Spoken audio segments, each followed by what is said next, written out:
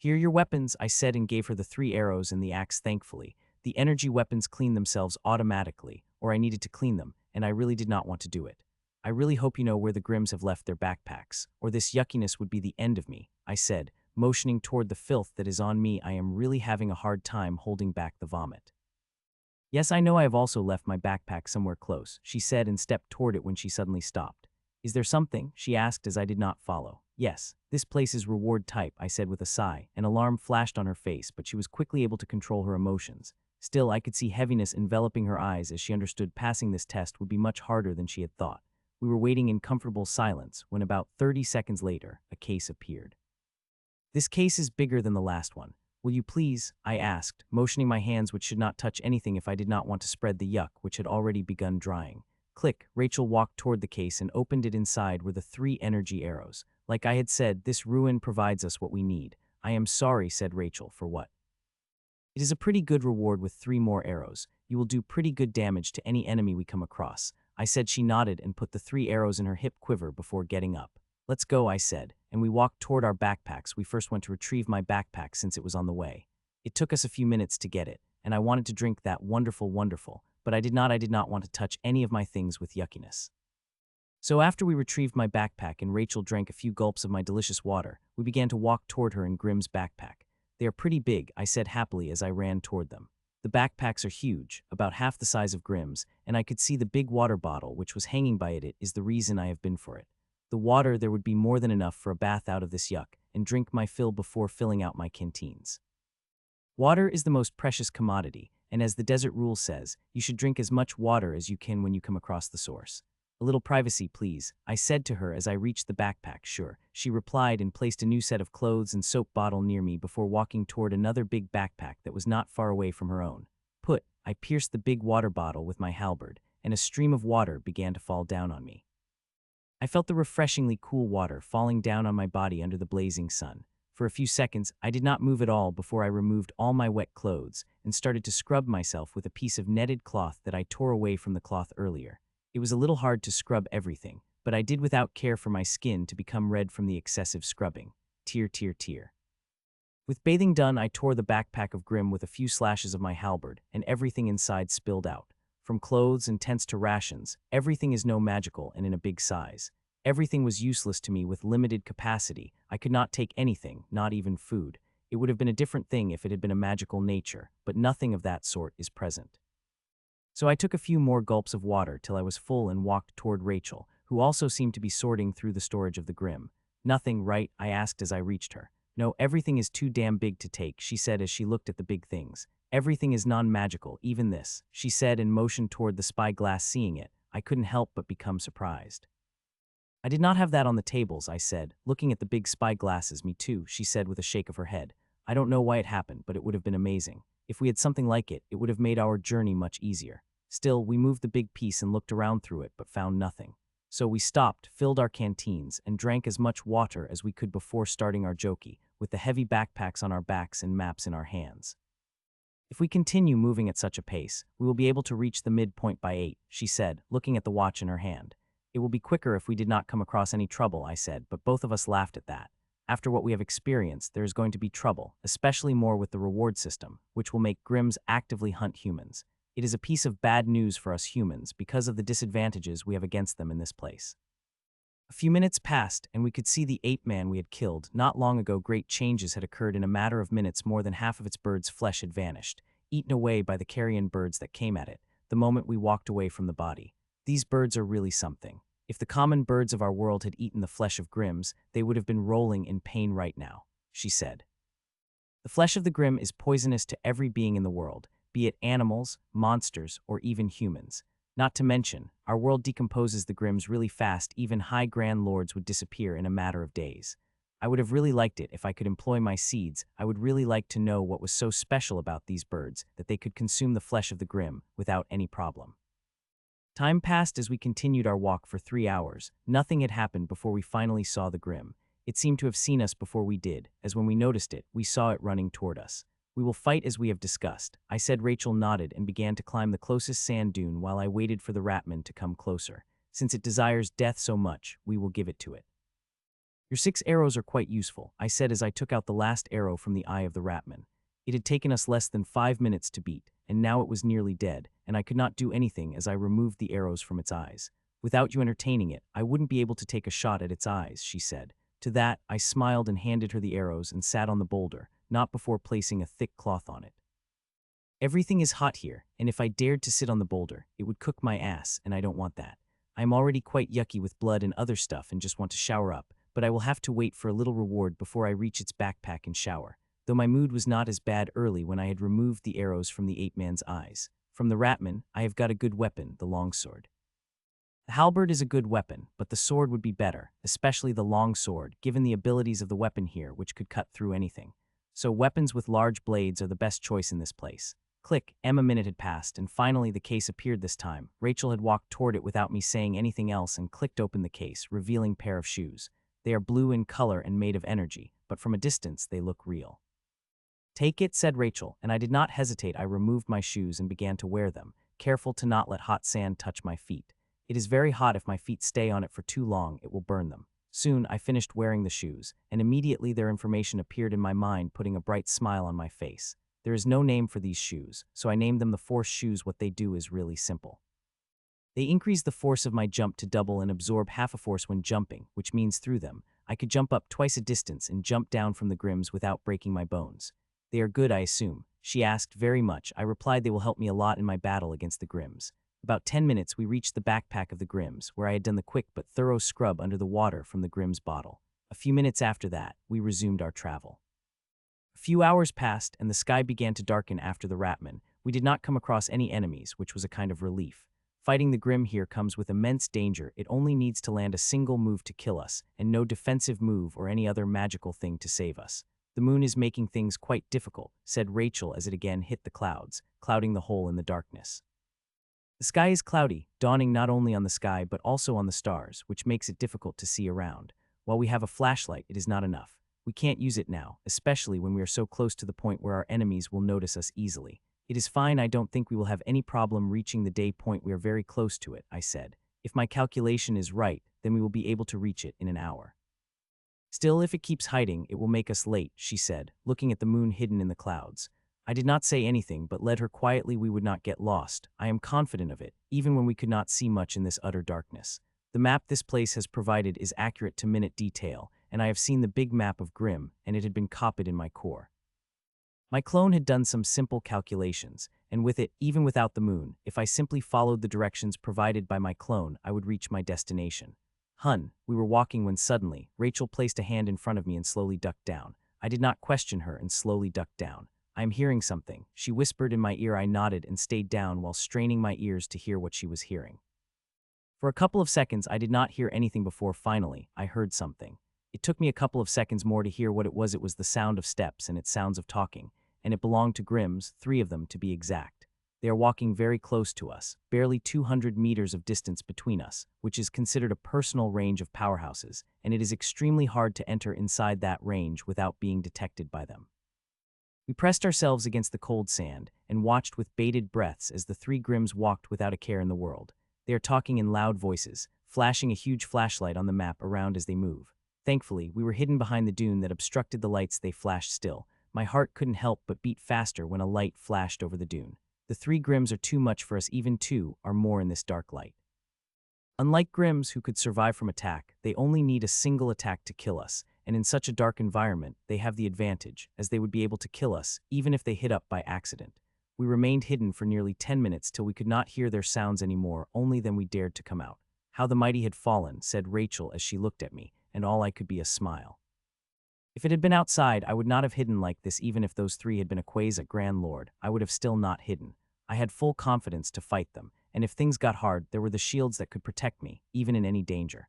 With such a close shave with Grimms, we have become even more careful and even slowed down our paces. It is fine if we reach our destination late, but we need to reach it safely.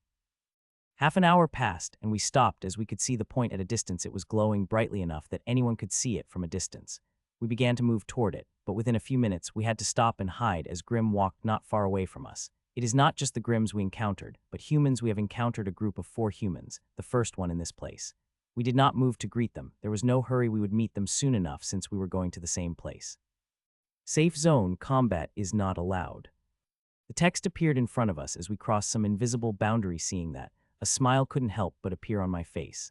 I was wondering how humans and Grims walking to so close to each other without attacking, so this is the reason for that. Safe zone makes things quite easier, said Rachel as she straightened her back and began to walk without fear. I also straightened up and removed the cloth from the pocket and wore it on my face like the mask. I had created it earlier with the cloth I found in the Grimm's backpack. My identity is quite sensitive. I am one person that Grimm likes to kill the most. Even more than the Grand Lords, it is better I hide my identity. This mask might make you a bigger target than hiding your identity, said Rashiel, and I smiled. I am sure there would be quite a few humans who would be hiding their identity, I said, and she looked at me with a big surprise. I have changed my voice and also my gait. Even though people here could notice far more things than ordinary people with similar senses, they still would have trouble recognizing me. I have also cut my hair due to the blood of Grimm that get inside, and very hard to clean up. Also, wear gloves and shoes. It could be said that nearly every part of my body is covered, so one could not identify me through normal means.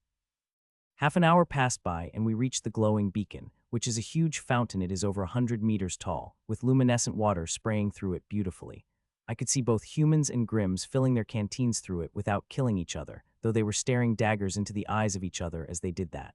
It is quite a scene, isn't it? Asked Rachel. To that, I couldn't help but nod. It is all due to the safe zone. If no combat law disappeared, it wouldn't take a second for us to cut each other apart. I replied. She just smiled.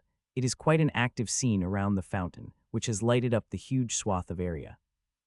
On the right side are the camps of humans, and on the left are camps of Grimms. There are hundreds of people on both sides from what I could see. There are around 200 humans and a similar number of Grimms on the other side. Their numbers might be slightly more than humans. I am surprised that these many humans have survived. It is quite hard to fight Grimms, but I should not have been.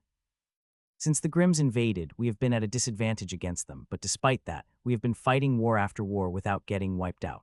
So even in such conditions, humans will find a way, just like Rachel and I did. Market, I have missed it, said Rachel and quickened her pace toward the market, where the Grimm and humans selling their wares. It had been years since I had seen such a scene. It used to be quite common in the low-level runes, but as the stakes became higher, such scenes disappeared before coming back now. I followed behind her, looking at both humans and Grimms, identifying each and every one of them. Though most I could remember with my own memory, for some I needed to take help from my clone.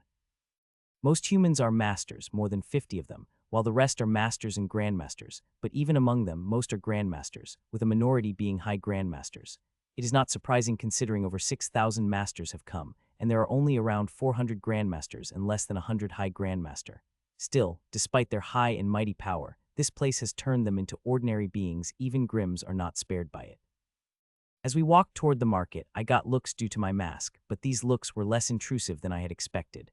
As I am not the only one who is wearing such a thing, about 20 of humans are doing that and some minority of Grimms, which is kind of unexpected. Soon we entered the market, and it was filled with wares. Most of them were non-magical in nature, but some were magical ones, and most of them were weapons. We have 2 weapons. If you find something that will increase your battle power, don't hesitate to exchange them, I whispered to Rashiel's ears. Now I am truly regretting not taking the staff of the ape-man. I have taken the axe from the werewolf and the sword from the ratman, but not that staff from ape-man, which would have increased the weight and had been a pretty useless weapon without the edge. If I had known there would be a market, I would have picked up that little extra weight. We attracted quite a lot of attention as we moved. We had more artifacts on us than most people. Both of us had 2 weapons, and there were also my shoes, which nearly everyone was staring at with either greed or envy. Hey, would you like to exchange that sword with my mace? Asked one human. His name is Sam Dahl, a master. No, I said and walked ahead. As we moved, more and more people asked for our stuff, but what they had was not what we needed. Most of the things these people are selling are useless to us, though there are some things we have found that I very much love to have. Are you willing to exchange that greatsword with my halberd? I asked the bullman. No, but I am very interested in that sword and those shoes, it said, looking at my sword and the shoes. I shook my head and walked ahead before stopping in front of another Grimm, a werewolf who had 3 arrows and long claws in front of it. Are you interested in my wares? It asked as Rachel stopped in front of huge arrows. Yes, I want these arrows, she replied straightforwardly. Good, then I will take 2 of your weapons in exchange, or I am willing to take those shoes if they are good enough, he said, looking at my shoes greedily. Only halberd, said Rachel, and Grimm's eyes became sharp and cruelty flashed in them. Little human, I am selling 3 arrows, and I am only asking for 2 weapons exchange. I am taking a loss here, it said, lifting the arrows. Only halberd, Rachel repeated, and seeing no reaction from it, we began to walk away. "Stop, I will trade with you," said the Grim as we prepared to walk away. "You humans are really cruel. If I did not need the halberd for my self-defense, I would have never agreed to sell you, bastard," he said and moved the arrows in front of us, with craftiness hidden in its eyes. "Trade platform," I said simply and could see it moving its lips to curse. "This is no combat zone, which means we could not fight." So during the trade, when the things left our hands, it could easily snatch them with its big size, which offers it big advantages in things. From what I heard through the conversations, quite a few humans have fallen for this. We completed the trade with the werewolf before browsing the market again, but did not find anything.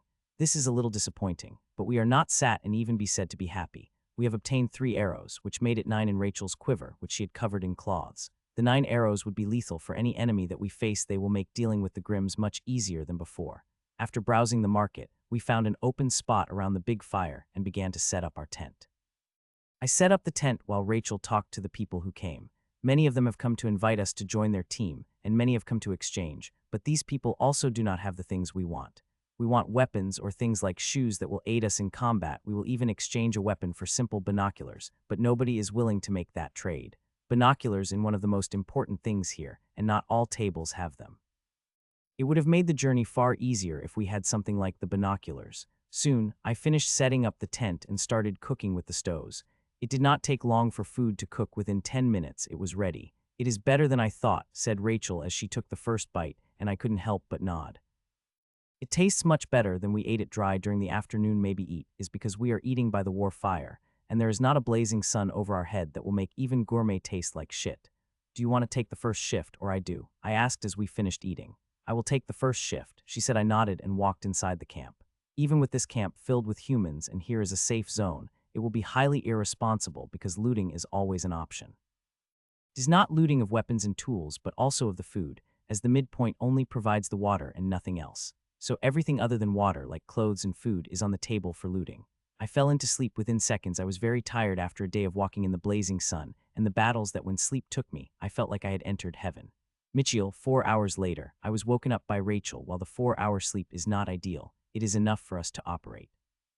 Rachel laid down in the tent and I walked and sat outside. The desert has become quite cold, but thankfully there is enough wood and fire here to keep everyone warm. I could see many people awake by their camps, guarding their friends and colleagues. Unlike before, there was barely any conversation. Everyone was waiting for time to pass. I could see many people trying to stay awake and some failing to do so. "I wouldn't do that if I were you," I said as I got up for a few seconds. There was nothing before the sound of receding footsteps appeared beside camp and sat down. This is not the first time someone has walked near my camp sneakily, and every time I have warned them gently. It is good they listened, because even if this is a safe zone, it would be very bad for their reputation if people knew their identity. The tag of a thief will be attached to them, and even if they became a grand lord, they would not be able to wash away. "Rachel," I said and shook her gently, and she woke up with alertness, ready to stab anyone who might threaten her with an arrow in her hand. She had slept with it and never let it go, even in sleep. With her waking up, we folded our tent and softly walked toward the huge fountain and drank as much water as possible before filling our canteens to the brim and started walking toward the complete darkness, as even now, the moon is hidden under the clouds. There is still an hour before the sun begins to come out, and we want to make a good distance before that. We are not the only ones thinking that many humans and teams have left before us. Some had even left 2 hours before. "It is very cold," said Rachel within a few minutes of walking without the protection from the campfire. "It is very cold, thankfully. We will only need to suffer it for and before the sun comes up and begin baking us in its barely survivable temperature. Safe zone end." A little more than half an hour after we had left the camp, we heard the message and immediately became cautious, as from now on, we are on our own again. There are no invisible laws that will protect us against danger. 6 more days, and then we will be finished with this test, Rachel said softly. "I still don't understand why there is a test like this here. I don't see any of its uses." She asked, and it is not the first time she is asking me this question. It is not just her. Many people have this question in their mind, including me. "Maybe it is to show us our own fragility," I offered, but she did not seem convinced by it. We silently walked, and the silence lasted till the first rays of dawn before we abruptly changed our direction. Earlier, we did not directly follow the direction on the map, but took a roundabout way given the Grimm's nature. Those who left early would definitely set up the trap to hunt humans. I have been looking at all the humans and Grimms who left. My clone referenced that with the map and through, this direction seemed safest to avoid the initial traps. But now that the sun came out, we will follow the map route. though we will stay away from the exact route. Others might get lost using such risky ways, but with a clone, we will be fine and will be able to take some of the shortcuts that will help us reach our destination quickly. Soon an hour passed by, and now the sun was completely out. We walked as quickly as we could, trying to cover as much distance as possible before the sun came out in its full glory. We still have around 2 hours more before the temperature of the sun and sand become blazing, and I hope till then we will not come across any attack. Another 1.5 hours passed, and in these 2.5 hours since the dawn, we had covered double the distance. We are making good progress, and if everything goes according to plan, we will be able to reach the second midpoint even before dawn, though the chances of that happening is very low. A few more minutes passed, and the temperature became even hotter when suddenly, I felt an intense feeling of danger and looked in its direction, only to see a big rock approaching us with high speed and incredible accuracy. It was thrown at us by the bark skin bearman, who was hiding behind the huge dune. "Duck!" I shouted and shouted down with Rachel, seeing the huge stone coming at us like a cannonball. Bang! The stone ball missed our heads by inches and crashed a meter behind us, sending out stinging hot sand at us. "I will go at it," I said to Rachel, and moved toward the bearman. Running is not an option, especially now that it is throwing the stone balls. The stone balls were not really a surprise. The Grims we faced were too dumb to find the ingenious way to use their size and strength. Many humans have suffered due to them. Crushed to death, it is one of the most talked about subjects in the human camps, and there is no way to avoid it other than killing the Grim, and that is what I am going to do. Sup, seeing me coming toward it, a cruel smile appeared on its face, and it picked up another stone from the hidden place I could not and threw it at me. The aim of the bastard is perfect, and it used some skills, but like it, I also see everything clearly and know where to move to dodge the attack, and I began to do that the moment it released the stone, and Rachel used that same moment to launch the arrow. I could see the alarm flashing in its eyes. Seeing the arrow, the bastard is an idiot. It did not focus on Rachel, who is most important here. The archers are the only humans who could fight against the Grim here. They have range and speed. If they are good with excellent judgment and enough arrows, they could create a terror in Grims, especially when they have someone like me to distract them. Grim.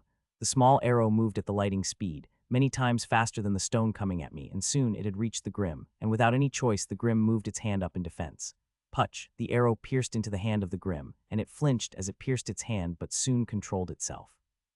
It might seem like the Grim had not suffered anything, nothing more than a bite of the ant, but no, it had hit where she wanted. The eyes were never a target, it was always a hand in that particular spot where it hit. The bearman did not seem to understand it, but it will soon. Bang, the stone ball crashed, and I avoided it, this time by more than a meter. This time I was prepared, and the shoes helped a lot. "Little human, you are good, but you will still be crushed by me," shouted the bark skin bearman, and lifted another stone from the pile that now I could see, and was about to throw at Rachel this time when it had paused. It seemed like it had finally understood where that little arrow had hit and now stuck, I thought with a smile. That arrow of Rachel had hit the movement nerve on the Grim's right hand, and it was not much of a problem, but the thing is, arrow is now stuck in this place, like a clog in a fine mechanism. Now it cannot control its hand properly, and ask anyone who practices a throw how important the control is. "Bitch, I will kill you." It cursed at Rachel and threw the stone immediately. Its eyes blazed in a bad mood, as even it understood its throw had gone off the mark, much less Rachel, who did not move even an inch from her spot seeing the stone coming. I continued moving the Grim, and it noticed that as it picked up another finely carved stone and threw it at me, its aim was a little better this time. Bang, bang, bang. I avoided the stone, but it threw another and then another after that, and dodging them became quite difficult as the distance between us reduced. Thankfully, with it having used 6 on us, only 2 stones have remained in its pile, which it does not seem to have any intention to keep, as it lifted it up. Sup, it did not immediately attack me with the stone. It let me enter the 200-meter range before throwing the stone at me with perfect accuracy. Seeing that, my expression became serious, and I leaped left with a speed that even left the bearman surprised. "It's the shoes, isn't it? You were able to dodge my attacks because of the damned shoes," it said as it looked at my shoes greedily. Yes, the shoes helped, but it would be wrong to assume it all because of the shoes. I did not use that much of the power of the shoes, not even half. "So are you going no use that last stone?" I asked. I did not get any closer. This is the distance I have the confidence to dodge its stone attack. Getting close any further is going to be very dangerous, and I rather not do it. "Nah, the stones are useless. I am going to use this beauty to crush you too," it said, and picked a huge greatsword and ran toward us. It is not running toward me, but Rachel, it is a very wise move with her out. It will be able to focus on me without any problem, but it will not be easy. I will not let it happen. As it ran toward Rachel, I ran toward it with its huge steps. It only needed a second to cross the distance between us before I appeared in front of it. Die. It seemed to be happy about the fact, thinking I had come to bring myself in the platter to it, as it did not waste any time and brought down its sword hard, with the speed that not many Grims would be able to project. The attack crossed the huge distance in an instant, till there were only 2 meters between us when I jumped left. Bang. The sword clashed on the sand, and 2 things happened instantly. The first one was that I leaped at its leg, and the second one was that it found an arrow right in front of its eyes. It was so busy thinking it had me that it had nearly forgotten about Rachel, who was its main target. She used that second to attack with perfect timing, and now the Grim is in an extreme dilemma, whether to stop me or the arrows. The thing is, it could not stop us both even if it wanted to. The arrow was nearly in front of its eyes, and its hands were down. They will not be able to reach it before the arrow hits the eyes. It is the same for me. I am leaping toward its leg with the full power of shoes, which is slightly greater than the speed its hands could move. So at max, all it could do was move its leg, and with the time it had, it will not even lift it high enough to crush me. It moved its leg, wanting to use my momentum to throw me back, but just as its leg was about to crash against me, I spun in the air while the long sword cut through its defensive bark-covered leg effortlessly as the hot knife cut through the butter, leaving behind a shower of blood. Hutch slash! I landed on the back and turned before leaping toward another leg and slashing at it while Rachel to second eyes of the bearman. It shouldn't have attacked us. We have no interest in attacking any Grims because things could turn ugly for us, but if someone attacked us, then we would not stop until we killed this bastard. You dirty humans, roared the bearman and swift its huge greatsword across the sand. My eyes went wide seeing how quickly it was able to reach me and barely dodge with the jump. If I did not have the shoes, I wouldn't have been able to dodge them and would have been into a meat patty. The speed and the power of that sweep were huge. I don't think I would have been able to survive it to even drink the healing potion. As I landed down, I jumped back as fast as I could, creating as much distance from the blind bastard as we could. I have torn down both of its veins on its legs. While Rachel had taken its eyes, there is no way the bastard would survive now unless it has a healing potion. You wretches, I will remember you, it said and began to run away with a fountain of blood coming from its legs. It did not even take its backpack by the dune, nor could it find it with it being blind. Thud. We did not let it run away. Both of us followed it with Rachel attacking it with her arrows, and in 3 minutes it stumbled onto the ground. It tried to let up and nearly did it before collapsing to never get up again. Click. 2 minutes later, the box appeared by its body, and like always, Rachel walked and opened the box. A potion, she said with a smile. I smiled too. You could not have too many options, especially in this place, without one's natural healing power. The healing potion is quite good from what my clone observed. As long as life remains in me, a single gulp of it would turn me into good as new. It did not look like a healing potion. I said the healing potion is green, but this one is blue. It is not, it is a stamina potion, she replied, bringing an even bigger smile to my face. The stamina potion would be as useful as the healing potion. It will be useful when we are fighting against more than one enemy, or when we are running. It is very tiring to run in this desert. We did not waste any time. I had already removed the arrows from the bearman's body and also taken its weapons. I also checked its bone and did not find anything valuable. On the way toward its backpack, I tested the greatsword, which is about the same weight as the long sword with a slightly short blade.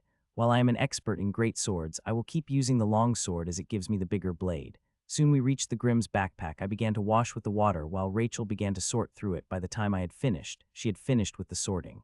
Found anything interesting? I asked, to which she nodded. This, she said, and lifted the cloths, she said, pointing toward the small bundle of cloths. Seeing that, I couldn't help but sigh. I know this would be the case. Those clothes in the backpack mean they had killed the humans. I walked toward them and looked and found them about my size. Seeing that I had kept them. I only have 2 sets of clothes, and while I wash them after a battle, I would still like to have a fresh set that isn't touched by the Grimm's blood. Was there anything other than clothes? I asked, to which she shook her head. Let's go then, I said as I lifted the backpack on my shoulders. Puh.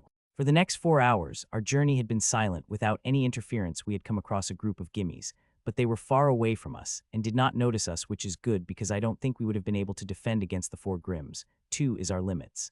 Still, our luck comes to an end as we come across another Grim, and it comes running toward us with hunger and greed in its eyes. About 6 minutes later, it was its turn to run away from us before it collapsed on the hot baking sand and died a minute later, giving us our second healing potion and long claws as weapons. After I took another slower and wiped away all the blood, we continued again. Soon it was 5, and we were rapidly making our way toward the destination. We had come across nearly 5 Grims in different instances. Most of them we were able to avoid.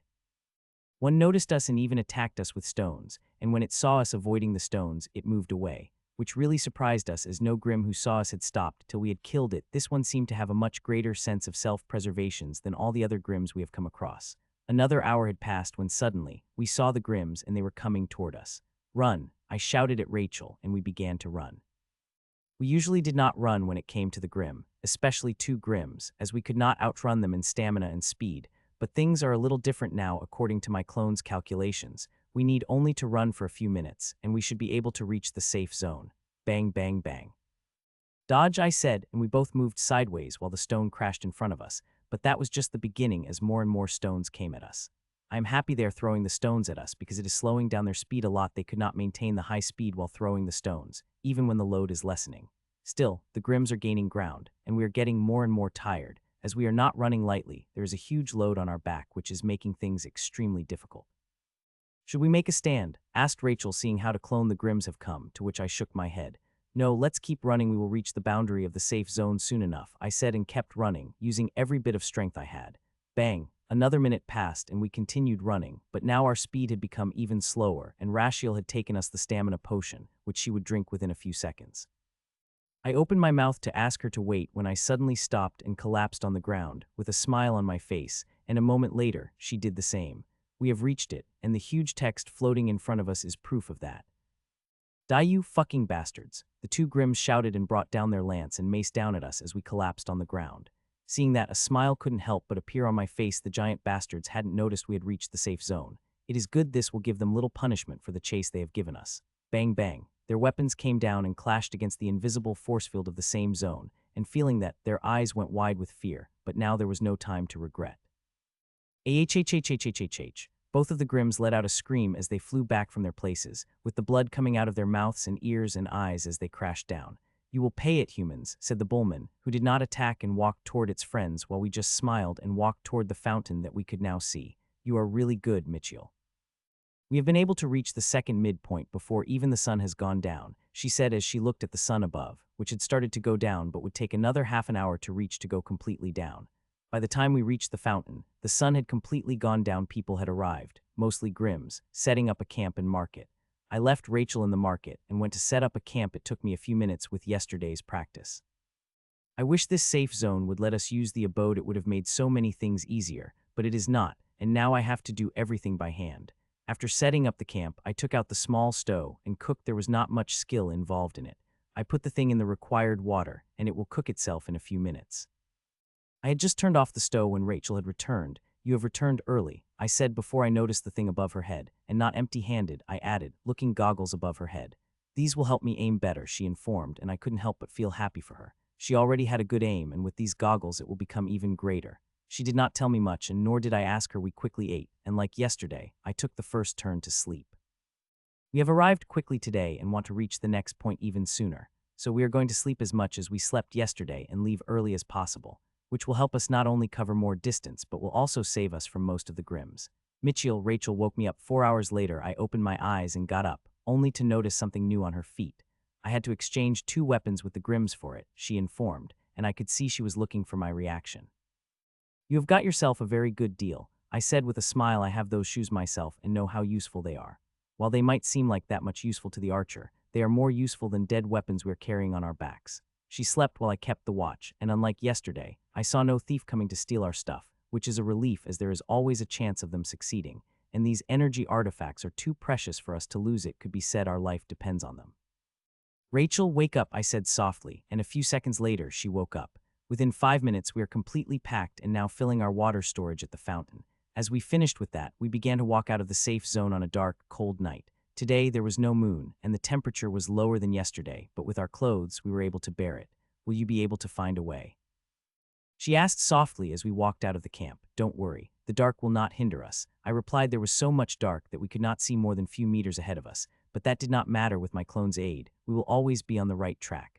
We are the earliest in the whole camp to leave before any human or Grim and have about 3 hours before the dawn comes. While the Grims have flashlights, I don't think even they will leave such early on this dark night. Even with the flashlight, there is a big chance that they will lose the way. This desert is quite confusing to travel at night, especially when one doesn't have a magical aid like my clone. An hour passed when things became slightly difficult. The wind began to blow. The small wind was manageable, but when it turned to a gale, things became difficult. Fuck, this cold, cursed Rachel with her teeth chattering. She was not the only one feeling me too. It was very cold from the beginning, but the wind has made it worse, and now it feels like hundreds of icy needles clashing against my skin. It was hard to even when we had completely covered ourselves from head to toe, wearing gloves, shoes, and insulated clothes.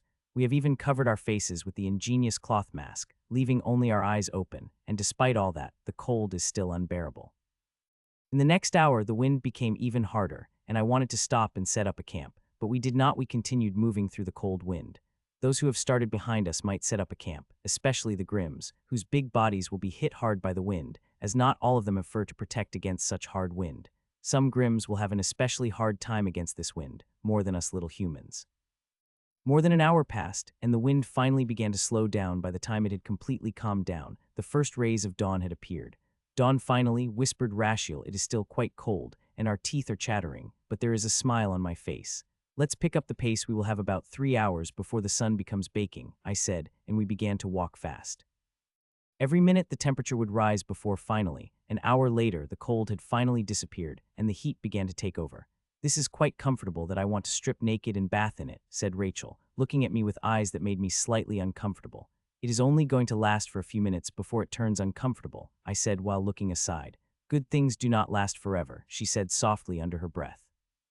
It is the 5th day, and we are making a good time. We have left the camp an hour after midnight by morning, made a good time toward our destination, and wouldn't have any problem reaching the 5th midpoint by 6 or even before that. It is 8:30 in the morning, and we have begun to slow down our fast pace as the sun begins to burn over us. We have constantly walking for the past 4 days, but despite that, the sun still felt like hell, and I wanted to just stop, but that was not going to happen.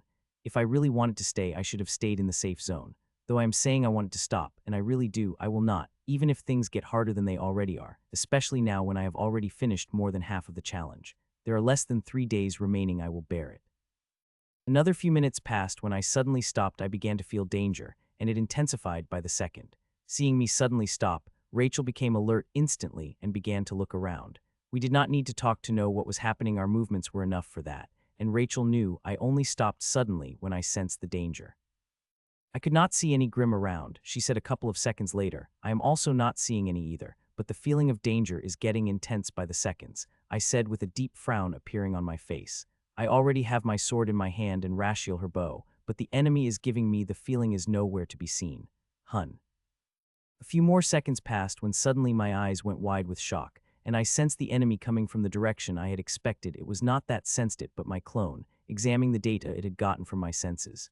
Jump, I shouted as just as my clone informed me. Rachel followed me without any question, and both of us jumped high, despite having a big weight on our back.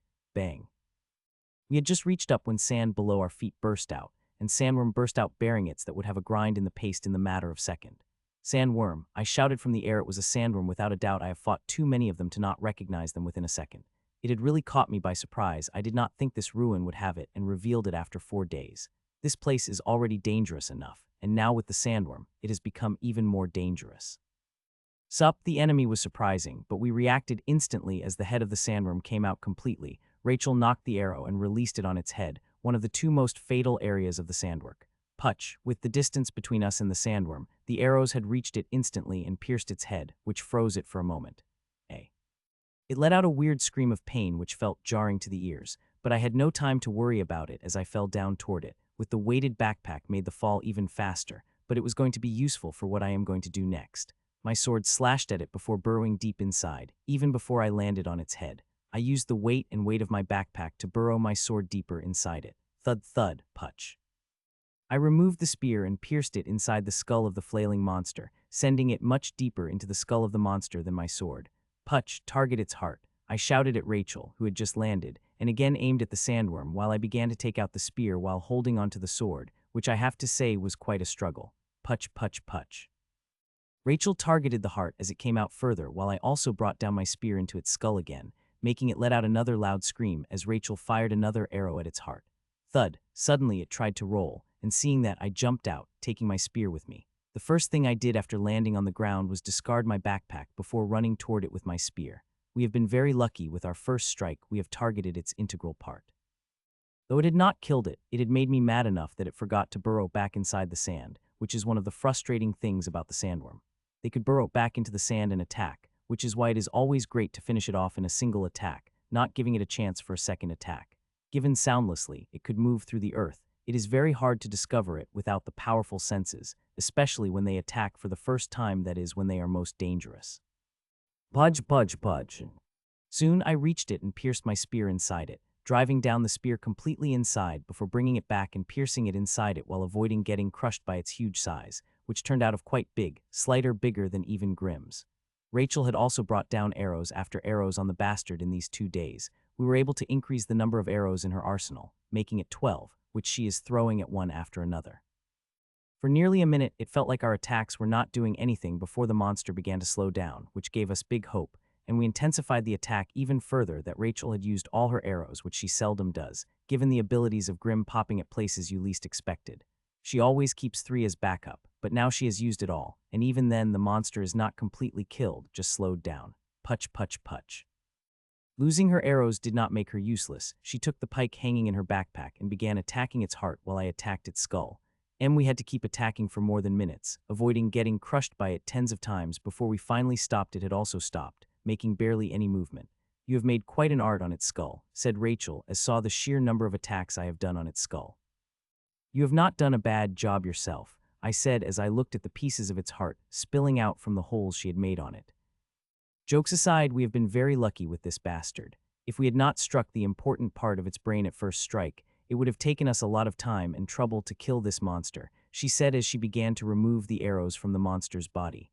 For once, I did not have to do this job, and I couldn't help but feel happy about it. I don't particularly enjoy getting myself dirty, but I do it as in every battle I am the dirtiest of us, wet in the blood of Grimm's from head to toe. The sandworm did not spread much blood, and what it spread was easy to clean up. I have already cleaned myself, and now just enjoying watching Rachel remove her arrows from the sandworm, which she really is not liking it at all. You are really good at it, Michael. I like it when you remove the arrows from our enemies, said Rachel as she removed the 6th arrow from the still beating heart of the sandworm. We have put a lot of holes in the bastard, but still, it is alive. Though not for long, even with the vitality, which is equal to that of Grimm, it would not be able to recover soon. The injuries we have brought on it are too great. A few minutes passed, and Rashiel had taken out all her arrows before cleaning herself. With that done, we waited for our reward to appear while keeping our senses focused on the sand for the slightest sound in the vibrations. Click, it appeared, said Rachel and walked toward the wooden box before opening it with the familiar click, but a second later, a look of confusion appeared on her face. What is it? I asked, and she turned the box toward me, and there I found a small round button or seal on one. Looked at it. It is round and made of energy, and on it is the green text of some language which I couldn't read. Has the box had information about it? I asked, to which she shook her head. Most of the things did not have the information aside from potions. Try it, I said. Only by testing it will we find its uses. She nodded and took out the seal from the box when another surprise appeared on her face, and before I could ask what she had sensed, I saw her touching her bow with that seal, which stuck to it before melting, and next moment, wavy green lines began to spread across the bow. It couldn't help but shock me. I have expected many things from the seal, but not this. It completely shocked me. What does it do? I asked as the bow finished with changes. Now, there were 3 green lines across her colorless energy bow, which looked far better than its previous plain version. It is supposed to double the power and speed of the arrows released through the bows, she replied softly before her eyes became clear, and she knocked the arrow into the bow and pulled the string while aiming toward the sky. Sup. She released the string, and the bow shot up at a speed that I was barely able to see, but it was enough for my clone, which told me the speed of the arrow had really doubled, and that had shocked me, as with such power she had instantly become destructive. I don't think she will be just supported in the future battle with her arrows having such speed and power. She now could kill the Grimms on her own, and she understood it all well, seeing the smile on her face. A few seconds later, the arrow came down, and she caught it in the air before we began to make our way toward our destination, with more cautiousness than before, as now we had another enemy than the Grimms, and it was sneakier than them. An hour passed, and I could see a shadow of disappointment clouding Rachel's face. I could tell she was searching for the Grimms to test her improved weapons. If I had been in her place, I would have done the same. The upgrade is huge, and I also wanted to see what it could do against the Grimm, but there seemed to be no Grimm in sight. Usually this is not a problem we suffer no matter how early we leave. They could easily catch up to us with their huge bodies and long legs. Another hour and a half passed when we suddenly stopped, as we heard the sound of a fight, which had really caught us by surprise. One might not believe it, but we have heard more sounds of arguments of Grimms than the sounds of a fight, but what we are hearing are definitely sounds of a fight, and a big one at that. Should we take a look at it? asked Rachel, looking at me with hopeful eyes, only from a distance, I said with a sigh. She nodded excitedly before we slowly began to move toward the Grims. Currently we cannot see them, but from the sound of fights, they are not that far, they are just blocked from our view by dunes of sand between us. More than 10 minutes passed when we have climbed into the dune that gave us the view of the battle, and what we saw couldn't help but shock us to the core.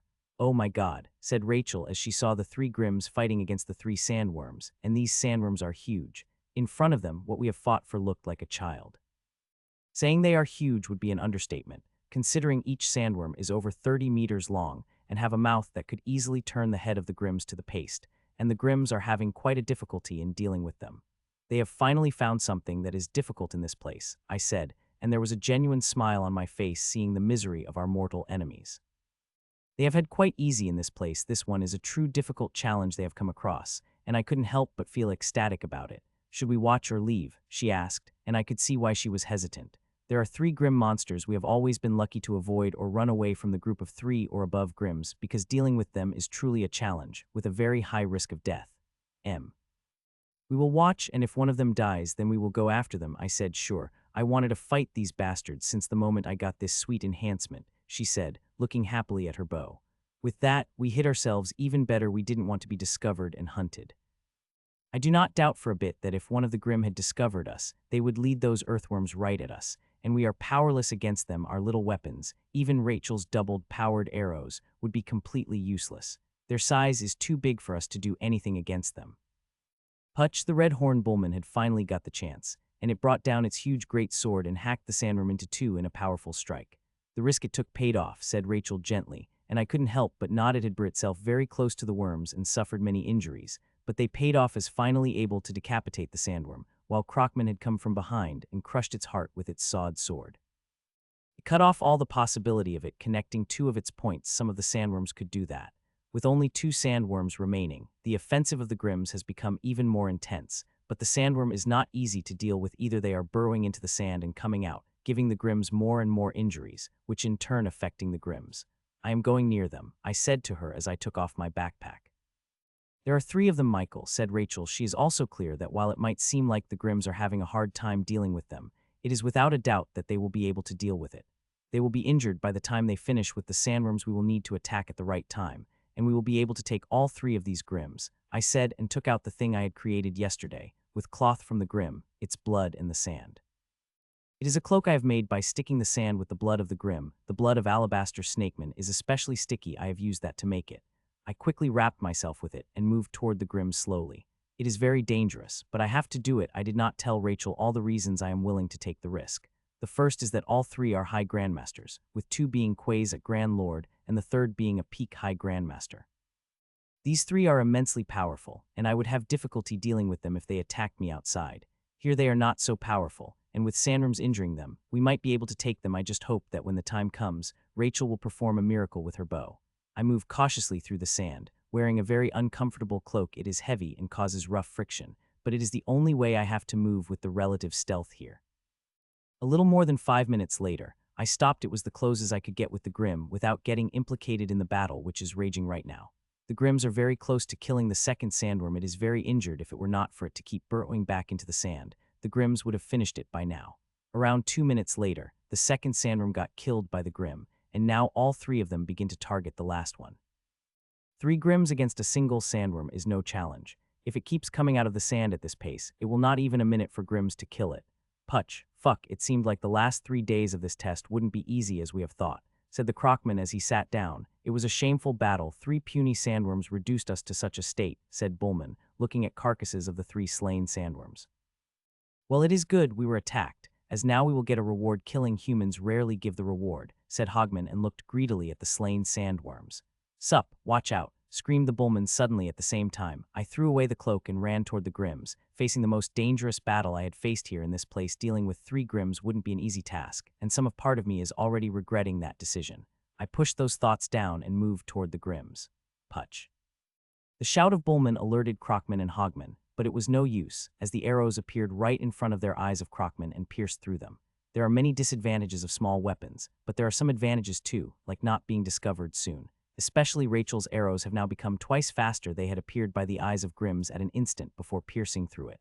The thing is, she had not even used the full power of the new advancement. The Crocman begins to scream, and Grim looks around, spotting Rashiel and me in a second. "Humans, I did not think you would dare to challenge us, especially here," asked Bullman. "Why, you were never a difficult opponent, Nan," I asked as I slowed down, me taking its name, casually surprised it as it looked at me carefully from up to down with its huge eyes. "It seemed like you are not one of the puny masters who had eyes above their head, but appear," it said seriously before a bloody smile appeared on its face. "I will have fun crushing you to death," it added before the turn to Hogman. "Trab, go and finish off the archer while Atraf and I will finish this one," said Nan the Bullman. Both listened to it immediately. The Hogman went running toward Rachel while Bullman and Crocman came it. The Crocman seemed to be really mad at me, seeing the way it was looking at me with its single eye. "Bastard, I will torture both of you before eating you alive," said the Crocman and came running toward me, while the Bullman was a little slower, despite wearing the shoes. Only Bullman and Hogman have the shoes, Crocman does not. As the Grim had said, it is difficult for them to get the reward of killing every human. They have to kill a group of us before getting anything, while we get a reward after killing every Grim. This might be the way this place balances things out. Within a few seconds, the Crocman had crossed the distance between us and was about to attack me with a wicked saw blade, which still had the blood of sandworms dripping from when it suddenly stopped, as it heard the loud scream filled with the pain. My eyes, the human bitch took out my eyes," shouted the Hogman loudly as it stopped in its tracks, instantly making the expressions on the faces of the two Grims in front of me serious. "It seemed like you have come prepared," said the Bullman, looking at me seriously. "Very much," I said, and removed the mask off my face, and immediately the eyes of the Grims went wide. "Czar," said both of them in unison. The Crocman had even raised its leg to take a step backward before it had stopped itself. "It looks like killing you won't be easy," said the Bullman, looking at me seriously. "Are you giving up then?" I asked back, to which it smiled. "Give up? Why? I only said it would not be easy. I did not say it would be impossible," it said, and leaped at me. I watched as it jumped toward me. While there was fear in my heart, there was no hesitation. I moved as it moved, while Crocman had remained on its spot, looking at Rashiel, who was walking toward us with her bow aimed at it, more specifically its remaining eye. While it is focused on Rashiel, I know it could target me instantly, so it would be wise if I remained cautious about it. The Bullman came down, bringing down back of its huge great sword toward me. It was not using the edge of the sword toward me, and nor did it need to because it did not need an edge to kill me. The brute force it has is more than enough to turn me into the meat patty. I saw the sword coming and jumped and could see its eyes flashing in joy as it smoothly moved its sword toward me, wanting to hit me like a fly. "You are dead," it stated, and I have to say, it is a very risky move, and I wouldn't have done it if I did not have done it before yesterday, as it would have been a suicide. Clang, my sword moved and clashed against the huge sword of the Grim. Immediately shock appeared on its face, as I did not fly away like a broken kite with bloody bones. No, I used the force of its attack and jumped back gracefully.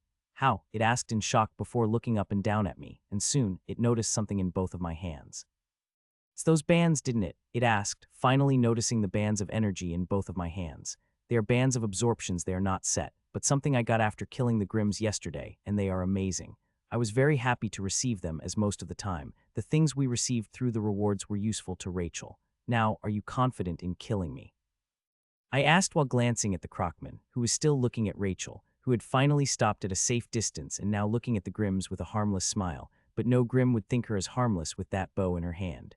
If they need any more proof, they only need to look at Hogman, who has finally calmed down and now standing in a spot with its weapon against its fatal spot. "They are just little tools, will not help you other than survive for a few more seconds," it said, and came at me again, with its speed being much faster than any Grim I had seen, which is not surprising given the shoes it is wearing. To be honest, the Grims with the shoes are terror, especially those as powerful as it. With these bands, I wouldn't have dared to fight against such an opponent if it hadn't been injured to the state where it could only project 60 to 65 of its power. Bang, clang, clang. It brought down its sword at me, and I dodged, but it quickly brought it and attacked me mid-air. I defended against the attack before jumping back, creating more distance, which it followed in quick steps before attacking me. Attack after attack came. I dodged and defended and even ducked, using everything I had in my arsenal to contend against it. It is challenging but also fun, especially when the enemy is intelligent and bears the immense experience of centuries, which it had molded to suit its current conditions. It is attacking me with a strategy, which is to push me till I am completely tired out, while this is also making it tired and worsening its injuries. It had enough vitality to handle it for a longer time than me. It is not the only one who is with strategy. I have one too, which began before it even saw me. Its model had already formed in my core, and with every move it made, it became more and more complete. We have thought your fearsomeness is only due to your strings, but it seemed like we have underestimated you far too much, it said with its eyes blazing with an intent to kill. It intensified its attacks, and the happiest one was none other than me. While it is true it has much greater vitality than me, which let it fight much longer than me despite the injuries, there are a lot of conditions attached to it, and foremost of them all is not straining those injuries, which it is doing right now as it had intensified its attacks against me. If you keep attacking me like that, you will strain your injuries too much, I informed with a smile. Don't worry, after I kill you, I will dress them well, it replied. Or you might find a healing potion in the reward box that just has appeared, I said a little too loudly, and it immediately got a reaction from all three Grims. Healing potion, give it to me. Nan quickly opens the box and gives me the potion, shouted Hogman loudly. Shut up, Trab, let me kill Zar first. The reward box might not have, but I am sure Zar will have on it, it shouted back without losing its focus on me. Am I right, Zar? It asked. Of course I have it, and so does Rachel. You just have to kill either of us to get the hands on the healing potion, I replied, once again loudly.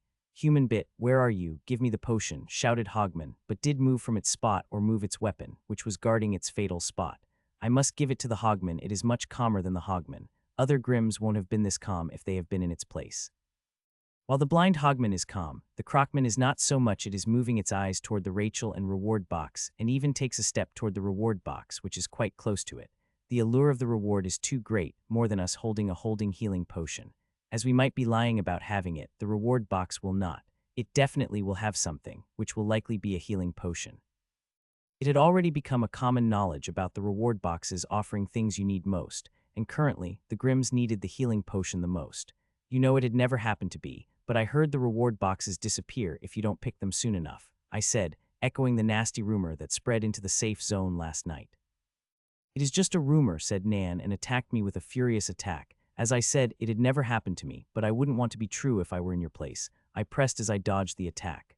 My words have riled up the Grims. I could see both Hogman and Crockman, with Crockman taking a step toward it before stopping, seeing Rachel is still aiming at it.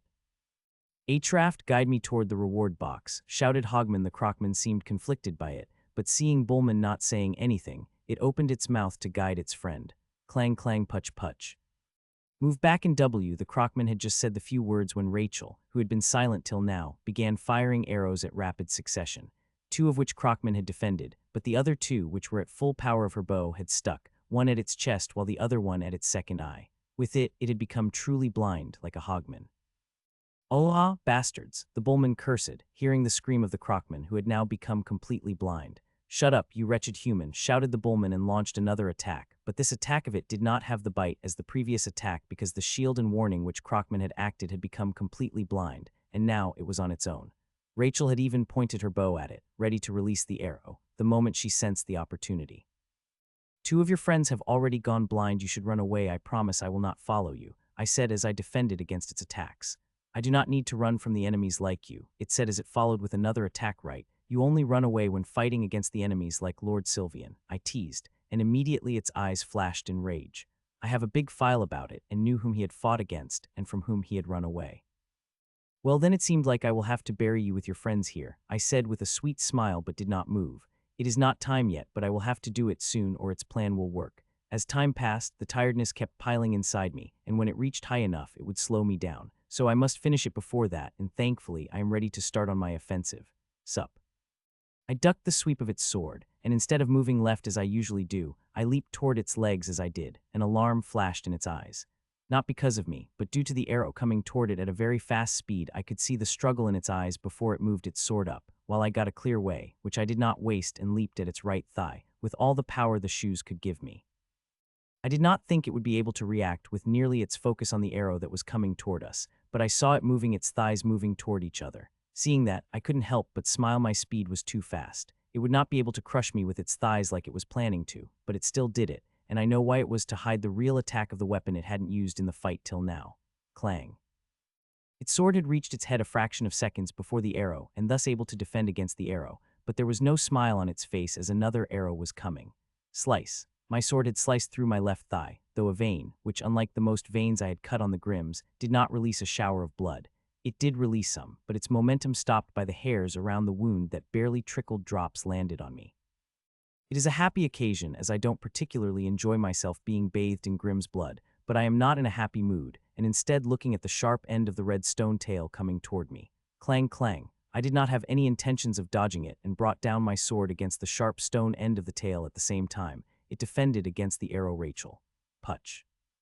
It had come at me with so much power that it shook my internal organs that blood came out of my lips as I was thrown back. I had used the full power of the band, but still, they were not able to absorb it all, and now I am flying back, which is bad now considering the Grim bring down its sword fast, with a power it not shown in battle. I could see the blood seeping out of its injuries, but it did not seem to care. It was not even caring about the arrow that was coming from its eye, willing to sacrifice it to kill me. Such decisiveness is rare among the younger Grims. They would not do that, but this one had no hesitation as it brought down its sword toward me, and I moved my sword up to defend. Clang putch, my sword clashed against it, and the bands absorbed as much force they could while sending the rest to me. The force is less than what the tail had given me, but it is enough for me to vomit another mouthful of blood while sending me crashing down hard. As I crashed down fast, I fought a battle against time, trying to move my feet down so that they could absorb the force, because if not, then even with crashing against the sand, nearly every bone on my body would break, and that will be the end of me. Bang. I crashed on the sand hard, but most of the force absorbed by my shoes. What remained was enough to break some bones of my leg and gave me sharp pain, which nearly made me unconscious. Now it is time for you to die, Tsar. It shouted as it moved its sword up to defend against any arrows. As for killing me, its leg was more than enough. It lifted its few centimeters when it suddenly stopped as the sharp pain clouded its eyes and they went wide.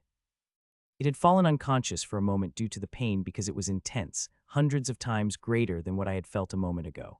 The nerve I hit was nothing special in normal times. Even if you cut, it will not affect the bullman much. As its waist, there is the main nerve from this connection, but that had been damaged with its battle with Sandworm and all the loads fallen into this nerve. Now that I cut it and tried to make a heavy movement, it had sent a heavy signal into the brain in the form of intense pain, making it unconscious for a moment. Putch, it came to itself, and its eyes went wide immediately as an arrow appeared in front of it and pierced into its second eye, making it immediately blind. Ah. It screamed. The scream was not of the pain but the frustration because, in a matter of seconds, it had gotten completely blind and got an injury that would give it a harrowing amount of pain with the slightest movement of its leg. To put it simply, it is fucked. It should have run away when I had been given a chance because, at that time, I would have been satisfied with 2 Grims left and didn't want to take too much risk to continue fighting it, but it did not listen. With all 3 Grims blind, no one needs to think about the result. Yes, all 3 dead, but it was not easy. It could be said to be very hard, especially when Nan the Bullman asked its friends to run away as fast as they could and should for help not at them help them much. Still, it was worth it. Not only I got fertilizers for my garden, but the reward we got from killing Grims and their own reward of killing sandworms had upgraded our artifacts enough that we would be able to fight against the 3 Grims when they were at their peak. The seals are amazing. That day, we upgraded nearly all the artifacts we had on us. Leaving this early would be dangerous, said Rachel, looking up in the night sky. Do we have any choice? I asked with a sigh, to which she shook her head. Yesterday had been hell, and it was due to our own mistake. We showed off too many of our artifacts. We should have learned the lesson from the day before and kept our artifacts hidden. It was a record for us. Yesterday was a record for us. We have killed 9 Grims in total. If it were not for the all-healing and stamina potions and upgraded artifacts, we would never have been to deal with so many Grims and some humans who wanted to take a chance but ran away. It is the last day of this test, and we are leaving right at midnight, the earliest we have ever left. Thankfully, after all the trouble of yesterday, we were able to reach the safe before the sun went down. Still, we did not want to suffer the same fate as we had yesterday, and thus left earlier, even capping the sleep by half an hour, which we wouldn't have done if this was not being the last day.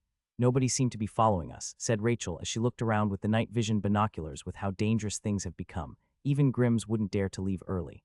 The sandworms have become a menace, especially for the Grims. Half of the Grims who had followed us yesterday had trouble with the sandworms.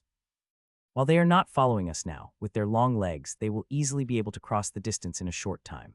So we need to put up as much distance between us and the Grims as possible. The journey would not be easy, given how cold it is and there is even a wind, and we are still in the safe zone, where things remain mild. The real challenge would begin when we stepped out of the boundary. Thankfully, we got something yesterday that might help us with some things. 15 minutes passed when we stopped and hid behind the dune, before taking out the seals from our pockets and beginning to paste them around artifacts, upgrading them by seconds. Today had been a good day. We were able to exchange some of the seals we don't need with the ones we need, and now each of our artifacts has at least 2 seals pasted on it. Our weapons had 3 each. After pasting the seals on the energy artifacts, we finally took out the things we got yesterday in our last battle against the Grims, which we have fought very close to the safe zone. We did not even wear them for more than a minute, considering they are kind of flashy, and we had not wanted to attract more attention to ourselves than we already did. We took out the energy cloaks from the backpacks and wore them. They covered nearly all our body. As we wore them, we felt barely any cold. That was until both of us passed the seals on them, and the very minutes cold we were feeling had also disappeared. "This get-up suits you well," she said, looking at me from up to down. "I am only wearing a cloak, but also the mask, which I have got from trading earlier with it. I could forget the uncomfortable cloth I used to wrap around my face. Unlike, it is an artifact that not only hides my face but give me much greater clarity, including the night vision." "Let's go," I said as I wore my backpack. "I wish we had something for our load as well. It would have made things far easier," Rashiel complained as she lifted her backpack on her back. "We are already in much better condition than the first day," I said and took the lead. I still remember the first day, and the days after that they were hell. It is not the heat or sand that made me feel powerless, but my power or lack thereof. I have gotten used to being feel like a god, having immense power and the adoration that came with it. This place had raised it all down and made me and every human equal. It is quite an experience, and I feel like I understand the meaning of this challenge and how its benefits might be much greater than the simple boost of strength. With our gear, we moved forward at a good speed. We wanted to cover as much distance as possible, and it would be great if we were able to reach the final point of the test without any conflict, but that is just wishful thinking on my part. There will be conflict. The only thing I can do about it is be prepared, and currently I am more prepared than I had ever been in the past 6 days. "Out of the safe zone," said Rashiel, and welcoming us out was a gust of wind that nearly threw us out of our spot and made us feel chill from head to toe. "What?" I asked Rashiel loudly as she said something which drowned by the wind. "I said it would have frozen us like popsicles if we were wearing our normal insulated clothes," she shouted, but all I could hear was barely a whisper in this wind. So I replied to her in sign language before taking out my spear to be used as a walking stick. She did the same as I took out the pike. The icy winds are the most powerful we have ever experienced, and with a spear as a walking stick, it is quite difficult to walk in such high wind, and it is a good thing we have these cloaks covering our whole bodies. Otherwise, we could forget walking in a such cold wind, which seemed to be getting colder. Still, we are not complaining because it will keep our enemies out, and even sandworms come out less in such an environment, which is a great plus point. Last night we had to face the 3 sandworms. Today, I hope we will be spared by it, as right now, even with the aid of these artifacts, we are in no condition to fight. Even the sandworm will have trouble operating in such a cold temperature. Half an hour passed, and the winds have remained the same. They were powerful and blisteringly cold. Thankfully, we could still walk without losing our way, with the cool new binoculars and my old clone, who is still extremely useful despite the new artifacts. Another hour had passed, and finally I felt the wind slowing down, and this time, it felt real. It was not like one of those times when it slowed down only to become intense. Around 10 minutes ago, it lifted Rashiel up and threw her down the dune. She was still quite mad about it. Half an hour passed when the winds have finally slowed down, and it brought a bright, beautiful smile to her face. "Finally, there is no more crazy wind," she said happily, and I smiled too when suddenly that smile on my face froze up. She noticed it immediately, and without me saying anything, she jumped. The sandworm had come, and from what my clone is telling me, there is more than one. "It seemed like today won't be easy," said Rashiel as she took out the stamina potion from the reward box and put it in her pocket before we continued with our journey under the blazing sun. "We have already expected it, given what we have experienced since the beginning of this test," I said, taking the sand look at the dead sandworm, which we did not take even a minute to kill. "This is the 10th sandworm of today, and nearly every hour we are facing one. Thankfully, with the artifacts we have, we are killing them fast, getting more things in return like the seals and potions. The seals we have collected have upgraded our artifacts even further. I will like this insistent attack of sandworms is not random, especially when the count in the rewards we are getting after killing them," she said, and her expression was very serious when she said it. "You are saying there might be something powerful at the end?" I asked, to which she nodded. The next few minutes were quiet, as she was not the only one feeling it. I, too, sensed that there might be something big at the end, and the constant attacks and rewards are for it. The damnest thing is we could not do anything against it. We have to play the game this place is playing and survive. If it were not for that, we wouldn't have taken the risk of venturing out every single day. We might have just stayed in the safe zone like many humans and Grims are doing by the day.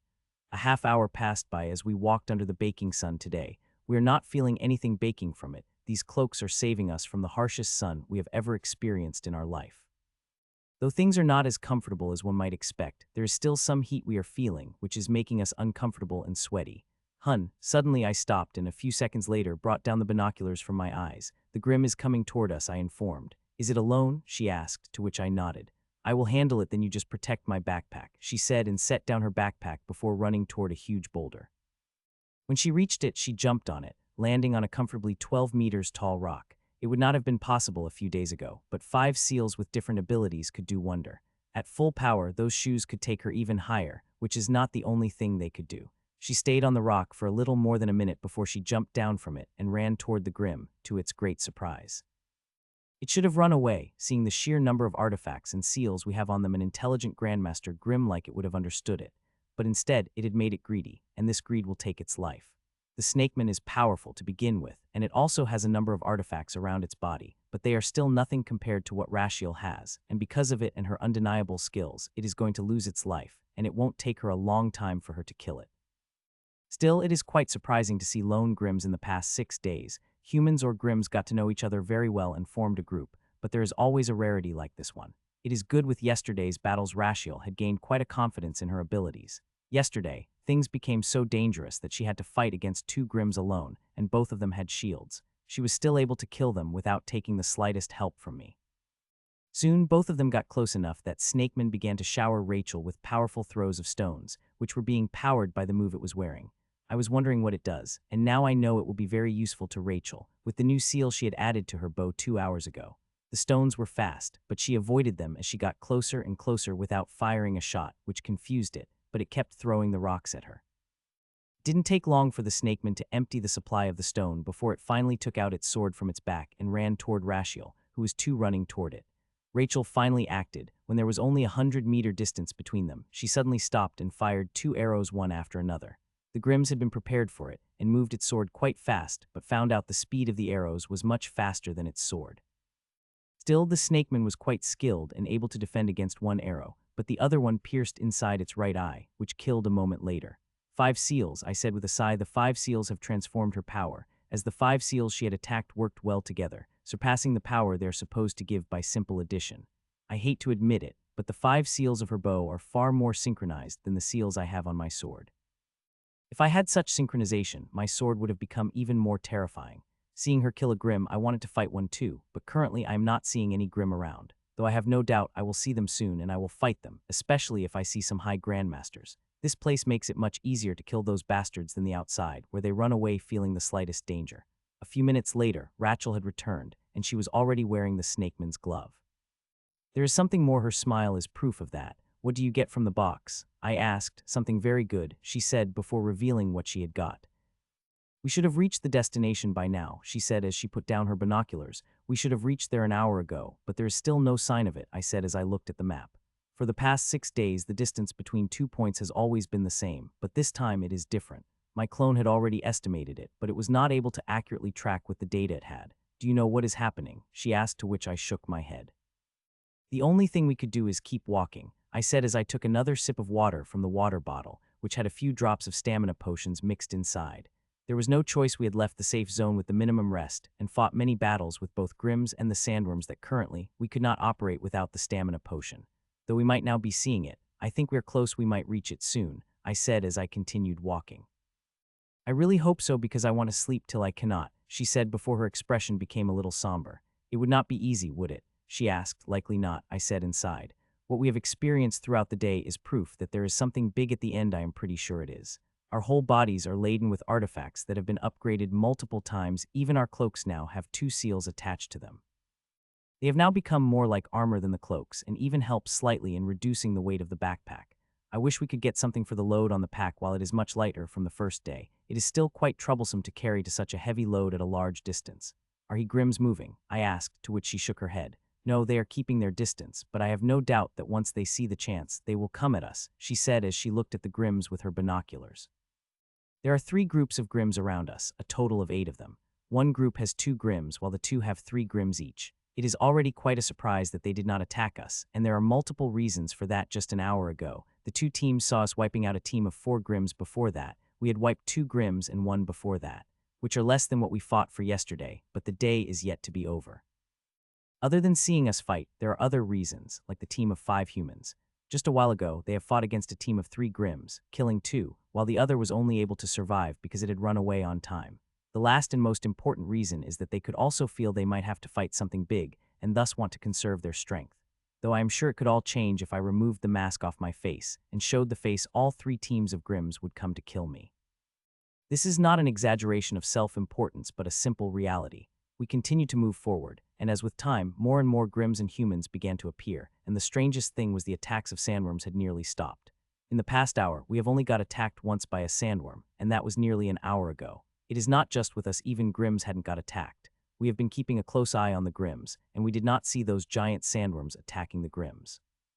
"Can you see that?" asked Rashiel. "Yes," I replied while running. As for why I was running, because the Grims were running. They have started running a few minutes, noticing this thing before us not to be left behind. We have also started to run with Grims. Now, with the artifacts, we could also match the Grims' speed, which has also been increased due to them wearing the artifacts. What we see through the binoculars is a huge wall, so vast that there seemed to be no end to it. This wall of energy has a gate big enough that even Grim would be able to pass through it comfortably. As we saw the gates, we took a few more gulps of water containing the stamina potion and ran even faster, matching the speed of the group of Grims who were most ahead. Around 20 minutes later, the groups of Grim and we stopped in front of the giant gate, which was nearly 25 meters tall. It is also made of energy like a wall, but unlike it, it is in blue color instead of blurry colorless. There was no information about the gate other than floating words that say, one at a time. If it were not for that, the Grims would have barged in at the door. "Unhun, wait till others appear," I said to Golden Fire Werewolf, who took a step toward the gate. "You think you could stop me, human?" it asked as it turned to me.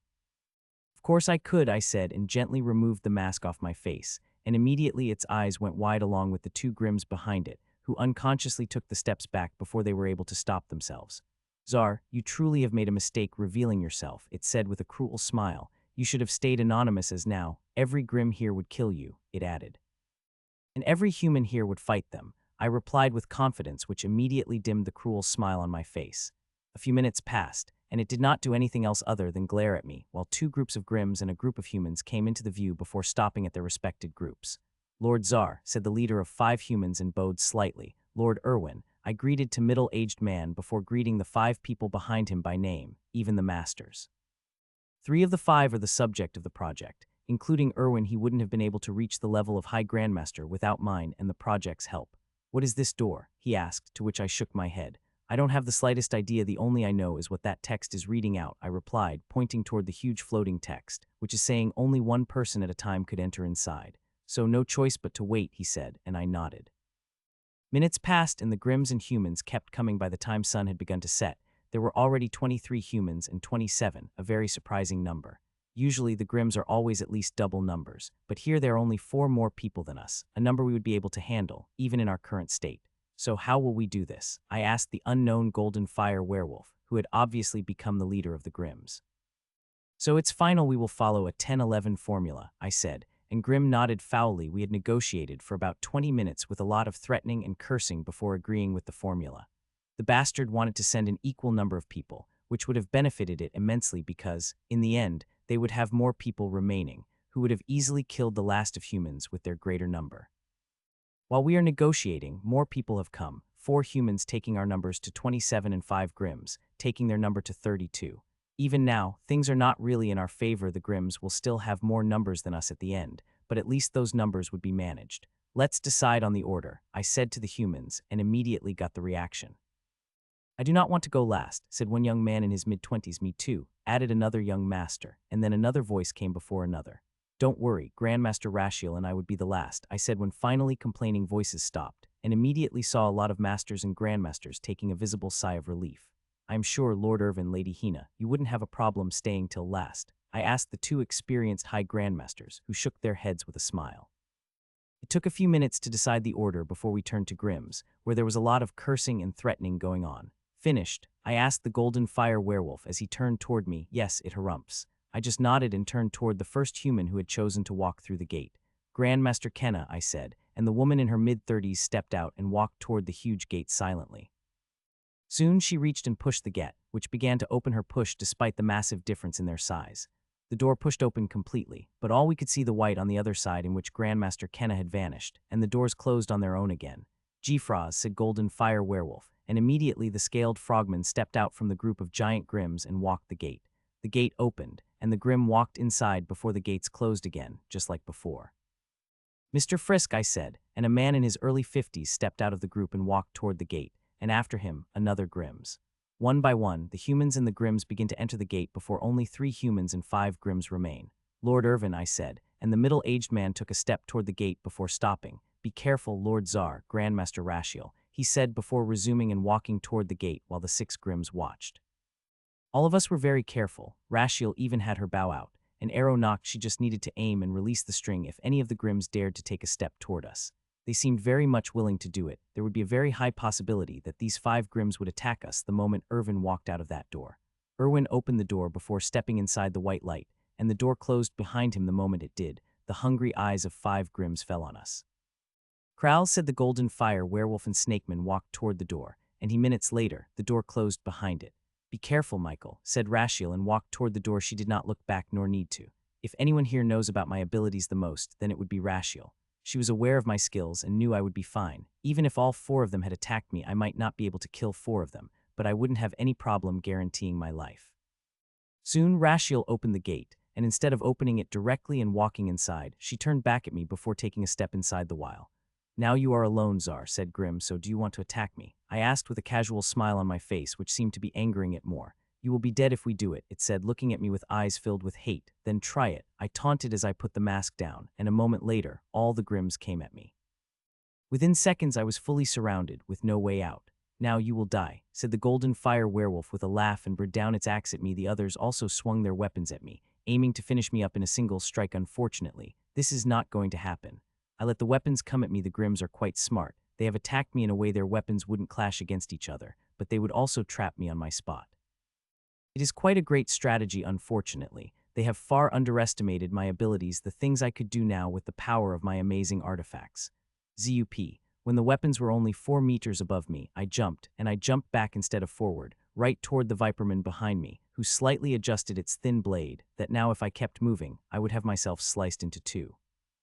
The chances of that happening became greater with my speed and speed of the thin sword of Viperman, which have become even faster seeing me coming toward it. Both the sword and me kept moving toward each other fast, and soon, there was barely inches of distance between the blade and my head. I could see the smile of victory on the face of Golden Fire Werewolf. There was not a doubt on its face that I was going to die in the next second when suddenly, the victorious smile on its face froze up. I moved or teleported from my place by a meter. The thin blade of the Viperman, which was supposed to bisect me, continued to fall while I continued to move up. Still, the dodge was nothing as shocking as what happened very next second when I moved my sword forward to hack toward its neck. But the thing is, its neck was 3 meters away, and my sword would not be able to reach it before I passed over its shoulder. The Grims have thought that too when their shock. The blade of my sword suddenly extended by 5 times, and for the first time, horror appeared on the face of the Viperman. Slice. That very second, the long blade touched the neck of the Viperman and began to cut through it like butter. By the time the second was over, the Viperman's neck had also been completely cut apart. Its poisonous blood showered over me, but this time, I made no moves to dodge it. Everything fell on my clock before sliding down with how every part of my body was covered. Not a single drop had touched my skin. Thud. I landed on the sand before turning toward the 3 Grims, who were looking at me with shock. So who wants to die next? I asked the shocked Grims with a sweet smile. Well, it seemed like nobody is interested, I said to the 3 Grims, who were still looking at me with shock over what had happened a few seconds ago. Click. I looked at them before slowly walking toward the reward box that had happened. I will be taking this, I said, and opened the box with a click, and inside it is the seal. Seeing that, a smile couldn't help but appear on my face. The seals are always welcome. I took the seal in my hand and stuck it to my cloak while keeping a sharp eye on the Grims, who looked at me like they wanted to eat me alive. Since none of you are interested in fighting, I will be going, I said, and walked toward the gate at a pace that was neither fast nor slow. The battle a few seconds ago may seem easy, but it is far from it. I have used my trump card to shock and awe. I will not be able to use it for some time. If these 3 attacked me, I would have a hard time defending them, as now these 3 will be prepared, and I might need to run away if things got too difficult. I am extremely cautious right now. My sword and artifacts are ready to deal with any attack the Grims could launch. The Grims did not launch the attack, even when I reached the door and began to pull it, which couldn't help but make me relieved, as they were not the only thing I needed to deal with. I am sure the other side of the door also has something very challenging, and I need to be ready. I could not afford to make myself too tired fighting against these three grims. Soon I opened the door completely and saw only white light ahead. Step. I did not immediately walk into it and instead looked back toward the three grims. Dear mortal enemies, I will see you on the other side, I said and stepped into the white light, which felt like a comfortable, gentle wind in the night. The next second I found myself standing on the top of the tall stone pole, and in front of me was the desert. But unlike the desert before, this one had white sand and blade sandworms that could be swimming everywhere. There was no direction text telling me where I had to go, but it was rather clear by the beacon which is shining on this beautifully dangerous night. This is the last challenge of this test, and passing it would make me clear this test, but it would not be easy. Seeing the sheer number of black sandworms here and the sharp spikes on their body, I really don't want to jump into this field of death, but I have no choice but to do that. So I let down my backpack and took out the potion bottles, which I poured into the half-empty water bottle. I begin to add not only stamina potions, but also healing potions inside it. This bottle will be the only thing I will take aside from the artifact. I do not think I would need the backpack further, and should have unloaded most of the stuff back into the safe zone, but I did not want to take the chance. Sup, I looked around before taking a deep calming breath and jumping down from the 50-meter-tall pole from which is surviving the jump almost impossible without the artifacts. The test begins from the first jump itself. Rhea, Rhea, Rhea. As I had jumped immediately, all the sandworms in my close vicinity noticed me and came at me like they wanted to turn me into a paste in their dangerous mouths. I was not even halfway into the jump when some of the sandworms reached me. These sandworms were different from the ones I had faced. They were faster and stronger and bigger, twice bigger than those I had faced in the past couple of days. This is not surprising to me because if these were regular sandworms, crossing this hurdle wouldn't have been much of a challenge. I looked at all the sandworms coming toward me, and with the aid of a mask, the view of them was clear, which helped me immensely in deciding what I needed to do. Rah, rah, rah. One sandworm appeared right behind me and came toward me fast if nothing happened. Then I would directly enter its mouth and turn into the paste. Of course, I would not let that happen and took action about it. Immediately, a faint sound of boost appeared under my feet, and I moved a few meters forward. It is a boost, different from teleportation I have performed while fighting the grims, which I could only do once in a minute within a little rage. That is a life-saving tool and only be used when it is necessary. I now appeared in the middle of the three sandworms, and all of them were coming to eat me. It was quite a terrifying thing, especially those teeth, but I kept myself calm and weapon ready before soon there would be a shower of blood. Slice, slice, slice. I reached the position that now, those huge mouths of sandworms mere meters away from me, I activated the seal at the perfect moment and whipped my sword in a complete 360-degree, decapitating all three sandworms who were coming to eat me. There was no joy on my face for the kills because I had only killed 3, and there were 10s are coming toward me, with hundreds being present in this desert. Thud. I activated boost again and landed on the spiky body of the sandworm, which flipped immediately to throw me off and crush me under its spikes, but at that time I had already leaped away from it. If I had wished to, I would have easily killed the sandworm, but that is not my target. My target is the beacon, and I would kill when my life is in danger, or it will help me reach the beacon quicker otherwise. It is just a waste of time and would get me killed. Thud. I had just landed on the sand when suddenly my heart skipped a beat and jumped immediately as I did. I found another sandworm bursting out of white sand. Slash. Leaping, I moved to the left and cut across another sandworm blocking the way before landing on the sand and jumping immediately as I sensed another sandworm coming at me from the ground. It is like a landmine, I muttered, and in the next minute, it seemed to be the truth. Every time my feet touched the sand, a sandworm would come out. I could not even stay for a second on the sand before I had to move, otherwise, I would get swallowed. The challenge seemed too difficult, even for me, who had the aid of my clone. Finding it difficult, I wonder how others are doing. If others have got the same difficulty as me, then it would be hard for even 10 of the people to pass this dangerous challenge. Gulp, I gulped down the water from the bottle and immediately felt the potions mixed inside it, turning to energy and spreading inside my body, healing the strained muscles and replenishing my stamina. It had been little more than an hour had passed since I jumped down from the pole, and I had already killed 4 times more sandworms than I had in nearly 7 days, and I had only crossed half of the distance. The other half remained to be crossed, and the things are getting dangerous by the minute. I have already lost myself in the challenge completely, with the only goal in my mind being to reach the beacon, and for it, no matter how many sandworms I have to kill, I will kill them. Minutes passed as I covered more and more distance, dodging and killing sandworms that got in the way. Getting closer and closer beacon, I could see the land above which it was floating, and it was real land and not some sandy place that I had got fucking tired off. For the past week, I have seen only sand. There is not a single nice flat place, not even in safe zones. It is irritating to live in this much sand. It gets into the places where it had no places of getting. seeing the sweet, beautiful land with some greenery. Some fire seemed to have lit up inside me. I had become even faster. Hun. Before I knew it, another 50 minutes had passed, and now that sweet land and wonderful trees on it are barely a few hundred meters away when a strange thing happened. My feet had touched the sand, but no sandworm came out, and that is not the strangest thing. The strangest thing is that the sandworm that has been chasing me as crazy has just stopped following, like they have all lost interest in me. Bang, bang, bang. I had just questioned that when suddenly the sand began to explode in front of me, and sandworms began to come out, and seeing them, my eyes couldn't help but go wide. You got to be kidding me. I cursed loudly as I looked at the giant sandworms appearing in front of me one after another, as huge, really fucking huge, even bigger than the one faced by Grimm's, that black chitin covering them, and unnaturally sharp spikes on their bodies that look very dangerous. These bastards are so huge that even if I stretched the blade of my sword to my limit, I wouldn't be able to decapitate them, which is going to make things quite difficult. RAAA, RAAA, RAAA.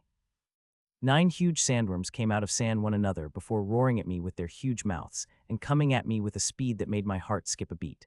I begin to move, and my speed is fast as I can go while things are going to be dangerous. I have no choice but to move forward. RAAA. Soon the huge sandworm appeared in front of me, and it was gigantic at a distance. I was failed to see how giant it was, but now I was only meters away from me. I could see it in its full majesty, which made me realize how easily it could crush me. It will kill me even if it simply falls down on me. I don't think my artifacts would be able to protect me from its massive weight. I reached quite close to it. Every part of me was screaming for me to jump, but I kept running toward it because I knew it needed to be perfect or I will die. Bang! So I kept moving against my instinct, and when finally there were only 12 meters of distance between us, I had jumped. I had jumped with full power, and this time I had not only used the full power of my shoes but also of my cloak, which had a seal that could reduce my weight up to half, which immediately increased my speed and shot up like a rocket. RAA. The sandworm screamed and came at me at its full speed. I could see it coming closer and closer to me, and feared it might reach me before I reached sufficient height. Thankfully, my clone had eased my doubts, telling me I would reach the sufficient height of seconds before it reached me. Finally, I had reached the highest point, and it was only a few inches above it that I landed on its spike as I began to fall down. Just as my feet touched one of the 1,000 spikes on its body, I felt something that put horror on my face, which made me leap out as fast as I could. Sup. I jumped out when I saw a spike. I was standing on shooting out, and it shot out at a such speed that I don't think even my shoes would have been able to stop it before it pierced through them and destroyed my leg. Fuck, now I have to be careful of the spikes I stepped on. I cursed inside me as I flew through the air, while 4 giant sandworms came at me from all 4 directions. RAA, RAA, RAA. I will be able to dodge the one coming at me from left and right, but one that is coming at me straight is going to be a challenge. I truly hope it worked, I said, and in one smooth motion, I took out the spear from my back and threw it forward with the power of all 8 seals in my glove and band in my right hand. Sup, the spear shot a lightning speed while I watched with bated breath as I flew toward the sandworm. I have no idea whether the spear would do anything or not, considering it is smaller than a toothpick, but it is the only option I have, or I hope it worked in some way because, if it did not, I will get swallowed by that giant mouth to never came back. Putch, the tiny spear had reached the sandworm before passing in between through its giant teeth for a second. There was no reaction. I continued moving it, reaching quite close, when suddenly the sandworm stilled, and I activated the boost, going even higher. RAA. It screamed loudly, and by that time I was already jumping on the spikes of its body, targeting the sandworms coming toward me. My clone had calculated I could safely walk through these spikes as long as I moved fast enough, and with them I could also target the sandworms coming toward me for that. I only had to jump on the spikes present at the right angles. It requires a constant calculation, and I have a clone to do that. RA. The sandworm is not liking me using it to attack its mates and even tried to roll on the ground, but I easily avoided that with my jumps. Unfortunately, good things do not last, and now I have reached its end. I jumped toward the last sandworm, which is standing between me and the wonderful land. Puch, my sword struck the upper part of its lips and only went a few meters inside as intended, leaving enough out on which I had landed before taking a high jump using its flexibility and power of artifacts boost. Ari. The sandworm roared madly and chased after me, but I had no fear for it as I was approaching the land fast, or rather its airspace, which I hoped would be equal to touching it. I am quite high that even with the artifact, I am going to break quite a few bones, but I did not care because I fucking did it.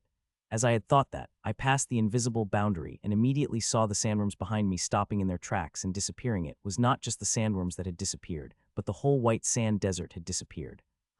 I was enjoying the feeling of victory when suddenly something began to happen, which made my eyes go wide in shock.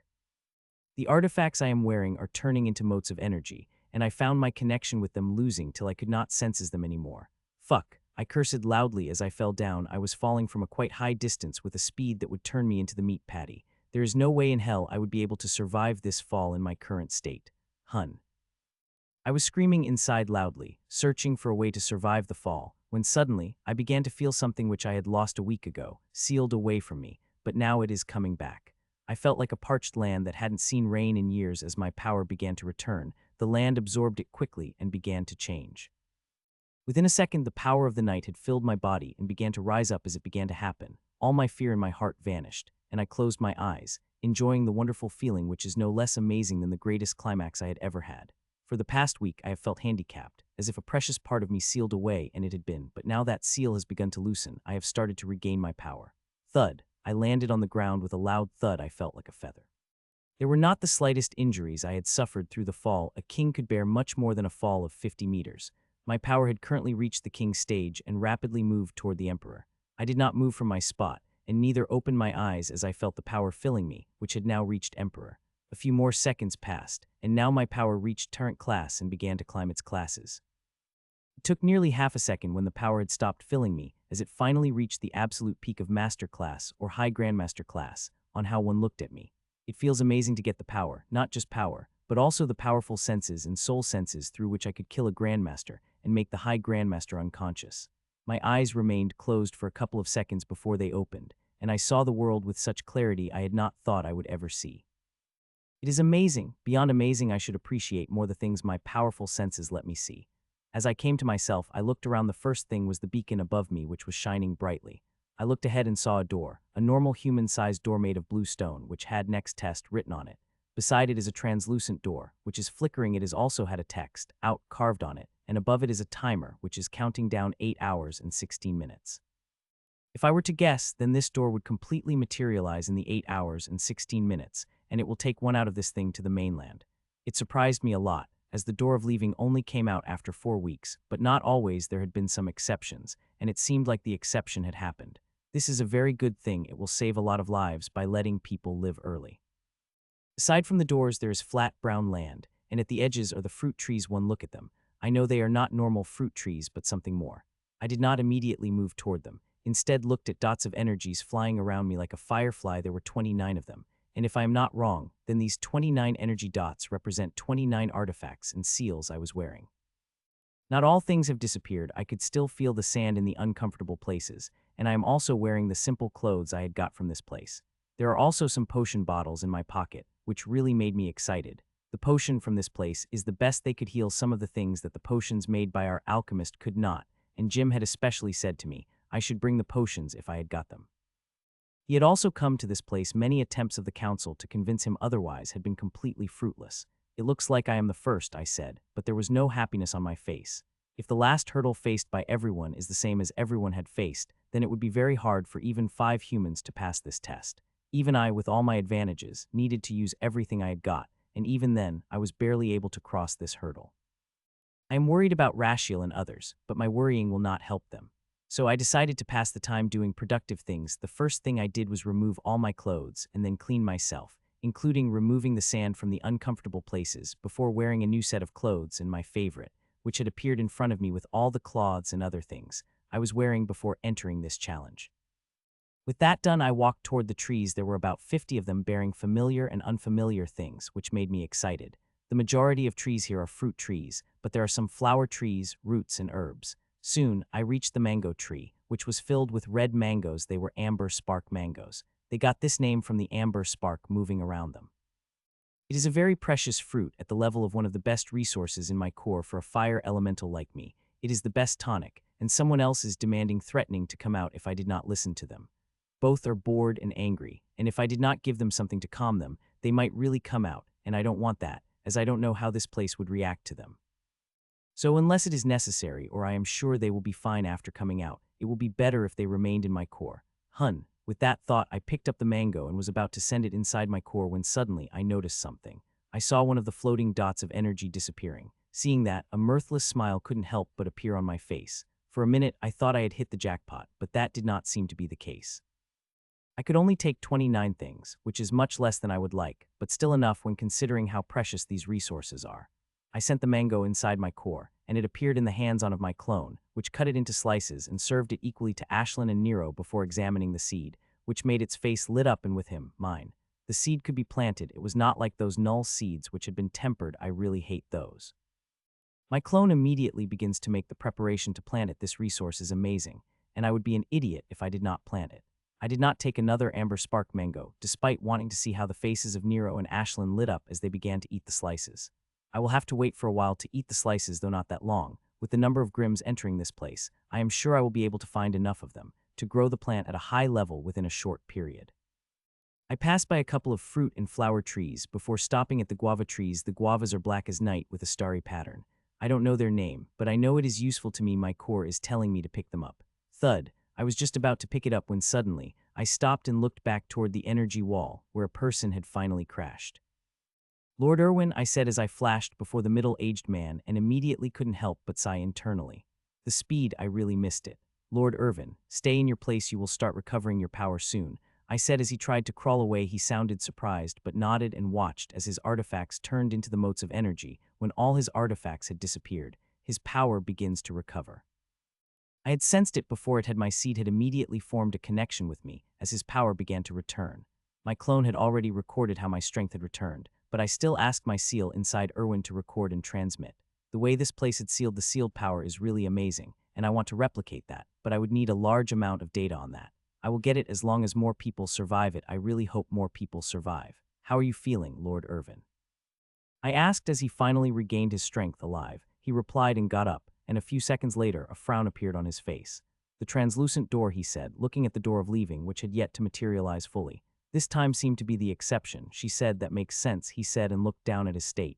I will give you some privacy, I said, and disappeared from my spot and appeared beside a guava tree.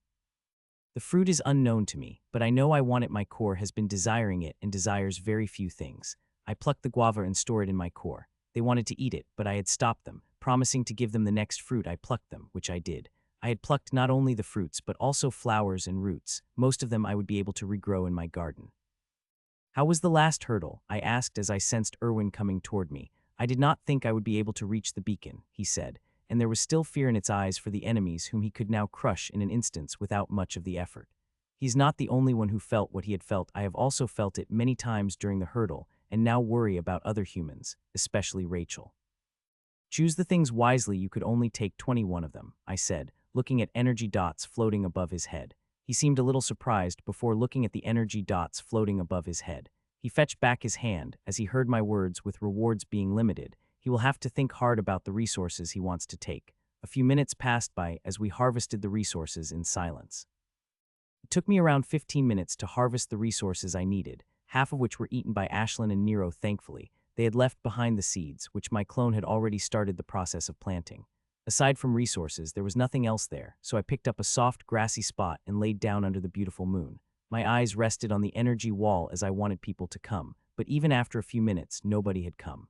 Thud. I was staring at the energy screen when it flickered, and a familiar person came out. Bringing a smile to my face, I immediately got up and appeared beside her.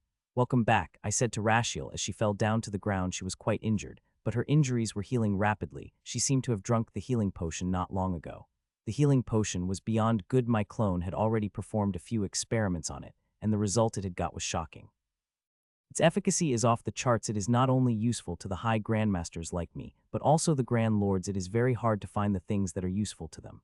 I hate sandworms, Rashiel said and tried to get up. Stay, your power should start coming back soon, I said. A surprise appeared on her face, but she nodded as she watched the artifacts. She was wearing a turn into the motes of energy, and when they disappeared, her strength begins to return. Thud. Rashiel was recovering when another woman appeared from the screen, and she appeared quite high, about 20 meters high. She would fall down hard before she began to recover her power. Seeing that, I created a gust of wind to cushion her fall before focusing back on the Rashiel. An hour passed, and people came, not as many as I had wished they would have. Of the 27 that had entered, only 11 have returned, less than half but more than I had expected, given the difficulty of the last hurdle. The energy screen is still there, but I don't think any more of the people would come. Nearly 2 hours had already passed since I had come, which made it 4 hours since the people walked through the gate. I don't think people would survive for that long, though some might, those who had not jumped out of the pole. The last hurdle was one of the most difficult things I have faced in my life, and I don't want to face something like that ever again without my powers, said Rashiel as she came back from picking out the resources. It was extremely dangerous. I said it was the only thing I could say. Do you think this test is worth it? She asked softly, looking ahead. I don't know, I replied. I could see some merits of this place, but still, the danger we have faced seemed excessive compared to the benefits we have received. Maybe I am feeling this because the benefits are not materialistic, aside from the little treat we have received here, but they might be hidden and revealed slowly in the future. I spoke a few words with Rashiel before closing my eyes to sleep like before. We are taking turns, and I have also deployed some formation for extra protection. Soon there was only half an hour remaining on the clock above the out door. Nearly everybody was sitting in front of the doors, waiting. Are you planning on leaving? I asked Rachel, to which she shook her head. No, I am staying. I will likely die if I keep facing such tests, but they are also opportunities, and I want to go through each one of them till I can't, she replied before turning to me. You, she asked. I am not either. There is one place I want to go, and I am not going to leave this place till I find it, replied. She did not ask about the place I wanted to go, and instead turned toward the watch. In half an hour, the door to the outside would appear, not just in this place but nearly every other place. After each test, everyone will have the choice to leave this place. This choice only appears after 4 weeks, but this time it took exception and appeared around a week early. Still, I wish the choice had been present since the first day. A lot less people would have died if that had happened. I am not blaming this place. People who entered here were well aware of the risks, and they had still decided to come. Finally, half an hour passed, and the door had materialized for a minute. Nobody spoke. People just stared at the gray stone door which had out carved on the top. Click, I am leaving, said a master named Adam and walked toward the gray door before opening it and stepping outside.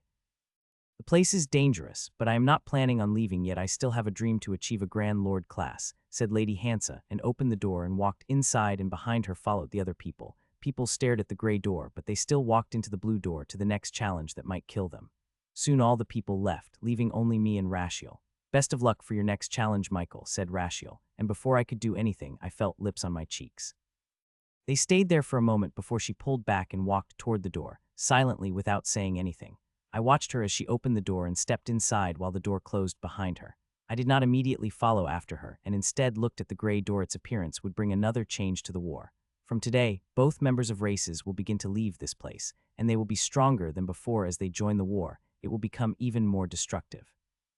I hope the pyramid is prepared for that. Pyramid. The Grimms were hiding a lot more strength than we had anticipated, said Supreme Commander, as her projection appeared back in the central command. They have brought out a second new Grand Lord in just 3 weeks. It would be very troublesome if they had brought out a few more, said Lord Whitmore. They had been quite shocked when the pyramid sensors picked up the signal of an unfamiliar Grand Lord. Every Grand Lord was busy that Lord Whitmore had thought of asking the Lord, but Supreme Commander volunteered herself to go. He was quite opposed to it, considering the Supreme Commander is not a Grand Lord and did not have much fighting experience with Grand Lords. The only time she had fought against a Grand Lord was when she had saved Grandmaster Czar. Still, she insisted and came back nearly 4 hours later. How powerful was the new Grim Grand Lord? He asked. He had seen the battle, but it was a battle of the Grand Lords, and even with the pyramid sensors, it is very hard to capture the fights of Grand Lords. Very powerful. You could not underestimate a golden fire werewolf with bloodline, replied the Supreme Commander. He shuddered to hear that the Golden Fire Werewolf tribe is one of the strongest tribes of Grimms in every century. They would have a member of their tribe into the coven, but there have been a really few times when they did not have their member in the coven. There are 2 reasons for their power: their grand art, which is considered the most powerful offensive grand art in the world, and their bloodline, which is the strongest bloodline of all Grimms. Those who awakened it have an edge over even the strongest bloodline. This was fine and all, but now it had become even stronger. Far more than now, more than 10 of upper echelon forces are made of them, with 20 with awakened bloodline, which is terrifying, and not all these bastards went inside. They are pushing our forces hard, from common tyrant to Grand Lord. It was a good thing we had kept a large number of our forces back, or we wouldn't have been able to deal against the heavy momentum the Grimms are bringing toward us. Is there any news on Lord Sylvian's end? Asked the Supreme Commander, to which he shook his head. He had said he might come back in a day, but it might take even a month. She said he had gone out of making a breakthrough into the Grand Lord class and hoped he would be successful. They really need a Grand Lord, as he is feeling pretty sure there are 2 more new Grand Lords that Grimms were hiding.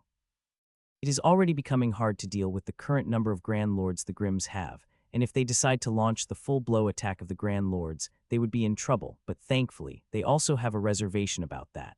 As of now, we too have produced 2 new Grand Lords, and if they attack with strength Grand Lords, it could backfire, as it had happened many times in history. Hun. They were discussing the deployment and distribution of forces, when suddenly, the projection of the Grand Tower Mistress appeared in the Central Command. The projection of the Grand Lord is nothing strange, there are 2 already present in the Central Command, but what is strange about her appearance is that she is staying guard beside that thing in front of the Grim Grand Lord.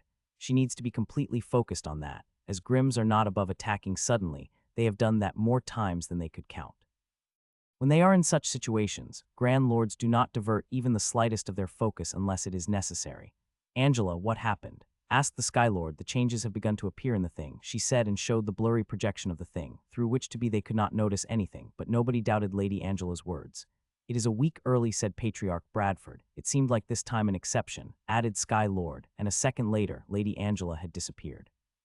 The moment she left, the Central Command lit up on screens, and orders began to fly out of all 3 council members' mouths. Their duties are divided, and they begin to move and adjust their forces. The change in that thing means people begin to come out of it soon, both humans and Grims, both of them much stronger than before.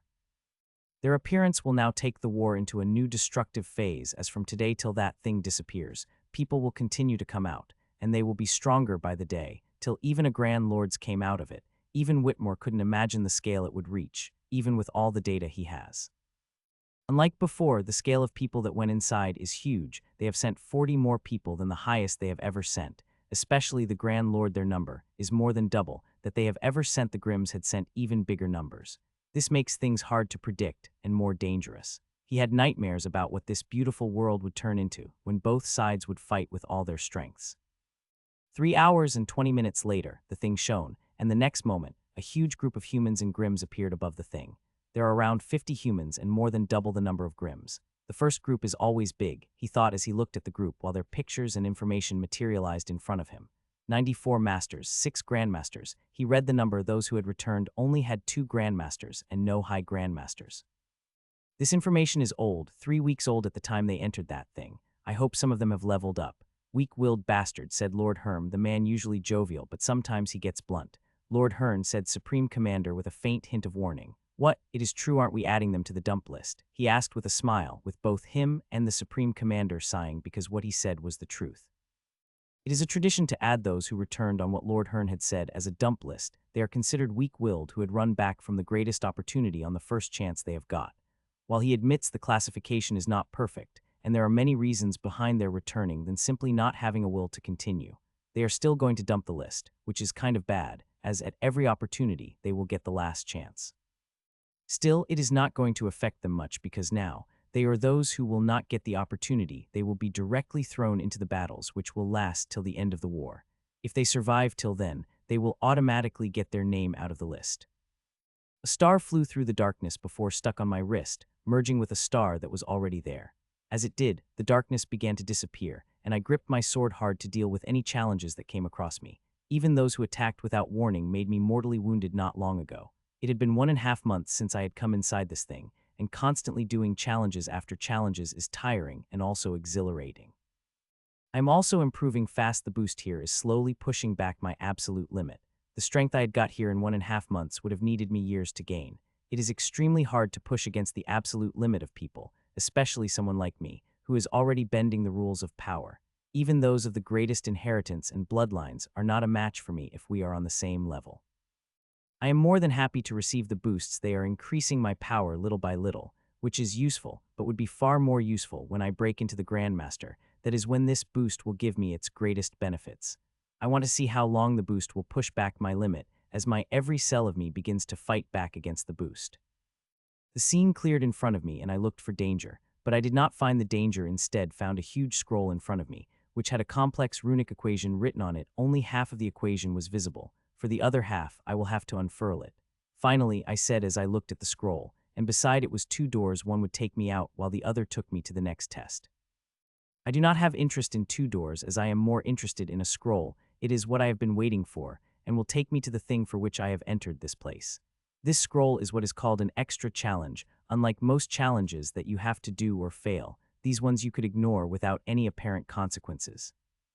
I looked around, and when I did not see any problem, I gripped the scroll and unfurled it fully. It took me a few minutes to understand the equation, and when I did, a smile couldn't help but appear on my face. Interesting, I said. The runic equation is quite interesting. It is a type I have never solved before but have confidence I could solve. I sat down and closed my eyes, and immediately I appeared in my core in front of my clothes, who is looking at the copy of the scroll in front of it. It had already begun solving it. Tens of runes could be seen below the scroll, and I started too without wasting even a second. You might be allowed to go lax on other challenges, but not on the extra challenge. One has to solve these extra challenges the quickest way possible. That way, they will not only get a higher score, but will also get another extra challenge sooner. The more challenges you excel, the more you get before you gather enough pieces to go to the place you want. The equation in the scroll is quite difficult, which couldn't help but put a big bright smile on my face. I love these things. The harder they are, the more fun I will have. Hour after hour passed, and before I knew it, it was 6 hours, but I was not done with the runic equation. Though I have come quite close to solving it, I don't think I will need even half a day, which I had initially expected. Done, I said as the solve equation produced the answer. It took me 7.5 hours to solve it, which itself spoke of the complexity this equation had. I did not immediately get out of my core, and instead double-checked my answer, which had turned out to be right. I immediately got out and began to write down the answer on the scroll with the brush that had been attached to it. Buzz. A moment after I finished writing my answer, the scroll lit up immediately and transformed into a golden piece of tile in the shape of a piece. Looking at it, it seemed like I would need to collect 9 of these to create a complete circle. I should be able to do it, I thought, looking at the golden tile piece, which is proof that I have passed this test exemplarily. Now, I just need to ensure not to dilute the color as I collect more pieces and maintain this golden color with more golden tile. The color of the tile piece becomes dense or diluted when other tiles get connected. The golden is highest, so I have to maintain only through it will I have a 100 chance to get what I want. Click. I looked at the piece for a minute more before I opened the minutes more and stepped inside.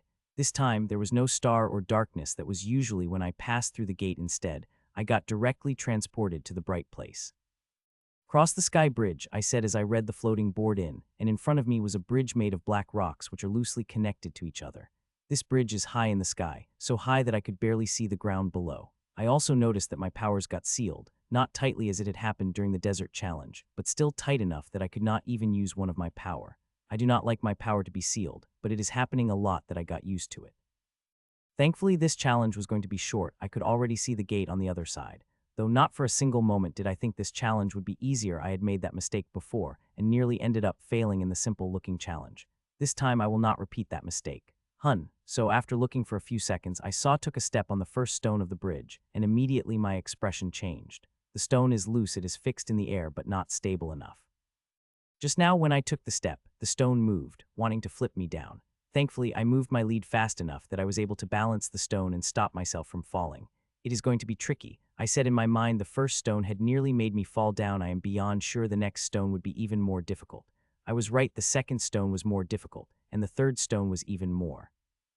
By the time I reached the 10th stone, I had no confidence in whether I would be able to complete the challenge.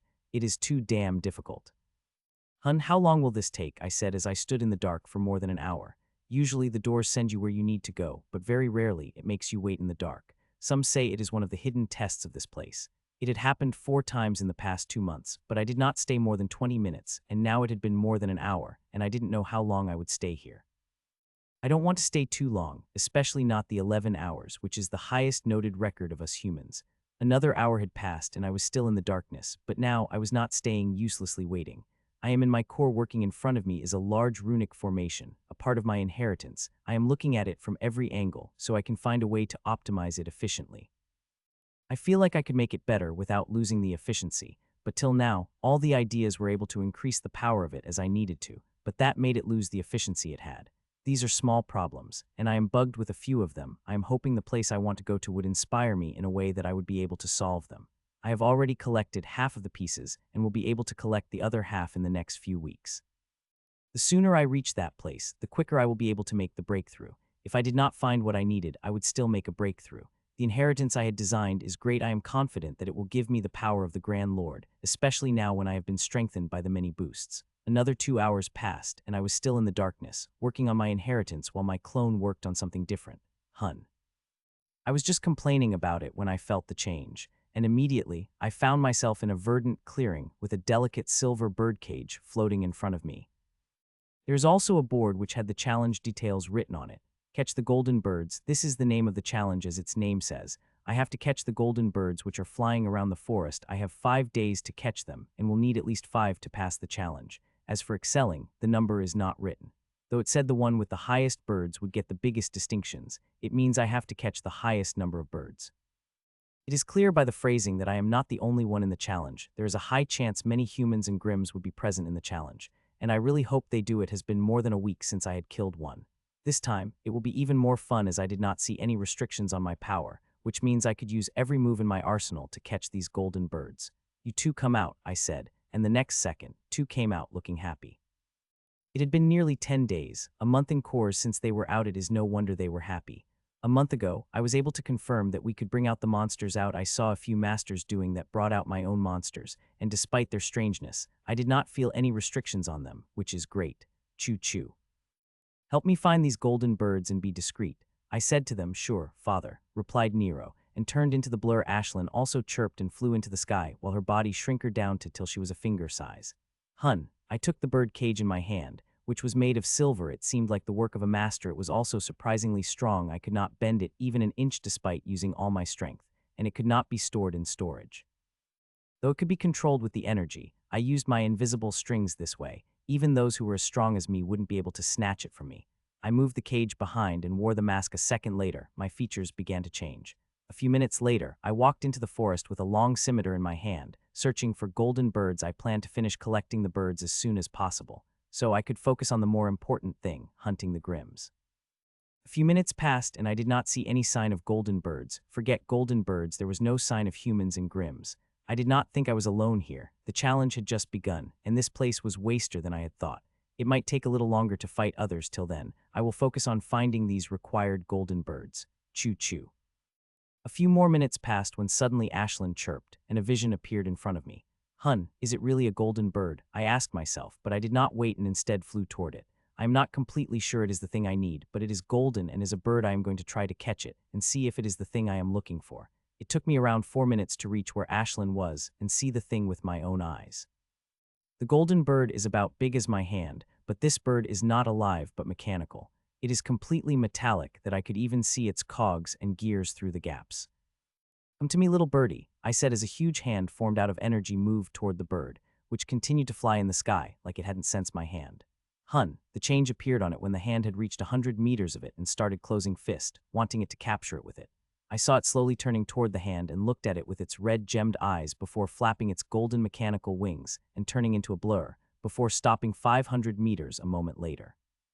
I couldn't help but become surprised, the speed of it unexpectedly fast, faster than my greatest speed by fractions. Seeing that smile couldn't help but lit up on my face. You are going to give a lot of trouble to others, but not me, I said as I pulled the 2 invisible strings and immediately found myself taking a 2-step forward. As I tried to pull it, it pulled me back, and the force it used was enough to push any high grandmaster back. If they try to use it in their hand, they will be quite surprised. You are powerful, little birdie, but my strings are no slouch either, I said as my expressions became serious as I pulled. Hun, the bird struggled, trying to flap its wings faster and faster to generate even a greater pull that again had surprised me, but still I kept pulling into me, and soon it was at my arm's reach when it pulled another surprise, the dangerous one.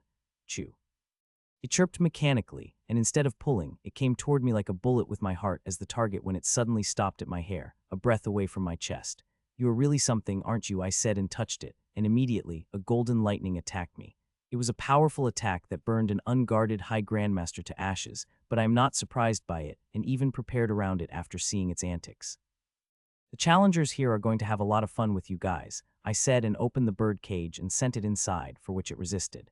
As it entered inside and I closed the cage, it became calm. It chose one to stand, flew toward it, and now looked at me cutely with gemmed eyes. Even Grimms might feel pity seeing the look and want to release the bird, which off would be a grave mistake. This challenge wouldn't be as easy as people think. Aside from each other, they are not this bird to worry about. From what I have observed so far, this bird would easily break through the normal methods. Whether it is Grimms or humans, both will have to apply special methods to capture it. I was looking at the bird when I caught a glimpse of something from a distance. It took a few moments for it to become a giant to tower over me as it stopped in front of me. Hand over the bird, human, and I will give you swift death, said Grimm. The classic line, M. I don't know why they did not bring some originality to their threats, always using the same old lines that have been going on for thousands of years.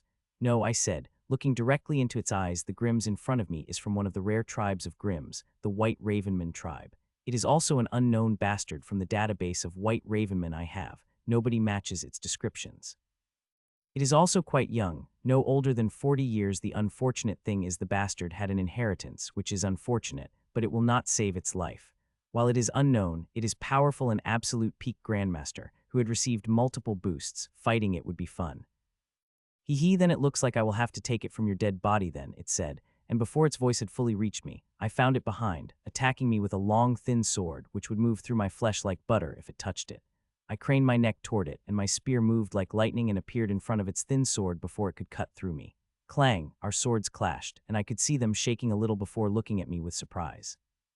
Try something original. I got bored hearing the same shit, I said, and moved my spear before attacking it as I appeared directly in front of its face. Clang, I will give you some original, it said as it had defended against my attack, and the next second an aura exploded out its and attacked, like wanting to hack me into pieces. First burst. I did not hold back either. I also released the first burst and attack. If I had wanted, I could have defended against its attack without powering up, but why should I do that? We both are of similar strength and its fighting skills are subpar compared to old monsters that I fight. Clang, our weapons clashed, and I saw it shaking from up to down. Seeing that, a smile couldn't help but appeared on my face, and I pushed with the offensive. While we both have a similar strength, I held the advantage when it compared to inheritance energy, which changed the moment I got a sample of its aura. While I was not able to level up in these 2 years, I was able to do many things. One of the amazing things I was able to do was treating. I was able to treat the enemy's inheritance energy with mine, which made it more lethal toward it. My inheritance energy could now avoid its defenses to a much better degree and also cause even greater damage. It is now becoming a poison which has been specially crafted for it. The more it enters inside it, the more dangerous it will become. It could be said that an average high grandmaster like it is no match for me, and I will show it that. Clang, clang. I attacked furiously, launching one attack after another, which would shake it more and more and force it to take a step back. Seeing that, it began to harness more and more its power, and I matched it till it began to use every ounce of its strength. Puh, it vomited, which directly came at me, but I burned it away with a wave of fiery mist and looked at the Grims, who were barely able to keep itself stable in the air as it looked at me with horror. What did you do to me? It asked with eyes full of horror. If anyone else had in its place, they would feel the same. My inheritance energy had blocked nearly all its energy pathways, made it skin tight from inside that it would need huge effort for a single movement. As I had said, an average Grim like it is no match for me. You do not need to know that, I said, and gently tapped on its head, and it disappeared. Even if it did not bloodline, I would harness it. The essence rose from it would be extremely valuable in the coming days. Good things, I said as I flew over the forest in search of the golden birds. My clone was sorting through the treasure trove in my core. The Grim storage really had many things inside. These are rare and precious, and some of them were even able to evoke desire from my core. It took my clone 15 minutes to sort out everything before it went back to things it was working on, while I continued searching for the golden birds, or rather the Grims. I'm not worried about the golden birds. I have 2 great assistants for that. Ashlyn and Nero can bring me the golden birds I need, and I don't think they will have any problem with that given their abilities. They would have an easier time than me. So I focused my attention on the Grims, and it is great I have entered the challenge, which is for the High Grandmasters, where I would only need to find them to kill them.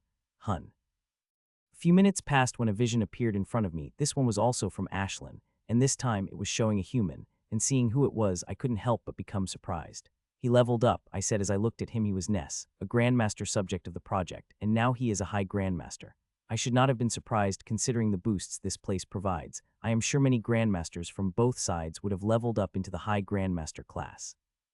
Till now I have seen many Masters leveling into the Grandmaster, but my first seeing a Grandmaster into High Grandmaster.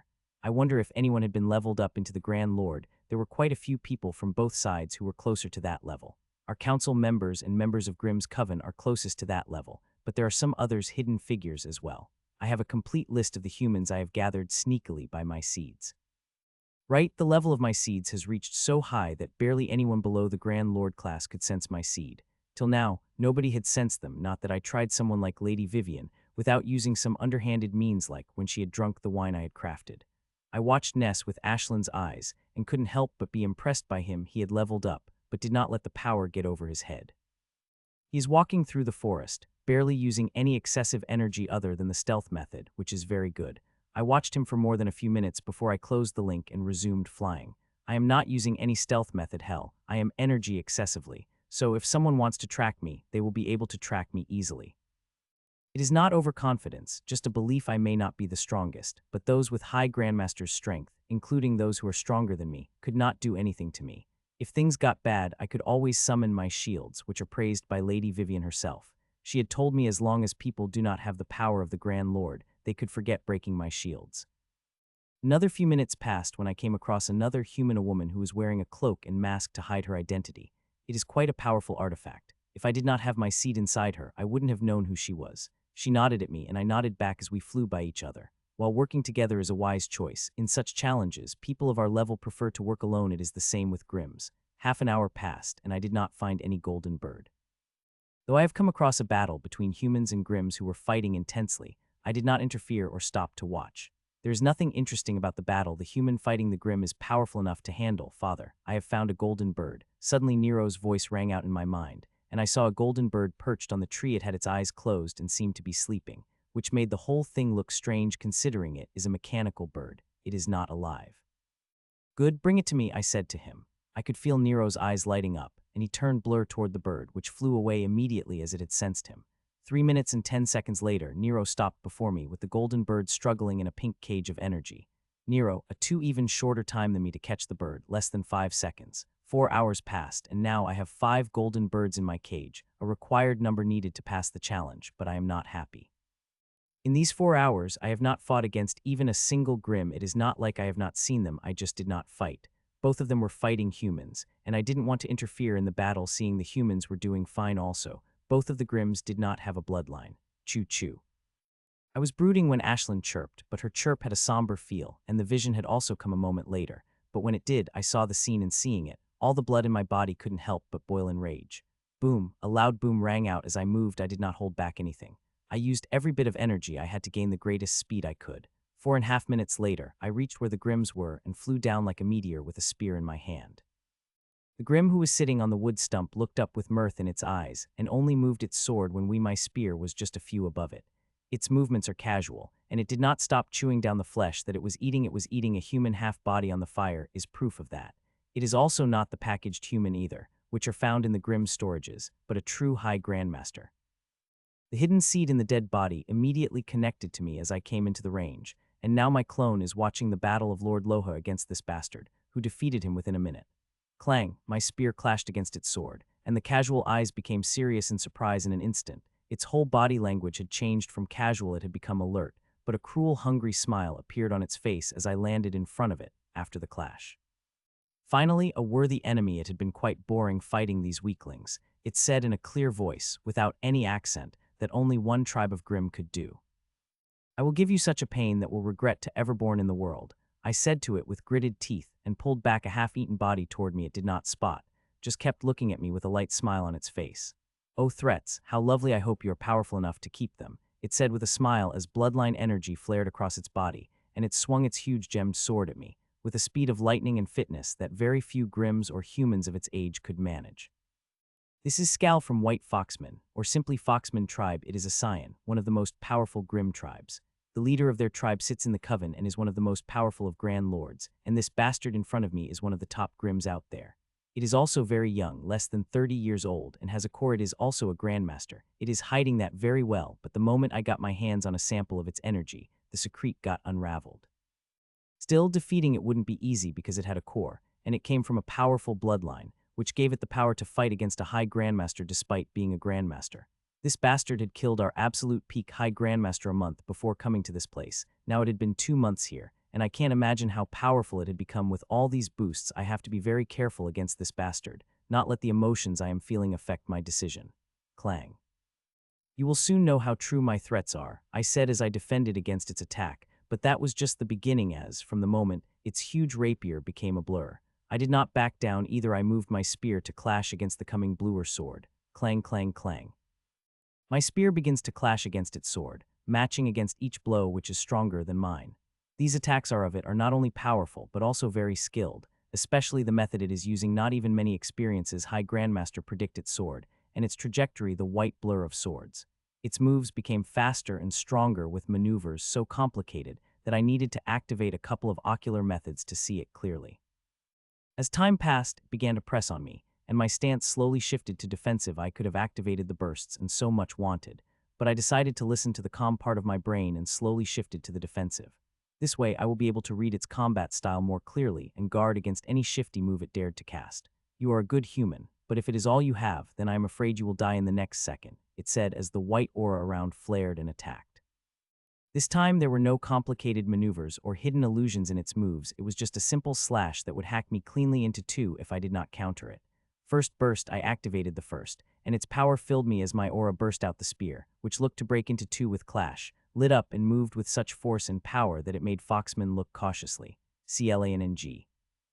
Our weapons clashed, and bent and broken trees around us simply turned into the dust by a shockwave, creating a clear ground in an instant. I knew you would not be disappointing, it said laughing, but I could clearly sense its bubbling killing intent hidden behind its eyes. Others might not be able to see, but I could taste it. My killing rule had reached such high that even grand lords wouldn't be able to hide it from me. Don't worry, I will not be disappointed, I said, and my eyes turned red as I released my killing intent at it. Not full, just 25, but it was still enough to shock its eyes and bring out that killing hidden behind its eyes, which is being clearly suppressed by me. I really like to blare my full killing intent at it, but that would be too risky. There is a chance it will recognize me and try to run away. The Grims have given the orders to those below Grand Lords to not engage with me. Unless they have the power of Grand Lord, they should not engage with me. This order had directly come from the mouth of the leader of the coven. I have seen many powerful Grims running away seeing my face, and once again I had to use the mask to change my face. You must have killed a lot of us to have such a powerful killing intent, it said with gritted teeth, with its suppressed killing intent bursting out with a powerful will to kill. A lot of you, and you too, will soon join them, I said and flashed at its back and moved my spear toward its heart, but it had reacted instantly. CLANNG, CLANNG, CLANNG. Small move, it said as it stopped my spear and next moment, swung its rapier at my neck, but I defended it immediately before directly appearing in front of its face and attacking, which it stopped.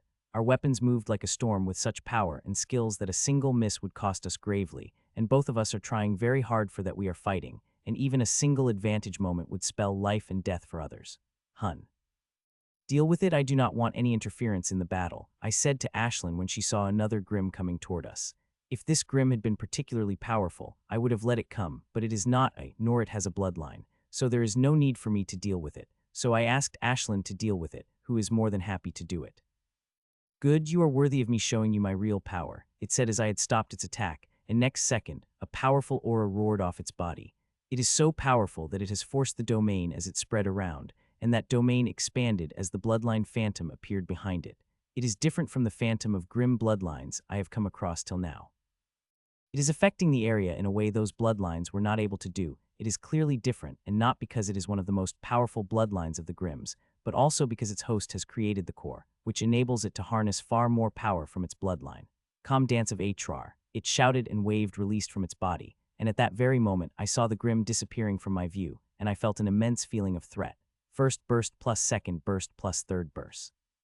I activated the third burst, and the power of all three boosts roared inside me, and at me time, I summoned the Crown of Roses, which is invisible, but immediately gave me the complete look of threat, and I moved my spear to deal with it.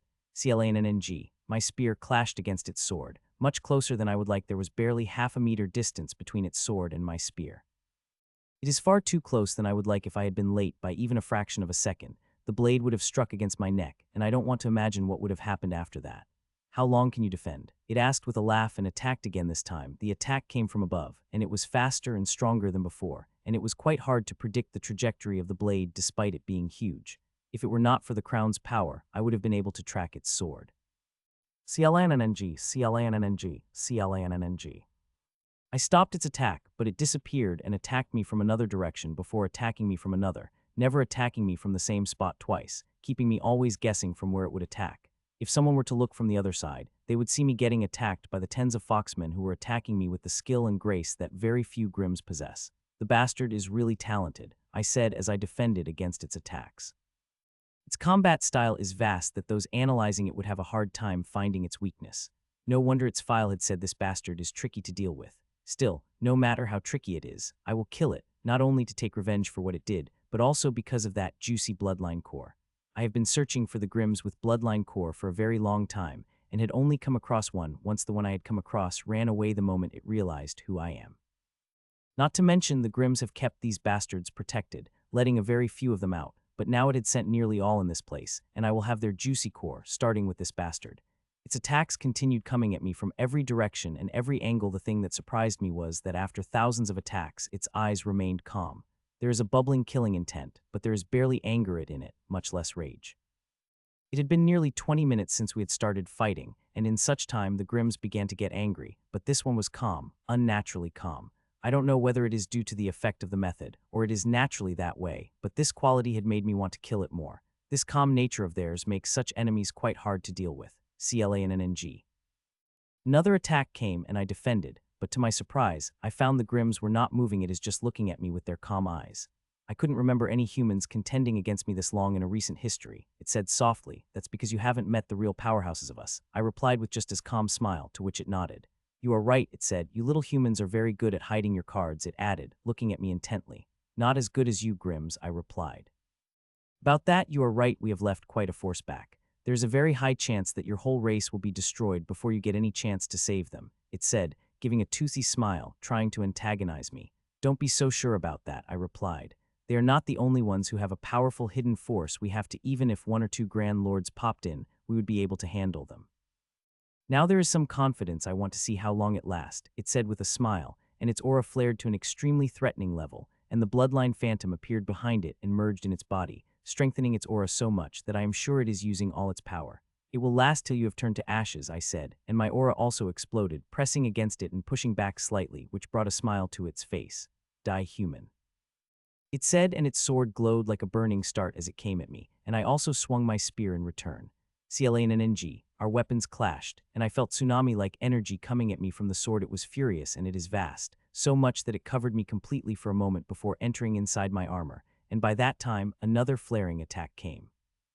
"The energy is really something," I said with a hint of fear the moment it had entered inside me. It wanted to tear everything apart. The defenses of most of the absolute peak high grandmasters would be torn apart by it. They would stand no chance against this horrible energy attack, but it is its greatest bad luck that it came at me who could deal with these attacks with the slightest injury. Still, even with a powerful defense, I checked everything. This energy was too powerful for it to give any leeway. It would tear me apart if it found the tiniest way to enter inside me. CLANNNG, CLANNNG, CLANNNG. Without giving me a moment of respite, it attacked me again and again, sending powerful bursts of bloodline energies that would cover my armor before entering inside. If these energy attacks had been physical, I would have had a much harder time dealing with them than I am right now. I might be eating dirt, which again made me wish that I would find such an enemy here. I really want to fight someone who would push me to my limit. It is very powerful, but not enough to push me to use every bit of power I have. It forces me to keep my shields around to use them in moments of need. Though it had the potential to reach that level, unfortunately, it would not. I would kill it, and nobody would be able to change this fact.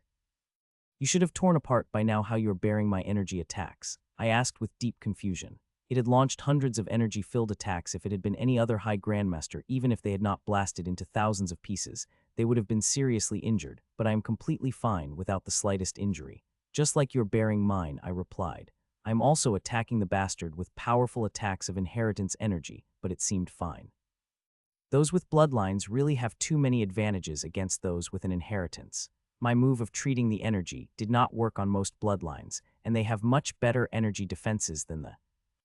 A frown appeared on its face hearing my reply, but it still continued with its attacks, and I continued defending against them with a smile on my face. A few more minutes passed, and it was still continuing with attacks, wanting to take me to my limit by constantly bombarding me with energy, but the poor bastard did not know that I was digesting energy as it came, so there was no question of crushing my defenses with the constant bombardment. "I think it is time," I said, and for the first time in more than 10 minutes I had moved on the offensive. "I have gathered enough data for my clone to make a model of it, which will now help me against its offensive." CLANNNG. As I appeared in front of it, I burst out of all my strength and attacked with its head as my target, but the bastard was quick despite its surprise. It reacted immediately and defended against my attack. "Your offense is futile. Human, I am stronger than you," it said, and for the first time I saw the spark of anger in its eyes. "We will see about that," I said, and attacked as it harnessed the last bit of its power. It is right about being stronger than me, but that is not rare. Most of my enemies had been stronger than me, but I was still able to kill them. I have developed my inheritance in such a way that I could fight against the stronger enemies, and I have fought and killed the enemies who had a gap much bigger than what it and I have, especially those who relied on its energy attacks. CLANNNG, CLANNNG, CLANNNG. It defended against my second attack, so I launched the third, and when it had defended that, I launched the fifth, and then the sixth and seventh I continued to attack without stopping it even for a moment. If this is all you have, then you could forget about injuring me, it said, and this time I did not dignify it with my words. I continued with my attacks without a moment of break. A minute passed and then another, and I launched hundreds of attacks, but not a single one was able to strike. Despite that, there was not a hint of disappointment on my face because, according to me, everything was working as it should be. The bastard is skilled as well as powerful, and that made me take a long road to kill it. Putch.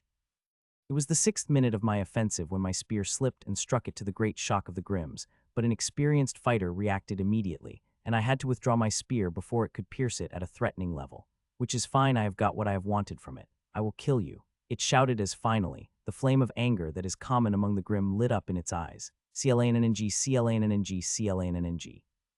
It attacked me, which I had defended, and before attacking it, it countered it, and I launched another attack. The bastard has finally got angry, but it is still not letting that anger go over its head. It still has a rational mind and defends and attacks me without losing even an ounce of sanity to the anger. It is really good. I hope the other Grims I will meet in this test would at least be able to give me this level of challenge.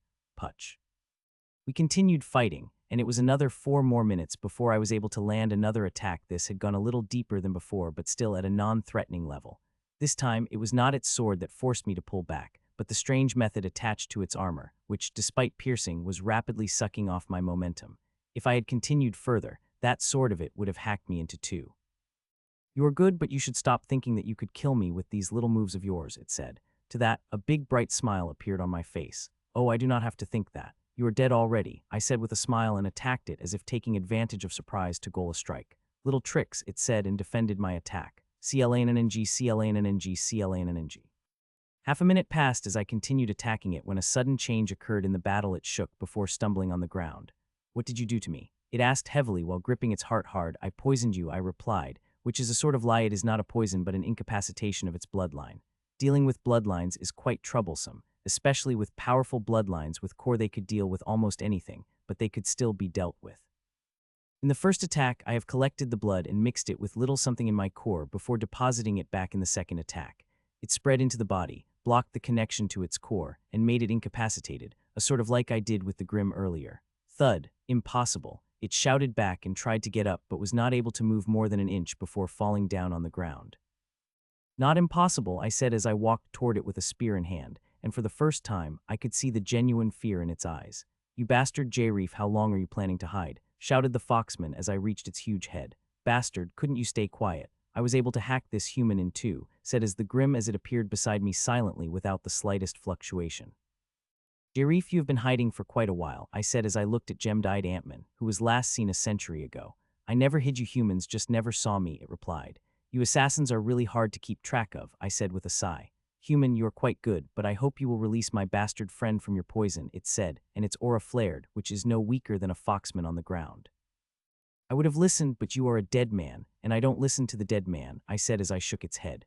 A surprise appeared on its face, and it looked around its body for any injury, but it did not find any. It turned with rage burning in its eyes.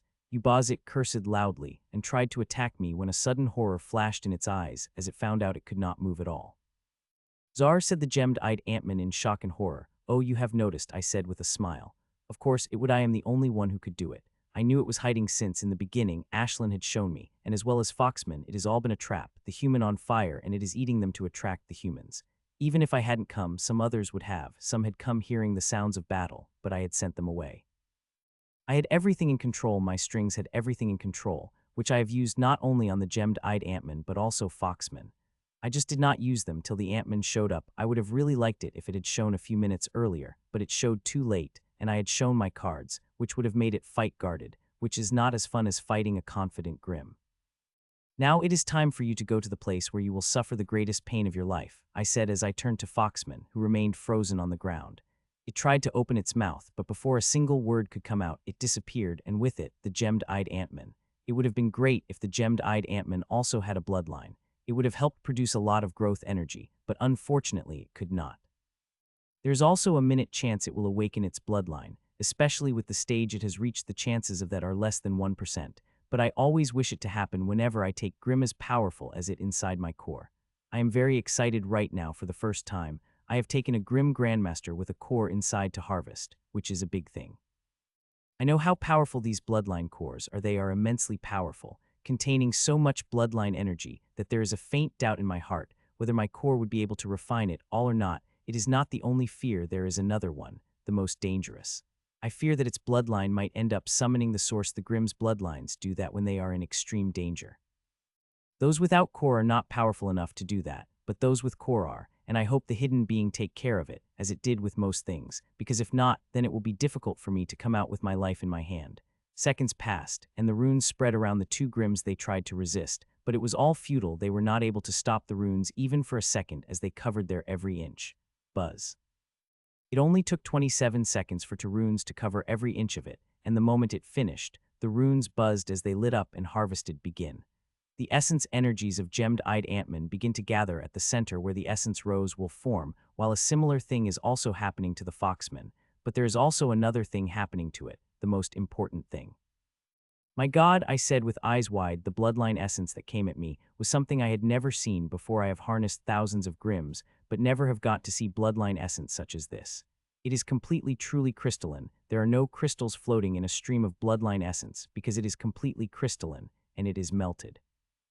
Even a person who did not know anything about the bloodlines would now be able to tell it being its most high level if I placed it among all the bloodlines I had ever consumed. Seeing it, I couldn't help but curse myself because I am at a limit. I could not consume a bloodline. My share would go to the mysterious tree, which would transform into growth energy. I am feeling very jealous, right, jealous of Tree, even Ashlyn and Nero, who will be able to enjoy this energy as they enter back into the core. I am glad that runes are handling everything well. They have suppressed the bloodline so well that I don't think they will be able to summon the source. Seeing that, I felt like a huge load lifted off my shoulders. As I had said, it would have been my end if that had happened. I kept watching for nearly a minute before I opened my eyes. There was a huge amount of bloodline essence, and it would take time for it all to be harnessed. I am going to be doing some chores while that happens. I looked around and soon, I saw what I was looking for. I appeared beside it and lifted the birdcage up. The Foxman had two birds in its birdcage. I thought for a second before opening its door, and just as I did, the two mechanical birds flapped their wings and flew away. They moved with such speed that even those who were aware of their abilities would catch off guard and might end up losing them. Thankfully, I had been prepared. The birds flew out fast but immediately caught into the invisible prison of my strings. I brought my own birdcage forward and opened its door. Unlike the birds in Foxman's birdcage, mine did not try to fly away. I don't know the exact reason, but maybe it is because I am alike and Foxman is dead. It is alive, but I don't think this place, despite all its power, could sense it inside my core. With the two birds, I now have 7 birds, which are 2 more than the required 5. It took me a few seconds to find the birdcage of the gemmed-eyed Ant-Man because it could not be sensed with the soul sense. It also had the 2 birds inside, which I had quickly transferred to my own birdcage, bringing the number of birds to 9. Half a day had not passed, and I had already collected nearly double the number of birds required to pass the challenge, and there were still a few more days before the end of this challenge. I am sure I will be able to collect a few more birds, and the cage already seems full, but I did not stress about it. I am sure there will be a way to take more birds.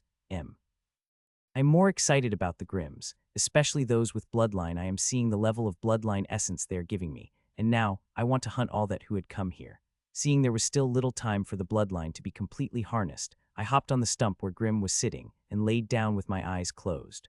I do not need to be worried about the enemies. Ashlyn Nero will deal with them like they did when I was fighting earlier. Buzz, it took little more than 11 minutes to harness before my core released the strengthening essence, and it filled my runes before spreading into my body. I watched all with shock, and why wouldn't I be? I had reached the limit, and other than the boosts of this place, nothing seemed to be working in pushing back the limit, and now I see a faint stream of strengthening essence filling my runes and spreading into my body and soul.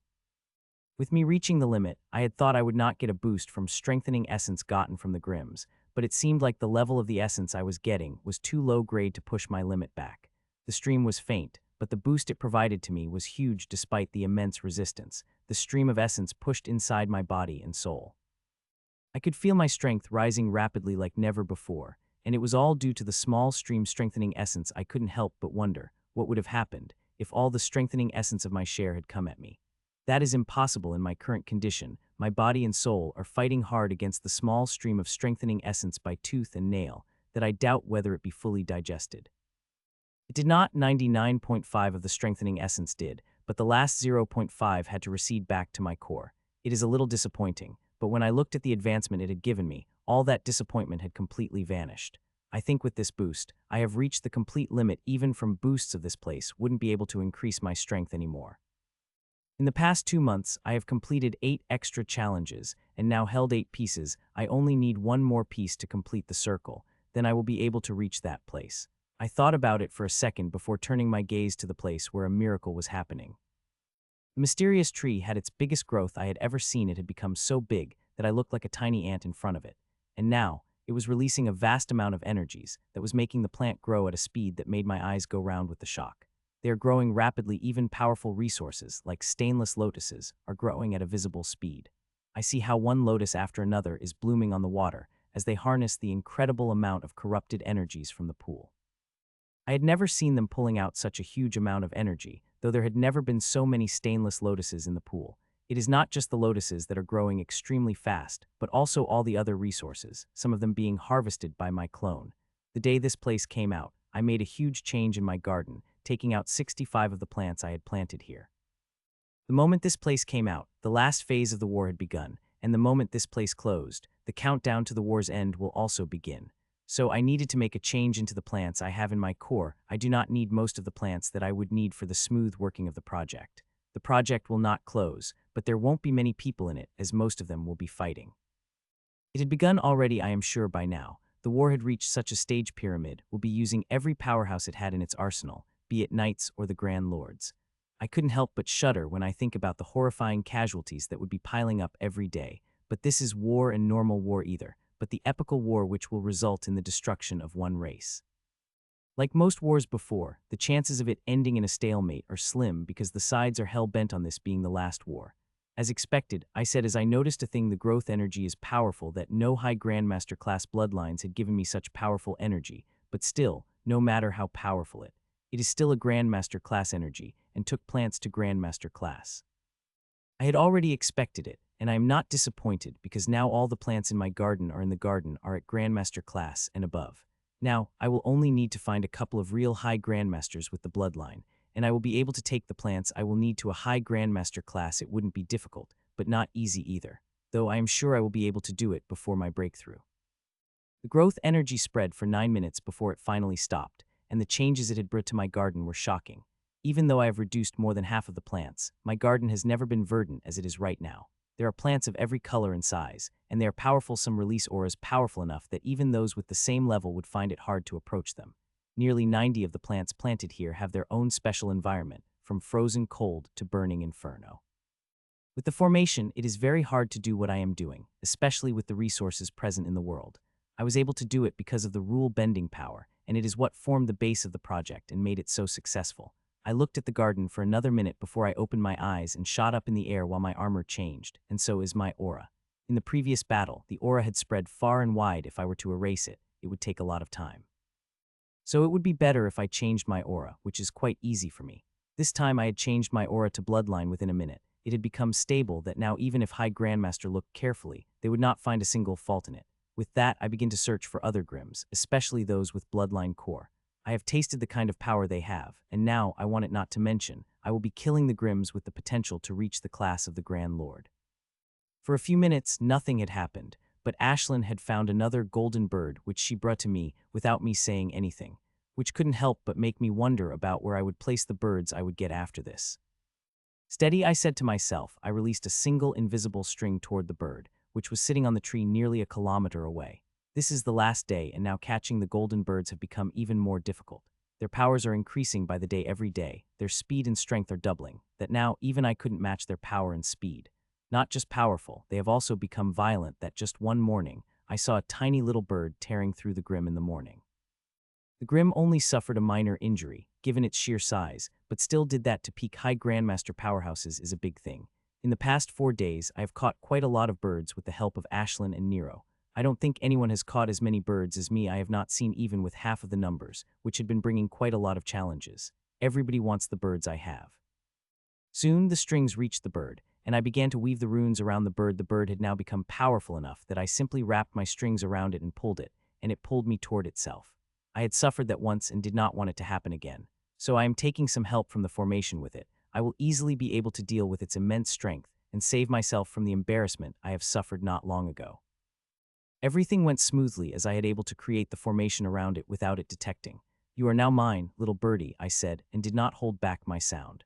The bird heard and craned her toward me mechanically before upping her wings to fly when it clashed against the invisible sphere and bounced back. It was not one to give up easier as it tried again and again, but every time it had repelled back by the cage enveloping it. While I watched, there is a faint shock in my eyes. The amount of power the bird had clashing against its cage is immense. If it struck against me with that force, it would send me crashing with blood spurting out of my mouth. "Come to me," I said, and the bird flew toward me, and soon it was in my hand, still struggling against the invisible cage. I opened the bird cage and sent the little bird inside. The moment it did, it felt like the size of the bird had decreased further, but no, its space had expanded. "You have watched the show, Lady Song, you can come out now," I said as I turned to my left and looked exactly where the old woman was hiding. For a second, nothing had happened before a woman who looked to be in her 70s with wavy, curly white hair and a kindly smile on her face. She is Bianca Song of Mistsan, a Quasat Grand Lord, but here she is a very powerful High Grandmasters, as one cannot control the worldly energies here, which is also one of the reasons why breaking into the Grand Lord class is easier here than outside. "You have powerful senses. Young man, not many would be able to discover this old woman as you have done it," she said as she walked toward me, looking at me from top to bottom to recognize me. "I was just lucky," I replied humbly.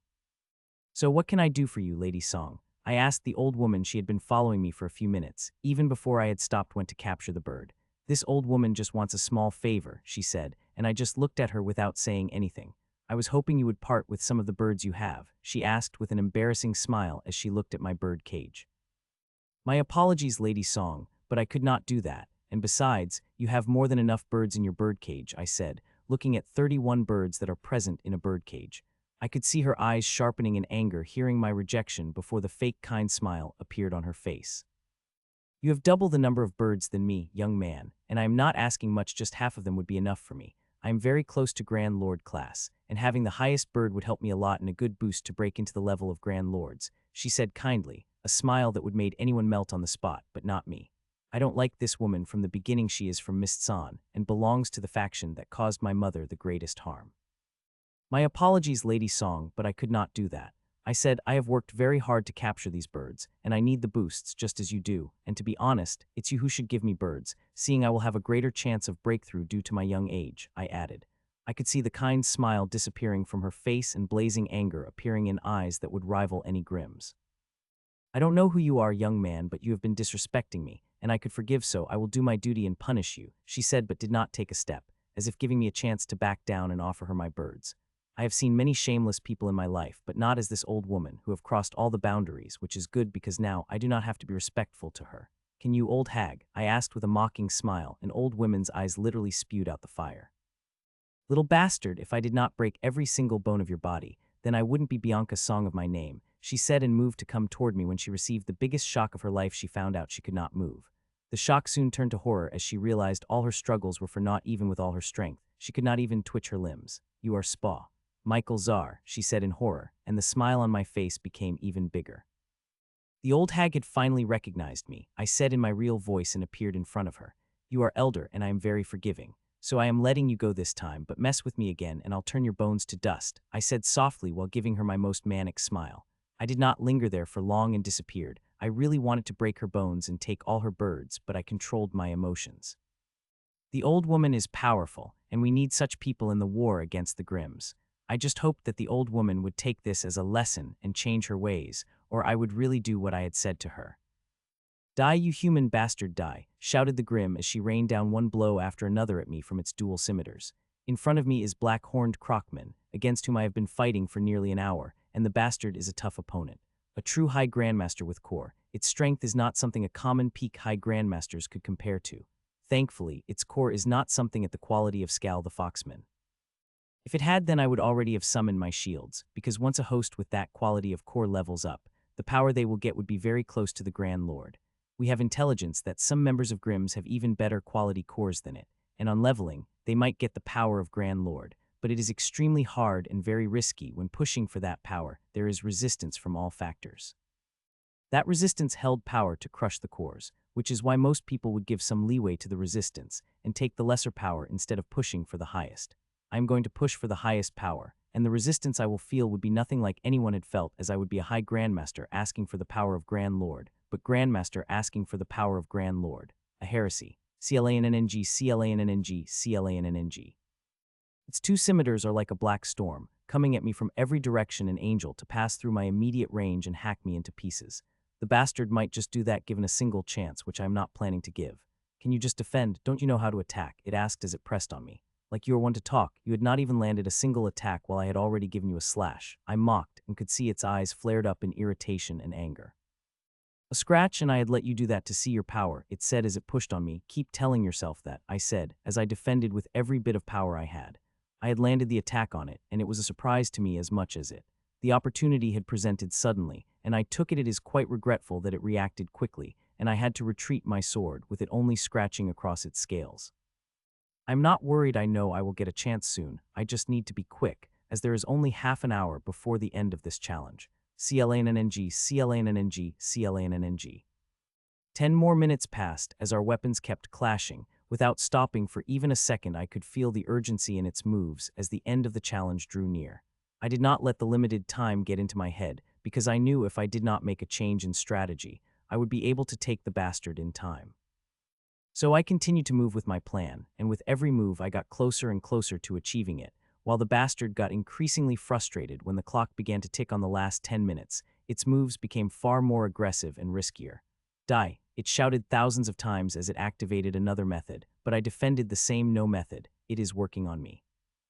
Though I am feeling quite a pain in my hands, these attacks of it contain immense physical power, and if I hadn't been continuously circulating the healing energy into my hands, their state would have been so bad that I wouldn't be able to use them to lift the weapons, much less fight using it. CLANNNG, CLANNNG, CLANNG. I think it's time, I said after 2 minutes. Though I did not bring any change into my fighting, I continued defending as I had been doing for more than half an hour. CLANNNG. Another minute had passed when I had defended its attacks as I usually do, but this time there was a sudden change. KRRRR. Instead of taking my weapons back, I moved forward, dodging the second scimitar as I slid my sword toward the blade of the first scimitar, and within a moment I appeared directly in front of the Grim, who was looking at me with shock. For it was too much. One moment, it was pressing down on me, and next, I slid my sword across its scimitar while dodging the second by hair-breadth before appearing in front of me. I did not waste even a second. My long sword moved from the scimitar and directly toward the Crockman, who had already activated a couple of very powerful defensive methods on top of its inheritance armor, which already had a very good defense. Not to mention, its weapons are only a few meters away from me and could come to hack me into pieces before the second is even over. The defenses are powerful, but I have prepared for them. My sword is coated with energy that I had taken from it and mixed with something mine, and now, to the shock of Grim, it is piercing through these defenses like they are paper, without the slightest bit of resistance. Puchai. My sword broke through all its defensive methods and armor before piercing inside the skin. Unfortunately, I could only pierce half of my sword inside it before I had to draw it back and disappear from my spot, managing to dodge the scimitar coming at me by half an inch. You bastard. It shouted loudly and came at me with all fury in the world. Hee hee. I laughed in response and moved to defend against its attacks. The bastard was dead. While others need to hack these bastards to pieces to kill them, I only need a single attack. It feels good that I could use my years of research in the battle to finish off the enemies as strong as it is. CLANNNG, CLANNNG, CLANNNG. For 20 seconds, everything went well. It continued attacking me while cursing. Even the injury I had given it nearly healed when the sudden change had occurred. Thud. It stumbled. One moment, it was completely fine, and the next moment, it had stumbled with deep shock in its eyes. How? It asked, and I could feel it trying to move its sluggish soul energy inside its body, which was getting slower by the second till it could not be moved anymore, just like the inheritance energy. Clever poison, I said, and appeared in front of it and tapped on its head. A moment later, it had disappeared, and I appeared beside its birdcage. There were less than 5 minutes before the end of the challenge. Seeing that, I wasted no time and appeared beside its birdcage and began to transfer the birds inside the cage into mine. I was fast, but it still took me a little more than 2 minutes to transfer all the birds into my birdcage, which now had more than 100 birds inside. The moment it struck 0 in my internal clock, I found the blue energy covering me, and soon I disappeared from the forest and appeared in the huge floating marble disc, on which the Grims and humans were arriving by the seconds. Safe zone. A word appeared in front of me for a second before it disappeared. I looked around and found there were the usual two doors, one to leave this place and the other toward the next challenge. I looked at them for a moment before my case focused on the huge bird cages on both sides of the doors. These bird cages were similar to the one I have in my hand, but they were huge, nearly twice the size of Grimm's, and looked like work of art. There is already a board by the two bird cages, which says deposit the birds into the big cages and receive the boost. It is no-brainer that those with the most birds will receive the big boost, which is likely why I am receiving the hungry gazes of both Grims and humans. I even saw an old hag, Bianca, looking at me with hate and fear. Though I had returned to my original features after the battle with Grim and wore a mask and cloak, she could recognize me with the birds I have in my birdcage. I have to say the old woman had also accumulated quite a lot of birds, which is not surprising, seeing she is powerful. I am quite surprised as I looked at the humans. Nearly 40 of the humans here had been grandmasters when they had entered this place, but now in just short 2 months, they had not only reached high grandmaster class, but also reached its peak. This place didn't just call the biggest opportunity in the world for nothing. There is quite a chance that some might have reached the stage of the Grand Lord. You have quite a lot of birds. Young man, mind sharing some with this old man? Asked Lord Can. He is one of the few humans who is not hiding his identity. No, I said, and the old man laughed. Well, I had to try, he said with a laugh and walked away. I like this old man. He is not bad, but I would not be sharing the birds with him. I don't mind sharing the birds. They are useless to me aside from score, which might be impacted due to it, but I am willing to sacrifice that too for the boost that will help people. But first, I want to see how much boost one is getting. Thankfully, the first human already appeared in front of huge birdcage. He placed his birdcage on the platform, and the small birdcage opened on its own, and the 21 golden birds inside flew into the big birdcage while the small one had disappeared. As the cage disappeared, the golden aura covered him and began to seep inside his body. The aura covered him for 1 minute and 12 seconds, and when he came out of the circle, the advancement he made appeared. Quite good, I said, and I walked toward a lone person. There were 3 humans who had more than 100 birds in their birdcages. Unlike the women, the bird in his birdcage was not surprising. If he couldn't gather this many, he wouldn't be deserving of a seat on the council. As I appeared beside him, he gazed at me coolly with his marked eyes. Lord Hunt, I said, and could see a slight change in his body language. Grandmaster Czar, he said warmly after a second of silence. You have gathered quite a lot of birds, I said, looking at his birdcage. Not as much as you, he said, though if you require it, I am willing to share some of them with you, he added, surprising me a little and also made me feel heartened. Birds are the biggest commodity here. Some greedy people like old hag Bianca resorted to threatening and stealing. Quite the opposite, Lord Hunt. I am here to ask if you need any, I said. I would not deny that some more birds will help me, he said with a hint of hesitation. There are many familiar people here, but the reason I chose Lord Hunt is not only because he is a council member and someone I have got to know very well through the years, but also because I could see his core and knew it could digest the boost. He seemed to have some through some fantastic opportunity. Here I could see clear changes in his inheritance core, and its quality had improved a lot. It wouldn't be a mystery to me. For long I had already started to copy the data from the seed I had placed inside him. Take it then, I said, and opened the birdcage under many hungry eyes and began to transfer the birds into his cage. Birds begin to enter his cage one by one, 10, 20, 30.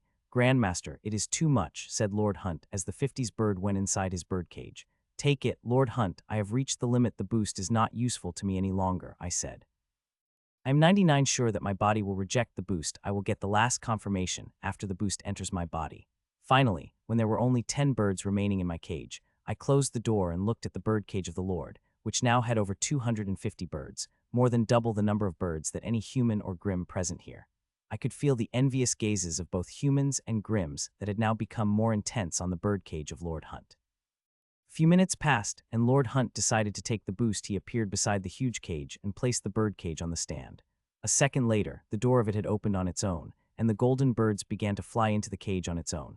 It took quite a time before all 288 birds went inside the cage, and a moment after that, a golden light covered his body whole before beginning to seep inside him.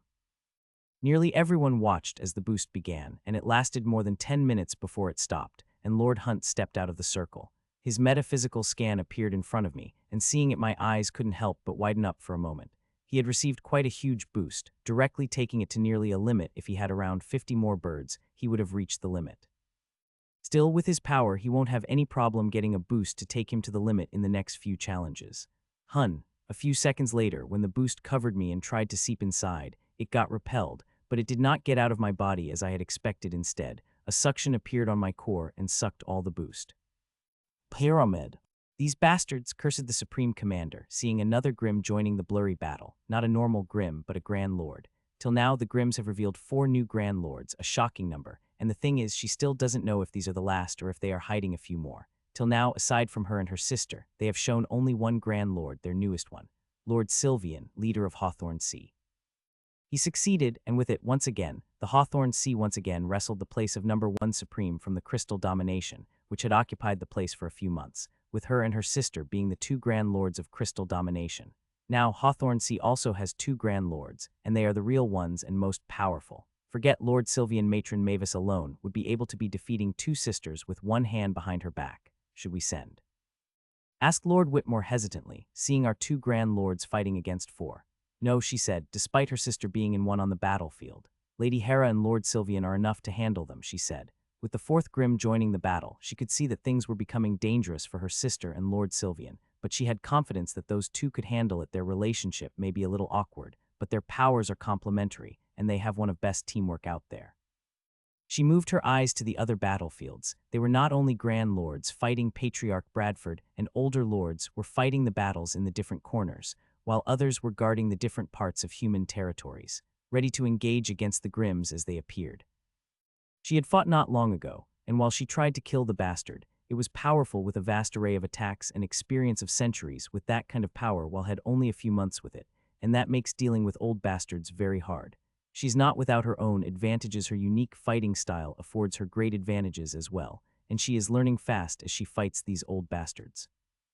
Still, the biggest advantage she had was her elemental core, which she had always viewed as a curse from the moment it had awaked. It had given her only pain and difficulties. All her life, she had to take every step carefully lest she harms the seals around her core. The worst parts were the breakthroughs, where she needed the help of her teacher and old powerhouses to protect the seals so that she could make a breakthrough safely. Now, after the reforging and the merge with her inheritance, it had become a blessing. She had read about elemental core and was confident that aside from the Grandmaster, she knew most about them, even more than the twin students of Patriarch Bradford, but no knowledge had prepared her for what she was experiencing every day, every minute, every second. The core was getting stronger. By a second, she could see her core pulling invisible elemental energies like a furnace. These energies are strengthening, and with it her 2 months ago, she had difficulty lasting against Kree, but now she has just fought against for more than 3 hours, and is much less tired than she had been when she had fought it for the first time. She was a little regretful internally when she had seen her colleagues going for the greatest opportunity the world had, but now all those emotions have vanished. She watched the battles on the hundreds of screens. It was not just the Grand Lords that were fighting, but everyone, even knights, was not an exception. The battles are bringing unimaginable destruction to the world that even the world is not capable of healing in a short time, and it is going to get worse, seeing that her eyes couldn't help but tear up. The last time she repeated those words inside her, this war against the Grims was going to be the last she could feel, even Grims could feel. There will be no stalemate or armistice, but the total destruction of one race. Either we will wipe the Grims, or the Grims will wipe us out. There will be no other outcome other than that. She was looking at her battle when suddenly her expression changed, and of those who were watching. Old Snake, said Lord Whitmore with gritted teeth as 2 new Grims Grand Lords have appeared. Old Snake, one of the most feared Grims. It is not powerful in the conventional sense, but only an idiot would measure the power of the special profession Grim conventionally. The Old Snake is the most powerful special profession Grim, and its curses are so powerful that even someone as powerful as Matron Mavis is cautious of them. Now it has joined the battlefield, and it had not come alone, but another familiar Grand Lord. Now there are 3 Grim Grand Lords against Patriarch Bradford, and if he does not receive the reinforcement in a few seconds, the consequence would be bad. It seemed like it was time for Lord Gatlin to join the war, said Lord Whitmore as he looked Supreme Commander, but to his surprise, she shook her head. No, let him remain dead for a little longer, she said, and Lord Whitmore looked to his left, but she shook her head at that option too, which made him frown because aside from 2 options, there is no one could help Patriarch Bradford, as all the other Grand Lord including Supreme Commander is busy and could not leave this place. It's been a long since Harold from Blazing Spear had joined the battlefield, don't you think, my lords? She asked the 2 council members, who looked at her confusion before their eyes widened in shock. Every Supreme had a title for their Grand Lords. The Skysaber called their Grand Lord the Elder Lord, while the Bloodsun called their Grand Lord Patriarch, and just like them, the Blazing Spear called their Grand Lord Herald. Blazing Spear did not have a grad low, said Lord Whitmore before suddenly his eyes went wide. Supreme Commander, you can't be talking about him. Asked Lord Whitmore in shock, and she just nodded and pressed a button, and soon a huge screen appeared in front of her, and is a young man with a devilishly handsome face. Lord Solace, it is time for you to join the battlefield as the Herald, she said, and the handsome young man laughed toothily. Finally, he said, and immediately, the teleportation formation appeared under his feet, and he disappeared, and a few seconds later appeared on the battlefield, where 3 Grims appeared barraging Patriarch Bradford with their attacks. They immediately stopped as he appeared, and the screen once again became clear before becoming blurry again as the phantom of the dragon enveloped him. The hell dragon flapped its wings and shot toward the 3 Grims with a speed that even she could barely follow. Rabhin Solace, when did he achieve the power? Asked Lord Whitmore. A while ago, she said with a smile. You should have sent Lord Gatlin, Supreme Commander. He is not suitable to fight against the willy enemies like an old snake. Only experienced powerhouse could handle the old snake, said Lord Hearn, hearing that a smile on her face became even brighter. He will not disappoint us. Lord Hearn, I might even say he is aptly capable of handling enemies, such as Old Snake, more than even Lord, she said, surprising both lords, who quickly controlled their surprise and looked for an answer, but she remained quiet. Before Grandmaster Czar left, he had revealed some of the secrets to her. The biggest secret among them was about Rabhin Solace. The biggest one is him not being completely human. The mutation had changed him so much that he could be said to be a part dragon. The bloodlines made changes into one, but they never brought such great changes. One always remained human despite having a bloodline. Her sister's student had the most powerful bloodline that had ever appeared in the world, but it still kept her human. He is not, and that brought him some special abilities. She fought him not long ago when he had removed the last of his seals, and even she couldn't defeat him despite using all her strength. The special circumstances gave him some special powers, especially his soul and body, which now have become so powerful that not even her elemental frost could freeze him. Anything that entered inside him got burned by the hellfire, which seemed no weaker than her lunar frost. He joined the battle and began to fight against the 2 Grim Grand Lords, while Patriarch Bradford began to handle an old snake, which is a wise strategy. Things did not seem good for Lord Solace, said Lord Whitmore a minute later. He is taking hits, and even with all his strength, the 2 Grim Grand Lords are straining him. He will be fine, she replied. The one thing he is good at is taking hits. His physical and soul capabilities are beyond what one could imagine, and the damage he could take is immense, especially with that horrifying healing speed of his.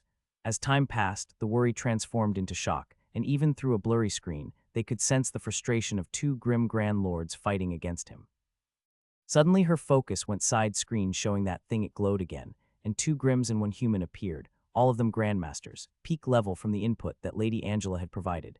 The human who came back was a master when he went inside and now returned as peak grandmaster. She was preparing to extract him when the thing had lit up again, and a single human appeared, a woman with a strength that was close to peak high grandmaster class. She was a grandmaster when she went inside from the project, like 90 of grandmasters. She does not look happy at all. It is clear looking at her scowling face. Extract them, she said, and a second later teleportation formation projected on them, and a few seconds later they were back in the pyramid safely. Though for not long, within a day, they will be sent to war. It's been 2 days since either Grims or we made attack the people who came out of the thing. We only do that when someone important appears, like a peak high grandmaster with potential. Tring tring. She was busy directing forces while watching the battles of Grand Lords, which were still being fought. When a call rang out, there were very few people who could call directly to the council, only those who were noted as very important. She received the call, and the face of an old woman who looked to be in her late 50s appeared. Supreme Commander. The old woman greeted Grand Mistress Charline. I hope you have good news, she asked with a voice full of guilt. She's not the only one. Even 2 council members looked at the screen with deep guilt. She woke up, said Grand Mistress simply, with mixed happiness and sadness filling her eyes as she shifted the camera, and they saw the woman, and seeing her, their expressions couldn't change for the worse. Even the woman seemed shocked by her appearance as she blankly stared at her hands. We failed him, whispered Lord Whitmore in a barely audible voice which drenched with the guild. He had asked them one thing, protect the people he loved, and they failed at that miserably. She had failed, despite making all the preparation. The Grim had succeeded in harming the one person he loved the most, while others are not aware of their real relationship. She is, and that is making her feel even more guilty. She dreads the day he comes back and sees her in the state she is in. Buzz, the runic circle in front of him, buzzed and lit brightly, and soon the bright light began to shrink till it became the size of my finger before it disappeared, leaving a piece of golden marble behind. Click, the last piece, I said, and took the golden piece of marble in my hand and took out a nearly finished circle. I did not wait and place the piece I had got into an empty place, which made a clicking sound, finishing the circle. I looked at the complete circle in my hand, and with ecstasy I am happy, so happy that I am literally shaking. The moment I entered this place, I have been working on getting it, from trying to excel at every challenge to solving every extra challenge at distinction to get a piece, and now I have finally got and could go to the place where I wanted to since the moment this thing had revealed itself. I stared at it for a few seconds before walking toward the blue stone door and putting the circular disc in the opening. As I put the disc into the opening, the color of the door turned golden from blue, though it remained stony. Click, seeing everything was all right, I pushed open the door, and it went smoothly with a click, and I stepped inside, appearing on the other side a moment later. In front of me was a golden key floating, which I had quickly taken in my hands before looking around at an amazingly huge palace, which seemed to be completely made of the world's most precious marble. The palace is a work of art. Every corner, every column, and every mural looked like a work of art made by the grandmaster. There seemed to be immortality in everything. No, that would not be quite right. There seemed to be agelessness in every part of the building. I have gotten this feeling very few times in all grand buildings in the ruins and reels I have explored. The Palace of Wonder, I muttered and turned to the huge black stele at my left, which was so big that even Grimm would feel small in front of me. The stele had rules written down on it. I read each and every one of them, and found them similar to those written in the account.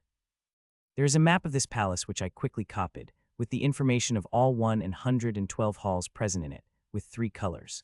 The irony, silver and golden one needs the color of the keys to open them, with golden keys being the highest level and iron keys being the lowest. A golden key could open iron doors, but iron keys could not open the golden doors. The golden keys not only give me access to open any door I like, but I could open 3 iron doors, 2 silver doors, and 1 golden door. After I finished reading the stele, I took a step forward into the huge palace. It is big, made for beings that are even taller than the Grimms. I moved through the palace with quick steps, and soon within 3 minutes I came across the first door. It is an iron door that is nearly 15 meters tall and has designs of weapons, some of which I have never seen. Hall of Weapons reads in bold letters, and I really wanted to go inside. Over the years, many people had come here and gone inside this door, obtaining great benefits. Unfortunately, I can't go inside. Using the key on this door will make it silver, which then couldn't be used on the door I want to enter. The door which I am planning to go to is the golden door. I could not use my key here, or I won't be able to use the key on that door. While entering this door will provide me with great a benefit, they would not be as great as the one which I want to enter. The benefits of that door are unimaginable for me, and the only person who had entered before had left quite detailed records to it. A few minutes later, I passed by another door, and then another. All of them were iron, and so enticing that I had nearly stopped in front of each door. 10 minutes passed by, and I had passed through a couple of pathways when I suddenly stopped, and it was not a door that stopped me but the Grimm. Czar, said the Grimm, and looked at my golden key with a look of jealousy. Hask, I said back to Bearman, and the huge silver key in its neck. This old Bearman is a quasi grand lord and quite a terror, a survivor of many wars, and scars of its body are proof of that. I hope you will never get the benefits you have come here for, said Hask, like it was wishing me a good luck. Keep dreaming that, Hask, and unlike you, I truly hope you receive great benefits because I want you to be somewhat of a challenge when we clash, I said with a toothy smile that blazed its killing intent toward me. I did not give it much time and moved. It did not stop me, though it is clear it wishes it could be the way it is looking at me. It wasn't long before I came across another Grimm's, and this one made me look at it carefully. Not because of the golden key it had, but because it is Grandmaster, which is a relatively young age. I don't think it is older than 50. As it saw me, I saw it shudder and take a step back in fear before it stopped itself and controlled the emotions. I didn't think I would come across a fellow scholar in here, I said to unfamiliar Ratman with a scholarly vibe. I also don't think I would meet you here, Grandmaster Czar, said a Ratman, as it controlled the fear and killing intent. It is really frustrating that we are not allowed to kill others right now. I want nothing more than hacking you into pieces, I said as I appeared in front of the Ratman. You are very confident of your abilities, Czar, it said, hiding the deep fear behind its eyes. I am, so you should pray to whatever god you have to not come across me because I love nothing more than hunting fellow scholars, I said with a killing smile, that grim sport. I did not wait for its answer and disappeared from my spot. I had the Ratman's face memorized, and as I had said, the moment I saw it, I would kill it. I will give the priority to killing it than any High Grandmaster of the Grimms, as these bastards could bring far more damage than any High Grandmaster would. No one better than me understands what these people are capable of, as I am one of them. A few more minutes passed before finally, I came across a human, the one I am quite familiar with as she is part of my team, and I was quite surprised that she had survived the place for so long. Anya, I said to the woman who was a few years older than me, she was an early-stage grandmaster, and now a high grandmaster, quite a huge improvement considering the fighting wasn't her forte. Grandmaster, it's nice to see you here, she said as I appeared in front of me. You too, I said as I looked at the silver key in her hand and the silvery door at which she was staring. The door is suitable for you, I said as I looked at the door of minor alchemy. People wouldn't look down on my minor if she could grasp 0.0, one of what is behind that door. She would become the best alchemist in the world. Click, I think so too, she said softly and flew up and stopped in front of the keyhole, which is big as her. She inserted the tiny silvery key into the small keyhole and twisted it. A clicking sound rang out as she twisted, and the door began to open as she pushed at it. Good luck, I said as the door opened enough to enter inside, and a second later, she walked inside with the door closing behind her. Seeing that, I resumed my journey, and in just a few seconds I came across another Grim and 3 humans after that. Finally, the golden doors began to appear. There are 75 iron doors, 25 silver doors, and 12 golden doors. The first golden door is the door of armament. It is the higher version of the door of weapons and one of the most popular golden doors there is. After that, it is the door of elements, which contains the knowledge related to the elements, and after the door of alchemy, healing, and others. Each one of them is enticing, and I want to enter them, but I only have one golden key and can only choose one golden door. I had passed 6 golden doors when I suddenly stopped when I saw a Grim and humans close to each other, staring at the 2 doors, which are opposite to each other. It is quite funny that I hate not only the Grim, but also the humans standing not far from it. They turned toward me as I appeared with a clear look of surprise. Czar both said in unison. It was clear by their voice that they were not very enthusiastic about me appearing there. Lord Bishop, fasten, I said, clearly showing through my voice that I was not enthusiastic about seeing them either. They are quite important. One is a member of the pyramid, while the other is a member of the coven. Both are the governing bodies of their respective races. After greeting them, I did not dally and walked between them toward my destination, though not before casting a glance at the door they were looking at, which of inheritance and bloodline. It is not surprising these 2 are the most popular doors, especially for people of their level, who are just a hairbreadth away from reaching the stage of the Grand Lord. These doors could help them in that. The door of inheritance could help the bishop in gaining more comprehension of his inheritance, while the door of the bloodline could help Fasten increase the purity of its bloodline, both of which are extremely helpful in reaching the level of Grand Lord. I passed by them silently and passed through the 2 hallways before I reached my destination, the door of celestial inheritance. Only one person before me had come here, my predecessor, who had the same inheritance as me. She had gained a lot from this, and I hope I will gain it too. I did not immediately walk inside it and instead walked a few hundred meters toward the last 2 doors before coming back. I want to look at all the choices before I make a decision. It is a wise thing to do. Many times, people end up losing huge opportunities due to it. I don't like that uncertainty, so I checked. Though I did not find anything changing, I did not do anything for more than a minute. If there had been not war of survival raging outside, I would have made a different choice, the door of runes. It would have benefited immensely in all aspect of runes, but I do not have time and thus chose what is important.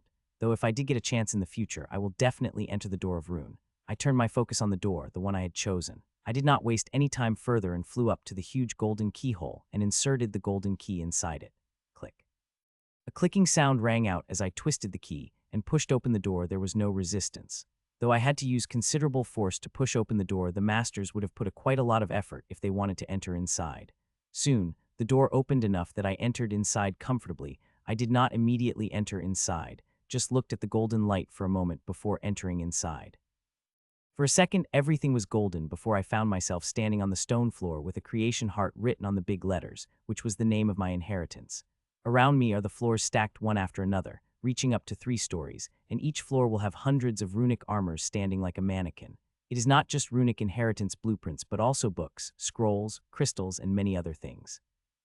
This is a totally paradise for me, containing enough knowledge that the time I have is far from enough to take advantage of it all. I have a month here, 28 days to be exact, if the clock above me is any proof, but this place is special. Here and inside the doors, the time slowed down by 4 times, so while I will spend a month here, only a week would pass outside. For someone like me, it is a huge advantage as I could enter inside my core when I need to think and take advantage of further time dilution. Here, I plan to take every advantage. I have to gain the maximum advantage in this place. I hope with all the knowledge I gain here will help me see what is lacking in my inheritance and have a way to fix them. With that in mind, I walked toward the first runic humanoid blueprint, which is 3 times as big as me, in the color of flaming red and steely gray. From the distance, thousands and thousands of runes of it seemed clear, but they are blurry, and even looking at closely, they are blurry. It is time for you to become clear, I said, and touched the humanoid blueprint, and immediately the change occurred. The runic humanoid begins to split from the lowest level of Lord to the highest primary level 3, which is blurry like primary level 2, only primary level 1, which is a tyrant class, and below inheritances are visible. Those two which are still blurry are the 2 levels above the tyrant stage. Just a visibility of them would bring the world pressure. Only this thing, which is isolated from the world, could show me the runic blueprint of those 2 level, but it wouldn't be easy. Even this place, whose entry I earned after so much hard work, I still have to finish the challenges if I want to see what kind of runic inheritance blueprint those 2 above levels have. Santania Inheritance. I read the text before looking at 7 humanoid-shaped runic blueprints. Each one was bigger than the other. The first was the smallest humanoid and belonged to Lord Class. It only had 10,000 runes. It took me a few minutes to study it with the help of my clone, and also the concept inside was quite simple. Still, compared to my runic inheritance diagram, it is at least 10 times the power it could project, and the efficiency it has is much greater than mine. I moved my gaze to the second runic inheritance blueprint. It belongs to the Duke stage and is still much better than what I had designed, but the disparity between the two had lessened. Around 10 minutes later, I moved my gaze to the third blueprint, which of kind, where the disparity had shorted further. I studied it for nearly an hour before moving to Emperor, which I looked at before closing my eyes and studying inside my core to save time. In the Emperor stage, I shortened the disparity even further. I remember how hungrily I began to search for knowledge. I would search ruins for the books, and Marina and others too would help me, getting me the knowledge I needed to create my inheritance. Soon, I finished studying it and moved to the Tyrant Stage Inheritance Blueprint. I copied before sitting down and closing my eyes. Studying it is going to take time. All the inheritances come from outside, including the celestial inheritance change according to the world. In our world, there is a limit at the Tyrant Stage, or to be more precise, primary level 3. This is the last stage and thus the most powerful, and one could not harness all its powers directly. So it is split into classes, which are different from the sub-level of stages. They are more efficient in harnessing the power of the last stage. In front of me is an inheritance diagram of the Tyrant Stage, which is not split by classes, the one capable of harnessing all the power of the Tyrant Stage. It is an extremely complex inheritance diagram, and hours before I could decipher it, and when I did, my eyes couldn't help but widen in wonder. It is amazing, and whoever designed it is really a genius. The power one could harness, and the efficiency, one is shocked. I have seen many Tyrant Stage inheritances, and this inheritance already took a very high place among all those I have seen. I could see how lacking my own inheritance is, and if I had given up on urges, I would have never been able to forgive myself. I had already decided I wanted to harness the power equal to this inheritance, and I wanted to do that, not in the Grand Lord class and High Grandmaster class, but in the Grandmaster class. It might seem like a dream that would not be achieved, but I believe as long as I try it with my all, I will be able to do it. As I studied it, I opened my eyes and got up, and touched the other runic humanoid blueprint not far, and it had also revealed itself. This time I did not study it, and instead just recorded it before moving to the other humanoid and copying it. There's a total of 206, and I copied them all in a matter of minutes before stopping in front of a huge runic door. This door had a complex runic formation, and solving it will not only give me access to the second floor, but also unlock the primary level 2 part of the inheritance, but currently solving it is near impossible. It is a cipher-type formation, and a hint to solving it is present in the blueprint of all the inheritance. Even my core understanding of over 200 inheritance blueprints is a huge work. Thankfully, loads of books, scrolls, and crystals that are present here have the knowledge that will help me understand inheritance blueprints quickly. I copied the diagram of the door before I began to read the books and scrolls. As I did, I received a surprise. The books do not explain the inheritances as I had expected them to. Instead, they seem to explain the concepts. From the easiest few seconds to the most difficult ones, that frustrated me so much that I had to bang my head against the wall. The crystals are the things I love the most because they contain the visuals of hosts of inheritances that are present here. Now, I don't have to visualize how the inheritance works on the blueprint, but I also could see it directly. Though I could see the little trap, and I refrained myself from watching the crystals and visualizing from the diagram. Visualization is extremely important. It is what generates new ideas, and I don't want to lose it. If I feel like I am losing the edge due to crystals, I will stop watching them altogether, though I hope it did not come to that. Hours passed as I scanned one book after another before putting them back on the shelf. I did the same with the scrolls. I am recording it, and while there are restrictions and such methods, my core seemed to bend that rule. It is quite regretful that I could not take these scrolls and books inside. It would have made things a lot easier. As I do this, I wonder what advantage my predecessor had if I were to guess from the numerous notes she had left behind. Then she also seemed to have a core that created the world to a certain degree because, like me, she had also used a piece of the world to create her core. Though using the piece of the world does not guarantee having a mini world in the core, the chances of it are less than 1, but I still feel she had created it with the hints she had left behind. It took me 24 hours to record all books and scrolls. I am a little tired, but there is a smile on my face. I did not immediately begin studying, no. I sat down and cooked in my core. I had not eaten in a day, and I was feeling quite hungry. I soon cooked an elaborate meal for myself, which I ate in the dining room of my spatial abode before I went to my room to sleep. I slept for 3 hours before being woken up by my clone. I entered the shower and came out 15 minutes later before walking out of the room in comfortable clothes. Now that I am completely refreshed without a hint of tiredness, I laid down on the couch and closed my eyes, and immediately appeared in my core and sat across the table from my clone. Around are runic humanoid blueprints and thousands of scrolls and books. I will be studying them in my core with my clone, and I hope to finish the studying in 2 weeks or less, preferably, as this is not the only floor. There are 2 more floors. Reaching them would be a challenge without a doubt. 3 days passed since I had begun studying, 9 days if I count the time in my core. Aside from the rest of the 3 hours a day, I had spent all my time in my core, studying. In these 9 days, I have read hundreds of books and scrolls and tens of blueprints. I am feeling like I was in a dream. Everything I needed about my inheritance seemed to be here. The only place which had given me such a feeling is the Hermes Library. The knowledge I have thirsted for so long is here, and I am drinking it all as fast as possible. I have got here so much that I won't be disappointed, even if I weren't able to go to the second floor, though I will try my all to get there. There are so many books and scrolls, and they contain amazing knowledge. Not all of it is unique. I have read about many things written in them through various sources over the years, but more than half of them is still unique. My predecessor had mentioned in her notes that the first floor is only basic. The real knowledge is found on the second floor and the third floor above. The knowledge here had already flooded me. I couldn't imagine what I would get on the second floor or the third floor. Though one thing is clear, I want to solve the cipher formation on the door, not for the knowledge, but to see the level of inheritance that is above a tyrant class. I have never seen it before or never seen a whole part of it. I have come across a broken piece or two, but never a complete one. Even in the Hermes Library, that knowledge was restricted. It is not surprising considering that knowledge will bring pressure on the world, because it is a thing that breaks the limit. Thankfully, this place is completely isolated. I will not only be able to see the inheritance blueprint of primary level 2, but also primary level 3. She had left many words about them, and I hope at least I will get a glimpse of them. A glimpse would be more than enough, given my abilities. Another week passed, and a remarkable change occurred in my studying speed as I read further and further. I found out I had started to understand things at a much faster pace. It is not just things in books and scrolls, but also runic inheritance blueprints. As I studied these huge number of blueprints, I have realized a few tricks to studying them, which increased my speed of understanding and reduced the time I needed to do by more than 4 times. Soon, I said as I looked at the copy of the door unlike 10 days ago, I have now understood many things. It could be said that I am extremely close to solving the cipher. I had nearly finished solving it. The huge scroll to my left is proof of that. My progress is shocking and wouldn't have been possible without a clone, which is much better at studying and analyzing than me. Though I have noticed some flaws in it, I think those flaws in it are intentional by the creator of the method. The clone shouldn't do everything, or it will make the host useless, and there is a huge chance that it will take over the soul. Thankfully, something like it wouldn't happen. The creator had made sure in more than one way. I did it. Another 1.5 days later, a shout rang out of me as I looked at the scroll.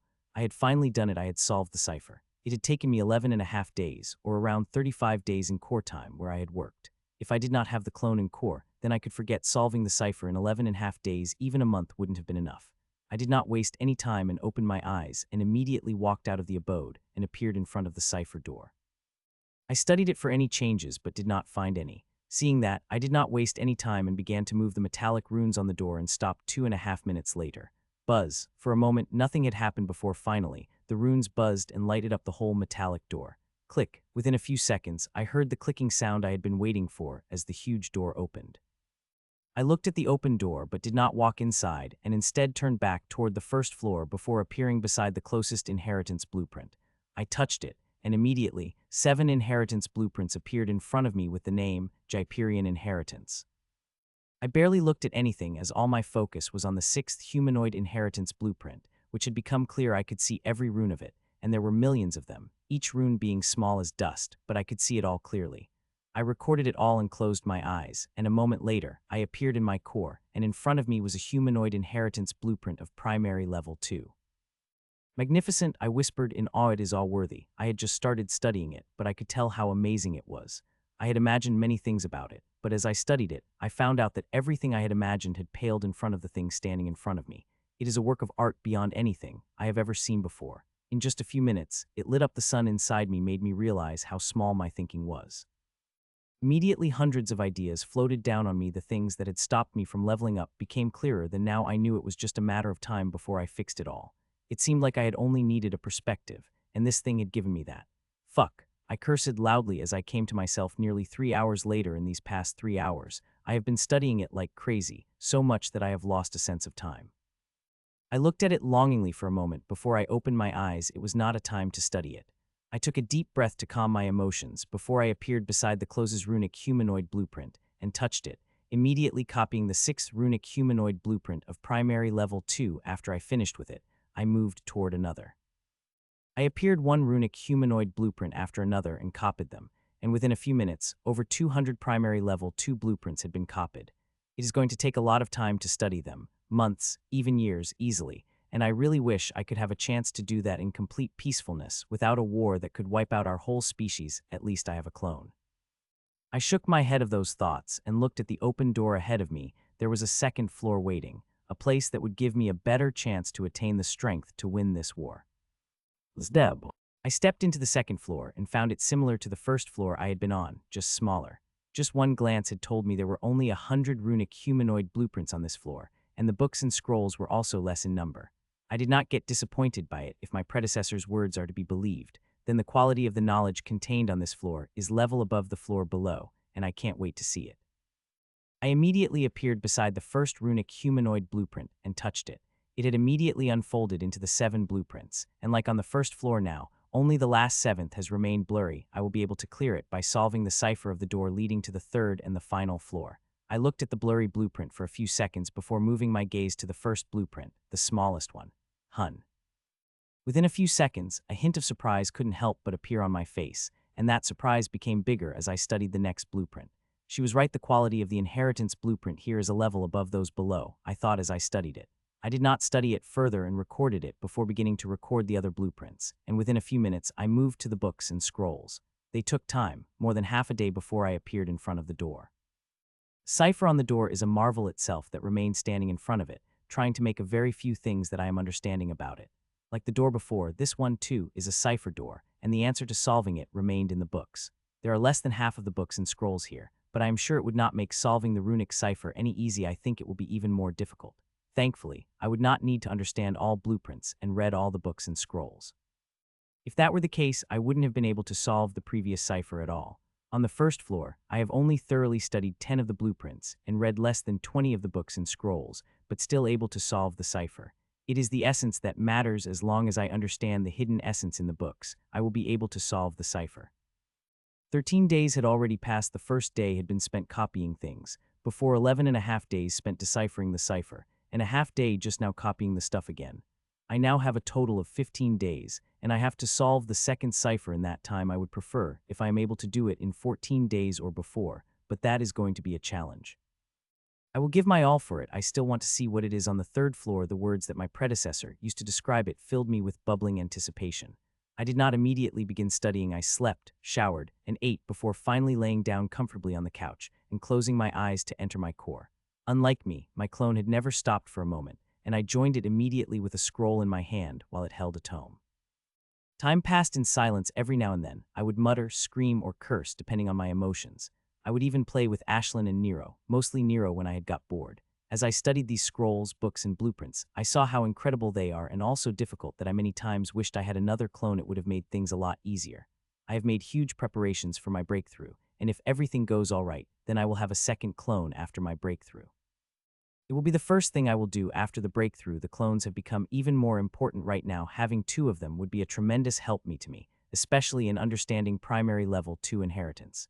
It is complex, so complex that I would need months, even years. To understand it, it will become a little easier if I can soak all the knowledge contained in books and scrolls, but that too will take a lot of time.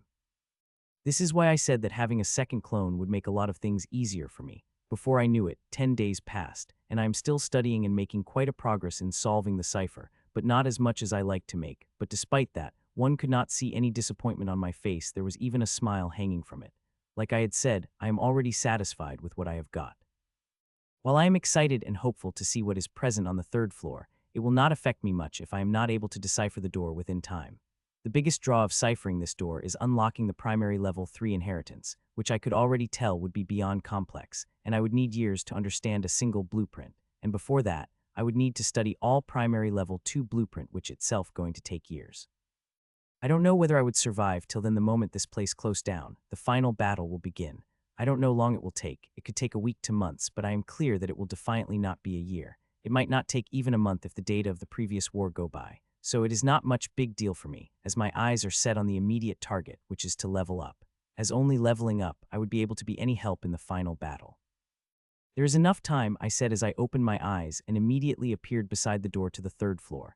It had taken me 14 days and 3 hours to solve the formation, much longer than I would like, as I now have less than a day here, but still I am feeling quite proud of myself for solving this second cipher in such a short time. For a while I thought I would not be able to do it, seeing how difficult it was, but I somehow did it. Click, I took a deep breath and began to move the runes on the door. Within a minute, I finished, and the runes lit up, and I heard the clicking sound a few seconds later as the door opened. I did not immediately walk inside. Instead, I stepped back and turned toward the closest runic humanoid blueprint. I don't know why, but my hands began to shake for some reason as I moved them toward the blueprint. Finally, my hand touched the humanoid blueprint, and immediately it had turned into 7, and all the blueprints became clear. My eyes immediately turned toward the 7th, the biggest blueprint, which is big as Grimm's with very tiny runes. The size of runes did not impede me as I have begun to read the formation, which seemed simple as those present in the smallest blueprint, but the thing is, I did not seem to understand them. It really confused me, and I tried again and again, but I did not seem to understand about them. It is like these simple interconnected formations hiding some intent, and I have to understand it before I begin to study the blueprint of this inheritance.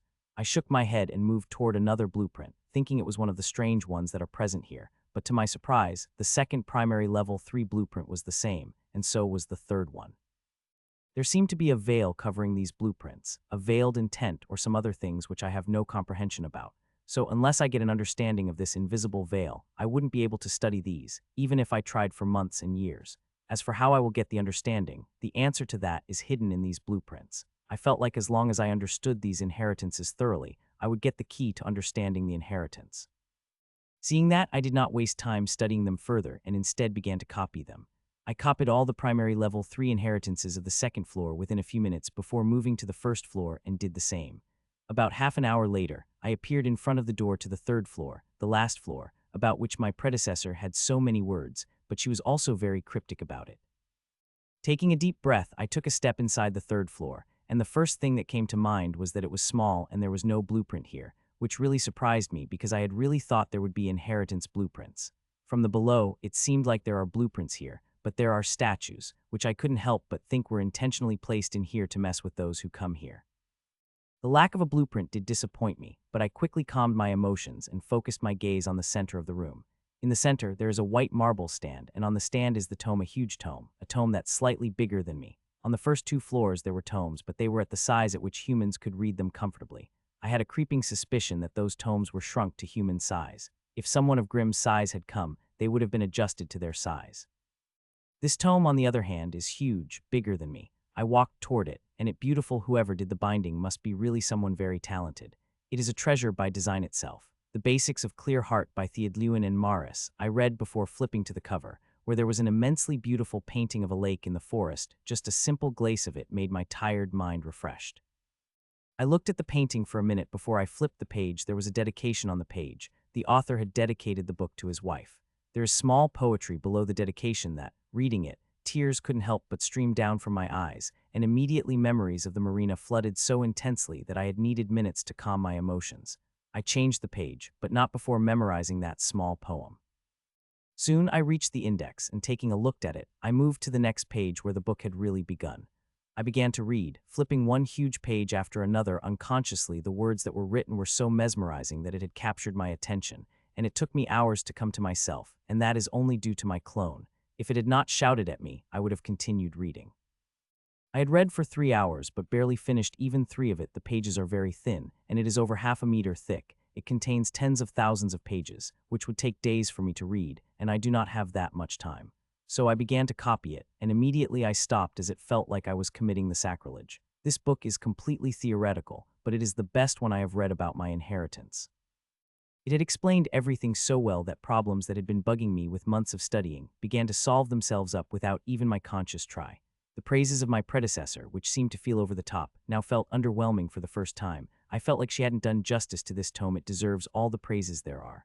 A few minutes later, I once again started copying. It felt wrong, but I continued, copying one after another.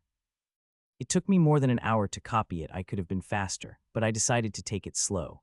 It is the only way I could show my respect for this wonderful tome. With the book copied, I did not stay on the 3rd floor because I knew if I stayed there, I would open the tome and begin to read it, and I don't have time for that. There is one more thing I should do before I leave this place. I reached the 2nd floor and began to watch the crystals. I had stayed from them after the first day, knowing they were a trap, but now I was done with everything. I could watch them. It is such a regret that I could only watch one at a time, and the limited time I have wouldn't be enough to watch it. The white metal door appeared in front of me as the 4 weeks in the place were overseeing that. I turned off the projection I was watching from Crystal and placed it back on its shelf. I took one last look at this amazing place which has given me so much, before stepping out through the door and appearing outside, with once again the golden door of celestial inheritance in front of me. The 1 month inside the door had been beyond productive. I have not only gathered data that I will need to study for centuries, but I have also got the inspiration I needed to finish off my inheritance. My clone had already begun working on it. It will study, and at the same time will work on the inheritance. If I had a huge time on my hand, I would have studied everything for years before even thinking of making a breakthrough, but unfortunately, I did not.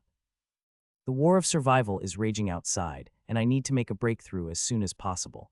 With no keys remaining in my possession, I begin to make my way toward the exit.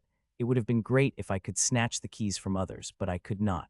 I would need to earn them again, which will take time because now the extra challenges would be even harder. There are very few people who have been able to enter the Palace of Wonder for the 2nd time, but I will try. I have already seen the kind of benefits it could offer me. Within a minute, I came across a Grim again, a familiar one. It got surprised seeing me and even opened its mouth but closed it and glared at me with hate, seeing me not spare more than a glance at it. A few minutes after that, I come across the 2 humans staring at golden doors. I had stopped for a few minutes to make a polite conversation, which turned out fruitful as I got to know about a few interesting things. There are thousands of people who have entered this place, and everyone is improving by the day. Even barely surviving the challenges will continue to increase one's strength, and as for those who excel, they are flying fast. Thousands of people have improved, and from what I could tell, more than 50 of the masters who have entered and remained have already leveled up to the grandmaster class. Though many have died, I am sure the number of those dying had already reached above 1,000, but there is nothing that could be done about it. Those who entered knew the risks. Still, the fatalities here are not even one of what we might be suffering outside. I am sure. Every day, the war was getting more and more intense by the day. Those who left this place might not be gotten even a day of rest before they were sent back to fight the war. The golden doors ended, and silver began. I came across more humans and Grims staring at doors with keys in their hands. 10 some minutes passed when suddenly I stopped as I came across the woman who was staring at 2 doors intently with a golden key in her hand. Stumped, are we? I asked, surprising her greatly. Yes, I have been standing here for more than 10 minutes, deciding which door to choose, she replied. Have you checked the golden doors? I asked, seeing the golden key in her hand, to which she rolled her eyes. I am not an idiot, Michael. So of course I have checked the golden doors, but they did not have what I needed, she answered. And these 2 have. I have, despite knowing they have. When I passed by these 2 doors, I had thought of her. They are suitable for her given her bloodline. I don't know much about her bloodline, but I know it is the most powerful bloodline in the world. She is Ellen, and since I had seen her 2 months ago, there did not seem to be much difference in her. She's still a grandmaster. Others might get fooled by it, but I am not. She may be a grandmaster, but is powerful enough that no one besides the Grand Lord would be able to kill her. Even with all my abilities, I don't have much confidence in defeating her. Door of Divinity and Door of Radiance both suits you, and since you have the golden key, you could enter both, I said, but I shouldn't have stated such an obvious fact. You think I don't know that I could choose both, but it is very important to choose the right one at first, she said, and the way she said it made me realize that there may be more to it than I am seeing, but I did not ask about. You should take the door of divinity, then your bloodline is divine by nature, and radiance produced through it, I said. She did not say anything for nearly a minute before finally nodding. You are right, the door of divinity should be the first, she said, and the next moment she moved with a speed that my eyes were barely able to capture and appeared beside the giant key. Click, she inserted the key, and the next second a clicking sound rang out as she twisted the key. She began to push open the door, and soon it had opened enough that she could comfortably pass through it. It's nice seeing you again, Michael, she said and walked inside the gate, and the gate closed behind her. I once again sighed. It had been quite a while since I had to get to talk to my friend like we used to when we were young. There are so many things I have to talk about, and many things I have to ask, especially about her bloodline, which is a treasure trove of data. I had wanted to sneak my seed inside her, but did not do that. I had sensed a powerful layer around her that I did not think my seed would be passed through without being discovered. It is the same with Jill. These two are really different from each other, but they give me the same feeling whenever I am close to them and think of fighting them. All the hair on my body stands up. I did not stay further, watching the door closing, and again started my journey toward the exit. Soon the silver doors finished, and the irons began. I come across more humans and Grims. Their numbers have surprised me. Compared to a week ago, there are at least 5 times more numbers, a huge change in a matter of days, and it is not like getting keys is easy. It seemed like I had been judging them too harshly, underestimating them too much. I am not the only one who has a talent. People have them too, and this place gives you ample opportunity to show them with its extra challenges. Finally, I passed through the last iron door and reached the exit, with giant blue and gray doors standing in front of me. When I entered this place, I had a clear idea in mind: go to the Palace of Wonder quickly as possible and leave right after. But now my decision has changed, and it is making me feel guilty. My reasoning was to join the war as soon as possible, but after 2 months and observing many things, I now feel that staying further, at least till I make a breakthrough, would be a wise choice.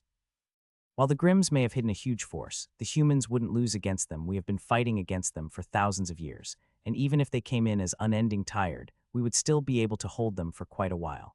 I have great faith in my race and those guarding it. Even if the Grims have brought a couple of Grand Lords, which I am very sure they are hiding, we will be able to deal with them. We have Lord Gatlin in hiding, and if he is able to practice that method, then he will be even more terrifying than he already was, but there is also someone in whom I had more confidence. It had been 2 months already. I am sure Rai would have broken through all 3 seals by now. I am very sure he did, which will give him the power of the Grand Lord. He will be another trump card, not to mention there is a Lord Sylvian. He was planning on making a breakthrough into the Grand Lord and having the best chances among all the council members, but nothing is certain. It is a level of Grand Lord. If achieving had been so easy, they wouldn't have such a tiny number of them. It took me a while to clear my emotions, and I moved my gaze from the gray door to the blue door. Step.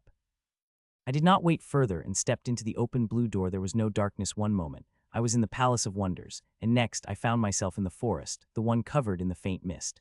Forest of Nierophas, get out before it gets you, written on the board, and there was a map below it and the time I had to finish off the challenge, which was 1 day. I looked at it before taking a step forward and stopping immediately right after, with my expression becoming serious. The mist, I immediately caught the strangeness of the mist, and a minute later, my eyes went wide when I understood what it was doing. I first thought it was a psychedelic like the one I had experienced in the ruin, but as soon discarded that thought. It is not psychedelic, but something more dangerous, as it is only affecting my soul instead, both soul and body, like the psychedelic in the ruin did. It is going to be hard dealing with this thing. Thankfully, after my adventure into the psychedelic ruin, I have worked hard to upgrade my soul defenses. I have also been able to level up the soul method I was practicing. I hope these measures will be enough for me to deal with what will be coming to this ruin. I have most of my powers sealed, but it has happened so many times already that it did not affect me at all. I moved to the most suitable speed that I had calculated, and also, at the same time, began to circulate the Su method at its top speed. The method seemed to be helping a lot, more than I had thought. More than 99 of the mist that came at my soul would be dealt with by it. Still, that did not make me any happy at all, because I noticed as I walked further the mist is getting denser. I did not let that affect my mood. I kept walking, following the map this time. I am not taking any help from my clone. I have handed it the responsibility of the inheritance, and it is working. I will not ask for its attention unless I really need its help. 3 hours passed by, and the mist had become much denser still. Everything was quite visible, and I was not having any problem in following the map, though the mist had started to affect me, and I did not like what it was doing to me. I would have preferred if it had given me hallucinations. I could deal with them, but I do not like having my thoughts slow down. It makes me feel dumber, and I am getting dumber by a second. I circulated the method faster and faster, trying to slow down the assault of the mist, but as the mist got denser, the effect of the mist was greater. Another hour had passed, and now I felt like a common person. My thoughts were slowing down so much that I was having a problem in circulating my method, but I gritted my teeth and continued circulating no matter how strenuous it felt. I have to bear it for 2 hours more. I have already crossed more than half of the distance, and in 2 hours I will reach the end point. Another hour passed, and finally my speed had slowed down. I had to do it to focus more on circulating the soul method. Concentrating on both of them is quite hard, especially with the complicated pathways of circulation the method has. My speed began to slow down till it reached the walking speed of a normal person. I wanted to move faster and reach the endpoint, which is quite close, but I could not, as stopping the circulation of the method will make the effect of the mist much stronger. I don't think I would be to walk for more than few minutes before the effect of the mist became so strong that it will stop all my thoughts. Maybe I have been too fast, I thought. It was a mistake on my part. I did not properly calculate the effect of the mist and continued moving at a fast speed. If I had been slower, I would have had greater time to adjust to the power of the mist. It wouldn't have come to me like a hammer. There is no use in crying over spoiled milk. I should be focusing more on circulating the method faster to resist the effect of the mist. I passed over the creek and bushes many times, and I nearly stumbled. It was the first time I realized the things I took for granted require quite a lot of thought power, and now that my thoughts are slowing down, it became a challenge to avoid simple stone or bush that is on the way. It became challenging to follow the map, and it hadn't been floating into my core, showing me the clear way. I wouldn't have been able to do it. Crack. Once more, I had stopped myself from stumbling from the rock when suddenly, I heard a cracking sound. Even my dumb mind was able to register its implication, as my eyes went wide hearing the sound from my soul. Maybe, now thinking wouldn't be so damn difficult. 1 week more, I said as I looked at the runic humanoid projection in front of me. It was finished. I only need make some minute changes and check it for mistakes, which would take about a week. I had thought it would take me 2 to 3 months to be finished with the changes, but I will be done in less than that. Only 35 days had passed since I had walked out of the Palace of Wonders, and in a week more, I would be ready to make a breakthrough. It wouldn't have been possible without the help of my clone. It worked constantly on the armor, and like now, I begin to use every bit of the free time I have to work on my inheritance. It was quite difficult to acing the challenges without the help from my clone, which I have become so dependent on. I had to use the abilities which I had not since I had created the clone. Thankfully, I had the foresight not to remove those abilities, which are now helping me a lot. I stayed in my clone for 3.5 hours before I opened my eyes and looked around. There are quite a lot of people around me, even masters, who have become a minority after more than 3 months of the opening of this place. Of the 5 masters, 2 had just leveled to a grandmaster. A while ago, 3 grim masters had also leveled up after they received the boost. More than half of the people have already left, while the others are leaving one by one. There is only half an hour remaining before the gate closes. Buzz. Seeing that, I got from my spot and walked toward the stand and placed the 9 rings on white marble. Immediately counter buzzed, and I found myself covered in the golden glow. It entered inside me, but not a speck of it was able to merge with me, and a few seconds later, the whirlpool had been created from my core and sucked all the boost inside. As the last speck got sucked by my core, I walked out without any change on my face. It had happened to me so many times that it had become a routine, though every time it happened, it made me curious about where this boost goes. It is not always that I keep the boost. I sometimes give to others, as I did with Lord Hunt, but this time, I did not see anyone like Lord Hunt who would make good use of the boost. There were people who would have reached high grandmaster class or were at the limit with my boost, but they did not matter much in the grand scheme of things. It would be better to let them earn the boost than simply giving them. You were lucky this time, Czar. Next time you won't be, said the bearman as bore down its aura at me. The aura of the Grand Lord, the first Grand Lord, I have come across in this place. I had fought against it a few minutes earlier. I truly wished I had come across it an hour ago. I would have tried my all to slay this bastard, and there was a chance I could with the restrictions on our power, but I only got 2.5 minutes against. Even I could not perform a miracle in 2.5 minutes. You wouldn't have been standing here if we didn't have only 2.5 minutes, Basser, I said, to which it glared before laughing. I was going to say the same. Czar, it is quite a regret that we only got to fight for 2.5 minutes, it said before stepping into the blue door. It is not leaving. The greedy bastard likely wanted to take all the boost this place had to offer before leaving. Even for a Grand Lord, the boosts here are substantial. I did not stay further in the safe zone either and followed Grim into the blue door like always. Darkness enveloped me for a second, and I had got star imprinted on my wrist before everything began to become clear, and I once again found myself into the forest. The rainforest, I said there are many times forests have come before, but not a rainforest, especially one which has torrential rain and even the lighting crackling from above. I moved my gaze toward the mission board, and my expression couldn't help but change for the worse. There is only one word written there, and below it is time. The word written is survive with 3 days as a time limit. I loved these kinds of tests, but I was hoping to get some relaxed ones so that I could focus on my inheritance, but that is not going to happen now. It is a good thing I slept earlier because now, for the next 3 days, I am not going to get any. Patter, patter, patter. The board disappeared a minute later, and the furious rain began to strike me thankfully. I had changed into waterproof clothes because without the energy, it would have been quite troublesome to deal with the wetness. My energy is completely sealed, though some physical enhancement to the level of peak night has remained, which I hoped would be enough, but nothing could be said. Who knows, the rain might turn freezing cold, or lightning might begin to strike me, where these physical enhancements begin to get tested. I did not remain on my spot long and walked toward the big tree that I saw while I could bear the rain. That does not mean I wanted. I like to be dry like everybody else, but it is going to be a challenge, considering this is a survival mission, and these missions are notoriously frustrating. Kai kai kai. I was just thinking that when suddenly, all the hair on my body stood up, as I heard the irritating sound from the familiar monsters. Kai kai kai. I turned back right in time to see 6 monkeys coming toward me. They were small with red fur, but had notoriously sharp claws and cruel smiles on their faces.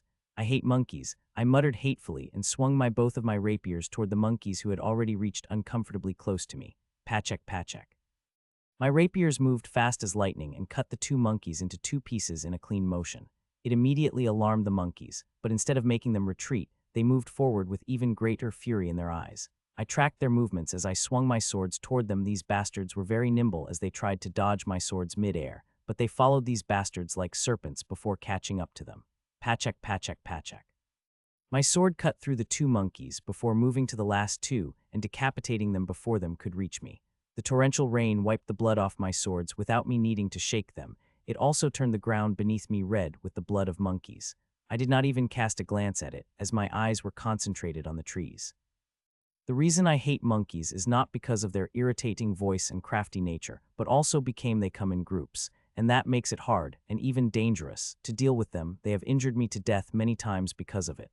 Kai kai kai. For a couple of seconds, nothing had happened before I started to see the red eyes popping into the night, and the next moment, they came, making sharp, irritating calls. This time 13 came, and all of them were clearly aware of my abilities, seeing the cautiousness in their eyes, but it was not going to save these monsters. No matter how intelligent and crafty they are monsters. They could never be matched against me. I saw the 13 monkeys, and it took less than a second for me to predict their future path and devise a way to kill them quickest with minimal movements. Pachek pachek pachek. My rapiers moved at the same time, and the very next second, the bodies of monkeys began to fall down one after another, that by the time the 3rd second was finished, the bodies of all 13 monkeys were on the ground, dyeing the water in a darker shade of red. Kai kai kai. I did not get a second of relief when I heard the even angrier call, and it was coming from all directions, and I could say I was surprised.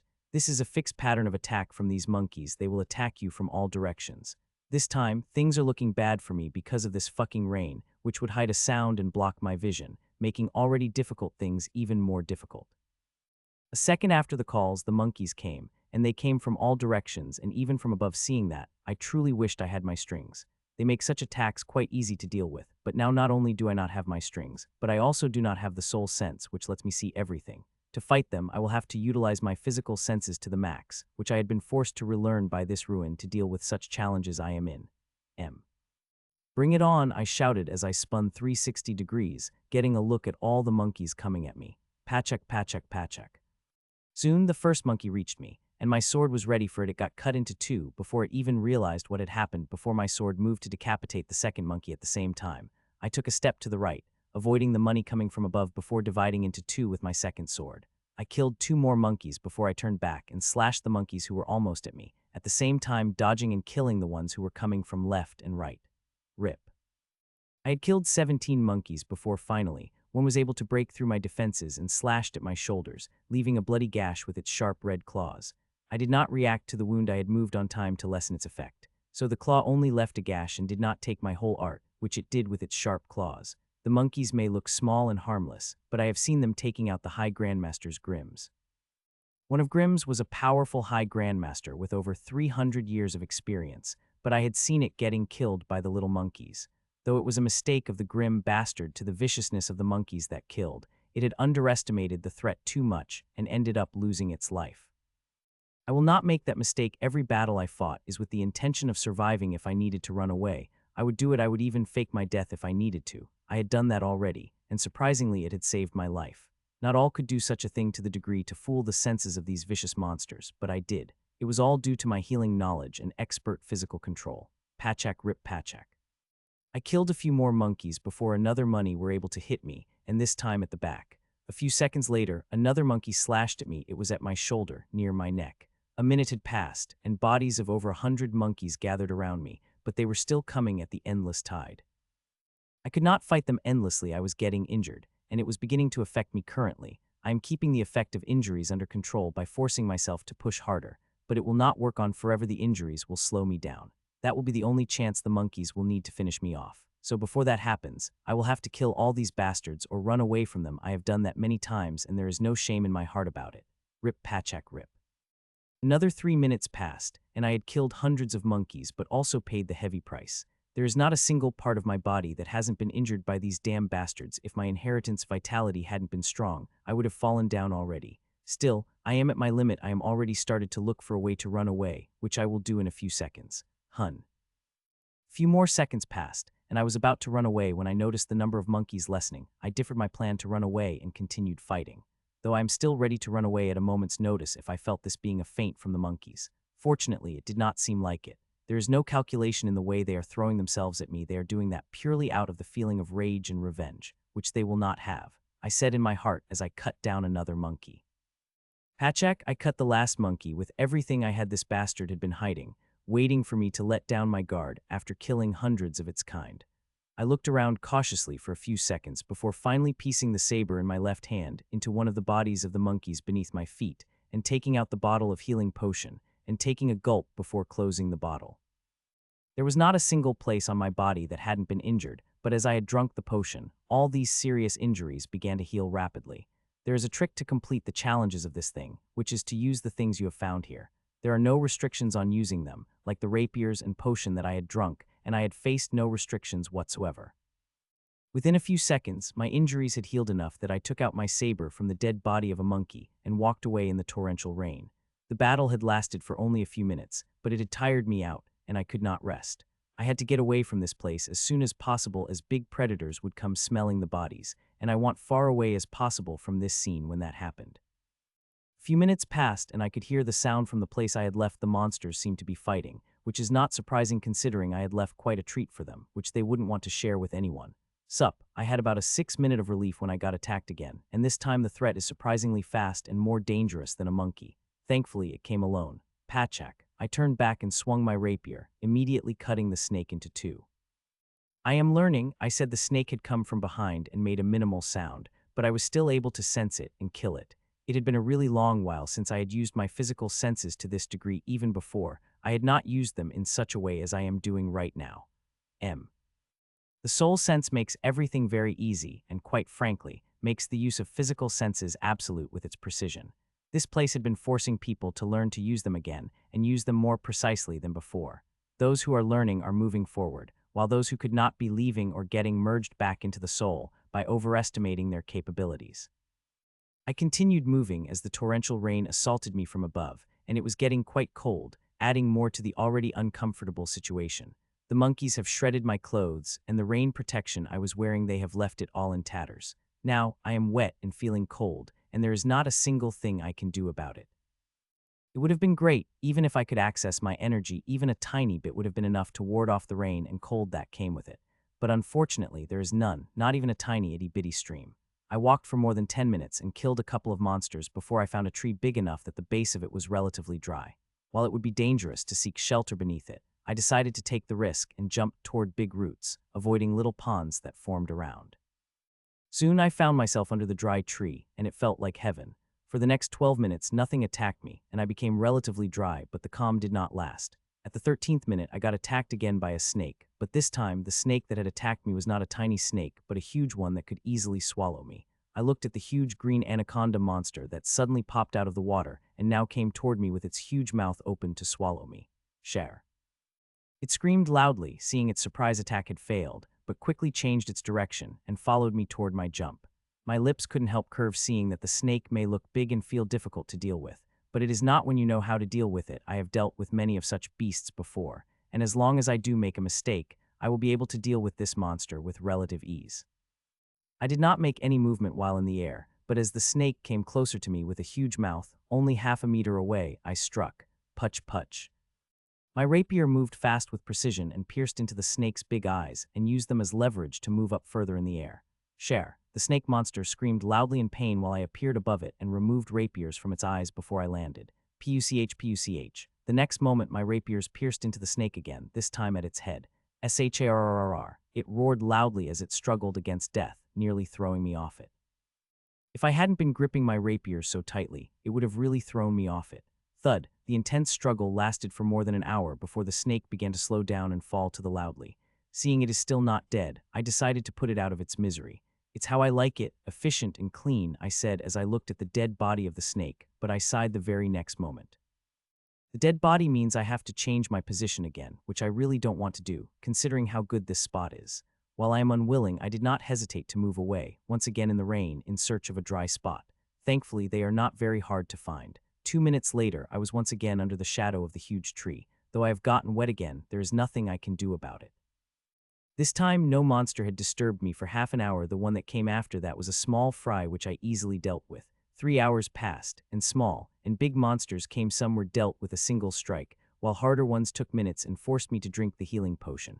I had to change my potion a couple of times due to the piling bodies, but there was nothing that could be done about it. I was lying against the tree when I heard the sound of fighting, and it is not the sound of monsters fighting monsters. I have long ago learned to distinguish that. No, it is a sentient being fighting against the monsters, and my answer is Grim. I did not stay in my place hearing the sounds. If it was Grim as I was expecting and someone powerful, I would fight it. I would very much prefer it if it were a bearman. We could not finish our fight earlier. I was right, there was a Grim fighting, but it was not the bearman that I had been expecting. It is a werewolf, the Golden Fire werewolf, and it is fighting against a pack of large wolves. It seemed quite funny to see werewolf getting attacked by the wolves, and there seemed to be no love between them. The Grim hated when one referred to them by their monster counterpart. I did not get too close to the battle. I have no interest in helping the Grim by dividing the attention of wolves which are tearing at werewolf from every angle. Ah, you bastards, if I were at my peak, I would have wiped you out in an instant, screamed Grim in frustration as the fur on its body lit up gently, sending a faint wave of heat, which I just wanted to embrace myself in. It is a Golden Fire werewolf, and even its inherent fire has been suppressed, but still not completely, as faint heat still radiated from it. If I were to guess, then this bastard is at least a grandmaster, as only their bloodline is powerful enough to bring out such faint power. It is making me really jealous, as while the heat is useless against attack, it could keep it always dry, and that is the most wonderful thing. Die, you bastards, die. The Grim continued to scream as it hacked wolf after wolf, but they kept coming. They have also learned the limitations of the Grims and thus adjusted it. The Golden Fire werewolf is doing the same, but the wolves are doing it better. The Grim had been powerful, but its lack of experience is quite evident. It had gained too much power too early and did not have enough experience in physical battles to deal with such enemies. Though it is clear, it is learning. It is being forced to learn. Not learning will become its demise. Still, the wolves are doing it better, despite being the dumb bastard. To be honest, the werewolf should have run away by now, slowly killing the wolves that followed it, but it did not, and now its body is littered with injuries, and running will only benefit the wolves. Unless, of course, it has the healing potion, which will make things a lot easier, especially if it has a little bit of stamina potion with, which will guarantee its survival. A minute later, it did bring out a healing potion, and I was not surprised. If it had not learned that much, then I wouldn't have been survived so far. It drank the potion and was putting the bottle away when it was knocked out of its hand.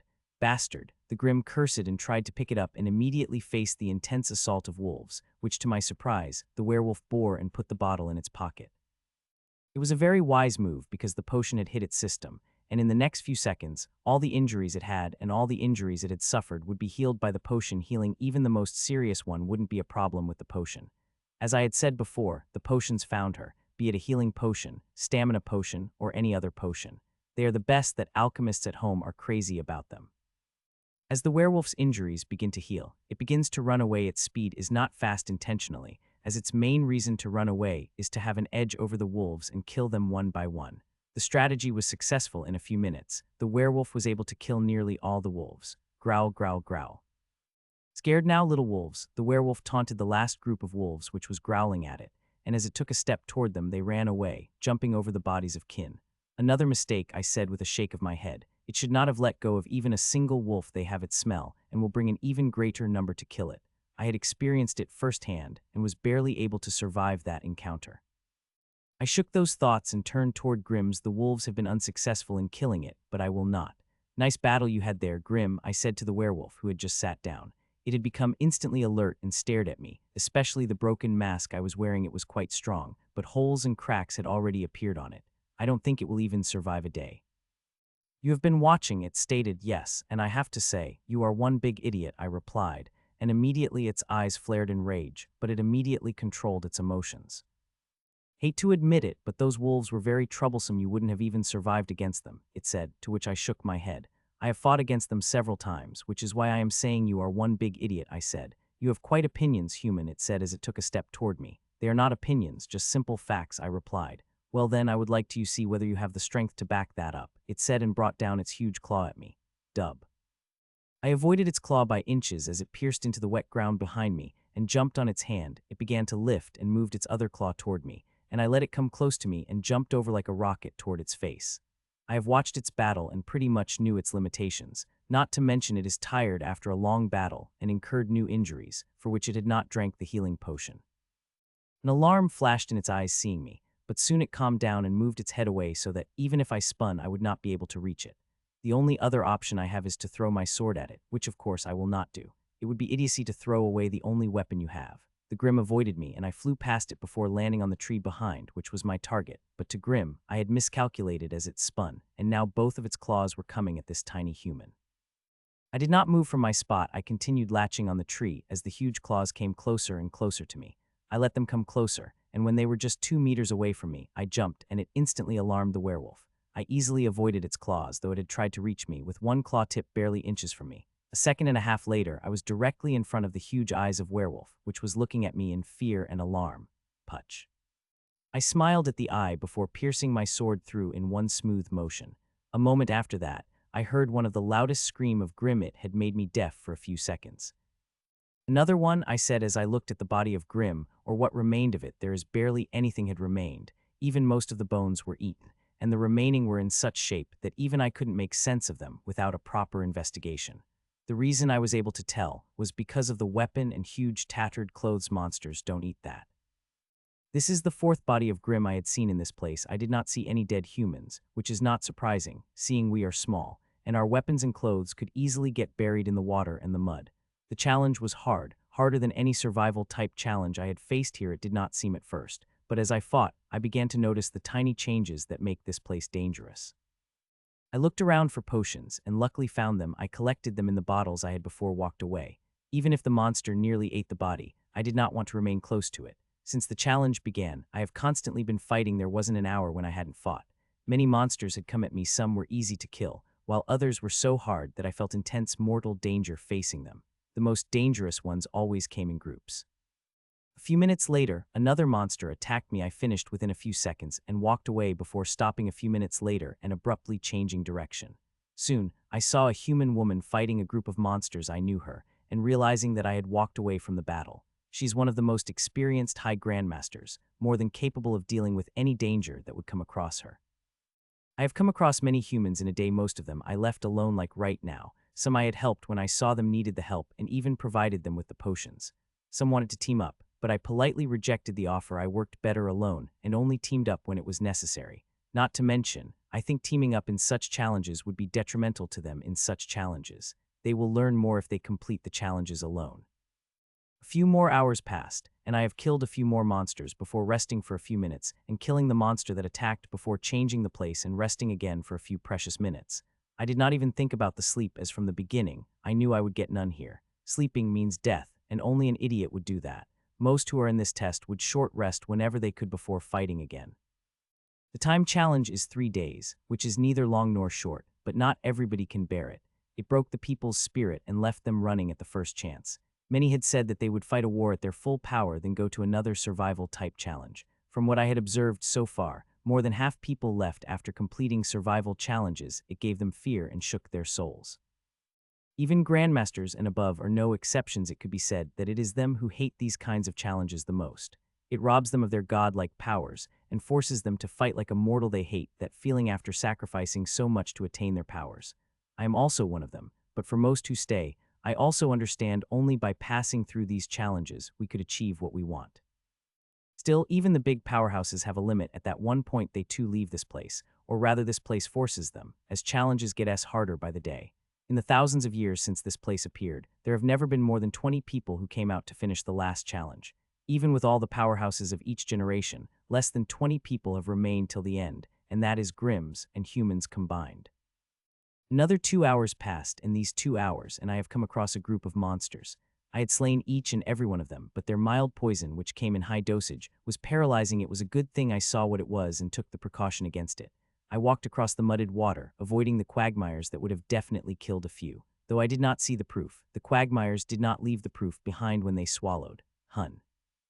I was walking when I suddenly felt immense danger, and it came from water, but I could not see what it was. So I did the only sane thing I could and jumped. The moment I did, I saw the blue electrical arc spreading across the water, and soon they enveloped me as my feet were still in the water. It will take a fraction of a second to completely get out. Until then, I will have to suffer this shock.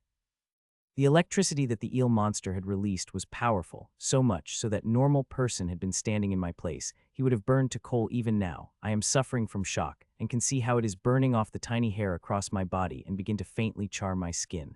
The pain it gives is also no less, but that is an easy thing to bear. Gulp. I stayed in the water for less than a second before I flew up, and the first thing I did coming up was to move my numb limbs with all my will and drink a sip of a healing potion. While I have received a shock for less than a second, it did quite a damage, especially the numbing effect across my body, which is no less bad as serious injuries because it stopped me from using all my strength, and I can't have that. So I took a sip of the precious potion, which I only do when I am seriously injured. I am not seriously injured right now, but my condition is the same as if I am. The potion transformed into the energy before it had reached my stomach and spread across my body. The minor injuries healed it in a matter of seconds, and most importantly, I have got my complete mobility back and am now free to deal with any challenges that come across me. I grabbed the branch of the tree before swinging myself toward the dry part of the root. Earlier, I had seen electricity spreading and how few safe areas were. Even my body, great conductor with all its wetness due to the constant rain, which had not stopped even for a second. Thud, I landed on the dry root and began to look for an eel monster which had nearly killed me. I have to kill it before I walked away, or it will zap me to death. Interesting, I said, looking at the strange battle going on in front of me. There were two humans fighting against three Grimms. One is surprisingly Sela's bishop, and the other is Lady Veronica, Hazel's mother, both of them fighting against the three Grimms. All three of them are powerful, but one caught my eye. Targ, a member of the Coven, a very powerful Grimm. Their battle had created quite a ruckus, but sensing the danger, no monster had tried to interfere with it like me. They were watching. I had arrived a few seconds ago. I had heard sounds of battle nearly half an hour ago, but dealing with monsters of my own. The powerful monsters begin to come out for the last day, especially now in the last few hours. This is the third day. It is nearly finished. There are only around 3 hours until the challenge is over. It will be the hardest 3 hours. The powerful monsters will come, and mortal enemies will take the risk against each other. I watched and couldn't help but marvel at how these people were fighting, especially Bishop and Targ, which is peak-level fighting. Even though I hate the bastard, I have to admit Sela's bishop is powerful even without energy. He is fighting like the master he is. It should not be surprising to me, as the Sky Saber and Blazing Sphere are two supremes who focused on the weapons skill the most. Their members, especially those who are born and bred into an organization like Sela's, had been trained with weapons since they could hold a sword and have amazing weapon skills. His energy is no less amazing. Targ, of Frostbullman tribe, is one of the unique Grimms of the Coven. It could be said to be most similar to one of the most hated members of the Pyramid Council, Raymond Leon of the Wisdom Tower. Unlike him, it did not use shields, but a great sword that is much wider than the normal swords. He is one of the oldest members in the Coven, and the one with the most powerful defenses below Grand Lord. It had even survived the attacks from our Grand Lords. Now it is fighting against Sela's, with no one getting an edge over others, totally different from Lady Veronica, who is suppressed under the two Grimms. It is not a battle in which I could stay on the sidelines. It is a grand opportunity to hunt the powerful Grimm, and I will not let it go. though it also does not mean I plan to join the battle immediately. It is a great opportunity that Grims hadn't seen me, and I want to use it to land a crippling strike at the bastard at the right time. I moved closer, and my target was the fight between Lady Veronica and Haber. While Targ is most dangerous and Silas is capable of fighting it, it is Lady Veronica who needs help, as she is fighting against the two Grims. Usually such numbers do not stress us, we have the habit of fighting them, but here we have our power suppressed, which is a great advantage to Grims, given their size. A minute passed and then another, but no great change had occurred in the fight other than it was getting harder for Lady Veronica to fight. The two Grims are gaining a greater symmetry with each other, which is improving their teamwork rapidly. If they kept improving and suppressing Lady Veronica in such a way, then she wouldn't be able to last against the Grim for long. Another 2 minutes had passed, and I have reached the spot, and now I was just waiting for the right moment to attack. The moment had come a lot sooner than I had anticipated, just a few seconds after reaching the spot, and I took it without wasting even a moment. As the unknown Tigerman took a step back to launch the better attack at Lady Veronica, it had appeared a few meters away from the tree I was on, presenting me with a perfect opportunity to launch an attack. Rumble. I jumped, and at the same time the clouds rumbled and produced lighting, which lit up the whole area bright as day for a moment, which was enough to Haber the Viperman see me from the corner of its eyes. Enrav, a human from the back, warned Viperman loudly, and immediately the Tigerman turned on instinct and saw me coming toward it, directly for its eye. Viperman seemed to realize what it had done and moved its lips to curse and wanted to come to the rescue, but was immediately stopped by Lady Veronica, not that it would have done anything considering the distance, which it would have needed at least 3 seconds to catch. The lightning had done a great favor it had shown me to the Viperman, who warned the Tigerman, who turned toward me, giving me a straight route to its eye. It is just like when I fought against the Golden Fire werewolf 2 days ago. Putch. My sword passed through its eyes without much resistance. It went completely inside that gooey substance with a vomiting smell coming out through the gaps. "Bastard, I will kill you," shouted the Tigerman and came at me with fury as blood and other things spilled out. I am quite surprised by its reaction. There was no scream of pain, nor it had used its hand to cover its eyes. It gripped back its huge saber and came at me with fury. The Grim might not have the experience, but it has the will, and such enemies are most dangerous when you leave them alive. They might be weak now, but they grow powerful, especially through each setback they receive. So it is better to kill such bastards before they fully let out their potential. Bang, I avoided its furious attack, which crashed on the log of wood I was standing on, and used the opportunity to leap toward its legs. Immediately it lifted its right leg and moved to crush me, and at the same time bring down an axe toward me. A test of great balance and skill. It should not have done that because it had slowed it down, and seeing that, I stopped holding back. I instantly increased my speed, easily avoiding the food that was about fall on me. I could see the alarm in its good eyes as I moved toward its leg. It had closed the ways it could save itself from lifting the leg, and now I am going to exploit the hell out of this great opportunity it had given me. Slash, I slashed down on its other leg, opening up another vein now. The shower of blood was spurting out of both of its legs while giving it immense pain. "You bastard." It shouted and brought down its huge axe toward me with all its fury, which I avoided easily before moving toward its legs. This time, it did not make a mistake, as before it did not move its feet up to crush me, and instead took steps back in retreat while bringing down its axe at me again. If I had been fighting against it in a sand realm with our powers completely sealed, it would have been a game over for it without a healing potion, but here our powers are suppressed only to the night stage, and that makes it quite troublesome to deal with the Grims. As here, the immense vitality of Grims shows its magic. The blood is still coming out of them, but not as much as I like it to be, and in a minute, the wound will completely close up. The Grims really do have an unfair advantage even here. All they had to do to kill us was to land a strike across our body, or just capture us with a huge hand or stomp us with their huge legs, and it would be game over for us, while we have to land tens of precise injuries on them to do anything. Not to mention, there is a healing potion that will undo all the damages we have done in a matter of seconds. The difference in advantage really frustrates me, but there is nothing I can do about it. Bang, its axe landed on the ground beside me and moved up to strike again like so many times this time. Something different had happened. I jumped on its hand, and it reacted immediately, releasing its grip on it to capture. But before they could, I jumped up with all my strength. An alarm flashed in its eyes, and it tried to move its head away, but its speed was too slow. Even its hands that were coming to capture me wouldn't be able to capture me on time. Its head had still moved enough that I needed to take the spin to move a little before I appeared in front of my target, the second eye of the Grim. "You wretch." The Tigerman cursed as it arched its feet to jump, but it had reacted too slow. I had already reached my target and moving for the attack. Putch, my sword pierced through the second eye of the Grim, effectively turning it blind, but I did not have time to celebrate my victory as the huge hands of Tigerman came at me. They were able to capture me, then it was game over. I used the sword at the leverage and flew up with the force of my hands. Taking the sword with me, it would have been much easier if I had left the sword. But as I had said, it is the only weapon I have. I could not leave it. Bang! I had just reached above its head when the edge of its hand crashed against me and sent me flying hard. I'm not surprised. A second ago, I saw its hands moving up and knew the way it was moving, and the speed it had. It will crash against me, and thus prepared to lessen the blow and even took other measures. I was sent flying toward the huge tree, against which I am going to crash hard, which would injure me even further, more than I had injured the Grims, and might even take me to the death's door. Before that happens, I have to do something.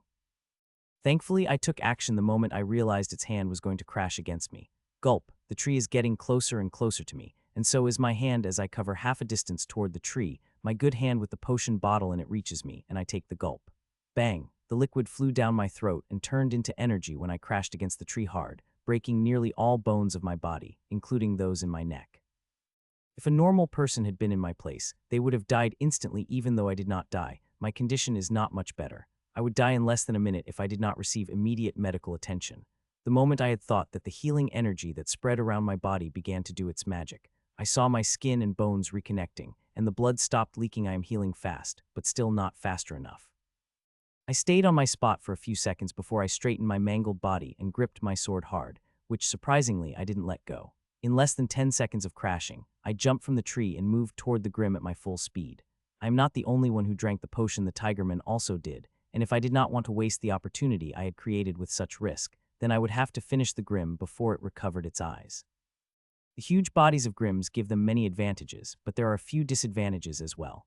From what I have observed, the potions work a little slower on them, and according to my calculation, I have around a minute before it recovers its eyes, which is rather fast, considering I have damaged one of the most delicate and complex organs. They usually take a little longer to heal than the other body parts. I reached it and went for its legs.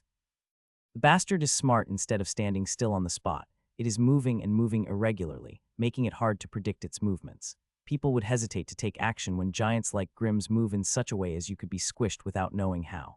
I have already taken a big risk to kill it as soon as possible if I wanted to. I could have taken my time to kill it. That approach would have been much safer, but I did not want to wait when there were two Grims around. So now I will take a risk again, and this time I will succeed. Slice, slice. I took one more glance at the other two Grims fighting not far away before attacking, cutting across its leg before moving to another and doing the same. The injuries started to heal the moment I had caused them, but that is to be expected with the power of potion in its system. I had chosen to attack legs not because I wanted to injure, but for a completely different reason, and seeing what action it takes, I know it is worth it. Bastard, M. The Tigerman shouted and brought down its axe toward me. Bang! This time I did not have to dodge its axe, as its aim was far off, but I used the opportunity to jump on its huge hands and ran across it before jumping as it tried to shake me off. Fuck! The Grim cursed as it released what I was about to do and moved its hands toward its eyes again, but unfortunately for it, it was not the eyes I was targeting, but something else. Thud, the Tigerman fell down with injuries across its eyes, and Neck had taken quite an effort to wean away the power of the potion from its system before killing it. The core of strategy was eyes. I never let it heal without the ability to see. It was a fish on a chopping board, a powerful wriggly fish, but still, a fish that I finally succeeded in gutting. Bastard, cursed the Haber, the violet viperman, who wanted to aid its kin, but was stopped by Lady Veronica. Targ, on the other hand, is completely busy fighting Sela's bishop. It had not even looked when the Grim died. Only an idiot would dare to distract himself when fighting a dangerous enemy like the Sela's bishop. Both of the battles are great. I just wanted to sit and watch the battles, but I could not do that. Killing these bastards as soon as possible is the highest priority. Gulp. So I gulped the stamina potion and moved toward Sela's bishop, while Lady Veronica needed help. Killing Targ is more important. It is a member of the Coven with a very high chance of reaching the level of Grand Lord in this place. Leave this bastard to me. Help Veronica, said Sela's bishop. When I was about to reach the battle, hearing that, I immediately turned and ran toward Lady Veronica. It is not me following the bastard's order, but doing what is right. If I had joined the battle despite his objection, then there would be friction between us, and it will help the Grim instead of helping us. So it is better I aid Lady Veronica first. After we kill the Viperman, we will be able to help him against the Targ, and Bishop would not be an idiot to reject help despite its massive ego. Soon, I reached the battle and performed a few hand signs in quick succession from the Angel Grim, could not see despite the wide view its giant eyes offered it. Okay, that is all, Lady Veronica said. A second later, I joined the battle against the violet viperman. The Grim was much more experienced than the tigerman I had just fought, but it is now fighting against two humans. I immediately went for the legs while Lady Veronica dealt with its sword. The viperman is quite nimble, and seeing me coming for its legs, it had been moved around, using a lot more footwork than before. Seeing that, a smile couldn't help but appear on my face. It shouldn't have done that. When fighting against me, you should be stable, but he does not know much about me, and I have fought with a completely different style against Tigerman, and now using completely different against it. Few seconds later, I landed my first attack on the viperman. Its legs began to bleed, and there was no shower of blood. The injuries were to cause pain and restrict jammed its movements, which would happen in a few minutes. I once again signed the gestures at Lady Vivian, and immediately we changed position. I began to defend against its swords, while Lady Vivian began to attack at her target, is specific spots on its thighs. "You wretched humans," cursed the viperman loudly. It had been a minute since I have joined the battles, and it had suffered quite a lot of injuries. From its feet to its chest, one could score injuries, half of which are still bleeding. People might consider them harassing injuries with minor effects, but they are wrong. The Grim had already realized what we had done to it, seeing how cautious it had become, and if it could, it would have definitely tried to drink the potion. It had tried a few seconds ago, but now that bottle was lying in the mud. I once again signed and gestured at Lady Veronica, and her eyes became serious from the tree she had been. She jumped toward its head, and at the same time I jumped on its sword hands. "You finally fell into my trap," said the viperman, without care for the Lady Veronica coming from behind as it quickly legs off one hand its sword and brings it toward me at surprising speed. The speed at which its hand is moving is really great. I don't think many Grims would be able to achieve such speed with its limbs as it is right now. It is definitely the bastard's trump card, a damn good one against such a human. It took its hand barely a second to reach me, and the moment it did, I jumped. It seemed to be expecting that as it moved its hand toward me without losing even a fraction of speed. "Caught you," it said with a smile as its fingers stretched to catch me. "Not yet," I said, and brought down my sword at the bone of its middle finger. My move seemed like a suicide move. Even the smile on Grimm's had brightened up seeing that. Me piercing my sword to its middle finger would be painful, but in turn it will catch me, and after that, all it had to be squeeze me, and I will spurt like a tomato. If I had any options, I wouldn't have taken such a risk either, but there was no choice when its hand came at such incredible speed. I had looked at all the options, and this one seemed to be the best one. "Putch, you are me," said the Grims as my sword pierced into its finger. At first, there was no reaction, but soon a surprise flashed into its eyes, which transformed into a shock as its hand froze. "Even it did not know," I said, seeing its reaction. Even I was not sure it would work. I had studied its anatomy and knew what would happen if I pierced my sword at that specific spot, but I was not completely sure of it, as I had never tried it. I did not waste time. I squeezed out of its hand. Before jumping toward its eyes, it reacted fast, and a hand came at me while it could not move its fingers. It had no problem moving the hand. Its hand was chasing me when suddenly it slowed down as another attack landed on it, and this time at its huge skull, on a very popular weak spot it had above its skull. "Putch," I reached its left eye and pierced it before jumping up. This time, I was able to avoid its hand inches, while at the same time, Lady Veronica jumped on its shoulder and slashed deeply at its neck. "I will kill you," shouted the violet viperman, and that is the only thing it could do as we bring injury after injury across its body. It should have run away because it did not take us long to take out its other eyes, which have sealed its fate. It was then it tried to run away, but it was already too late. It was too late, as now, even if the bullman came, it would not be able to save it. "It is running away," I said as I jumped from the dead body of Viperman and ran toward Targ, who had started running away. It ran away the moment it saw we killed Viperman. I did not waste any time and began to chase Lady Veronica not far behind me. The bastard is quite smart. It knew it would not stand any chance against 3 humans, and thus began to run. I had a powerful trump card I had not used till now. I had saved for it. If I had used it in the earlier battles, I wouldn't have had such difficulties. The things are not completely out of reach yet. While the Grim possess a far greater speed than us, it will not be able to utilize it all in the area we are in. It is a rainforest, not a desert, without any obstructions where it could sprint at full speed. Here, the trees were everywhere, and it did not have enough power to crush through any obstructions that came their way. In a minute, I had already cashed up to Sela's bishop. He looked a little surprised, but did not say anything. "Sup, sup, sup." The bullman suddenly up branches of the burned tree and threw them at us. It had only looked back for a moment, but its aim was spot on. But we were also prepared, seeing burnt projectiles coming toward us. We jumped out of the way and followed it. The branches of the burned tree were standing, and as the seconds passed, it began to throw anything and everything at us, including the mud, which was quite hard to dodge. I let some of it even hit me. It felt like a sledgehammer, but still better than getting hit with mud that had a piece of stones inside it. They would have torn me apart if they had hit me. Still, despite all the obstructions, we are gaining ground. I am gaining ground. I have already reached ahead 20 meters ahead of Sela's bishop, and the Grim is now less than 50 meters ahead of me. 3 minutes more passed, and now there was barely a 10 meters distance between the bullman and me. If it had just stopped and fallen down, I would have been crushed by its body, which of course wouldn't happen. As I reach closer to it, I have brought out my trump card, a bottle. It used to be a potion bottle, but now it had thick gray liquid inside. I opened the bottle and poured a thick liquid on the blade. The moment I did, the water from the rain fell down on it, and it solidified, forming a layer on the blade. I have found many poisonous things in this place, most of them useless. If I apply them on the blade, the rain will wash it away. Even if I am somehow able to keep them on the blade, and even able to use them on the Grims, it will be detected by it. All the Grim would need to do is drink a potion once, and the poison will be dealt with.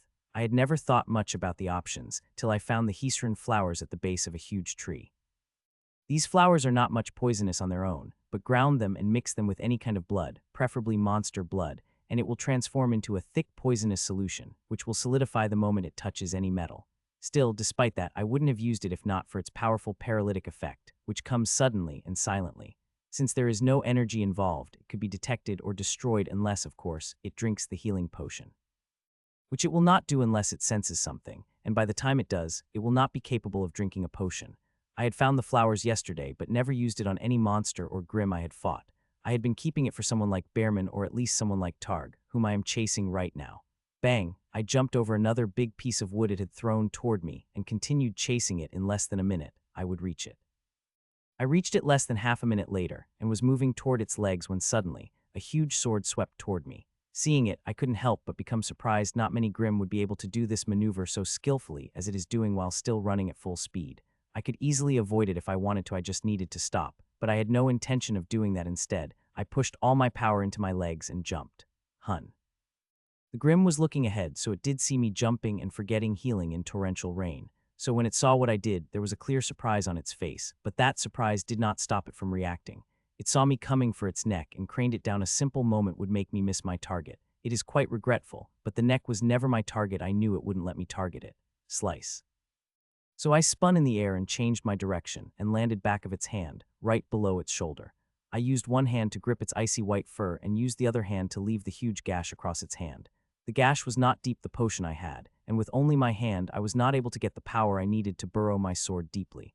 What I did was akin to a minute injury, which will heal in a few minutes, but to me, it is a success. The substance only needed to touch its blood, and it did the way I used the blade. Nearly all substances covering the sword touched its blood, a result much better than I had imagined. The moment I did, I felt it shaking its hand. I did not resist. Instead, I pushed my legs against it and used the momentum to jump back. As I appeared in the air, it tried to flip its huge sword at me and kill me like an insect, but I changed my place through the spin and avoided the sword by inches before landing on the ground. You should have gone after its neck, said Sela's bishop as he ran past me. I did not say anything and just followed with Lady Veronica, who was not much behind. I once again drank the stamina potion and ran with Lady Veronica. I did not rush before. It would be taking too much risk for a job that was already nearly done. I need to be ready for what happened after the poison kicked in any condition. I could not let it drink the health potion. A few seconds later, Sela's bishop reached it, and the way it began to attack, and this time seemed to go all out, taking much greater risks than before. Still, his opponent is good. It is defending well. Even if it was suffering injuries, it was on non-fatal parts, which did not affect its performance. It got me a pointed look from Lady Veronica and Bishop, but I smiled through my broken mask. Still, the Grim does not make things easy with 3 of us reaching it. It had stopped running and now fighting in the earnest or defending it. It is very good. Despite the 3 of us fighting it together, it is defending most of our moves, and whenever we were able to land a hit, it would be on the no-lethal part of its body. Not to mention, most of these injuries would be closed within a minute. The Grims have powerful healing powers here, but the healing power of this bastard seemed to be the strongest among all the Grims I had fought here. It did not matter, it would be dead soon, and it will be quite an accomplishment considering the power this bastard had. Even outside with all my abilities, I will need to fight it for a considerable time and need some luck to defeat it. It is one of the strongest Grims, and it will die today. I was just thinking that when the poison had finally erupted, its body shook and froze on its spot while rapidly beginning to turn purple. I could see its body fighting, and the way it was fighting couldn't help but make me feel surprised. The bastard might just fight it out with its vitality given enough time, I said, though we are not going to give a time for that. Still, the power of vitality surprised me. The poison is not easy to deal with. Once it had revealed itself, it began to consume the vitality, but seeing what is happening, it is clear its vitality has been fighting hard against it. Splatter. A huge splattering sound rang out as its body fell down on the mud, covering three of us thickly, but in a few seconds we got cleaned off by the torrential rain.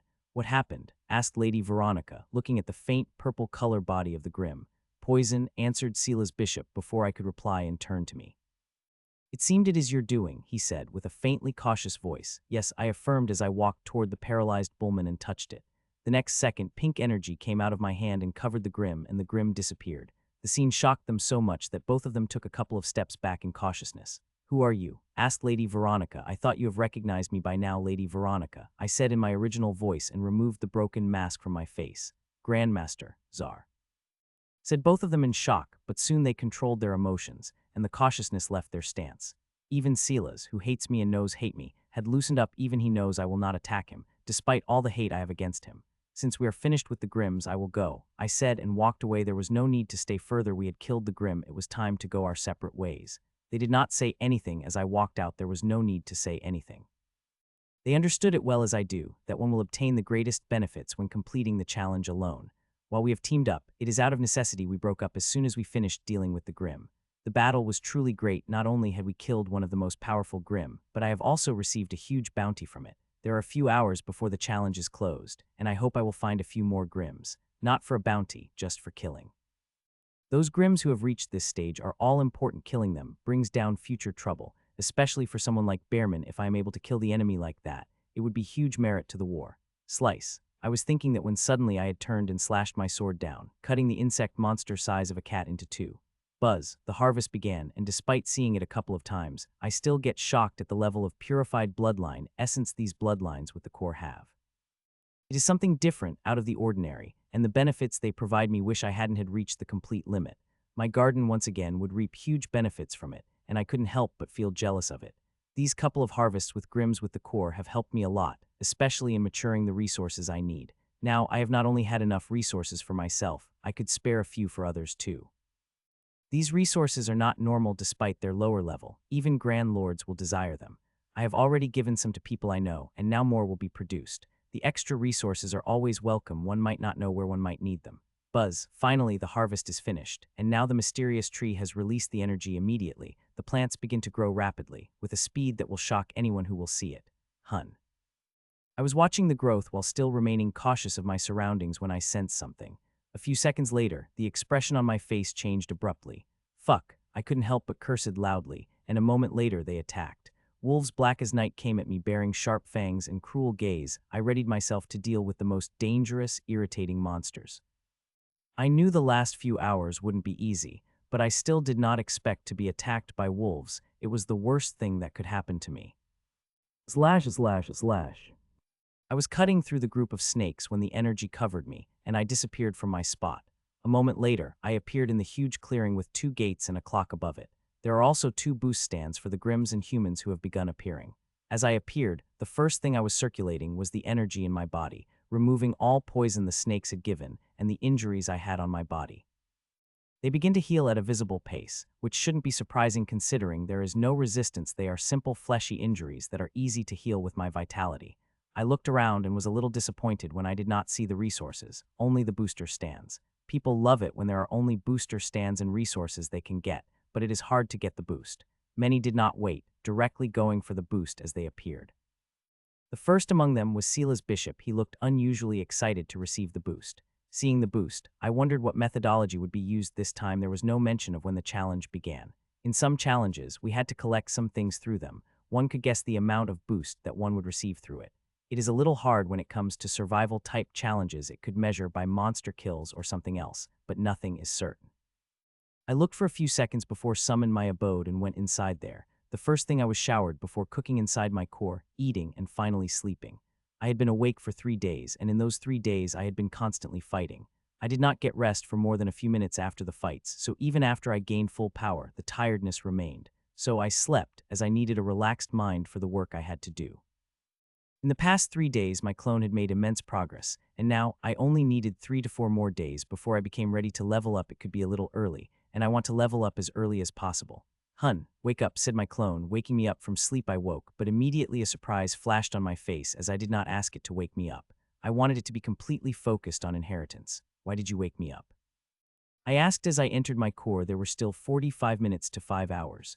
For this, it replied and pointed toward the meta scan, which was flashing. "What about it? It is just a simple break." I suddenly stopped myself as my eyes went wide, and a moment later, I appeared beside the meta scan. A breakthrough is happening, not a normal breakthrough, but a breakthrough into a Grand Lord class.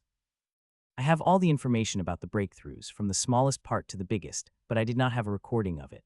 No one had leveled up into the Grand Lord in front of me, which is the thing I had regretted the most and wanted to watch the breakthrough myself or at least have a recording of it. And now, the thing I had so much hoped for is happening in front of it. The joy did not last much longer, especially when I realized who this meta scan belonged to: Sila's bishop. He had initiated the breakthrough into the Grand Lord class. I hated the bastard, but I couldn't move my eyes away from it. It was the thing I had wanted for so long, and I really wished I wouldn't be getting it from the man I hated the most. A minute later, I walked out of the abode and saw Sila's bishop in the corner of the clearing. He was sitting under a powerful protective formation, with 18 humans standing guards around him. All of them were high grandmasters. There are many familiar people there, including Lady Veronica. I moved toward it, but just as I appeared close, an old man with an iron saber at his waist appeared in front of me, stopping me from going any further. "Grandmaster Czar, my apologies, but I could not let you go any further," said the old man. He was not alone in stopping me. 4 other high grandmaster drew close, ready to protect their leader. The old man and the 4 belonged to the same organization, the Sky Saber, and they know the kind of relationship I had with their leader. "Relax, Lord Norman, I am just here to watch. If I want to do anything against your leader, even you wouldn't be able to stop me," I said with a friendly smile on my face. The old man looked at me for a second before he sighed and stepped away, giving me the clear way to the bishop.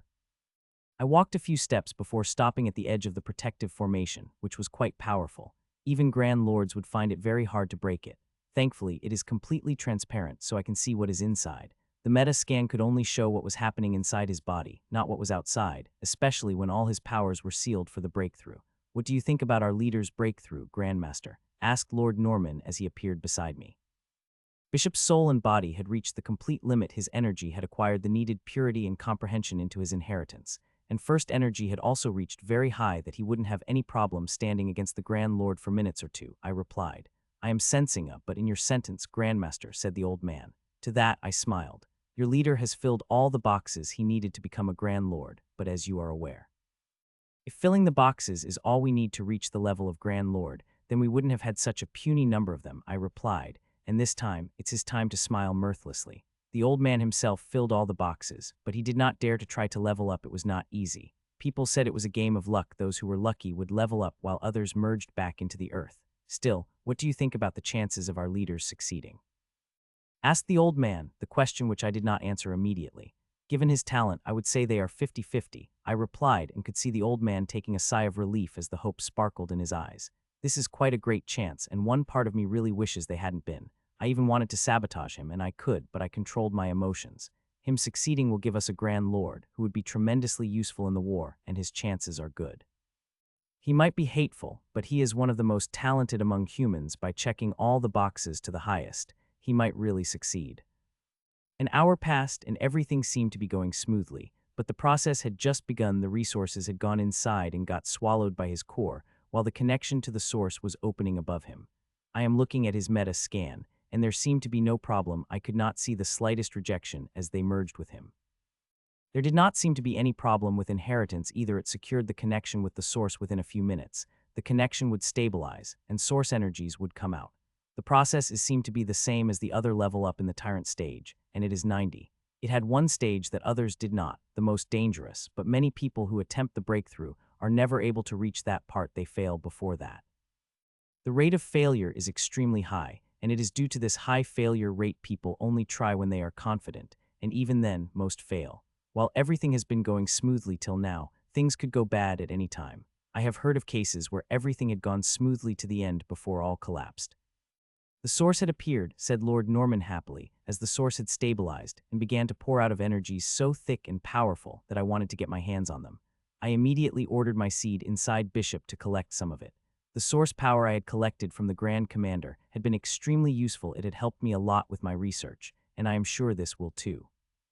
I watched as the source poured out a thick amount of purple-gray color. It is metallic in nature, and when on concentrate on it, it felt like millions of sharp blades hovering around them. It is a very suppressive feeling.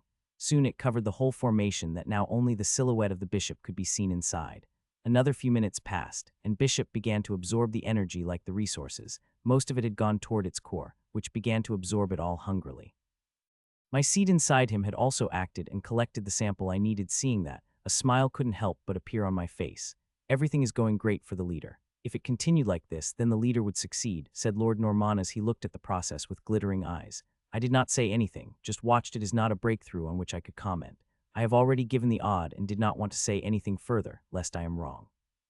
If it had been a grandmaster breakthrough or a high grandmaster one, I would have already been able to tell whether the host would succeed or not, or what kind of strength I would have after the breakthrough. But now, everything is too difficult, or too easy. From what I could see, everything was going on smoothly, and I could not see the slightest problem with the breakthrough. Bishop's preparations seemed to be impeccable. He checked every box and used the resources that synergized with him perfectly. If one looked, one would not see even the slightest problem with it, and still, despite that, I couldn't shake the feeling. I felt like Bishop was walking on the thin edge, and anything could go wrong at any moment.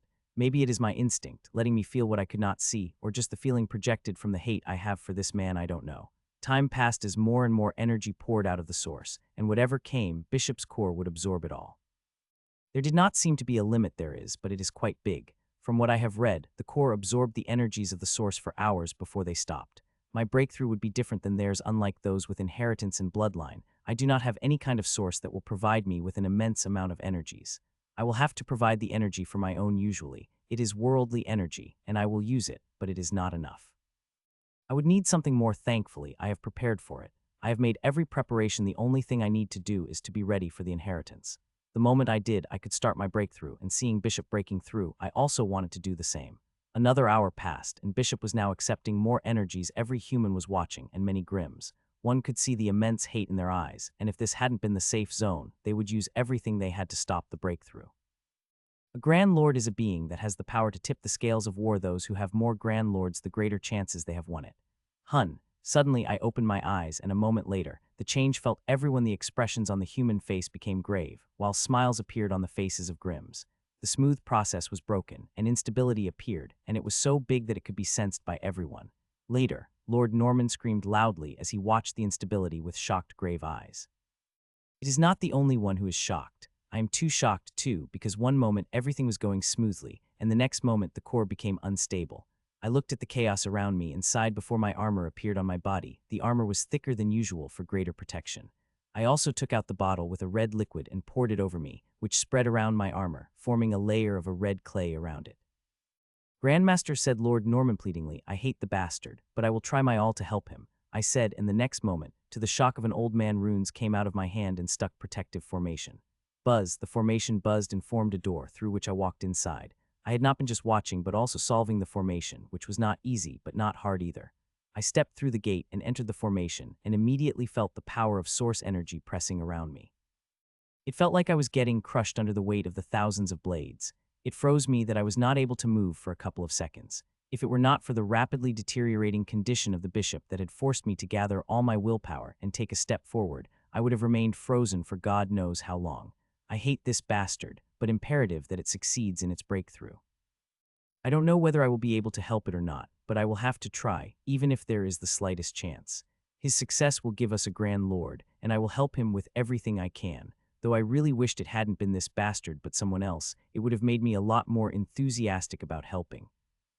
I reached Bishop. It was hard, especially so close to him where the pressure was so high it felt like it could crush me to pieces, and it would have if I hadn't come with sufficient preparation. I did not waste any time and gripped his head with both of my hands and formed a connection with my seed inside him. Bishop, can you hear me? I asked. Czar, replied Bishop immediately with alarm, much faster than I had thought he would, considering what was happening inside him. Relax, I am not here to kill you, I said, feeling the great alarm in his voice. If I wanted to kill him, I wouldn't have gone through all this trouble. I only needed to wait a little while, as the job would have been done by his core. Why are you here then? It asked cautiously. To help you, of course, I replied, and could see him getting stumped for the words that he was not able to react to for a few seconds, a time which I used to charge the seed I had inside him. It seemed like your heart is much purer than I had imagined. It mocked as it got its emotions under control. Even at this stage, where it could die at any moment, it still has a heart full of ego. Hearing his mocking tone, I wanted to abandon the bastard and let it die, but I bore it, thinking about the benefits of the race. I don't have time to waste, you hateful bastard. So decide now, as my help might save your life, I said, giving him the ultimatum. Fine, he replied, and I could see the great strain in his voice. Things are getting out of its control, and even with all his willpower, it cannot control what is happening at its core. I am quite surprised that even in such a state, he was able to maintain his ego. I have seen people begging me to help them when they found themselves in such a condition. We will first start with the instability in your core, I said, and let go of the anchor that was keeping my seed in the fixed place. The core is still absorbing the energies, but there is no control. It is absorbing everything that is coming at it, and the more it absorbs, the more unstable it becomes. Will I be able to succeed in the breakthrough? He asked a few seconds later with a voice full of hope that I wanted to laugh. It is not the thing he should be thinking about, and not the thing I will first focus on. My first objective is saving your life, and only after doing that I will think about the breakthrough. I replied and felt like I had eaten the shit I really wanted to vomit after speaking those words. Soon, my seed reached the core and immediately exploded into thousands of bluish-pink runes. As they exploded, the runes began to cover the formation while I watched with bated breath. The runes are packed with rule-bending power, but the pressure on them is also huge. It is not only the pressure of source energy that wants to turn them into dust, but also the pressure of the core itself, which wants to swallow them. I have powered them up with a huge amount of rule-bending power, but I still am not fully confident whether they will be able to cover the core before they are crushed into the dust or get swallowed by the buzz. The formation covered the core finally, and I immediately activated it and began to pour even more energy inside it.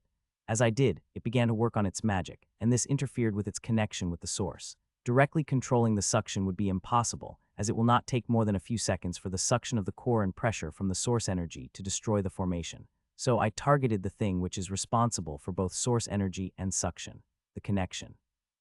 I begin weakening the connection, and its result is evident immediately. The power of suction begins to lessen, and so is the source energy coming from the source. In less than 10 seconds, a great change had occurred. Instead of sucking torrents of source energy, now the core is barely taking a faint stream. I could not completely cut the connection, doing that would start a chain of events which I wouldn't be able to control. How?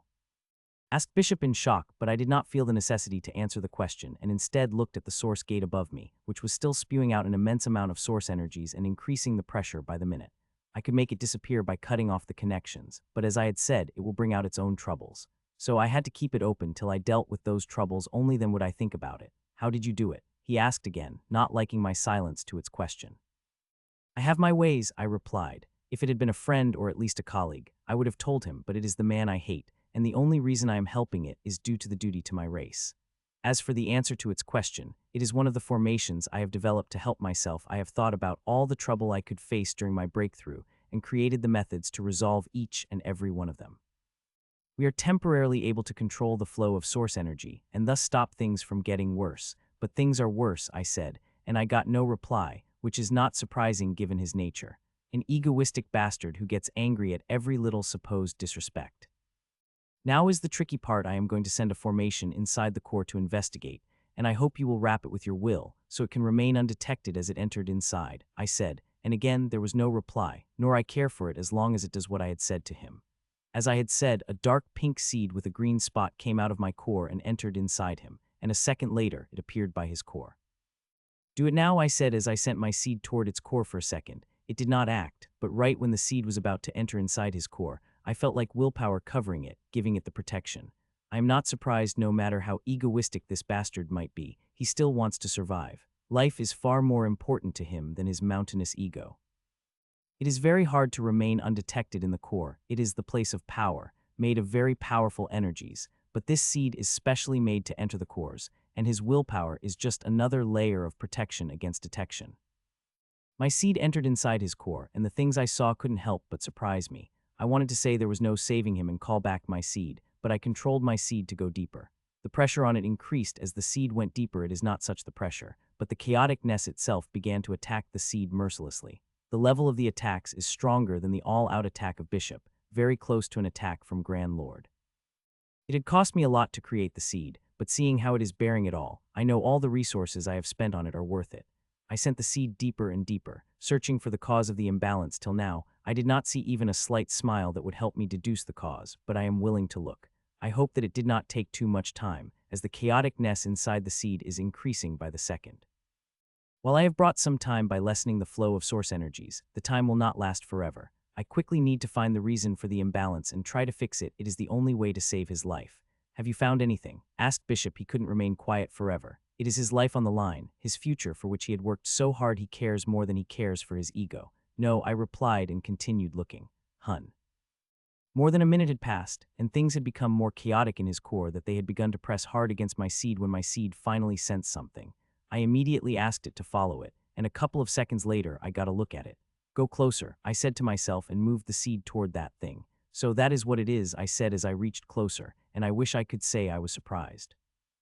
This reason is one of the biggest reasons for failures for people like him. I don't know why he hadn't tried to fix it before he started this level up. I did not say anything to him, and instead activated a couple of investigative formations in the seed while I know what it is. I don't know much other than that the diagnostics formations will help me with that. Did you suffer any problem when you formed the core? I asked. No, the formation of my core was perfect, he replied a moment later. Really? I asked back. Yes, there was no PR, he replied back, this time quite angry, when suddenly he stopped. The only problem I could think of is a small glitch. It appeared for less than a second before everything resumed smoothly, he replied, now sounding a little uncertain. And did you try to investigate it after? I asked. Of course I did.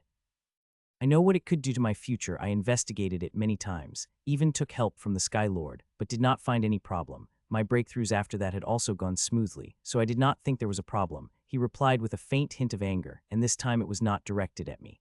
Well, there was a problem, and this breakthrough widened that tiny problem by thousands of times, I said and sent him the visual. He did not say anything, but I could sense the upheaval in his emotions seeing the problem. See, can you fix it? He asked a couple of seconds later with clear hesitation and a very faint hint of pleading. Yes, I could, but it will be very expensive, I replied. It will be hard, but I have confidence I will be able to do it, especially after sacrificing the seed. Don't worry about the price. I will pay you triple, quadruple. Just fix it, he replied with a hint of pleading that unconsciously seeped in his voice. I will remember that, I said and connected him to the live feed. The seed is really expensive, and I don't want him to go back on his promise tomorrow, saying I had asked too much for the problem I fixed. For nearly a minute, nothing had happened before 27 pink runic chains came out of the seed, and they went toward those huge cracks, causing the instability. There is a powerful storm of energy around the cracks, but the runic chains are strong enough to bear. I am powering those chains by burning the power inside the seed. Buzz, buzz, buzz. Within a few seconds, the 27 chains got connected to the parts of the cracks before the formations activated. As the formation activated, the chains began to pull the cracks, narrowing them slowly. It might seem like a crude and harsh approach, but it is the best one, and it is already working. I could sense the change appearing in the chaotic-ness as the crack narrowed. Buzz. Finally, the cracks came close enough that even chains could not remain on them when finally, the seed buzzed along with chains. What happened next was surprising to Bishop. My seed begins to melt. It is not just my seed, but also the chains connected to it. As they melt, they begin to fill the cracks. I have narrowed down the crack, but if I left it just as it is, then it wouldn't take more than a minute for it to start widening, and this time it will bring even greater choice. So it is better I fix the cracks, which will solve the problem forever. It took more than 2 minutes, but the problem had finally been fixed, and chaos in the core had lessened so much that one could barely feel it. You did it, said Bishop in shock. I am a little angry at his tone. He should not have been shocked. If I say I could do it, then I will do it. There is no question about that. There are now 2 options ahead of you, I said to him directly. First is to continue with a breakthrough after what your core suffered. Your chances had lessened considerably. If any problem came, it would be huge, so much that even I wouldn't be able to fix it. There is a very high chance you will die suffering the failure. The second option is to stop the breakthrough. You will receive a backlash, but I guarantee you that there will not be permanent damage. You will be able to try for a second time in future, I said. For a few seconds, I did not receive any answer, but that is to be expected, given the weight of the choices. The backlash will have put me out for at least a year, with my strength suffering considerably, right? He asked heavily. Yes, you are about right, I said, not all surprised he was able to deduce that much. What is the use then? Even after I succeed a year later, it will be useless. I need to be Grand Lord right now. It is the only way I could aid my race, he said, not to me, but to himself. Open the seal, Tsar. I will continue with my breakthrough, he said, and for the first time, I couldn't help but feel respect for him. I removed my hands from his head and began to take a step back while at the same time opening the connection. As that happens, more and more source energy begins to enter inside.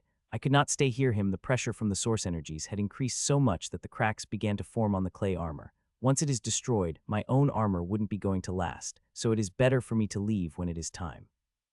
Not to mention I have left a powerful seed inside him, but it won't be much of help, as I don't think I would be able to do anything against the problems that might appear later. Earlier I had marked the chances of his succeeding as 50, but now it is 20.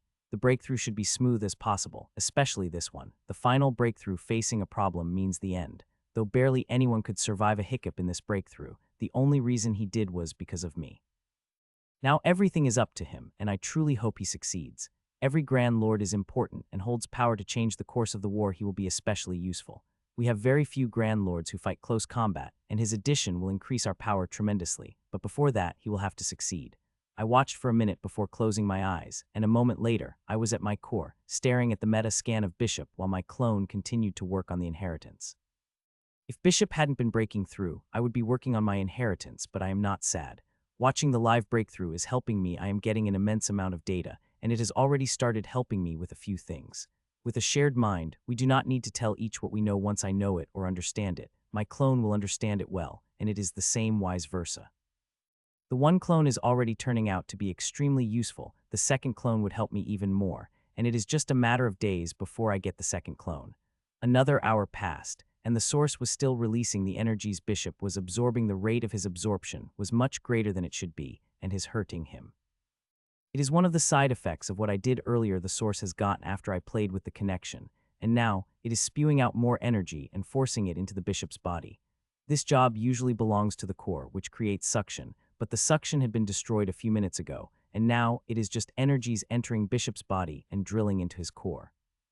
It is a serious problem, and one I could do nothing against. I could release the healing energies through my seed, but those energies would get destroyed by the torrent for source energies. It is the same if I tried to cast the web of formation. The source energies would blast it to pieces. They had become so strong that barely anything could stop them, nor I would try to do that because the interference would make the source even angrier, and the energies that would come out will tear the Bishop apart. Time passed, and the injuries on Bishop's body got worse and worse. Even those watching from a distance could tell how dangerous things had become for him. The injuries of the leader are getting worse. Can't you do anything, Grandmaster?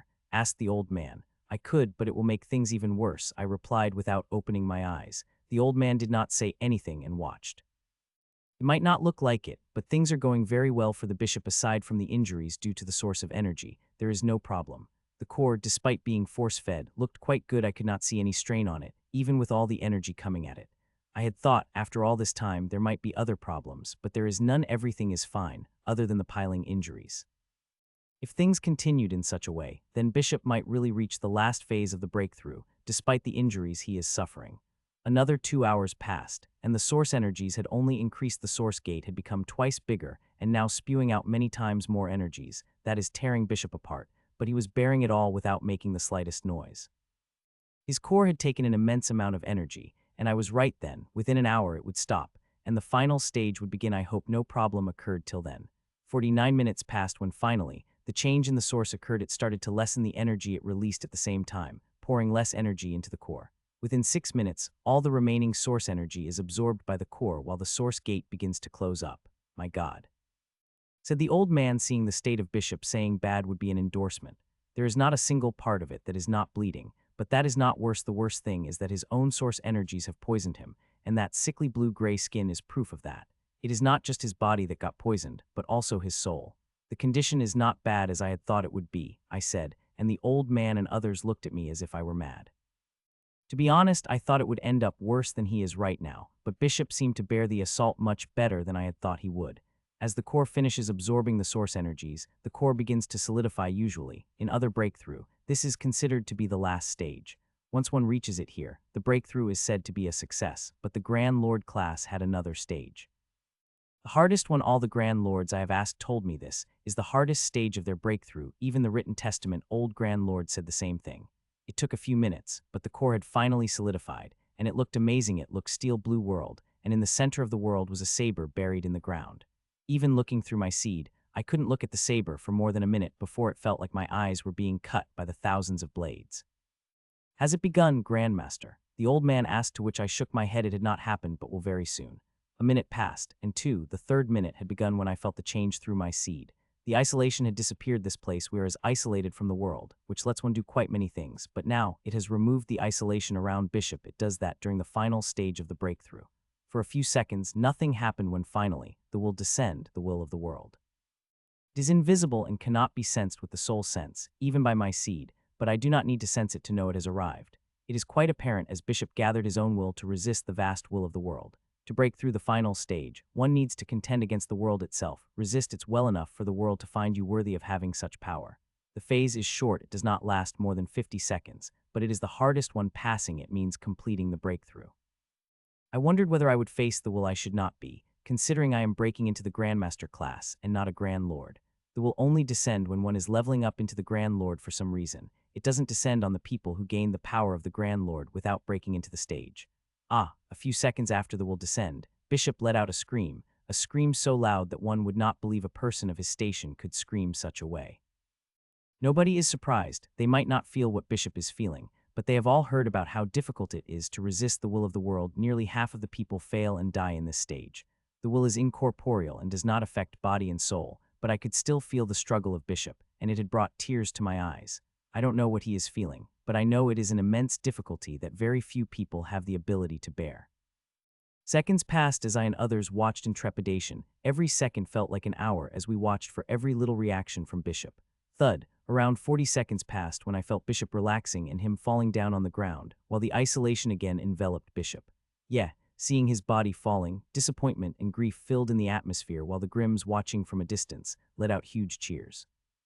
The grief around was so overwhelming that the humans did not have the energy to look back and glared at cheering Grims. My lord, the old man and several others screamed in grief as they came to themselves. Some even had tears streaming down their faces as they watched the fallen body of Sela's Bishop. The whole scene wanted to make me laugh, and I did, before turning to grief-stricken humans who were glaring at me in anger. Relax, he succeeded, I said to their shock, and the next, the fallen body of Bishop blazed in bluish-gray light, and an aura so powerful burst out of his body that made several people unconscious in an instant. The bastard had become the Grand Lord. Grand Lord, people said in unison as Bishop got up. Some bowed, some kneeled, while I only looked at him with a smile. He might have become a Grand Lord, but he still hadn't earned my respect for me to bow, much less kneel in front of me. I don't think he ever thought he would say such words to me, hence the awkwardness. I only smiled. He nodded at me and walked toward the old man Norman and the others. They all were happy, ecstatic. The value of the Grand Lord is huge. His appearance had immediately changed many factors in our direction. I hope he is not the only Grand Lord we have made till now, because I know the Grim had two here, and there may be more. While the other congratulated him, I looked at the gates. The few Grims were leaving this place. Thankfully, they are only grandmasters with them. I am able to stop the news. I could do it with some high grandmasters, though it will be expensive.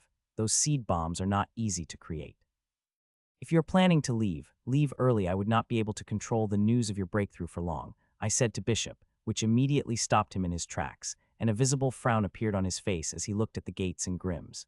The Grim Grand Lord could afford to stay inside, but not us humans who know what is happening outside. The Grand Lord's Grims had hidden, and the Grand Lords they have produced here must have joined the battles. I can't imagine the pressure they must be feeling right now. Grandmaster, I hope you will be able to help me when the time comes, said Lord Norman. If you made all the preparation, you wouldn't need my help, but I will be there, I replied. That is all I ask, he said with a smile.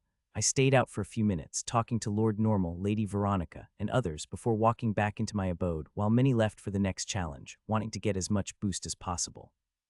In my abode, I laid down on the couch and entered my core, and started to work on my inheritance. The breakthrough gave me huge inspiration and data that made me more confident in my success. To be honest, I wanted to try right now, and there was a high chance I would succeed, but I did want to be hasty. I have waited for years, and what is few more days I will level up after making all the preparations and leave this damned place where I had stayed long enough. 1.5 hours passed, and I got up from the couch with a satisfied smile on my face. I heated the food I had cooked earlier and ate it. Before walking out of my abode, there were less than 10 minutes before the gates closed, and barely any people had left. I put the abode in my storage and walked toward the gate. I chose the blue door that would take me to the next challenge rather than the gray one, which I really wanted to choose. It will take me outside, but there is no use going out of that door without having the power of the Grand Lord. I hadn't forgotten what had happened when I tried to enter that thing. I had gotten attacked. The last time I survived, it would be hard this time. The Grims would be much better prepared. I shook my head and about to open the door when something happened. Blue door. The silver vine-like lines began to appear over a huge door, and in a matter of seconds, the whole door got covered in the beautiful design. But looking at it, everybody is looking at the center of the door, where a number is flashing in a golden light. The final 7, said the human behind me, and struggle appeared on his face as he looked between the blue door and the gray door. The final 7 have begun, I said, and I truly wish they had started a little early. The final 7 are the last 7 challenges. They are the most difficult and sometimes very dangerous that many people hesitate to enter them, but being the final 7, the reward they are offered are incomparable. The people who survive them make the most progress in these challenges. I looked around and saw the Grims and humans displaying varied emotions. Seeing the door, some looked excited, while the others were visibly scared that they had moved toward the gray door. The information about past challenges is available to them. They know how difficult these challenges are, and how easy it is to lose their lives in these 7 challenges. Aside from the obvious danger, there is also a factor of unpredictability. Once entered, there is no possibility that one will be able to get out after finishing the next challenge. Like now, the exit door is not present at every end of the challenge. At one time it had not appeared till the last challenge. That challenge had killed a lot of people, both Grim and humans, but it had also produced most Grand Lords ever. I looked at them with hesitation because if something like that happened, then I would be stuck for at least 3 weeks, and I wanted to get out in 3 days, right after I made a breakthrough, but getting out now also possessed its own risk. Even if I did not make a breakthrough, the Grims considered me enough risk that they would attack me, and as I had said, the last time I was lucky, this time I would not be. The Grim would not dare to underestimate my abilities this time. Not to mention breakthrough here is easier than the outside. Earlier, when Bishop was leveling up, the will of the world came at last.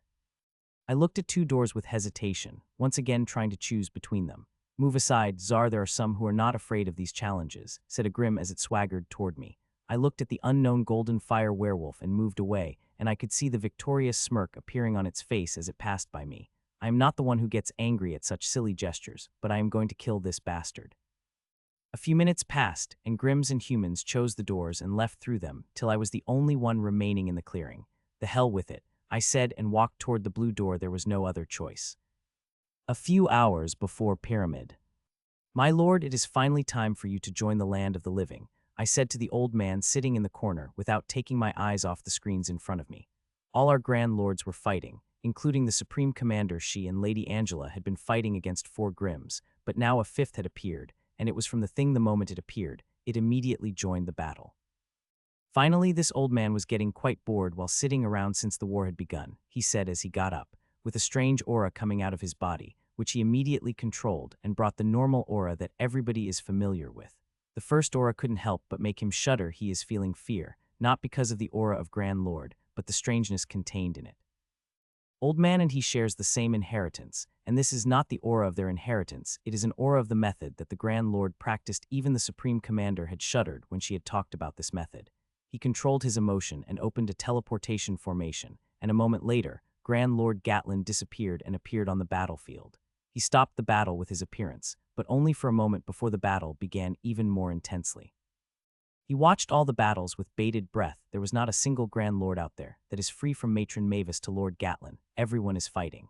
It is already a miracle that no Grand Lord has died yet, as there is always rescue when one is in danger, but that is changing. The number of Grim Grand Lords is increasing very fast. Till now, 2 new Grand Lords have appeared out of the thing. They are Grims, while not a single Grand Lords have appeared from the humans, even after 3 months. It feels frustrating, and he desperately wishes he could do something about it, but he cannot.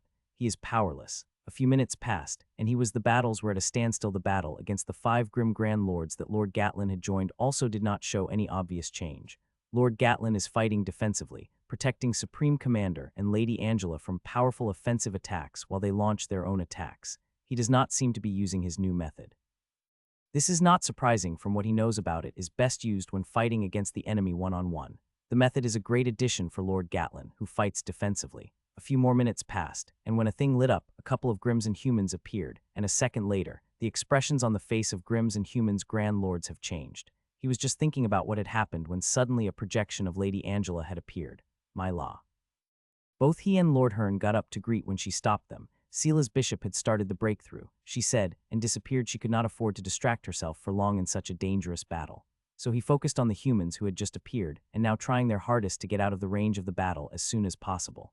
He could not deploy the teleportation on them. As long as they were a range of battle, the space was not stable there. He tried, but he might end up killing them. More than 10 minutes passed when finally, 3 humans got out of the range of the battlefield, and he summoned them directly into the central command.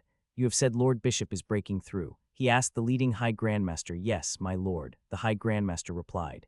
Hearing the confirmation, a beaming smile helps but appears on his face. They needed the Grand Lords, and the bishop would be extremely useful with his battle experience and close combat offensive abilities, which very few Grand Lords have. What are his chances? Did he tell you about it? He asked and immediately realized how futile the question was. He might have got something if it had been any other of a colleague, but given a Lord Bishop's nature, he is not the one to reveal such things in the open. Does he have anyone to protect him from the disturbance of Grims? He asked while he knew in safe zones one couldn't be attacked. Still, there are plenty of ways to disturb one during the breakthrough, even if one is protected under the formation. So it is necessary to have people around to protect from the disturbance the enemies would cause. There are many, my lord. There are many powerful people protecting Council Member Bishop, Lord Norman, Lady Angela, and even Grandmaster Czar is there with him being there. No Grim would dare to cause any disturbance. He replied with quite an enthusiasm, but did not get the reaction he was hoping for. Hearing the last name, the expression on his face became somber, and the same with Lord Herb. Most people are not aware, but there is great animosity between Lord Bishop and Grandmaster Czar. The people of the Sky Saber tried to kill Grandmaster Czar and nearly succeeded, and that created bad blood. It was fine when Grandmaster Czar was nobody, but he was not anybody anymore now. Even Grand Lords are respectful to him. He hates Lord Bishop to the bone. Many colleagues of the council had asked him to punish those responsible for the deed and apologize. Not only did he not apologize, but he constantly protected the people responsible. That had intensified the bad blood so much that a few months ago, Grandmaster directly told him that when he was powerful enough, he would personally come to the Sky Saber and bring the punishment on those who were responsible. Now, he fears that Grandmaster Czar might do something in his hate he could, and nobody will be able to stop him, given his abilities. Though he hopes he will keep a calm mind as he did when he was running the project, not discriminating against the people of any organization, despite him having the power to. The battle is now raging, and the appearance of every single Grand Lord changes things. While there is a huge chance that Lord Bishop might not succeed, the Grims do not want to take any chances. They continued fighting for nearly an hour before suddenly, both of the groups separated on either side of things. Now they are looking at the thing. While it took at least 5 hours for a breakthrough of the Grand Lord, it is not set in stone that he will succeed. If a failure occurred, the news would come, as will news of success if he succeeded. Time passed, and people kept watch on the thing. Around half an hour later, a group of Grims and humans appeared, but to the disappointment of both races, the group was not from the same place. They came from different places, and had no idea about the breakthrough of the Lord Bishop, so they waited for the next group. It was around 2 hours since the first news of the breakthrough when a group appeared, and it had brought the news about Lord Bishop's breakthrough. He moved his eyes away from the ecstatic group of grim Grand Lords and turned to a Grandmaster who had just appeared in Central Command. So the Lord Bishop had failed. He asked. He felt like someone had used a brittle saw and cut its heart. He had high hopes about the Lord Bishop, their first Grand Lord from the thing, but it seemed like that would not be the case. I did not say that, my lord. I just said we have sensed a very unstable fluctuation from the Lord Bishop, the old woman replied. Which is good as a failure, he said softly. He knows how important it is for a breakthrough to be smooth, especially the breakthrough of Grand Lord class, the slightest unstable fluctuation, and it will be a failure without a doubt. Thank your information. Rest for a day. Tomorrow, you will join the war, he said, and a teleportation formation appeared below the feet of the old Grandmaster when she opened her mouth. It might be irrelevant, my lord, considering this is a breakthrough of the Grand Lord class, but Lord Czar had stepped into formation, saying he will try to help Councilman Bishop, she said, even though she could not believe he could do it. The moment both council members heard it, their expressions froze before a hopeful smile dawned on their faces. Why didn't you say that before? He said back, nearly screaming. The old woman might not be aware of Grandmaster Czar's ability since she was one of the few people who were not part of the project. They have seen the abilities of Grandmaster Czar, from waking up a Grand Lord to healing the elemental core. He is capable of doing that no other. If he is willing to help Lord Bishop, then he might really be able to save his breakthrough. There is a chance, said Lord Hearn softly, and he nodded. Time passed, and 2 more battles of Grand Lords had stopped. Patriarch Bradford returned to the pyramid while others remained on patrol. Around half an hour passed when a group of Grandmaster Grims appeared. All 3 of them were Grims, but just as they appeared, a strange thing happened. The bodies of the Grims shook and they fell down. A moment later, they got a reply from the Grand Lord that the Grims had died, and they were not the ones who were responsible for it. The strange behavior couldn't help but confuse him, and immediately he typed a few buttons, and a screen with old women appeared in front of it. Do you recognize these Grims? He asked. The old woman looked at Grims, and her eyes lit up in reorganization. It looks like the Grandmaster wants to keep us in suspense, said Patriarch, and he couldn't help but nod at that. While he might not be completely sure whether it is surely Grandmaster Czar's doing, the kill felt like one of his moves. Now with it, suspense in their heart became even greater. Hours passed, and they began to look and scan at every group that came, but most of these groups were from the other parts, and those that came from where Lord Bishop it will fall dead the moment they appeared. It incenses the Grims so much that Foxwoman screams loudly in frustration. They are also no less frustrated as there is no human coming out. They do not know whether Grandmaster Czar has succeeded in saving Lord Bishop or not. Another hour and a half passed, and the thing lit, and a Grim appeared the moment it did. Their eyes went wide in shock and horror. It was no common Grim but a Grand Lord. It had come out, said Patriarch Bradford softly. Its appearance is no surprise to them. They knew this snow werewolf was advancing into the Grand Lord class 2 weeks ago. It had just remained inside of its greed for the boost. Lady Angela and others immediately attacked, and in response, the Grims also attacked back. The snow werewolf did not remain standing either. It had immediately joined the battle with its kin. Now the 3 humans Grand Lords are fighting against the 6 humans Grand Lords. The numbers are double, but despite that, our Grand Lords are fighting courageously. More than an hour passed and they were still fighting. Our sight is getting suppressed, but they are not on the defensive. Lady Angela and Supreme Commander are on the offensive, while Lord Gatling is on the defensive. He does not like the odds and numbers it gives Grimm's edge, where they need to succeed only once before assaulting with all their power. They injured Lord Solace a few days ago, nearly bringing him to death, with the old snake landing a couple of blows. Such injury would have kept any Grand Lord in bed for weeks at least with all precious medicine and healers at their hands, but he came back to the battlefield within 3 days, completely fine and even more powerful. It had been 2.5 hours since they resumed fighting, and they were still fighting. The Grims were pushing against the humans harder, and harder that they began to pile up an injury. Both the Supreme Commander and Lady Angela received injuries heavy enough that it had finally started affecting their performance. If this continued for long, then he would have to ask Patriarch Bradford to join, and that would be a bad thing. The Grims had more than doubled the number of Grand Lords, and the entry of Arl, the snow werewolf, had increased the number further, tilting the precarious balance completely in their favor. Another 20 minutes passed, and things became even grimmer. Not only the injuries on Lady Angela and Supreme Commander had increased, but Lord Gatlin had also suffered the injuries. I am going, said Patriarch Bradford, and it was bad, as Grims would take the advantage of it, but there was no other choice. If he did not send Patriarch Bradford, they might really lose a Grand Lord, and they could not afford that. So not thinking of the consequence, he tapped the button, and a teleportation formation appeared beneath the feet of Patriarch Bradford and about to send him to the battle when he froze.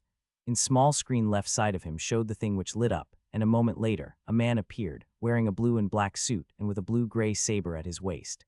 He appeared with the same confident smile on his face that irked most people, and looked up at the intense battle raging above. He removed his saber in languid confidence, and he moment thousands of huge tower-like sabers materialized above him, before shooting toward the 6 Grims. Well, now that he appeared, I don't have to go for a rescue, said Patriarch Bradford, bringing him back to reality. Yes, is all he could say as he removed the formation under Patriarch's feet, and looked at the screen where Sela's bishop had directly appeared in front of Foxwoman, and attacked it with his saber at a speed that he could not follow.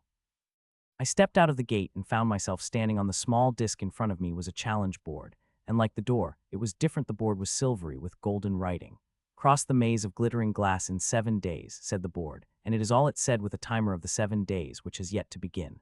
This should be the maze, I said as I looked at the vast hazy maze-like structure below me. I activated my abilities to see the maze clearly, but it remained hazy. Still, I recorded everything. It might turn useful later. Time passed, and while I remained standing in a small disc, there was nowhere to go. I had tried to jump down but was stopped by an invisible energy layer covering the disc. More than 2 minutes later, I found darkness covering my eyes. When it became clear, I found myself in front huge glass gate, which was open. The glass gate was beautiful, and I wish I had time to admire it, but I did not. There is a timer of 10 seconds, clearly indicating I have to enter inside in 10 seconds. I did not immediately want to go inside and looked around for a few seconds, and when there were only seconds remaining on the timer, I walked inside the gates. Wow, I said as I stepped inside. Saw the scenes around me. It is beautiful. There is really a glittering glass, I said as I looked at the walls of the glittering glass, with each sporting a beautiful mural. Each glittering wall of glass has murals, and these murals have stories with nearly similar characters, but the stories on each wall are different. However, they are connected to each other, but not in the continuation. I think I know how to solve this maze. It is a story maze. I will have to find the clues from the stories to solve this maze and get out. Solving it wouldn't be easy. If it had been, there wouldn't be a time limit of the week to solve it. Still, I will try to solve it as soon as possible. In 3 days, I will finish with my inheritance, and the moment I do, I want to make a breakthrough. I did not immediately walk away from where I was. Instead, I began to test the limit. I am not feeling any restrictions on my power, but I am sure there are restrictions, and otherwise, all it would take me to fly to the sky to solve the puzzle. Thud, there are restrictions or just one restriction, the fly limit. One will not be able to fly above 100 meters, the walls are a little taller than that, so there is no way one would be able to solve the puzzle by looking from above. I also found out that delicate-looking glass walls are extremely strong. I had attacked them with all my strength, but did not able to bring even a scratch. The glass absorbed all the energy and physical force the moment it touched it. I recorded the murals into my core and walked while one invisible string connected to the left wall. I am doing a wall following, a simple method to solve the mazes. One has to place the hand on one wall, it does not matter which direction it is, and keep following it, and eventually one will get out. I don't think such a simple method will help me get out, but I did not want to leave any options. It might help me in getting out in some other way or provide me with some clues. Soon, I came across another group of walls, and they showed a different story in the same continuation. I recorded it like before and moved on. I had just walked a few steps when I suddenly stopped. Someone had just appeared on the other side of the wall. A grim, I could not see who it was, but I knew it was a grim, a snakeman to be exact. I am not surprised by its appearance, as I had never expected to be alone doing the challenges. I was watching the snakeman when something happened. A silhouette of a human appeared. Grim seemed to have said something before it moved, and the next moment the human split into two. The human died. There is no way they could survive such an injury. I could only sigh in grief seeing that. The final 7 are different challenges. There is no equalizing limit. You could come across a Grand Lord and it will kill you. Unlike most challenges before, where people of different levels are kept separate, such things did not happen in the last challenges. If you are unlucky, then you will die. There is nothing I can do to help them, though I grieve for them and will kill every grim I would come across. With that vow, I resumed walking, one wall after another, collecting murals. Even after collecting more than 20 murals, I saw did not the story in one mural connecting to the other. I had never thought that getting out of the maze could be easy, but it seemed like it would be harder than I had thought. 15 minutes passed, and I saw 7 humans and grims getting killed in a moment, and several others fighting when suddenly something shocking happened. The wall with a string connected to it had disappeared, and a new wall appeared in its place, with the same mural hanging on it. It happened so fast and stealthily that if my string hadn't been touching it, I wouldn't have noticed. It confused the hell out of me. It would have been fine if the mural had changed, but only the wall had changed while the mural remained. I wonder if the seal I have placed on it will remain. I hope it does. There must be a reason for the change, and if I find a clue to get out through it, it would be amazing. Seeing the disappearing walls, I released a few more strings and connected them to the walls, placing a seal on them, which, if stayed, would reveal their place when I came across them. Half an hour passed as I remained alone through the walls. I would see the silhouette of the humans and grims walking and fighting if they came across each other. I also wish some grims would come, but this time there is hesitation in wish.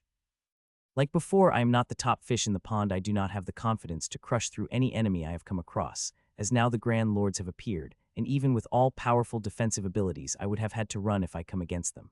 I was thinking that when another sudden change occurred. 2 walls disappeared, one in front of me and one to the right had just disappeared, and a new one appeared at my back, closing the way I had come from. It had happened right an hour after I had entered. Another treat. I did not get a chance to think about it much when an idiot crocman came charging toward me. It was a peak grandmaster, and it was coming at me with an excitement burning in its eyes, likely thinking I would be an easy prey considering I have kept my aura at mid-grandmaster. I glanced at it and was about to split it into 2 when I stopped, noticing something about it. "You have a bloodline," I said. It must have found my tone to be strange as it stopped in its tracks and looked at me cautiously when it had simply disappeared. While it is a puny grandmaster, it has a bloodline and will help me grow some resources. While my core harvested it, I resumed walking across the beautiful maze, reading incomplete stories on the murals that did not connect with each other. I am confident they will. I need to connect enough of them for that to happen. A few minutes passed and a human woman came across me. Seeing that, I couldn't help but become surprised. I am not surprised because I know her, which I don't. I am familiar with her since she was part of the project. When she entered this place 3.5 months ago, she was just a master, but now she is a grandmaster, very close to reaching the limit. She gave me a look as she passed by me. I did not say anything either and resumed my journey in this vast maze, collecting more and more murals with each step. Another hour passed, and when the change appeared again, the glasses changed. Some disappeared and some appeared, completing the whole different way. It is clear that routes are changing, and they seem to be doing that every hour, which is going to make things more complicated and difficult. I wish this hadn't been a challenge of the final 7, but some normal challenge that I could easily pass and focus on my breakthrough. I am very close and would like to finish it before my clone does with the inheritance, but that is likely the case with all these complications. A few more minutes passed when I suddenly stopped as a huge figure appeared in front of me. A human at last, it said, but soon its eyes flashed in disappointment. But soon a surprise appeared on its face as my aura began to climb steadily and broke the barrier of the High Grandmaster and continued climbing before stopping at peak of the High Grandmaster, just like it. The surprise in its eyes had long disappeared, and now they held a deep cautiousness. You were saying something, Nern? I asked the onyx-horned Rhinoman. Who are you? It asked cautiously. Who I am did not matter. What matter is how long will you be able to defend against me, I said, and I disappeared from my place and appeared directly in front of before attacking it. Clang! It reacted immediately as its great sword appeared in front of my halberd and clashed the moment it did. Its eyes went wide. It shook the moment my sword clashed against it before it took a step back. Your reaction is good, but if it is all you have, then I will kill you within a minute, I said and appeared at its back before attacking it. Don't underestimate me, you bastard. Nern screamed, and the powerful aura blasted off its body and brought its sword back and defended against my attack, which again made its whole body shade, but this time it did not take a step back. Good, I said with a smile and immediately activated the first boost. I had not used my full power earlier, but I knew it would not be enough to defeat it, and I wanted to defeat it as soon as possible. My boost was silent, so when I appeared in front of it again and attacked, its eyes couldn't help but wide in shock. Clanng, clanng, clanng. Its sword was barely able to defend against the attack which sent it back, and that was just the beginning as I started to attack it relentlessly, not giving it even a second of respite. It is a strong opponent, but not strong enough to force me to take things slow. It is not even a talented fighter despite being over 200 years old. Banning. I launched another powerful strike, and it directly crashed its huge body against the glittering glass wall, with it vomiting huge mouthfuls of blood. It is time to end it, I said loudly and could see horror appear on its face as it tried to get away while activating many defensive methods as possible. Rip, it is useless, I said, and the next second, a loud ripping sound rang out as my halberd ripped through its defensive methods before decapitating it. A large amount of blood spurted from its neck, but I was able to repel it with my energy as usual. I shouldn't have given it such an easy death, I said as I looked at the decapitated body of the Grim. It would have been much better if I had harvested it. It would have been a fitting punishment for all the humans it had killed and eaten, and it would have given me an essence rose, and I need essence roses, especially of its level. I have been turning them and sending them out with those who are leaving. I am sure they have already started showing their usage on the battlefield. I shook my head at the mistake and collected the body of the Grim. While I could not harvest it from the essence rose, I could harvest it in the crystals. It had been a while since I had done that. After dealing with the Grim, I resumed walking, reading each mural by a step and copying them. Since I arrived in this place, I have copied hundreds of them, but not a single one seemed to have connected to each other. It is clear all of them are part of a single story, but the story is damn huge that I felt like I would have to collect thousands of them before I find something connecting. 5 hours passed, and in the 5 hours I had collected a few hundred more murals and pasted my seals on the glittering glass they are, but not a single glass had reappeared in front of me. Maybe my seal is getting destroyed by a glass, or maybe I have yet to come across them. It is very hard to tell. As I was moving, the glasses disappeared and appeared around me, blocking the old ways and creating new ones. Also, 3 new Grims in front of me. Disappointing. As I looked at the 3 Grims, all grandmasters, they opened their mouth as they saw me, but before they could let the word out, they disappeared, appearing into my core where the runes began to climb on their bodies. One had a bloodline, and while the 2 were useless, I did not want to kill them, seeing the number of humans they had killed. It is better they get harvested. It would be a better end for them. In the past few hours, I have come across many Grims, grandmasters, and high grandmasters, but not a single one of them was powerful. Even among the peak high grandmasters, there was not a single one that hadn't killed within a minute. It is not just the Grims that are weak, but I am too strong for them. My level had not increased like most of these Grims, but my strength had a strength not many could match. Still, I do not dare to wish for a strong enemy. Who knows, when I had asked for the strong enemy, a Grand Lord might appear. I am not a match for Grand Lord. Another hour passed, and the glittering glass walls changed again, this time bringing a group of 4 humans in front of me. All of them are high grandmasters. When I had seen them last time, they had just leveled up to grand, and now they had reached the high grandmaster class. I just nodded at them and walked away. Given their power, they are more than powerful enough to protect themselves, and even powerful high grandmasters. A few minutes had passed since I had walked away from that group when I heard the faint sounds of fighting. It stopped me for a moment before I became a blur. As I moved toward the fight, each step carried me closer and closer to the battle till I was able to see it. Bang. Human, if this is all you have, then it is better I will kill you as soon as possible, it said and brought down its hammer, sending the man in purple-blue armor flying hard. But just as he was about to crash into the wall, shining purple wings behind him moved and stopped him crashing. Though he had stopped himself, he did not get relief as the hammer came crashing toward him. Craw, I said as I saw the Grim. The Grim, one of the rare Grims, is a branch of snow werewolves called blizzard werewolves. These are very muscular Grims and use a hammer. Once upon a time, it used to be a very powerful tribe, with 2 grand lords in the coven, till Ramona Hawthorne nearly wiped it away. They have never been able to recover from it, even after thousands of years. Though in this century they have a chance, and all because of Craw around 4 ago, it was a member of the coven till it left.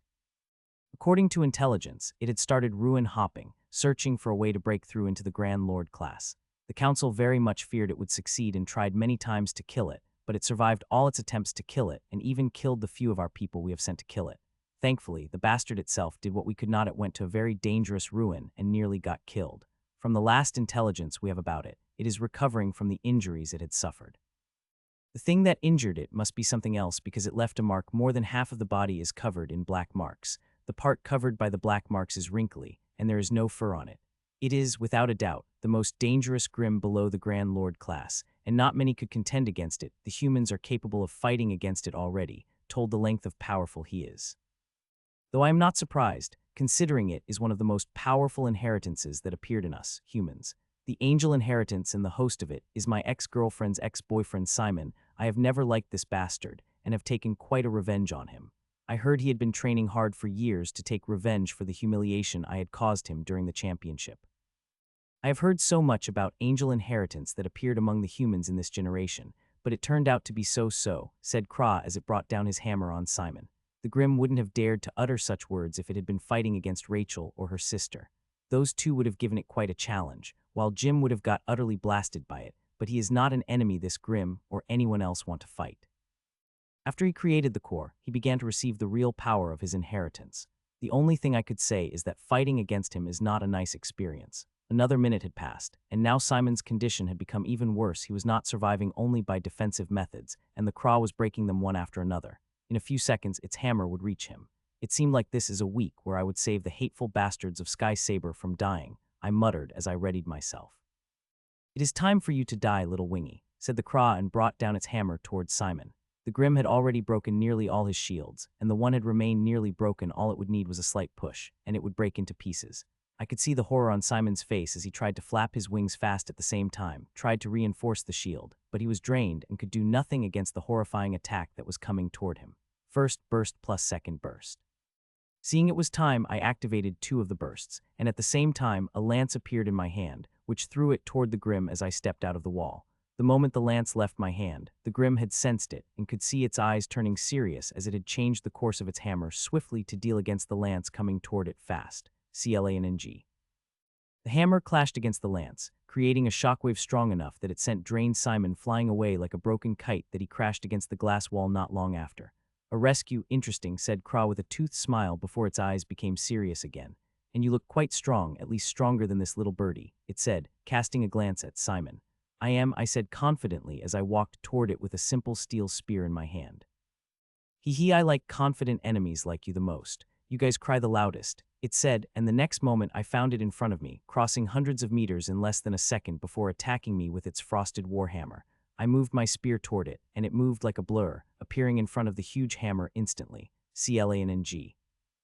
My spear clashed against it, and I felt the sheer physical power that shook me and nearly forced me to take a step back. But what was even more dangerous is the front energy that came after. It is cold, the second most cold I have ever felt after the lunar frost of Grand Commander. Who are you? Asked Craw as it pressed its huge hammer against the needle-like tip of my spear. The one who's going to kill you, I replied while using every ounce of power I had to keep the spear in my hand from shaking. Oh, the confidence, it said, and a terrifying aura burst out of its body. It had frozen everything in a 1,000-meter radius in an instant. Simon, who had just begun to retreat, froze on his spot as the aura swept by it and looked at the Grim with horror before pushing his wings harder, trying to get away from the rage of the battle as soon as possible. Third burst. Good power, I said with a laugh, and I activated the third boost, which felt a little lacking compared to encompassing power of Grim, and it is, but there was no fear in my eyes. You are really blind if you're thinking of defeating me with such power, it said and brought down its hammer toward me. The attack is not simple, there is a storm of energies covering it. They are so powerful that they will tear even peak grandmaster to shreds. It was not the only one with an attack. My inheritance energy had also changed a little as my spear moved toward it. CLANNG. Its hammer clashed against my spear, and to the shock of Kra, the storm-like energy covering its hammerhead destroyed in an instant, but I wish I could enjoy it as it currently I was busy taking a step back, barely stopping myself from flying away and crashing into the wall. Strange energy you have, human. It said, but this time all the mirth had disappeared from its eyes, and now all there was killing intent, so intense that I felt my killing rule advancing by it. I wish I could take a look more carefully, but no, I don't have time. Die, it shouted as it brought down its hammer at me. The storm energy was far more denser than before. That has not worried me about this attack. What had worried me most was the sheer physical force of the attack that seemed to be pressing me even before clashing against me. Seeing the attack, I did not hold back and harnessed every bit of the strength I had. It is not the attack I could contend against by holding back. CLANNG. My spear clashed against its hammer, and this time too my energy had destroyed its despite being much weaker, but I was able to do nothing against a physical force, which hit me like a storm and sent me flying. Pup. I begin to vomit as I fly away in a second. I cross hundreds of meters and still fly hard toward the wall. The wall is far away, but if I kept flying toward it at such speed, then I would crash against it, and it would not be a pretty scene. The runes activated the moment I flew back, and now I removed the cap on their power, and immediately they blazed, and I found myself slowing down, and I wished I could relax, but I could not. The huge Grim was coming, and this time with a more powerful attack. CLANNG. I had just stopped myself when its attack clashed with me, and as I had expected, it was more powerful. It had injured me further and sent me back flying faster, but this time I was prepared, and with my runes working at full power, I could slow myself much faster. Thud, I landed by the wall. There were barely 5 meters of distance between us, the same distance as the Grim that had appeared in front of me. I am disappointed. Human, I thought you would be some challenge, but clearly I had overestimated you, it said. To that, I laughed as I wiped away the blood from my lips. Don't be so sure, Grim, you have not killed me yet, I said as I looked at it with a challenge. Then I will kill you to show you, it said with a toothed laugh and brought down its hammer at me, and I once again moved my spear to defend. CLANNG. Its hammer came down on my spear, lighting all the runes inside me and sending me back toward the wall, spewing out blood out of my mouth, mixed with the tiny pieces of my internal organs. Clear surprise could be seen on the Grim's face. It might have expected its attack to send me splattering against the wall, seeing it was more powerful than the previous attack that had sent me flying hard. It is all due to the quick changes I was able to make in time. Regretfully, they will only help me bear its physical attack to a certain extent, so I will only be able to fight offensively, which is fine too, considering whom I am fighting. Not many people in high Grandmaster class would survive. With its power, it has a great chance of killing many of the council members. It seemed like you were hiding a little bit of strength, but it is not going to help you, it said and brought down its hammer at me. My back was just a meter away from the wall, and I wanted to dodge the attack, but its attack was not something you could dodge, not because it was powerful. Though it is a reason, there is another, the biggest: its skills. The bastard was the most skilled enemy I had ever faced.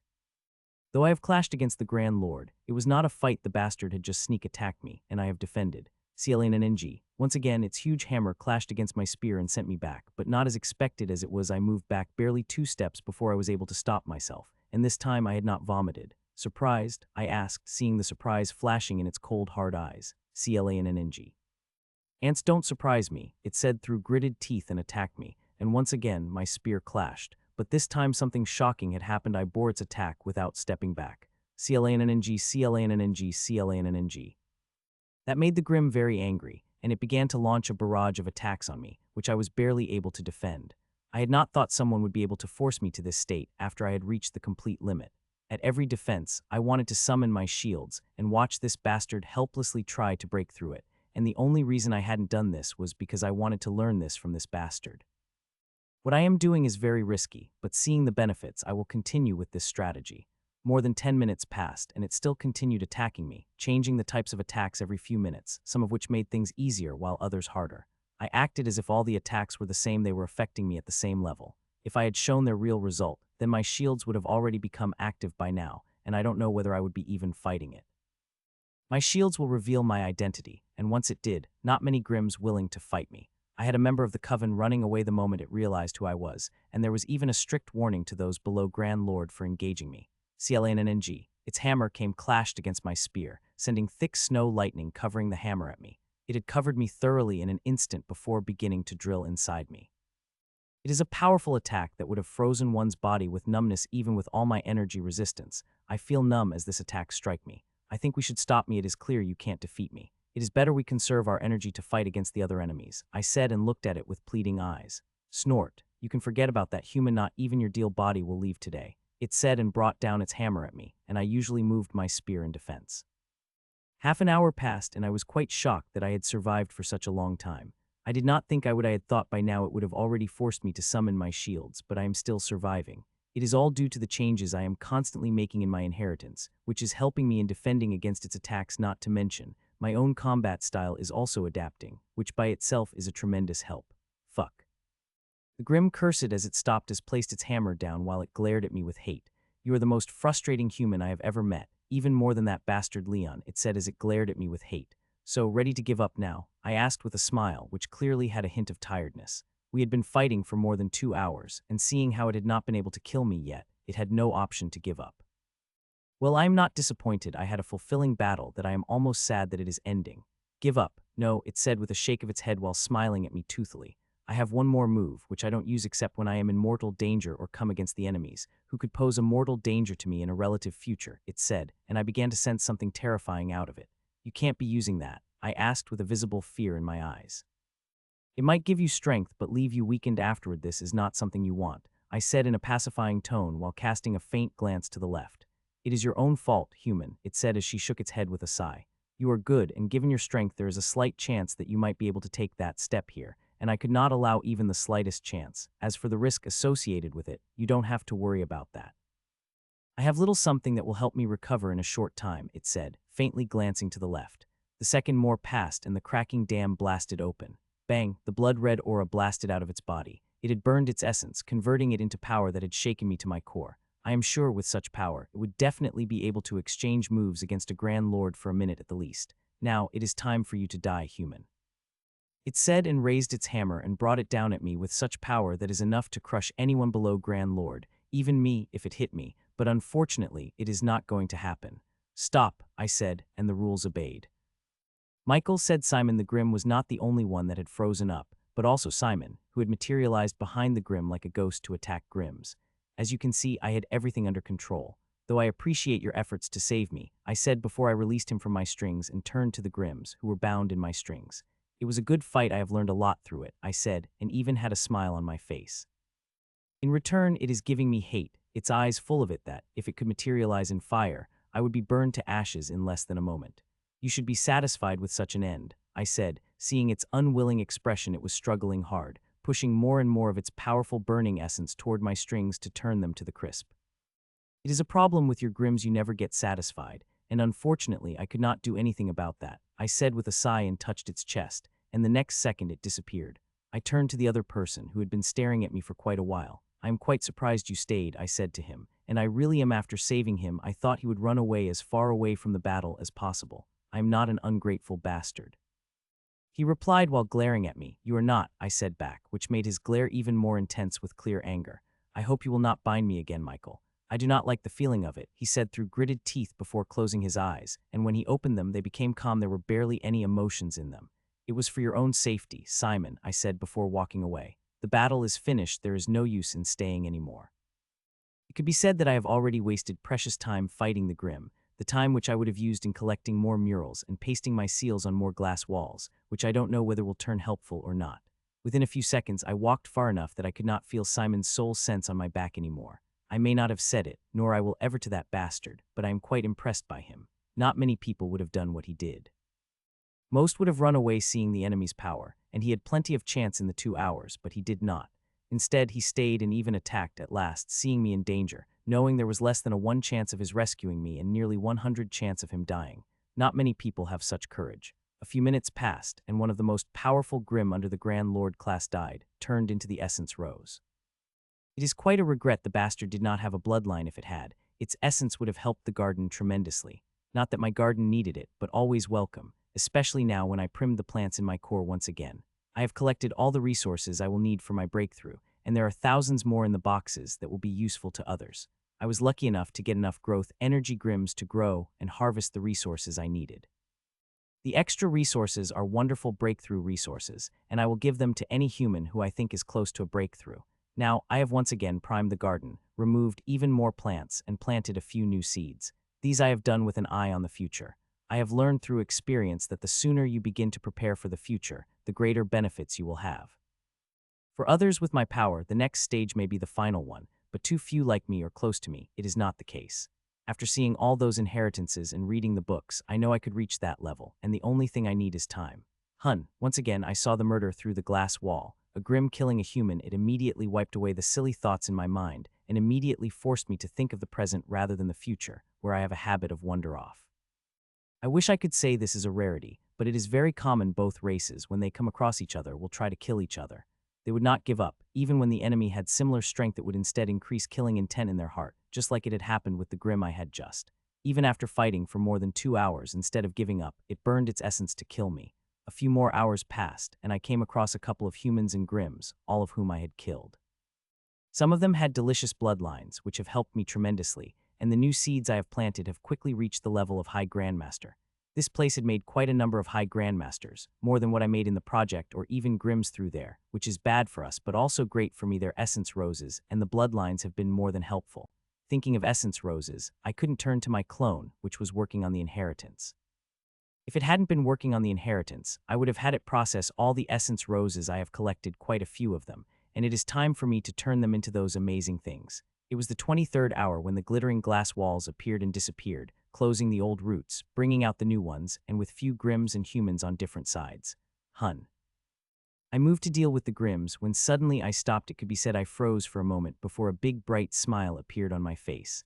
I turned my back and looked at the wall that appeared behind me. This wall was special because it was the first wall that appeared to have the seal, which I had placed on it about 5 hours ago. Die human. I was looking at studying the mural when a frown appeared on my face as a huge crocman appeared in front of me and swung its axe with the full power of the High Grandmaster. "BANNG, fuck off," I said, and as if a cannonball collided against the Grimm, it blasted off and crashed against the glass wall it left. I did not spare even a glance at the Grimm before turning back to the mural, or rather, the glass wall with my seal. The mural is different than what it had earlier, which is not surprising. I quickly copied it, and it appeared on a different corner of my core. The mural on the wall is like others. It cannot connect but is part of the same story. Still, I felt it is an important piece and would help me in solving this puzzle in a big way. The second one, it had not been half an hour since I had found the wall with the seal when I found the second one. This one did not just appear but had already been present, and looking at the number on the seal, it is one which I had pasted on the wall in the first hour of arriving. The mural immediately appeared beside the first mural of the seal I found earlier. There are over 5,000 murals in my core, each unconnected to the other. I have tried different formations and methods, but they are too different that even now, I feel it will be difficult for me to get out of the maze within a week. Unless, of course, I could randomly find the exit, but seeing the way this maze is designed, that would unlikely happen. Someone had put a great mind into designing this maze. The creator was intelligent as well as powerful.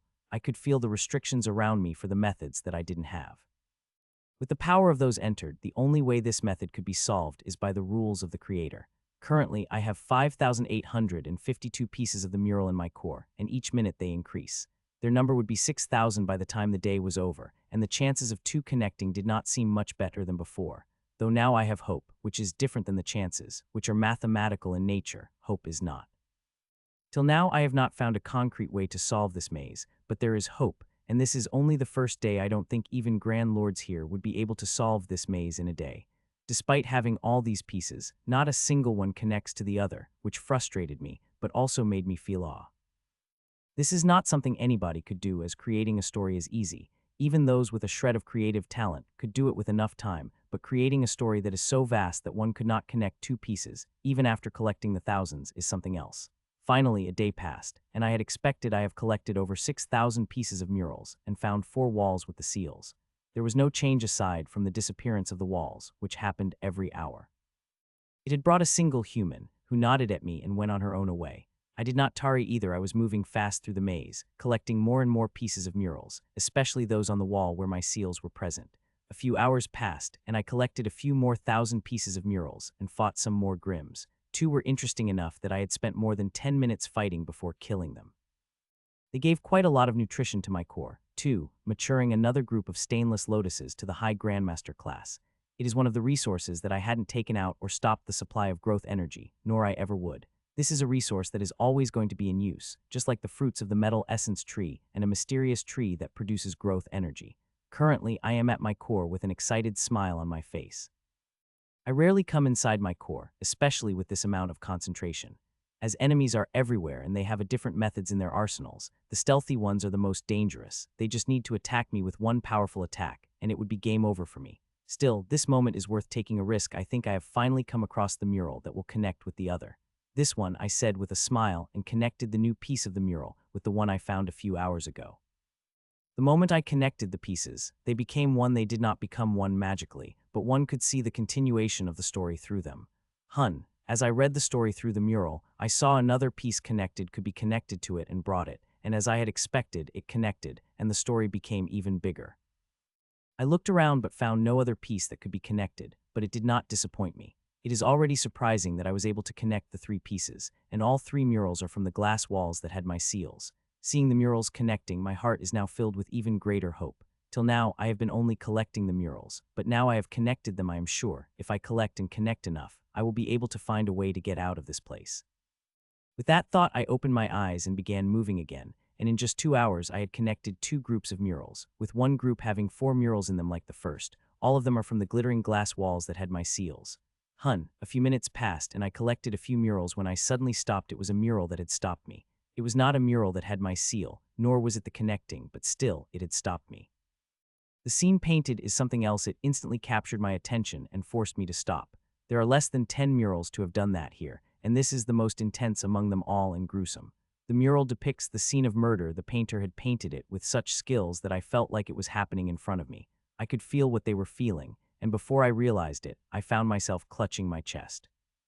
It took me a while to clear my emotions, but even after that, I did not move. I kept staring at the mural for nearly 10 minutes, a time I had only given to Grimm before I had forced my legs to move. All the murals are painted to the greatest artistic standards, but some, like that mural of murder, have even surpassed those standards. I very much wished I could take that mural, but unfortunately, it is not possible. Not even Grand Lord could do anything to the glittering glass. Minute after that, I stopped again as I found another connecting piece. I immediately connected it to the first connecting piece, making it a 4-piece long mural like the second mural. Time passed, and with the passing of time, I found more and more pieces that connected, and I am not the only one. Both Grimms and the humans have begun to find them. I have already seen marks of others on the glittering walls. Nearly every wall had marks, and some had hundreds of them. I have discovered that the walls do not need elaborate seals. One could even paste their aura on it, and it will remain.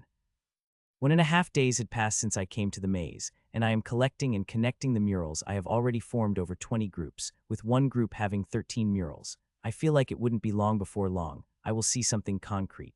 I am not only making progress in the maze, but I am also making great progress in my inheritance, which is most important. I am making great strides as I have expected, and if nothing goes wrong, then by tomorrow evening I will have the inheritance ready. I hope by then I will be able to get out of this maze, but that is likely the case, even after me making such progress. The progress may seem big, but it is quite small considering the sheer number of murals this place has, and not to mention I am finding news each minute. I have already collected more than 10,000 pieces of murals, and their numbers just keep increasing. It would have been great if the murals have repeated, but it is not only glass walls are being repeated and not the murals. It makes this extremely difficult, but not that I can do about it other than try to solve it to the best of my abilities. A few more hours passed, and I have killed a few more Grimms, which I have to say were quite powerful. I have already noticed that the Grimms on the second day are far stronger than on the first, and in these past few hours, I have encountered more high grandmasters than the grandmasters, and all the grandmasters I have encountered were the group of high grandmasters. It is not just with the Grimms, but also with humans. The reason for this happening is simple: people are getting killed. There is no mercy. If you come across the enemy, there is going to be the fight. You need to be strong to kill the energy, or at least defend against it to survive. Not all are. It is the reason the last 7 challenges are so difficult. There is no mercy. If you come across a strong enemy, then you will die. Even with all my strength, I could not completely guarantee that I would survive. As in front of the Grand Lord, I am nothing. I already know there are 2 Grim Grand Lords here. The Grim I had killed were more than happy to share this information. There was nothing I could do about it other than hope that those 2 would come across the single Grand Lord we have in this maze, and she kills them. Yes, we too got a Grand Lord in this place. I was quite surprised when I came to know about it, especially the identity of that person. She was not a council member and was behind in my list of people who could make a breakthrough into the Grand Lord. Though I shouldn't be surprised the opportunities of this place could work magic, not to mention that woman is quite talented. I know it because I have worked on her and have her detailed meta scan in my core. I decided not to think about it, as I had no control. My time would be better spent if I focused more on murals. It is through them I will be able to get out, and thus will be safe from the grand lords of the Grim race. 5 more hours passed, and I collected even more murals while connecting them some more. Unlike before, it seemed to be frustrating me no matter how many murals I have connected, I am not seeing a way out. Maybe I am being too hasty with how closely I am getting to finishing my inheritance. I wish I had gone out through that door. If I had then, I would be in Pyramid, working on my inheritance, and might even be making a breakthrough in the safety of the pyramid. I might be dead, killed by the Grim the moment I got out. It is for that reason I did not get out, and even with the mood I am in, I still think staying was a wise choice. A few minutes passed, and I stopped as I came across another exemplary mural. This one was not showing any war or carnage, but a small oasis in a barren desert. The mural felt calming to look at, and I looked at it for more than 5 minutes before I began to move again. Another half an hour passed when I suddenly stopped with horror on my face. I knew there were chances of this happening, but did not wish it would happen. I immediately calmed my mind and stopped my clone from working on inheritance. What was happening was far more important than the inheritance. It is a question of life and death. Thousands of thoughts raced down my mind, and my clone's mind before one idea appeared acted. I begin to move toward the right. I am always moving left, but now, if I want to survive, I have to move right. Barely a second passed when a huge Grim appeared in my view. It was the vast soul sense of the Grim that I had sensed, and now it had appeared in front of me with its cold eyes locking me in. Another human, it said, and with a casual tone, and waved its huge hand from it. A tiny spark of energy had released, morphing into a long violet needle that came at me with a speed that I could not track. BANNNG. The needle appeared in front of me like it was teleported, and a moment later, a deafening sound rang out with a powerful shockwave that was powerful enough to seriously injure the high grandmasters. Ha ha ha ha. A clear surprise appeared on the face of the Grim, but soon it turned into thunderous laughter that did not stop for a minute. The laughter of the Grim stopped as it became serious as it looked at me. Michael Czar, we met, it said, and the all-encompassing aura of Grand Lord bore down on me. It is the bearman. The bastard did not even take even a second to recognize me the moment I revealed my shields. Its aura is now completely on me, and so are its eyes. I feel as if a colossal mountain is pressing down on me, and regretfully, things are worse than that. There is at least a chance to survive if the colossal mountain is pressing down on me, but here, there is almost none. In front of such might, I could do nothing. All my methods and tricks were useless, as it would be able to crush through them with sheer might.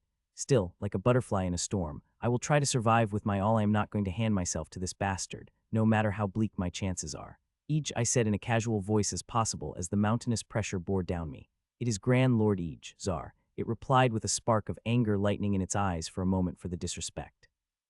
What are you going to kill me for the disrespect? I asked with a hint of a dare in my voice. Hee, you're going to die all right, but it will not be an easy death as you are expecting. It said, you have killed a lot of our people. I don't think anyone had killed as much as our powerhouses as you have, and for it, you're going to pay, it added with a cruel laugh covering his mouth. I am waiting, I replied. Immediately, I felt the aura getting heavier. It became so powerful that I had nearly hunched in my place before stabilizing myself. For a second, it just looked before twitching its giant stubby fingers, from which I think violet bloodline energy had come out. I have heard so many things about your famed shields. Let's see how it could hold against this little attack of mine. 9 spheres of itters, it said, and the violet energy quickly transformed into the huge 9 balls. Each ball was 3 times the size of my head and had rippling patterns across their surface. First, it said, and immediately the first violet ball came at me. Its speed is not fast, much slower than the needle earlier, but the power it held is shocking that even someone as powerful as Kra, the blizzard werewolf, would get crushed to death by it. BANNG. The ball of violet energy crashed against my shields. I felt a huge shock and staggered back. I could feel my internal getting damaged by the shock of the attack, but I did not care for it. The ball of violet energy had not disappeared after the crash, but dissolved into energy and seeped into my shields, wanting to break them from the inside. My shields have lighted up like a sun, and numerous formations activated as they dealt with the powerful bloodline energy of Grand Lord, which seemed to bear a great hunger and wanted to consume everything. If my shields had been a common defensive method, they would have disappeared in an instant. Not even a scratch. I am impressed, said the bearman. This time there is no anger in its eyes, instead mirth. As if it is looking at castle of sand made by the child and pressing a finger against it. There is no doubt it could destroy the castle easily. It is just looking at much force it would need for its own amusement. Let's see whether this second ball could do anything to your shields, it said and sent the second ball, which also came with the same speed as the first ball. If I were simpleton, I would have felt relieved seeing that, but I am not, and my methods see everything behind the facade of the attack, and it scared the shit out of me because this attack is far more powerful than the attack before. BANNG, the ball of violet energy crashed against my shields, and the sound produced was much louder than before. Puh. I vomited the blood as I staggered. The physical injuries did not give me as much pain as I felt when I saw the first crack appears, and that was just a starting. As the ball dissolved and energies drilled into my shield, the cracks began to spread rapidly. This is the power of the Grand Lord. A high Grandmaster would not be able to damage my shields to such a degree, especially after the boosts I have got. It is very hard to do, but it is not much of a challenge to a Grand Lord. They represent the apex power, and everything below them is ants, bearing a challenge small as it could be considered an honor, but the honor does not save lives. It did not take long for the cracks to cover a quarter of the shields, and they are spreading even faster than before. Seeing my expressions, the smile on the Grimm's face became even brighter. I am a prize, and killing me would receive an honor. It is not the first time I have been attacked by a Grand Lord, but the bearman, who will have the honor of killing me. The bearman is barely able to keep the happiness inside its heart as it was able to accomplish a thing that its senior failed to achieve. The cracks crossed 50 and still spreading across the shields. They are like tides, crushing everything in their paths as they spread. I have activated the final burst, but as I had expected, it is barely able to affect the spread of the cracks. By the end of the 9th second, the cracks have stopped spreading, but by that time they have covered 93 of my shields. Your shields are really good, as they say. Czar, I did not think I would have been able to make a single crack on them if I had used everything bit of power I have when I was a high grandmaster, it said as the third ball moved forward. Unfortunately, I am not a high grandmaster anymore, but a mighty grand lord, it said, saying the last word a little too loudly as it sent the third ball of energy at me. Fourth burst, I did not hold back and nor I hid as I burned my essence. The power I had never felt before bursting out of my body, it was so great that even I have got surprised by it, and if I had been looking at Grimm, I would have seen a look of surprise flashing into its eyes too, which made it increase the power of attack that I immediately noticed. Still, the surprise of the power inside me did not disappear. It is truly too huge. It is the first time I have burned the essence since I have reached the complete limit, and I think I now have a power that is extremely close to the Grand Lord, but it is still not the power of the Grand Lords and would not help me survive it. If it had been slightly more, above that invisible limit, I might have been able to do something, but now I could do nothing. BANNG, the ball crashed against the shields, and all the cracks that had been healed immediately began to appear within a second. The cracks covered half of the shields, and they were spreading fast. Bastard. I cursed loudly as I wiped my mouth of the blood. This bastard had not only increased the power of its attack when I had burned my essence, but also a moment before it had crashed against the shields, and the increase in power had been huge. If it had not been for that, then my shield, being powered by my essence, wouldn't be able to crack so easily. I had a power very close to the Grand Lord, and with such power powering up the shield, even Grand Lord would need to use substantial power to break through my shields, and the bastard did. I am angry at what the bastard had done, but also helpless to do anything other than wait for that one small opportunity. The cracks kept spreading, and I poured more and more burning essence into my shields. I had stopped holding back. It would be an idiocy to do that in front of a powerful opponent such as this. Finally, I was able to stop the cracks, but there was no joy on my face. The cracks had covered 98 of the shields, and I was nearly drained of the essence. I can't remember the last time I drained my essence in such a short time, because it had nothing happened. I had never drained my essence in less than 3 seconds. Good, you are good, such powerful defense. No wonder even Grand Lords weren't able to kill you, said each, and there was no mirth in its eyes, but a killing intent, and it made no motion hide it. It is for me to see and understand how much it wants to kill me. Now I would truly be impressed if you were able to defend against this attack, it said, and before I could say anything, it had sent the fourth ball at me. It came like the other balls, but like before, I had no other method to defend. My shields remained in tatters. I had used all my bursts, and all my essence had been drained. BOOM.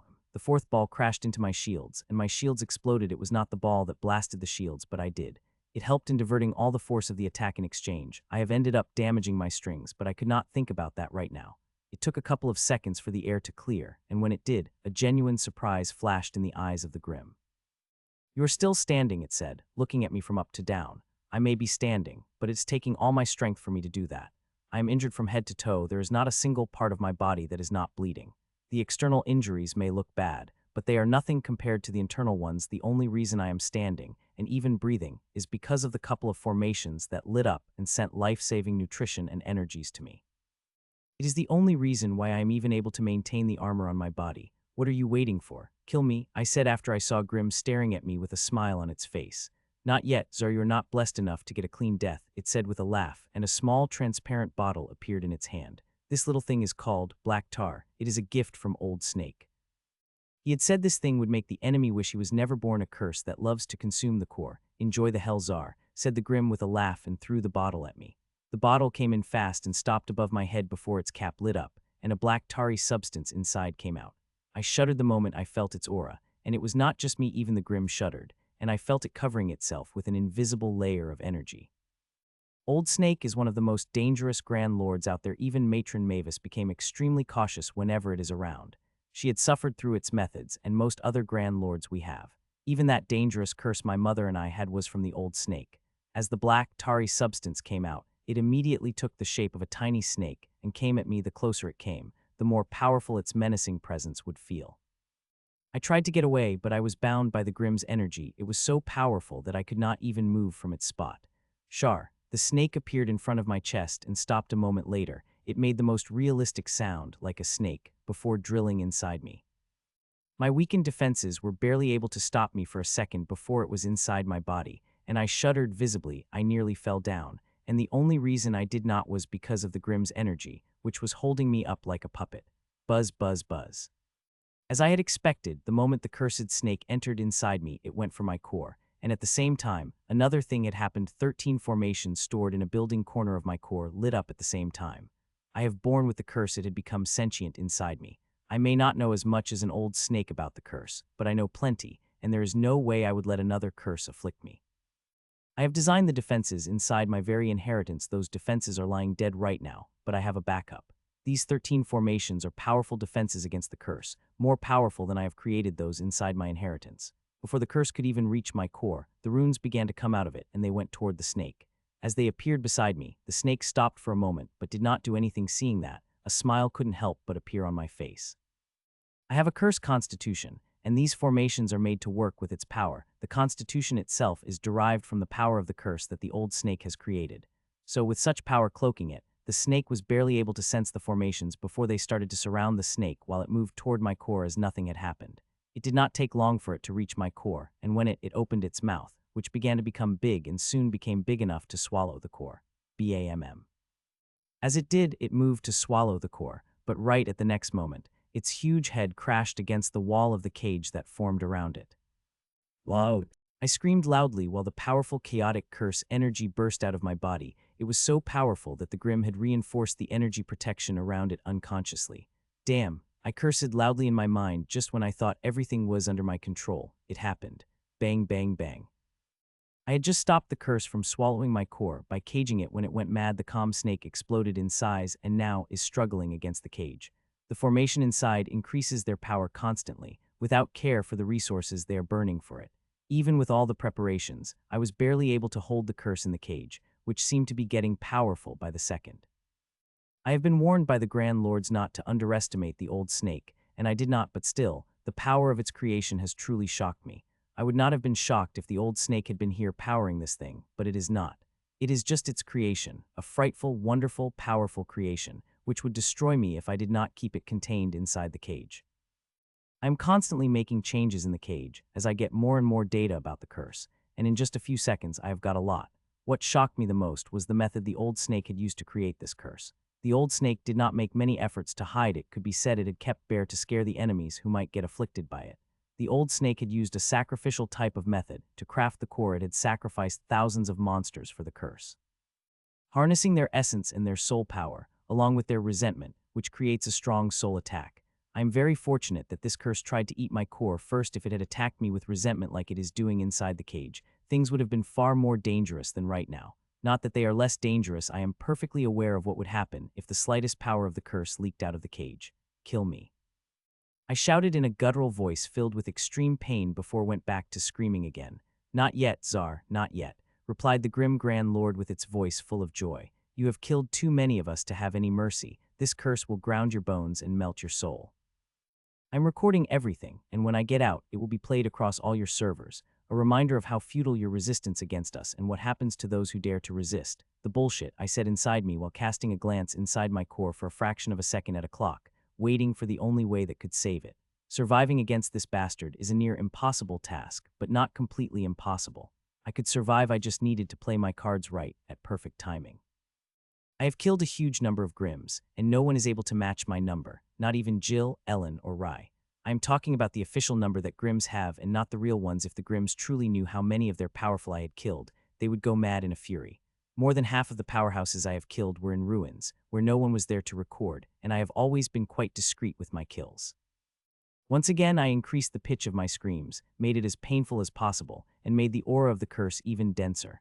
I also increased the power anti-soul measure, not that Grim dared to touch the curse with its soul sense, but I like to be careful. I once again cast a glance at the clock, and focused on the cage. The curse is trying different methods to break out, and each one is more dangerous than before. I'm handling the curse antics, but also preparing for the worst or the last method that it will try. I could already guess what it was, and with my current preparations, I could not protect myself if it tried that, but slowly, I am building defenses against it. Looking at the bastard, I have already decided that I will not play with my enemy. I have picked up this habit, but I will stop it if I survive. Considering how I am planning on escaping the clutches of this bastard, other smart enemies might also use such methods. The best way to stop them is to kill them as soon as possible. The curse suddenly split into thousands of parts and moved toward walls of the cage before sticking to the runes. For a few moments, nothing had happened before suddenly these thousands of parts blazed with power and melted the runes, collapsing the cage in an instant. Interesting, I thought as I saw that this one was the strongest of their attacks. Each part of the curse projected an immense amount of power. It broke the runes and made the cage collapse. It is not a single cage that is caging this curse. I would be an idiot to depend upon a single cage. There are layers or layers of it, and every second these layers get stronger as I continue to make the changes with the data I am getting about it. 1 minute, said my clone. I did not have to ask what it was talking about. The thing will happen right after 1 minute, and for it I have to be prepared. I don't know whether it is known about or cracked the pattern. I did not dare to think about it, because if it knows about it, then I am fucked.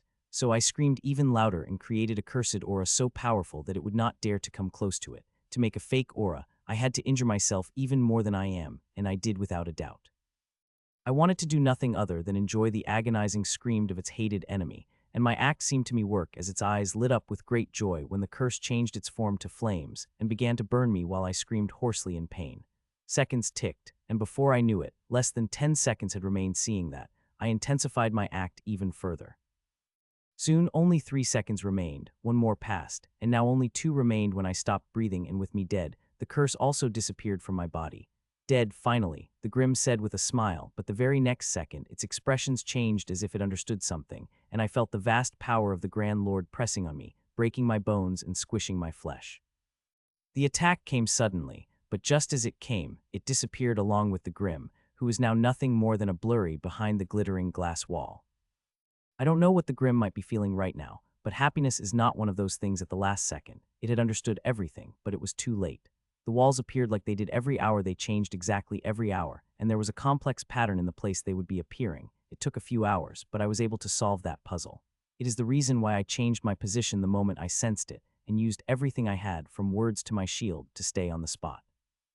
From my vast experience, I know how Grims behave. This bastard behaved exactly as I had thought it would. It even maintained the same distance as I had expected, which made things easy. I should deal with these injuries, I said, looking at my grave injuries. I was injured before, but at the last moment the Grim had injured me even further. It not looked like it, but my condition was very bad. If I left it as it was, I could die. I did not immediately begin, instead took a complete stock of injuries. My bones are crushed, and my skin split in hundreds of places. The last attack of Grim had even harmed my soul, and on top of that, with drained essence, it could be said that I am pretty fucked. Normal healing methods are pretty useless to me right now. Not to mention, there is a dangerous curse present in my body, but I decided not to think about it after handling its responsibilities to my core. The first thing I have to do is replenish my essence, which is easier said than done but still possible. I have some precious resources that will help me replenish my essence. Once I have replenished a quarter of my essence, healing my injuries wouldn't be any problem. I was about to begin when suddenly a Grim appeared and saw me. Its eyes lit up. My eyes lit up too, especially after I had sensed its aura. It seemed like someone had left an unfinished job. Let me finish it, it said, and appeared in front of me and brought down its club with the full power of the High Grandmaster. BANG. A deafening bang rang out as the club crashed down, but it did not crash down on me but against the red energy cover covering me, which the attack was not able to crack. The only thing it had left a small ripple, which too had disappeared. "Now be a sweetheart and take the guest home," I asked. "Sure, father," replied Nero and looked at Bullman with a smile that made me stagger back for some reason. "Little monster I will kill." Before the words could fully form the lips of giant Bullman, light red energy covered it, and it disappeared, appearing inside my core, where the runes have become climbing on its body a moment later. I was about to consume a very precious resource, but since the Grim arrived, I don't have to. It will do the job much better quicker than the resource I was about to consume would have done. Buzz. Soon the harvest began, and in less than 2 minutes the Grim had turned to husk while the faint stream of strengthening energy released into my body. Since I had reached the complete limit, the strengthening essence had stopped, but now it has come as I have lost essence, and strengthening is the best thing I have ever come across to replenish. I begin to feel comfortable feeling as my essence begins to replenish at the same time. The strengthening essence begins to heal my injuries. The resource wouldn't have been able to do that, but the strengthening essence could. Soon, the essence disappeared, and I slowly got up nearly all my essence replenished. What little bit remained would be replenished within a day. "Next time we meet, I will kill you," I said to the Grim while waving my hand to the blurry figure, which is still present on the other side, likely looking at me. I did not waste much time on it. My clone had already gone back to working on inheritance while I focused on the last problem, the curse. Buzz. The formations I have developed in my inheritance activated and connected with the formations from my core, forming defenses so tight that the curse would have a very hard time breaking it. I have designed both formations in such a way that they will strengthen each other. If my armor had been full power earlier, I would have dealt with the curse, not just continued to cage it. As the formation inside my core and inheritance linked, they acted. A stream of runes begins to release from the walls and move toward the curse, which is still trying to break through. The curse did not react to the runes as if it had not sensed them, even when the runes began to paste across its body. Thousands of runes begin to paste across the curse, then 32 seconds later, a dense formation forms across the curse and its different parts. I looked at the formation and took a deep breath. I checked the defenses of the cage because what I was going to do right now was very dangerous, and I needed the perfect defense if things went south. "Buzz, everything is perfect," I said as I looked at the cage and activated the formation covering the curse. Blinding radiance burst out of the runes. It was so bright that even I could not see anything through it. This radiance is a special curse eradicating energy. I have developed the formation will form a domain around the curse and vaporize it. It sounds quite simple, but it is not. It is also very dangerous. The curse really proved to be something that the old snake made. It is very powerful, but my energy is not weakling either. Slowly but surely, it begins to vaporize the curse. The curse, sensing its end, begins to get volatile fast. It started on the final option, but I had already predicted that, and runes lit up and began to stabilize this volatility. The formations were not able to stop the volatility, nor had I expected them to, slowing down it already more than enough. Time passed as the curse got vaporized, and at the same time, it became more and more volatile despite the efforts of formation, which only slowed down the process by a little. BANNG. 19 seconds later, the volatility reached its peak, and the curse exploded, rattling and cracking the wall of one cage after another. The explosion of the curse was so powerful that it had cracked 8 layers of cages, leaving only the 9th one fine. If it had cracked, then I would have suffered consequences, bad consequences. I took a sigh of relief and began to clear away the residue of the curse. It was powerful and dangerous.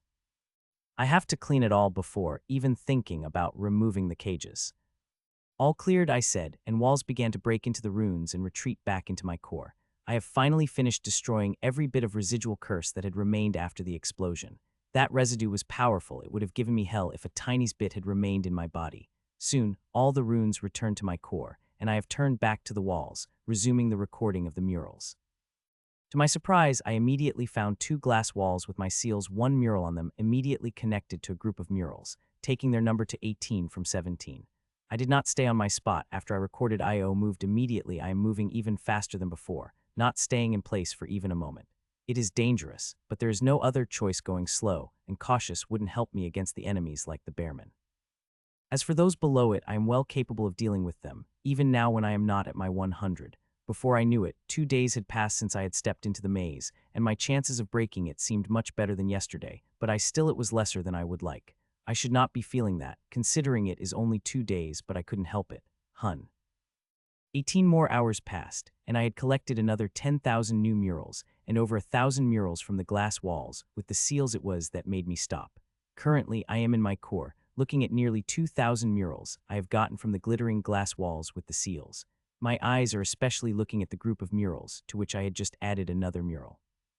Before there were two groups of 38 and 61 murals. The mural I found connected both groups, making it the biggest mural line with 100 murals. There was no magic, no light when 100 murals connected, but I felt the story coming alive. It transfixed me, but most importantly, for the first time, I felt like I had found a genuine clue to get out.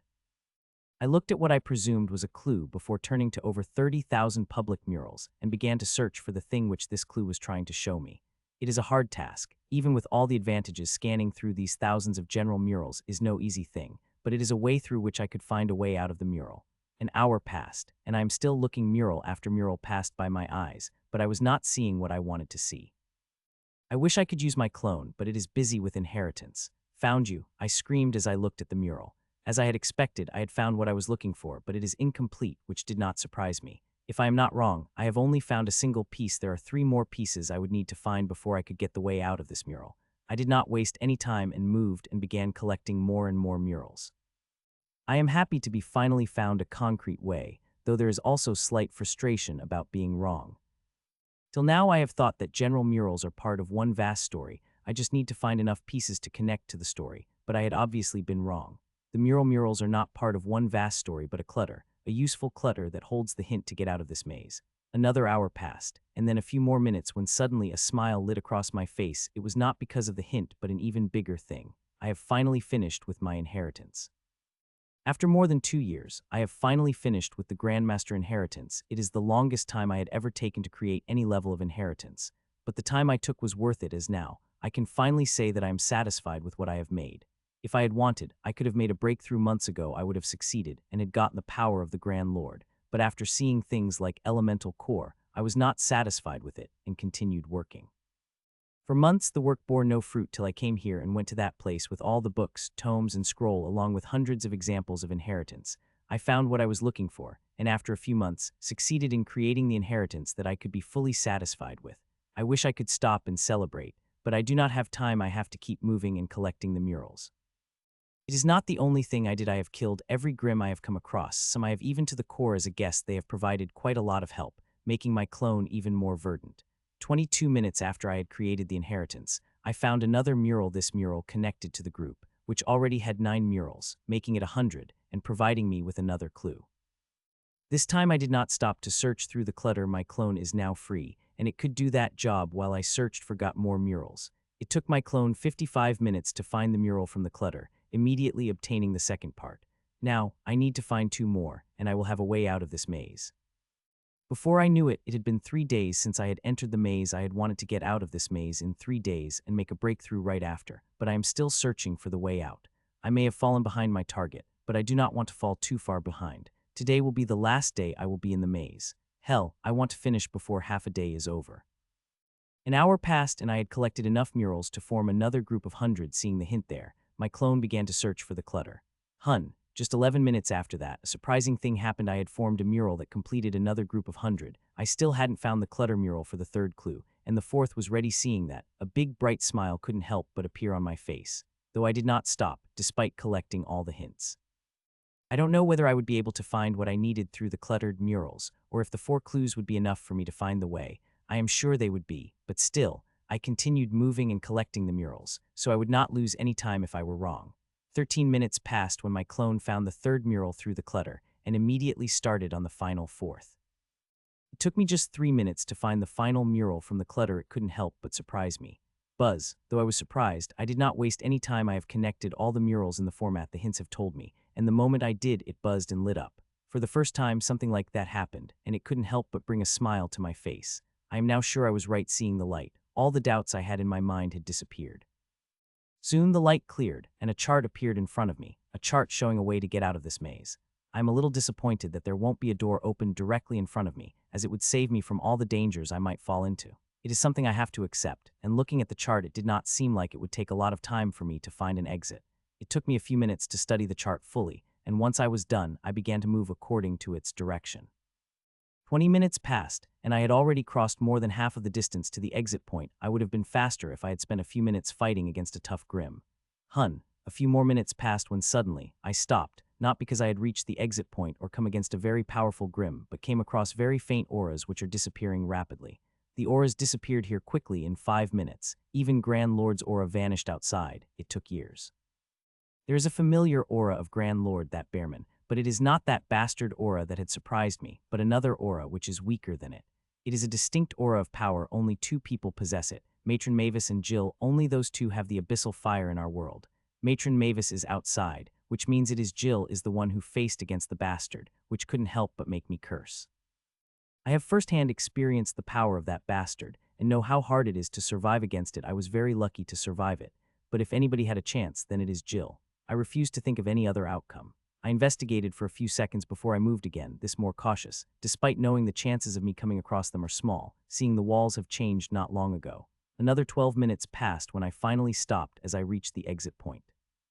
In front of me is a mural where there is a crystal blue lake, and in this crystal blue lake, 3 scaly humans are fishing. I hope it works, I said to myself, and once again looked at the words before turning to the lake. Norisi Taleb, I spoke the words described in a chart. The word means, like, let me in, but it seemed like nothing had happened, and I was about to try again when a faint shimmer spread across the lake. Seeing that, a smile couldn't help but appear on my face, and I walked to the mural, especially toward the lake, which is an exit out of place. I moved my leg into the lake and it went inside, and the next moment the moment my whole body entered, I felt the water around me and swam up. I got out of the water and found myself in the oasis, with date trees and dunes of sand at a distance. Below me is a crystal blue lake and a beautiful desert garden. I looked around the beautiful garden and did not take long to see the price. There are 100 spheres of golden energies are floating in neat lines on the left side of the garden. The biggest one is big as my hand, while the smallest one is the size of my fingernail. The oasis had appeared many times in the top 7 challenges, so I know what these golden balls are. There are balls of boost, and the biggest contains the biggest boost. I have no intention of taking the boost right now, despite the risk that a person who comes after me could take the biggest boost.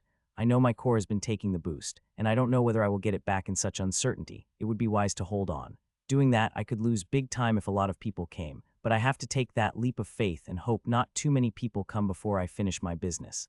As for the business, it is to make the breakthrough, of course.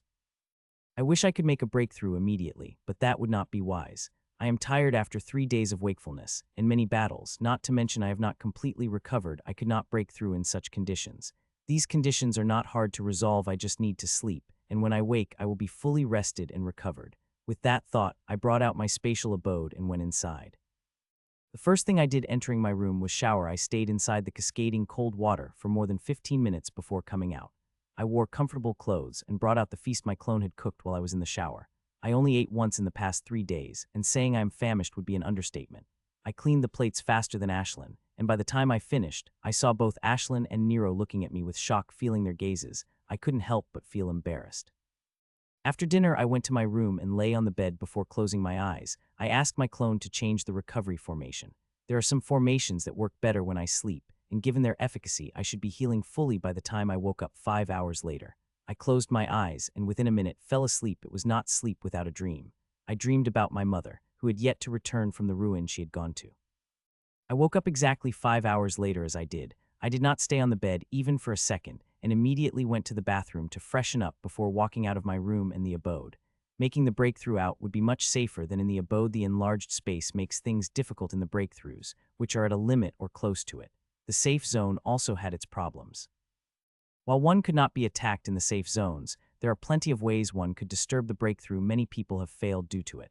Thankfully, I have made the preparations. I have a formation that will save me from all the disturbance. It is also very hard to break. Even a runemaster like me would need at least half a day to break through it. I immediately laid down that formation before starting on the real work. I entered inside, and before reaching the center of the circle, as I did, I gently tapped on the ground. The next second, a beautifully complex circular formation appeared on the floor. This is my breakthrough formation. I have been working on it for more than a year and a half, constantly refining it with every change. Now, it had transformed into a work of art that any rune master would appreciate. I looked at the formation before waving my hand, and the resources appeared, so much and so precious that even Grand Lord would be shocked seeing them. Especially the resources like 9 colored matter, some of which I had brought out, but I don't know whether it will be any of us. It is true that it held perfect compatibility with my core. It is the resource that represents it more, but I don't think it will consume it in this breakthrough. I was not going to bring it, but decided to take it out if my core would use the resource. Aside from the 9-colored resource, there are other precious resources, purple soul tressia and blood vigor roots. They are very powerful resources representing the soul and body, and they are at the Grand Lord grade. I had to trade quite a lot of things for these two. There are many other precious resources which I had traded and found, many of them being Grand Lord class. Still, over 75 of herbal resources were provided by my own core. I had planted the resources I had needed for my breakthrough. Most important among them all are 24 blood soul stainless lotuses and 6 metal essence fruits I had especially cultivated for my breakthrough. The resources have a shocking value that not many high grandmasters would be able to collect on their own, even if they searched for decades. I was only able to do that because of special circumstances and a few unique abilities. Aside from the herbal resources, there are other resources present here as well. The most important are 12 thumbnail-size violet-colored crystals. These are Asnir crystals. They contain vast amount of mellowed energy that any powerhouse could consume easily. I'm very lucky that I found these crystals. I had different huge-size crystals in mind, but to my luck, I had found them in the storage of the Grim. The bastard had 109 crystals. I don't know where the bastard had found them in such number. They are more valuable than the divine crystals. The energy contained in them is not only very powerful but could also be absorbed by anyone. I will not be getting any energy from outside, not even worldly energy, as this place is isolated, so no worldly energy. Even if I had access to worldly energy, it wouldn't have been enough. I would need something more. Thankfully, with the time I had, I have prepared for everything. Seeing everything was perfect, I did not waste any time and sat down in the center of the formation before activating it.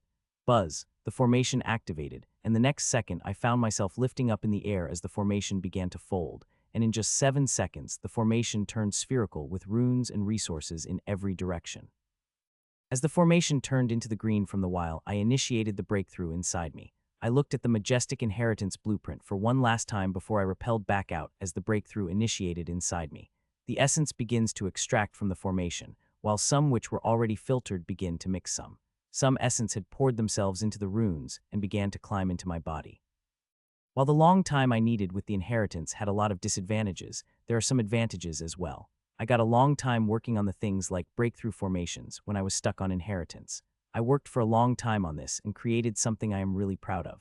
The first thing breakthrough formations should do to aid in a breakthrough is increase the chances of the host who is breaking through.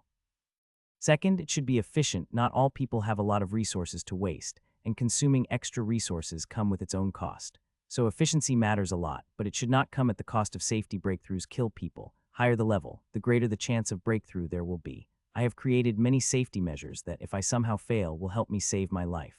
Though I will not fail, I have not worked so hard for years to fail. Aside from these two elements, I have added another one that most people would consider risky: speed.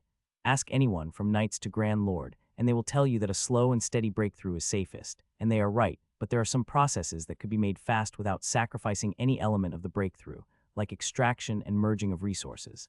I have made some things a little faster. The speed is especially helpful in a place like this, where every minute counts. The essences extracted from the resources began to merge, while the few groups of essences that had already merged had filled the runes and began to climb over me. Already half of my body had been filled with the runes, and more were climbing over me as the runes got filled with the resources. The process is quite fast, and it is not due to just formation, but also the fire that makes the extraction of essence a smooth process. I have brought the Kindle of Fire from my core, which is helping a lot not only in extraction but also in merging. Time passed, and soon, all the resources dissolved and merged into the runes, and those runes climbed over me. There was not a single place where there were no runes. Even my irises were not spared. Buzz. As the formations climbed over me, they lit up, and an immense amount of herbal energy entered inside me. Sensing it, my core, which had turned a colorful blob of liquid, began to spin. As it did, all the herbal energies came inside my body fast before moving toward the core. A second later, the core begins to consume a huge amount of herbal energies of all types. The more it consumes, the faster it would spin. I have used a large amount of powerful precious resources containing a massive amount of energy, which will take some time for my core to absorb. Time passed as my core spin. Each spin would be faster than before and would let it consume more energy. Now every second, it is consuming enough energy that the High Grandmaster would be horrified if such an amount of powerful energies entered inside them. It will kill them. 37 minutes passed, and finally, my core had finished absorbing all the herbal energy it needed. 98.9 of the energies that I had prepared, the only thing that remained untouched was the 9-colored matter, which is hardly surprising. I am quite accurate in my estimation of the energies I would need, and felt quite great seeing the number of herbal energies I have consumed, more than Bishop. I wonder how that bastard would feel knowing that. Especially when it is not even a breakthrough of the Grand Lord but a Grandmaster. He would die of shame. Buzz, as my core absorbed the herbal energy, the spherical formation lit, and with it, the first violet cube lit up. The moment it did, the whole spherical formation began to turn violet. It only took a couple of seconds for it to turn completely violet before the 12 runic chains were released from it and connected to different parts of the formations covering me. As it happened, the purple cube blazed like a sun, and the violet color darkened as it released energy. The chains transferred it in an instant, turning formation covering me fully violet like a sphere before sending the energy to me. Gasp! I couldn't help but gasp in shock as the violet energy appeared from every part of my body. It was not the amount that had shocked me, but the quality of the energy. I know how powerful these crystals are. I have performed numerous tests before selecting them for my breakthrough. Still, when I felt them entering me, it shocked me. The energy is no weaker than the source energies I have sensed. The violet energy is very powerful. I have done numerous tests on it, testing it against many source energies, including the one I have got from the bishop, and it was no weaker than it. Though it is just energy, different from the source energies, be it of inheritance or the bloodline, it could not compare to them, nor do I want to. Inheritance or bloodlines, to some extent, need the energy with an imprint of source. It is what they run on. I, on the other hand, do not need such an imprint. I have created my own inheritance, which gives me the advantage of using any energy that is suitable for me. Inheritances and bloodlines also have their advantages, some I could not compare to. The energy came streaming down through the runes, passing through every cell of my body, before entering my core, which is like herbal energy, began to spin faster and faster to absorb more and more energy. These violet energy crystals contain a massive amount of energy, more than one would need for a breakthrough into the Grand Lord class. According to my calculations, I would need 3/4 of the 3 violet crystals, which may seem impossible, seeing the sheer amount of energy that is needed for the Grand Lord breakthrough. Even though I am breaking through Grandmaster class, I would need about the same amount of energy. I have brought out 12 of these crystals, just for precaution. Half an hour passed, and a quarter of the crystal disappeared, and within its consumption increasing every second, the rest would disappear in another half an hour. Currently, I am taking 2.1 times the energy that Bishop was taking at the same time, and he was already going too fast due to the problem that had occurred in his core. My core is taking the energies faster than him, but I am feeling no pain, nor is my body suffering any side effects due to it. There are several reasons for that. The uniqueness of my body and energy is 2 of them, but the biggest one is the breakthrough formation I have developed. It is efficient and fast. It could provide me with far more energy in much less time without any side effects. I am feeling quite proud of this fact. The days I had put into designing this formation finally seemed to be worth it. Another half an hour passed, and finally, the first violet crystal disappeared. It had taken around 1 hour and 2 minutes to completely disappear. The second crystal, which is already lit up and providing unimpeded energy to me, will take even less time to disappear.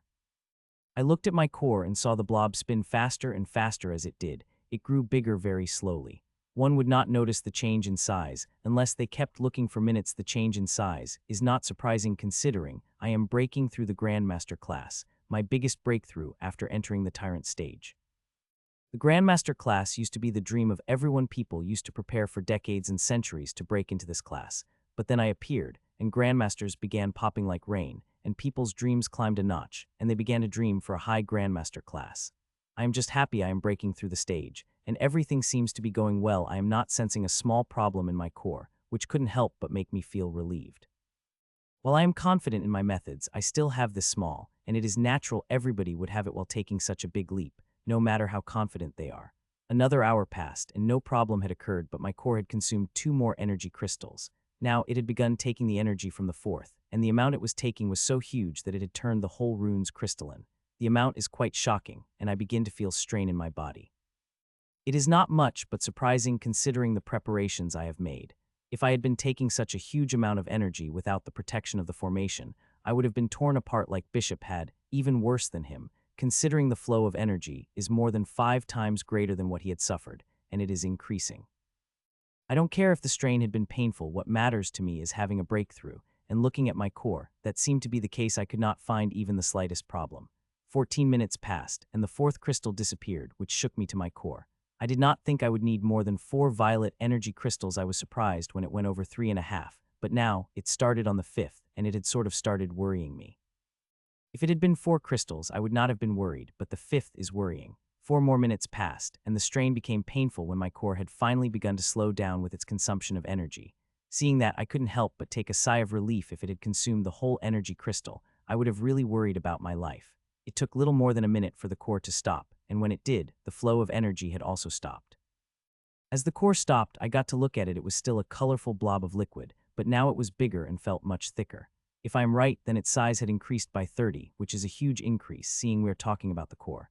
Now it is time for the final stage, solidification. If I had been breaking into the stage of the Grand Lord, the isolation would have disappeared, but I am not, despite the power I will get from it. I have also made a conscious effort for that not to happen. Each of the runes is infused with the power of rule bending, and I have created a formation in such a way that it isolates itself. Even those standing beside the formation will not sense a shred of aura from it, even when the energy crystal sends out its energy highest volume. Sigh. Few seconds passed when finally, the solidification began. Seeing that, I couldn't help but take a sigh of relief. For a few seconds when nothing had happened, I thought the isolation would disappear, and that would be a bad thing, but it had not happened. I was in joy when suddenly, that joy on my face froze up. My core began to shake faintly as it continued to solidify. Seeing that, my heart couldn't help but skin a beat. I did not even have to think about the reason for this shaking. It was the energy. It had taken all this massive energy, and now it is having a hard time digesting it. It made things difficult and also quite dangerous. I wanted to act immediately, but I did not. It was just digesting the energy and having a little problem, which is a serious problem, but I shouldn't interfere, not yet, or I could make things even more dangerous and difficult than they already are. I hope it is a problem that my core will solve itself. If I took action, I might solve it, but it could also worsen it. Seconds passed and turned into minutes. It was the 4th minute, and the core was still shaking. Its shaking had not stopped, but it did not worsen either. It was still shaking at the same intensity as before. In these 3 minutes, I have made a complete preparation. I will swoop in if I see things worsening. Another minute passed, and the shaking continued when something unexpected happened. The moon, which is revolving around the blob, started releasing a faint mist. Its action had surprised me. It could be said that I had nearly forgotten about it since it had been silent for so long. The last time it had done something when I practiced the new level of art. It had sucked energies and then showered its processed crystals, which easily merged with my core, improving its quality faintly. Now it is releasing the mist, and the semi-solid core is absorbing the mist, and to my surprise, the shaking begins to slow down. It took me a while to calm myself from that, and I looked at the satellite. I still remember the day I got it. I had leveled up to the tyrant stage, and the world had given it to me as a form of acknowledgement, and since then it has helped me many times. 1.5 minutes later, the shaking had stopped, but the satellite still continued to release the mist. I did not do anything about it, as I did not see any problem. It had just stopped the shaking of the core while interfering with the method solidifying, which is still happening. Gasp. Another 4 minutes passed, and the core had solidified the moment it was. I couldn't help but gasp, just like I did in the previous breakthrough when the core had solidified. It is not the power of the core that shocked me, but the beauty of it. It had become even more beautiful, possessing even greater semblance to the real planet. I could not find any difference between it and the real planet. It seemed the same. The blue and green color with the white clouds and colorful landscape looked mesmerizing. I was looking at the beauty of the core when it shone, and the next second, runes released from it, runes brimming with so much power that, for a moment, I feared I might get injured by them. Thousands of vine-like formations came out and began spreading through my body, reaching the further and deepest place of mine. This time, the runes are getting deeper into me, and it is intentional. I do not want to leave the deepest part of me unguarded. I had wanted to do that long ago since I dealt with the curse. I did not have the ability to efficiently put them there, but now I do. Thousands and thousands of lines of runes kept coming out of the core and spreading into me. There was not a single part that was not getting imprinted by them. To those who might have seen my breakthrough, it would have seemed underwhelming. Hell, even Knights created a bigger effect during the breakthrough than I did. It took less than a minute before the runes buzzed and blazed like a sun as they released the breakthrough energies. Ah! A loud sound couldn't help but escape from my lips involuntarily. The energy came at me with a tidal wave. It was gentle, but the sheer amount of it created a shock that couldn't help but give me hammering pain across my body. The pain did not disappear, nor did I care about it. The only thing I cared about was the energies that were merging with me and increasing my strength at a pace that I had never felt before. Even the strengthening from the Grim with core did not increase my strength as fast as it is increasing right now, and as my strength increases, the pain I am feeling due to the strain is lessening. Seeing the waves of energy coming from runes, a victorious smile couldn't help but appear on my face as I gently lay down. Though I should maintain a serene cross-legged position in case someone sees me, I do not want to. It is my moment, and I want to enjoy it the way I want to. Speaking of someone else, even after more than 8 hours, nobody had come. It is quite a surprise to me as I thought someone would have solved the puzzle by now. There are a lot of intelligent people among humans and Grimms, with numerous abilities provided by their bloodlines and inheritances. In an hour or two, someone will solve the maze and come inside or might come in a few seconds. I hope that does not happen, at least till I am finished with my breakthrough. I wanted to get my hands on that first delicious ball of boost. It had been a long while since I had enjoyed the boost properly. A few seconds passed, and another smile appeared on my face. My strength had crossed the invisible boundary and now began rising in the realm of the Grand Lord. More than 3 minutes passed, and the runes were still releasing the energy, and my strength was still climbing when I suddenly noticed something in the energy. It did not disappear, I said with a smile. The breakthrough energy is not pure breakthrough energy. There is another energy mixed in it, the energy of the boost. I had not noticed it earlier because it had been mixed with it so well, but now I did. While my strength is rising, there is another change happening. My totem artifact is also upgrading. I did not have to provide any resources and energy. It was doing it independently. It had really confused me, but I sensed how it was happening, and to be honest, the fact had a little scared me that even think about it further and focused back on my rising strength in the realm of the Grand Lord. Finally, after more than half an hour, the runes stopped releasing the energy, and I formally entered the realm of Grandmaster, or should I say Grand Lord, given the strength I have. Boom, the power, I said as I listened to the boom that rang out as I punched in the air. The punch was casual, physical, without any energy, but it still broke the sound limit effortlessly. If it had been a normal place, this is not all it would have been, but this place is a safe zone, and my strike neutralized before it even crossed a meter. I wish I could have a place where I could practice at my heart's content. This safe zone is not a good place. There are too many restrictions to do any good practice. I shook my head in a sigh before taking a step forward and immediately appearing beside the huge ball of boost, nearly crashing into it before I was able to stop myself an inch away. My strength has increased tremendously, and so is my senses. I need to learn to control them and work them in a sync. Instead of that, I am increasing my strength further. I wish the boost could wait, but I have already stretched my luck here. Till now no one has come, but it will not be the case forever soon. The people will come and they will not wait. Seeing a big ball of boost, they will immediately run toward it. Let's eat it, I said, and then touched the boost immediately. The boost disappeared and entered inside me. The moment it spread inside and began to advance my strength, seeing the way it was increasing my speed, my eyes couldn't help but widen. No wonder the people are so crazy about it. If I had such a boost continuously, I would have been crazy about it too, I said inside as the boost seeped inside me. It took more than 10 minutes for the huge boost to be completely absorbed, and I now feel even more powerful, but unfortunately, I do not have a scale through which I could measure my strength. I shook my head before taking a step toward the formation, and appearing inside now that I had leveled up to the Grandmaster and taken the boost, it was time to do an important thing. I would have done it right after the breakthrough if not for the boost. I sat down and closed my eyes immediately. I appeared in my core, which now had become even more vibrant and energies inside even denser. It felt like the whole garden is drenched in thick energy, and it felt wonderful. I looked at Ashlyn and Nero. Both of them were still sleeping, with a soft glow covering their bodies. They have not taken even a shred of energy from me, but still leveling up. They have not taken any energies from me. Both of them are quite capable of tapping into the very high-level energies of the universe, the ones I could sense, much less see.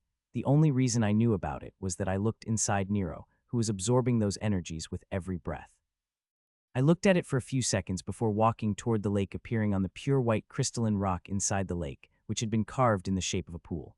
The small lake had changed quite some time. It had already the water when it formed, but the fire in it came a little later. The crystals, on the other, are the latest development, not so the latest, especially when one counts the time it had passed in the core. The crystals are the grace of the being that had tried to eat me and use my body to host its soul because of my constitution. I don't know what the hidden being did to it. I only know when, at an open restriction to my core a few minutes later, the crystals had been added into the lake. It is not just crystals. The quality of water in the lake and sea has also changed. These crystals are pure soul crystals. They will be a tremendous help when creating the clone. The pool created into the crystal is already filled. It is green and purple in color. One might have a hard time believing it, but if I count the soul crystals, the cost of creating the second clone is greater than leveling up to the Grandmaster class, which gave me the power of the Grand Lord. I sighed once again at the cost. Before stepping into the pool, all the preparation had already been made. My clone is sitting in front of me, and my hand is a blood soul stainless lotus. It is the thing I used in creating the first clone, and it is the thing I will need to create the second and all the other clones. Which it is very important to choose a resource that could reach a very high level, because if not, then you will have to stop practicing the method once the level of one surpassed the resource. The Blood Soul Lotus in my hand is high Grandmaster grade, which might seem like a lower level resource considering my power, but it is not. I am Grandmaster, and the Lotus is level above it, not to mention it is capable of holding the power of the method, which is all that matter. If it not for that, I would have waited to create my second clone with war and the methods I have. I am confident I would have been able to bag at least one Grand Lord, which would have been enough to produce a Grand Lord level stainless lotus. I have waited for more than a year for a breakthrough. I could defiantly afford to wait for a few days, but I do not need to. I have everything I need. Let's begin, I said. Okay, said my clone and transformed into the energy and went inside the Blood Soul stainless lotus in my hand as it. I closed my eyes too, and a moment later, tiny silvery lines of runes began to come out of my temple. The runes may be small, but they are jammed-packed with soul power. I need to use my soul power to create the vast formation. I still remember how difficult it had been last time I had to burn my soul for extra power.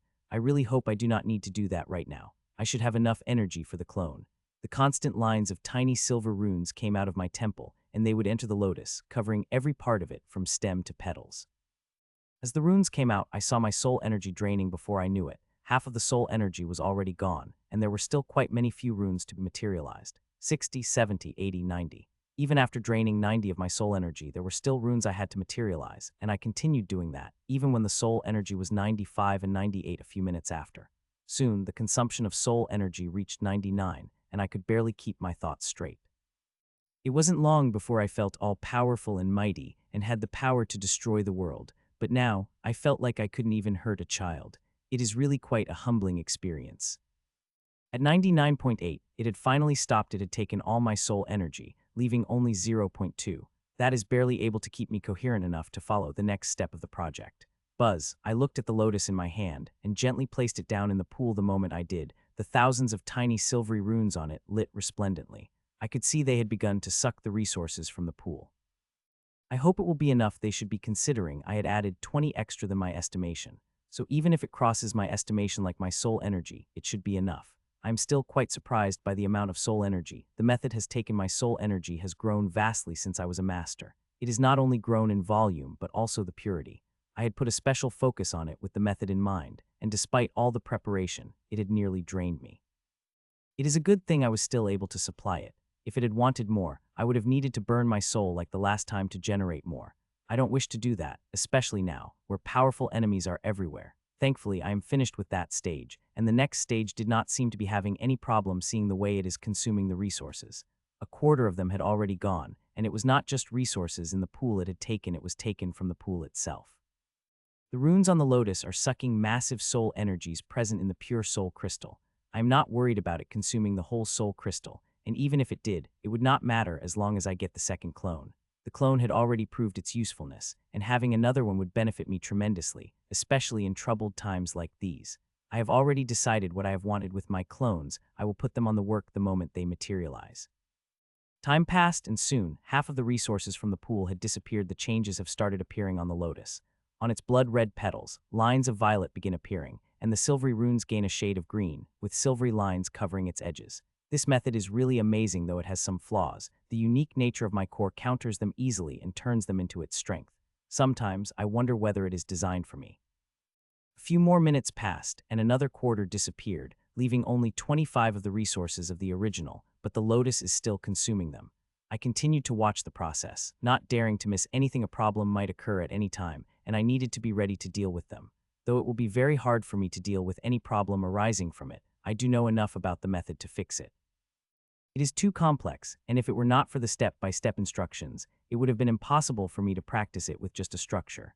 12 more minutes passed, and finally, the lotus began to stop taking the resources. There are less than 10 of the resources had remained in the pool. It had also reduced the side of this huge soul crystal by around 15, which speaks shocking amount of soul energy the lotus had taken. It is a good thing I have made the preparations for it, and the second stage went smoothly. For a couple of seconds, the lotus remained on its spot without any change before slowly floating up. When it reached my chest height, it turned translucent and entered inside me.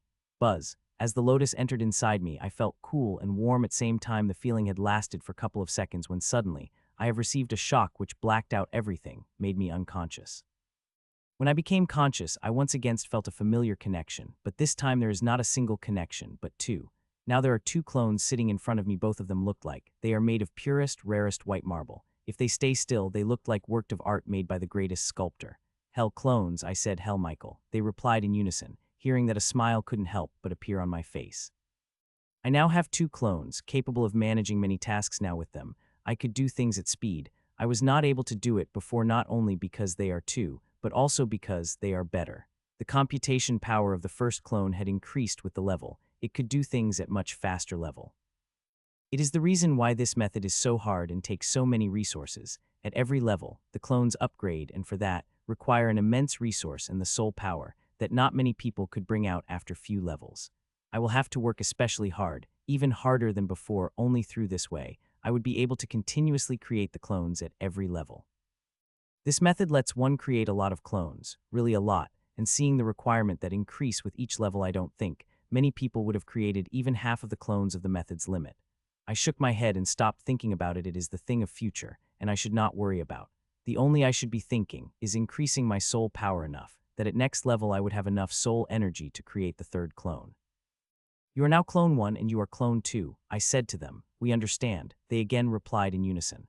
Both of you go and work on the next level of inheritance. I said okay. They replied and disappeared from me and appeared in the workstation. There are many other things to do. There is a huge backlog of things after I had asked my clone to focus on inheritance and nothing more, but those things could wait. I need them to work on inheritance because I want to conform the thing. I am pretty sure of it, but still want the second opinion after the clones does calculations. I really hope I am wrong about it. Sigh. I sighed and about to get out of the core when my gaze fell on the clock. Seeing the time, I couldn't help but became surprised. More than an hour, I whispered. The blackout, which felt like only a second long, was actually more than an hour long, an hour of outside, not of core. Here, nearly 3.5 hours had passed inside the core. I shook my head and disappeared from the core, and a moment later, I opened my eyes, still sitting under a huge formation, in an empty oasis. No one, I said. 4 days had passed since the challenge had begun, but aside from me, no one seemed to have cleared the maze. I took the formation back into my core and took out the abode. Before entering inside, I directly went to my room and laid down on the bed. Clone 2 activated the soul formation 17, I said to the clone 2 before closing my eyes, and in a couple of seconds I was fast asleep. I need to sleep. I am extremely tired and drained of soul energy, which is harder to recover than regular energy. The formation will aid me in recovering it faster. I had slept for 10.5 hours, and when I woke up there was a smile on my face. Grandmaster, I said to myself, still having quite a hard time believing that I had finally reached this stage, but I did. The world-crushing power flowing in my veins is proof of that. The feeling had been even more amazing had I recovered my soul energy, but with sleep and aid, I was only able to recover 40 of it. I stayed in bed for a few minutes before I got up and went to the bathroom to freshen up and shower before walking out of the room. In the kitchen, I ate the breakfast that Clone 1 so graciously cooked before I went to my core. So what I thought was true. I asked. I already know the answer, not because I felt it, but because our souls are connected. What they know, I know. I am just making conversation to feel normal, which itself is weird considering I am talking to my clone, with whom I share the soul. Yes, our next advancement would be the Grand Lord class, replied Clone 2. Earlier I had asked them whether I could level up to High Grandmaster as normal people do, which I had felt would not be possible for me after I had read all the books and tomes in the Door of Celestial Inheritances, which now held true. My condition, which gave me so many advantages, has now become my disadvantage. It is a bad thing for me because now the next stage for me would be the Grand Lord class, which will give me the power of the primary 2 stage. If I went for that power, I would face life-threatening dangers. My earlier plan was to reach the Grandmaster class, which would give me the power of the Grand Lord. If I survived the war and lived long enough, then break into the High Grandmaster class, which would give me power between the Tyrant stage primary III and the primary II stage. I did not even think further, as I did not have enough to think before that. Now I have obtained it and understood it. With my condition and power, it would be nearly impossible for me to level up to High Grandmaster class. I will have to level up to the Grand Lord class directly. This will be very dangerous for me if I want to exploit my full potential because of the data I have. I am confident that my core can bear the power of primary II stages in Grand Lord class, but the thing is, doing that would be extremely dangerous. There is a couple of hurdles. First is creating inheritance. Till now, I have not even understood single primary II stage inheritance, and I am already planning to have the power. The second is the resources. I will need a massive amount of resources, some of which needs to be primary II. The world does not have such resources nor allow them to exist. It destroys them the moment it senses them. This brings out the third problem, the world. I might be breaking into the Grand Lord class, but I will have the power of primary II powerhouses, and I don't know whether the words would let me that kind of power. It might crush me to pulp the moment it sensed it. There is a simple, less dangerous way around it. Take the less dangerous power, the one I was planning on having after breaking through the High Grandmaster class. Gain the power between the Tyrant stage primary III and primary II stage. It solves nearly all problems. It is much easier to create, and I would be able to manage without primary II resources, most importantly. If I make enough preparations, the world will not kill me, but the great question is whether my pride will let me do it. I waited for more than 6 months when I felt my inheritance lacking. If I wanted to, I could have easily leveled up and gained the strength of the Grand Lord, but I waited because I did not want to waste even the slightest potential of mine, which I have worked so hard to get. I thought about the subject for a while before shaking my head. I will have to research it deeply, and now that I have gained the power of the Grand Lord, I will know those secrets of the world that only Grand Lords know. Even Grand Commander will get access to them till they have gained the power of the Grand Lord. It is the condition for those secrets. I hope those will offer me some other window. I hope they do. You guys continue with inheritance, I said, and they once again disappeared. Their first task is to study the material I have from the Door of Celestial Inheritance. They will study all the books, scrolls, and tomes, and also begin to study the primary II stages of inheritance. It is imperative they study before they start creating the inheritance. It is such a massive job that I wish I had the third clone. It would have made things much easier. I did not immediately walk out of my core with the clones busy. There were few things I had to do. Those things could not wait. I have to do them before I leave here, but before that I want to look around. The size of the core may have changed, but the area inside the core remained the same. It is the same with time dilation, which is quite regretful. I would have loved to have a little more time in the core. While the area of the core may not have changed, its quality has taken the leap. The quality of the soil has improved, and so is the density of energy. It felt refreshing just breathing. The plants looked beautiful, and the majority of them were planted with my next breakthrough in mind. I will have to plant a few more and collect some more seeds after leveling up. I have gotten an even clearer idea of what I need. I truly pity the Grims with that massive choice ahead of me. I will hunt those bastards like crazy, especially the Grand Lords. It will be an extremely difficult endeavor. I might lose my life because I will now be fighting at the highest stakes, the bastards with centuries of experience and multiple tricks off their sleeves. I have studied those bastards and made the preparations. I am sure I will be able to surprise some of them with a few of my own tricks. It would be wonderful if I am able to kill them. I always wanted a garden with Grand Lord class plants. They will fulfill that dream of mine. Finished, I said as I looked at the work. I had just done it. Took a couple of hours, but I was glad I finished with it now. No enemy would be able to leave my core once they entered inside.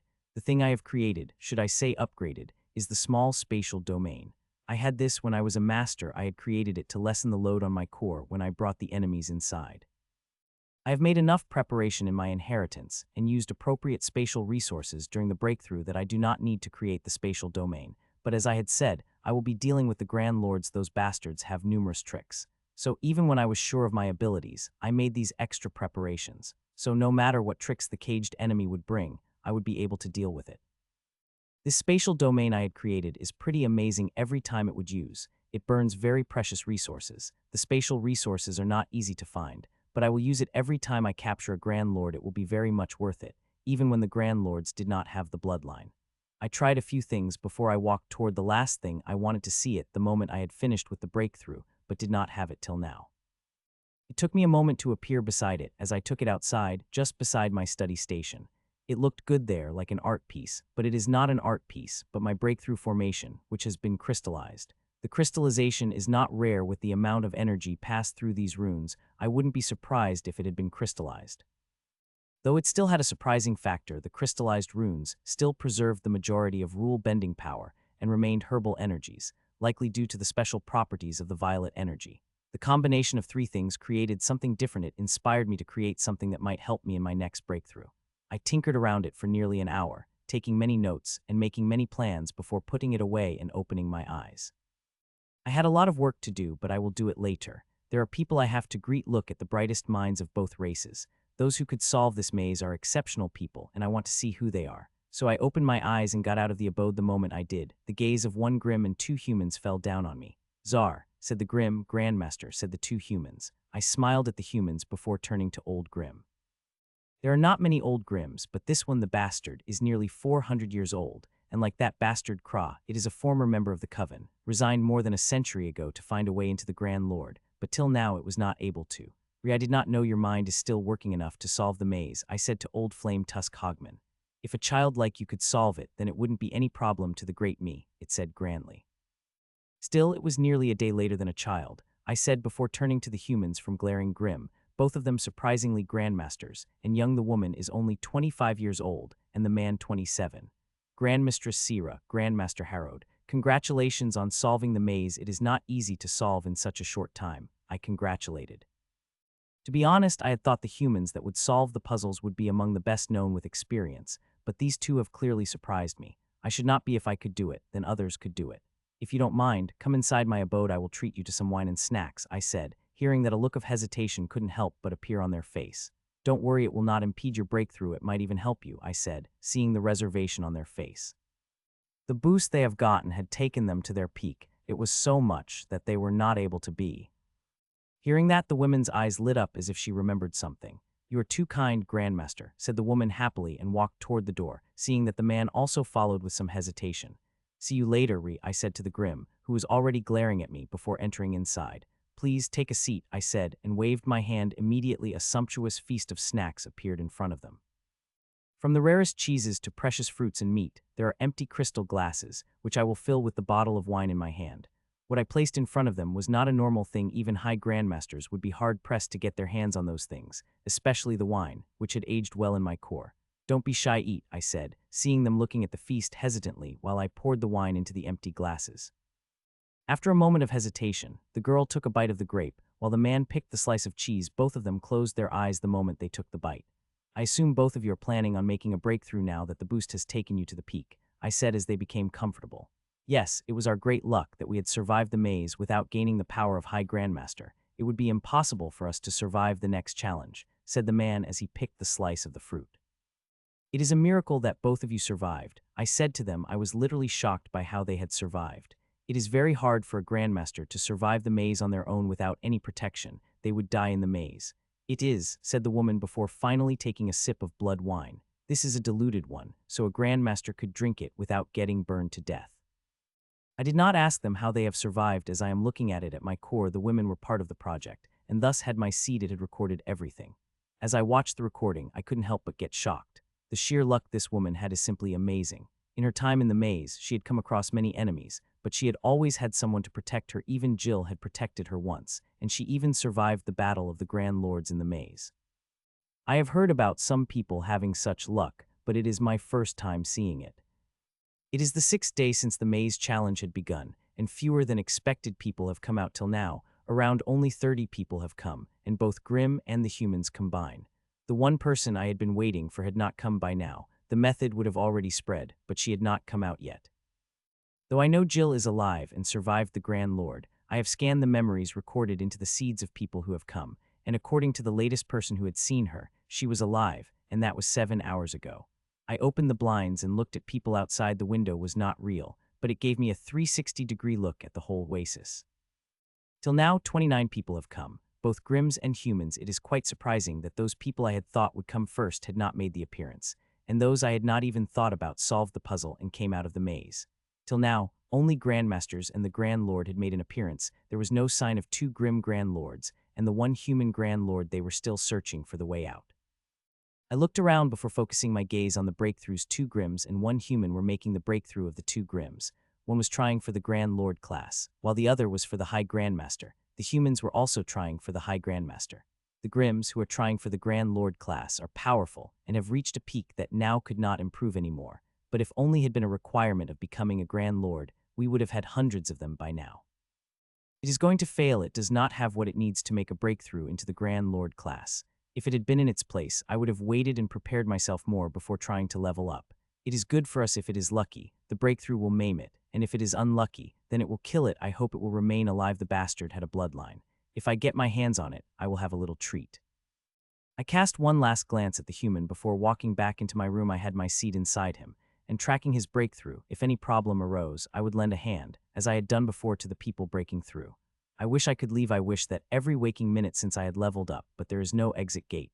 Only the blue gate will lead to the next challenge, but it is also locked, and if the past data is to be believed, it will open after the week is finished. These are the final 7 challenges, and the rules are different here. I wonder how my friends are doing. They are not in the maze, but in some different challenges. The first 4 challenges of the 7 are different and have groups of people in them. It is the last, which is the same for everyone, and those are very dangerous but also very rewarding. If I had time, I would have gone for them, but I will not. I want to get out of this place as soon as possible. The moment I see the exit gate, I will be out. I don't know what is happening outside, but now that I have acquired power that gives me the power to fight at the highest stakes, I want to leave. I shook my head, and before laying back on the couch with both of the clones busy, I must finish the backlog of work, which I am doing at shocking speed. I have recovered my lost soul power, and with it, I get to enjoy all the perks that came with incredible power. My thoughts could now run at incredible speed. I could now do things that were impossible to me before, and that couldn't help but make me happy. I have already done quite a lot of work, tens of experiments, some planting, and searched through the storages of grims that I had killed. In there I have found a lot of things, including miracle fruits and a collection of seeds, 2 of which I have planted. The 2 seeds have made me happier than the miracle fruits. The plants those 2 seeds will grow into will provide me with resources that will help me tremendously in my breakthrough. I am now doing a few more experiments with the resources I have. All these experiments are for my future breakthrough. I have stopped everything and doing the things only that will aid me in my future breakthrough, which is now the most important. There is still a lot of time before I reach the stage where I can make the next breakthrough, but seeing how things are going, I need to prepare. Which is why I am making my clones study hard. They're doing great every minute. I am learning something new and even giving my input in the understanding of inheritance. I want to finish these experiments as soon as possible, so I can work with my clone in studying and understanding inheritance. It will take time for that to happen. There are many things I have to do before I can focus on inheritance. Hours passed, and as I had expected, the Grim had failed but survived. The other Grim had succeeded, and so was the human. I had taken action when he came across a slight problem in the breakthrough, but aside from that, everything went smoothly. Now humans and the Grim are succeeding. There are no grandmasters present in the oasis. Even those few who arrived in these past hours are all high grandmasters. More than half of the grandmasters who entered the maze had died. Those who survived immediately went for the breakthrough, whether they were ready or not. They understood that being a grandmaster was a death sentence, and that being a high grandmaster would give them a better chance to survive. Ting. It was near the end of the 6th day. I was working on my core when the bell of the abode rang. My eyes flew open, and immediately I saw the person who rang the better. Seeing her, a smile couldn't help but appear on my face. Click, I got up and immediately appeared by the door before opening it. In front of me was a young woman who was very cute when I met her, but now has become a battle-hardened warrior. Seeing me, a smile appeared on her face, and I saw the shadow of cuteness she used to have. You took quite a time, I said with a smile as I moved to hug my friend. Not everybody is as good as you at these things, Michael, she said and hugged me before entering inside. I heard you were first and took only 3 days to get out of a maze, she said as walked inside. 3 days and some change, I replied, to which she rolled her eyes. I took me double, and I had to survive some seriously dangerous grims, she said. I know, I said to that. She gave me a look before shaking her head. I am tired. Which room is free? She asked. Any room other than the first, I replied. She nodded before appearing beside the second room and disappearing inside a second later. Once again, congratulations on your breakthrough with the chances of us winning the war would be much greater, I said as I sat across her.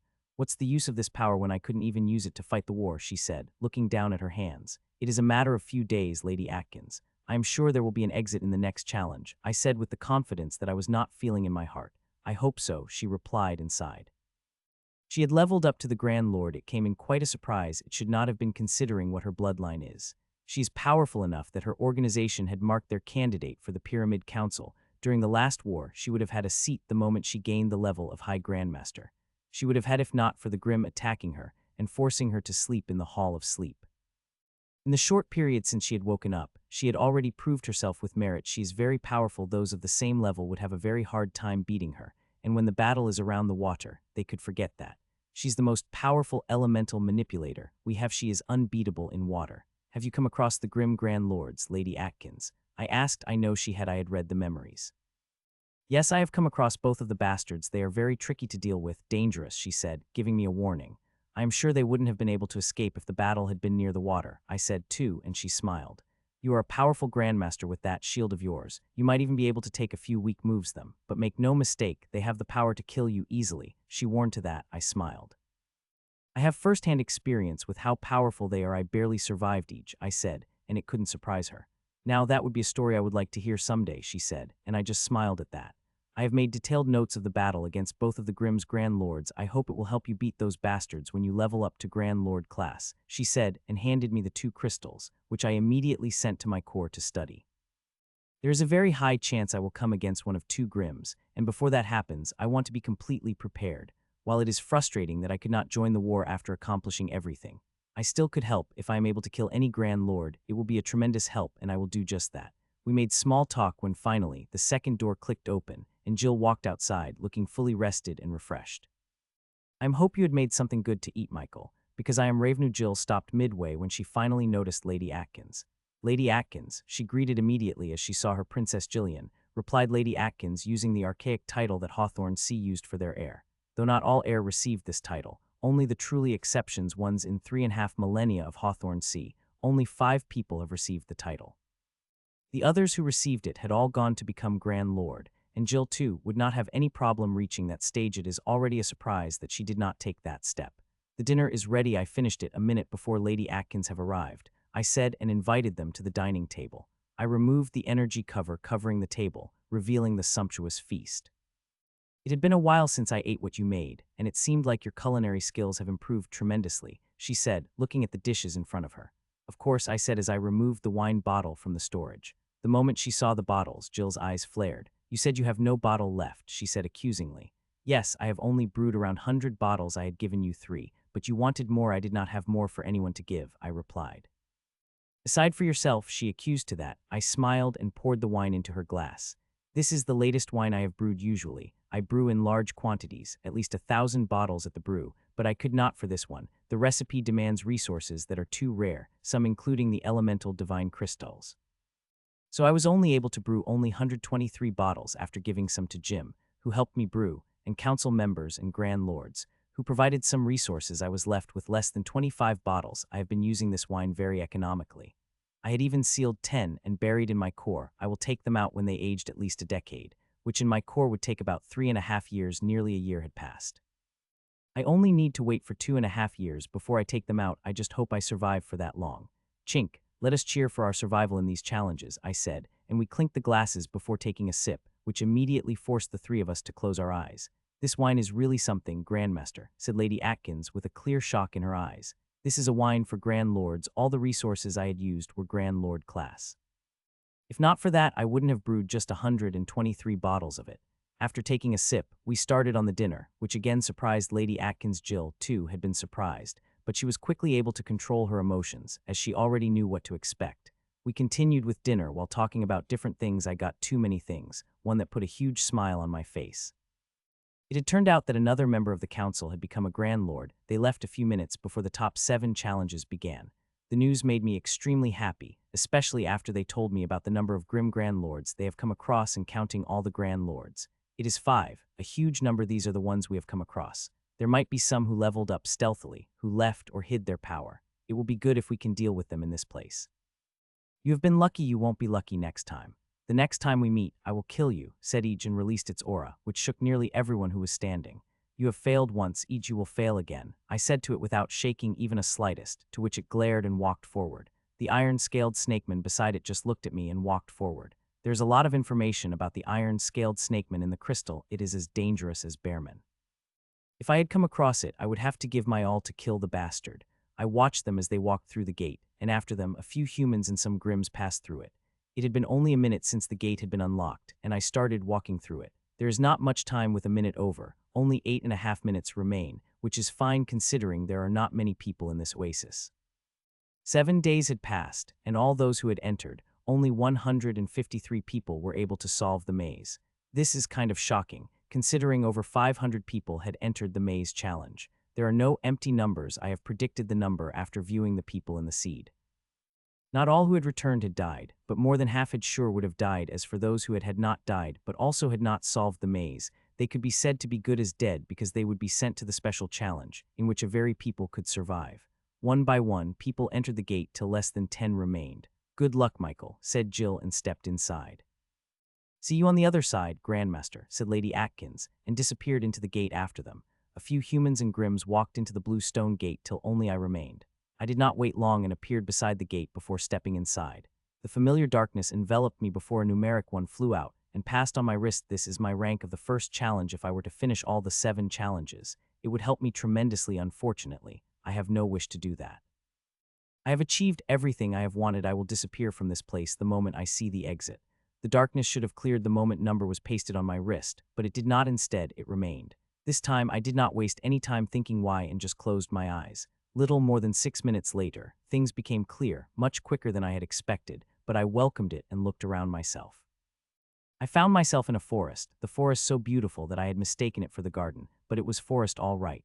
The garden has symmetry, even those made to look like a forest, while the forest has the chaoticness that gardens don't, unless of course you neglected it for years. See, I looked around before casting my glance at the mission board, and immediately I sucked a deep breath. I am sure the others would have done the same. Many people wish this challenge for not appeared, but it did. It is the famed forest of Beguile. If the maze was difficult, then it was even more. Barely a quarter of the people could pass the challenge. But that is not the worst thing about it. The worst thing is this forest Beguile. It lets one's deepest secret. Many people screamed at them, which made them live in embarrassment rest of their lives. As the name says, this forest Beguile, the effect is so strong that one would say out their deepest secrets and do embarrassing things. It has created many scandals, but the biggest of them is the tree-hugging scandal or tree-foo-ing scandal, where 2,000 years ago, a grand lord got naked and did with the tree. It was recorded and spread into the outside world. Even having the power of the grand lord, he was not able to stop the recording. The Grims had copied the crystal by millions and spread it across the whole central continent. It was the biggest embarrassment of that grand lord's life that for 2 centuries, he would remain isolated in a tower, coming out only when there was an extreme need. I also fear this challenge. I have quite a lot of secrete. Every one of them would cast a ripple across the world if spread. I have to be extremely careful about that not to happen. I collected the map by mission board and studied it. I have 5 days to finish the challenge and no restriction. Aside from that, I could not fly over 300 meters above the ground. 5 days may seem like a lot of time, and it would been if it had been normal forest. Crossing wouldn't have taken me more than few hours with my new speed, but this is not a normal forest, and if I dare to use my full speed, I will be making the rounds of forest rather than crossing it. It is time, I said as I folded the map and activated my armor. As I did, over 1,000,000 strings finer than hair came out of my body and began to weave the armor in the most complex fashion. Those who would be able to see it and understand the process would be shocked by it. Though I am not an idiot enough to reveal it will be cloaked. The strings weaved the armor. It is not the normal weaving, but a rune's weaving. The runes are weaving a complex formation into the armor. I am first time done this complex. It is just beginning. If the armor worked as I expected, the next stage of it would be shocking. It might seem like a long time, but it took less than a moment to appear on my body. The armor is silvery in color, just like my fire, but have vines like lines from across both shoulder lines from head to toe, in forest green and blood red color. There are also a design of academy and pyramid on my chest, but I cloaked them. I do not want reveal identity in this armor. It will be better if it remains secret for a little while, at least till I meet the enemies and dealt with them. It is not the first time me materializing the armor, but once again I couldn't help but summon the mirror to see myself. I looked too damn amazing for to not take out the mirror. This time I did not spend minutes staring myself. I just took a one look and put the mirror back before taking step inside the forest. I have extensive notes about this place and already have strategy on how to cross it, and especially things I should not do. The first and foremost, I should not use my common soul, since the beguilement will latch on soul energy like liches. It will quickly cover the soul and one with themselves before knowing how. I stepped into the forest, or I rather say, I flew into it. My feet did not touch the ground as I flew through the forest. I am flying slowly, but enjoying it immensely. I had never flown such smoothly in my life. The 47 new flight formations seemed to be working much better than I had imagined. They made everything smooth, from control to flight. If this had not been a dangerous forest, I would be shooting across its skies, testing the limits of those formations, but it would not be possible in the current circumstances. This place was extremely dangerous. It had been less than a minute since I had entered the forest, but I could already feel the beguiling force coming at me, trying to sway my will gently. It is said the methods of the forest are so smooth that one would get caught in it before one realizes how. It is imperative that one takes all the precautions there are to protect themselves. I had already sealed my armor with the tightest formation and stopped using the common soul sense, despite the alluring range it could provide me with my current strength, and it is also the reason I am flying through the forest that is running through it. It is not the soul this forest beguiles, but the body the plants release various gaseous psychedelics to aphrodisiacs, anything that could force one to lose their mind. It is also due to it, this forest is a treasure trove. There are many plants of such nature lying around. These plants are extremely rare outside, but here they are as common as grass. I am collecting them, and thankfully there are no rules against that. The maze had been too barren while it had the pretty plants. They were mostly useless. I had collected less than 100, but here, in less than a minute, I had already collected 100. People would say I should focus more on the challenge, and I am doing that. I am barely using 10 of my brain's power in collecting. If I wanted to, I could collect thousands of these a minute. This is not an easy task considering one could not simply pull those resources. Most of them require a certain method. A little more than an hour passed when I stopped in surprise. I have sensed a human. She is 4 kilometers away, and like me flying through the forest. Finding a human is not surprising. What is surprising is that she is not part of the people in the oasis. She must have come from a different challenge. I looked at her for a few seconds before moving my soul sense away. Yes, I am using a soul sense, despite it being a surefire way to get yourself beguile fast. It is not common soul sense, which by the way now has become so powerful that I could cover hundreds of miles in a moment, thousands at full power. This is a special soul sense, protected with rule-bending power. Its range is very small, just 5 miles, which is better than not using any soul sense at all. Barely a minute had passed when suddenly, I sensed a wave of soul sense washing over me. The idiot Grim, I immediately knew it was from a Grim, a high grandmaster. Everybody is high grandmaster now, so I should not be surprised. The bastard should have been aware that one should not use the soul sense, but it seemed like it was too confident in its abilities. Though I did detect a hint of bloodline in the soul sense, that immediately made me happy. Let's test it, I said, and immediately, my soul sense receded to me before I made it take the shape of string, and inside it went an actual string. The soul sense covered string became invisible and shot out like a rocket with the hound on top. It moved at incredible speed toward the source of soul sense, and 5 seconds later, it reached it. It was about 12 miles away, and the idiot who done that is a bullman. The bullman is familiar. It is one of the few Grim grandmasters who were able to clear the maze, and the most interesting thing about it is that the bastard had cleared it in 5 days. Even Jill and Lady Atkins had taken the 6 days to clear it. So one could understand how much I want to kill the bastard.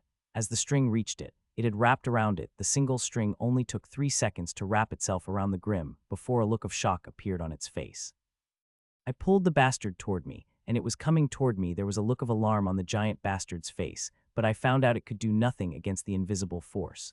The powerful strength of the High Grandmaster, which had just gained a day ago, was useless in front of this invisible force. 6 seconds later, the Grim stopped and looked at me. "Who are you?" it asked. "You already know," I said. The recognition already flashed in its eyes the moment it saw me.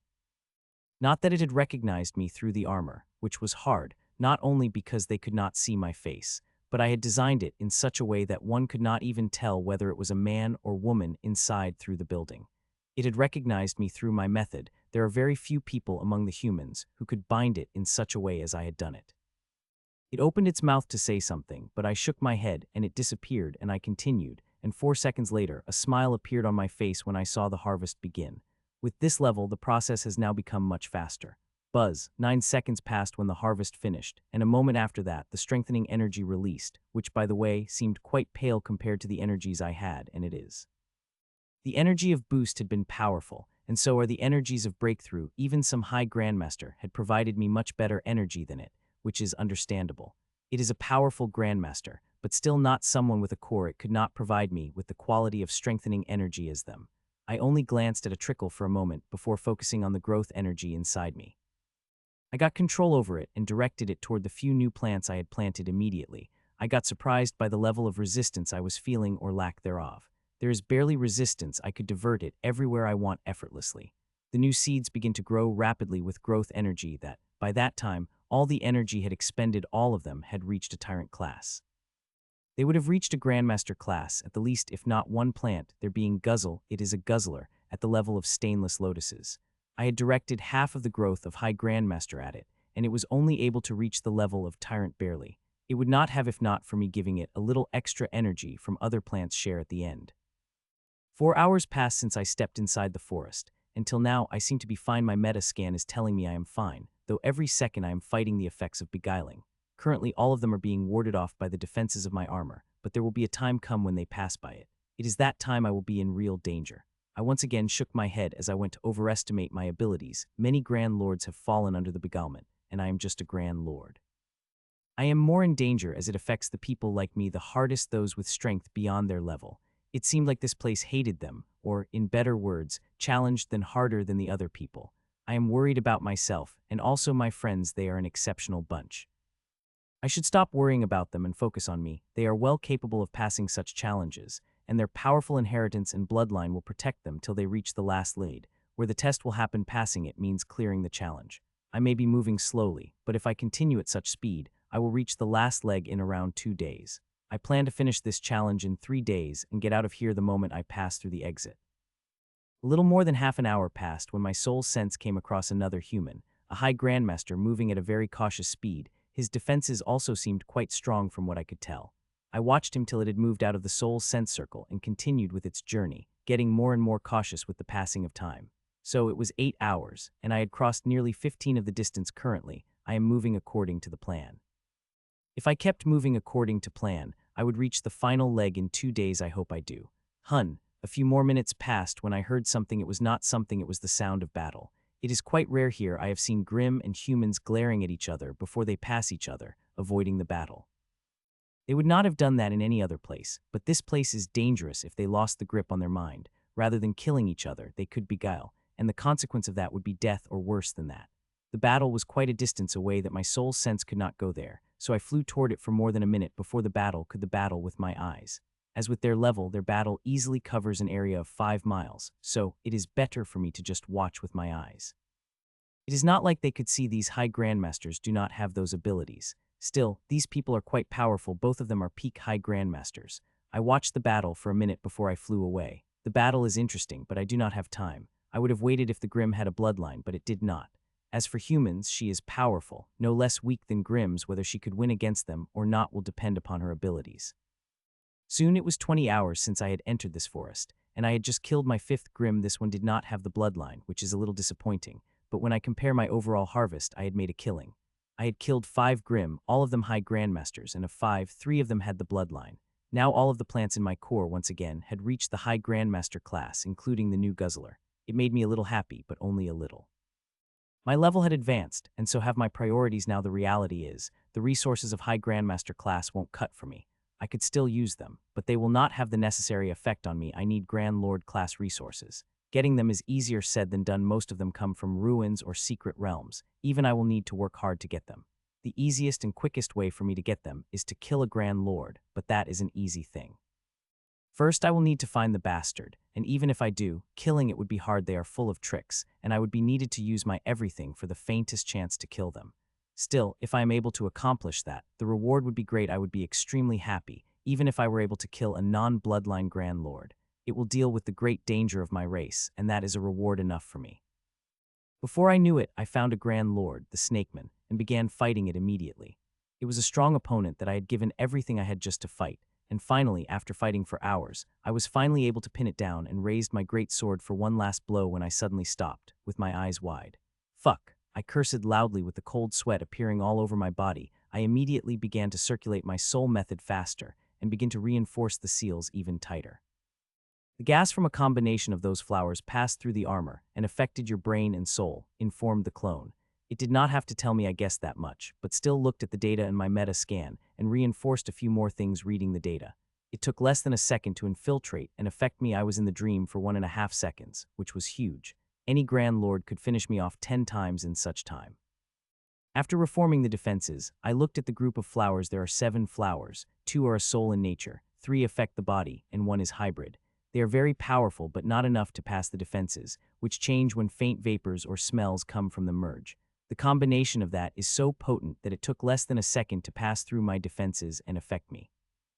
Honestly, it scared me shitless. These little flowers affected me, one of the strongest people in the world, but it was still able to pass through my defenses and affect me, and all it took was a second. I wish I could say it is the last time. No, this is just the beginning. Things are going to get even more dangerous, and I need to be cautious, before if not, then it wouldn't be long before something stronger affect me, and I wouldn't be able to get out of its effect in 1.5 seconds. I looked at the flowers carefully, and a second later they disappeared. I had not even left behind the roots. They are dangerous, and it would be better if I had them in my core. After collecting them, I once again checked my defenses before resuming my journey, this time in a much more cautious mind. A day had passed since I had stepped into the forest, and since then I had been beguiled 3 times. The first time is for 1.5 seconds, while the other 2 are for a few microseconds. The time may seem small, but for a person of my level of strength, it is more than enough to finish the job thoroughly. I had been cautious, keeping my thoughts in control, but still got beguile. It is not easy to defend against them, the whole forest is full of them. It might not seem like it, but every second I am fending off hundreds of attempts of beguilement.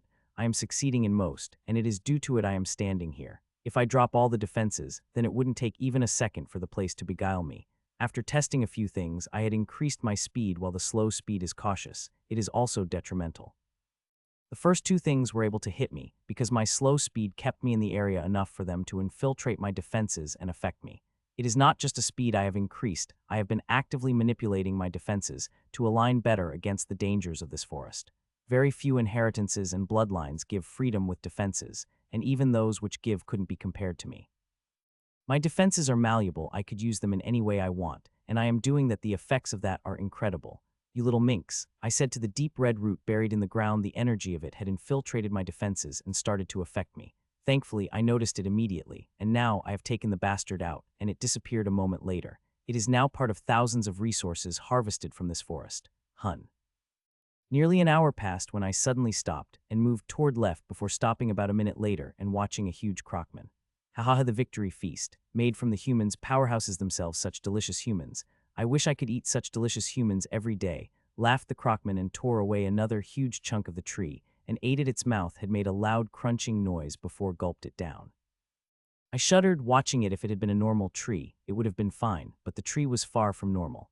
It is the thing that had beguiled it and now forcing it to eat it with every bite. The effect of beguiling is getting stronger and stronger. The effects of it have already become strong, and after a few bites more, it could forget about getting out of its effects. Even now, it could be said to be too far gone that there is no hope of it relieving itself from the beguilement. My seed is showing everything to me, and now the question is, what do I do with this bastard?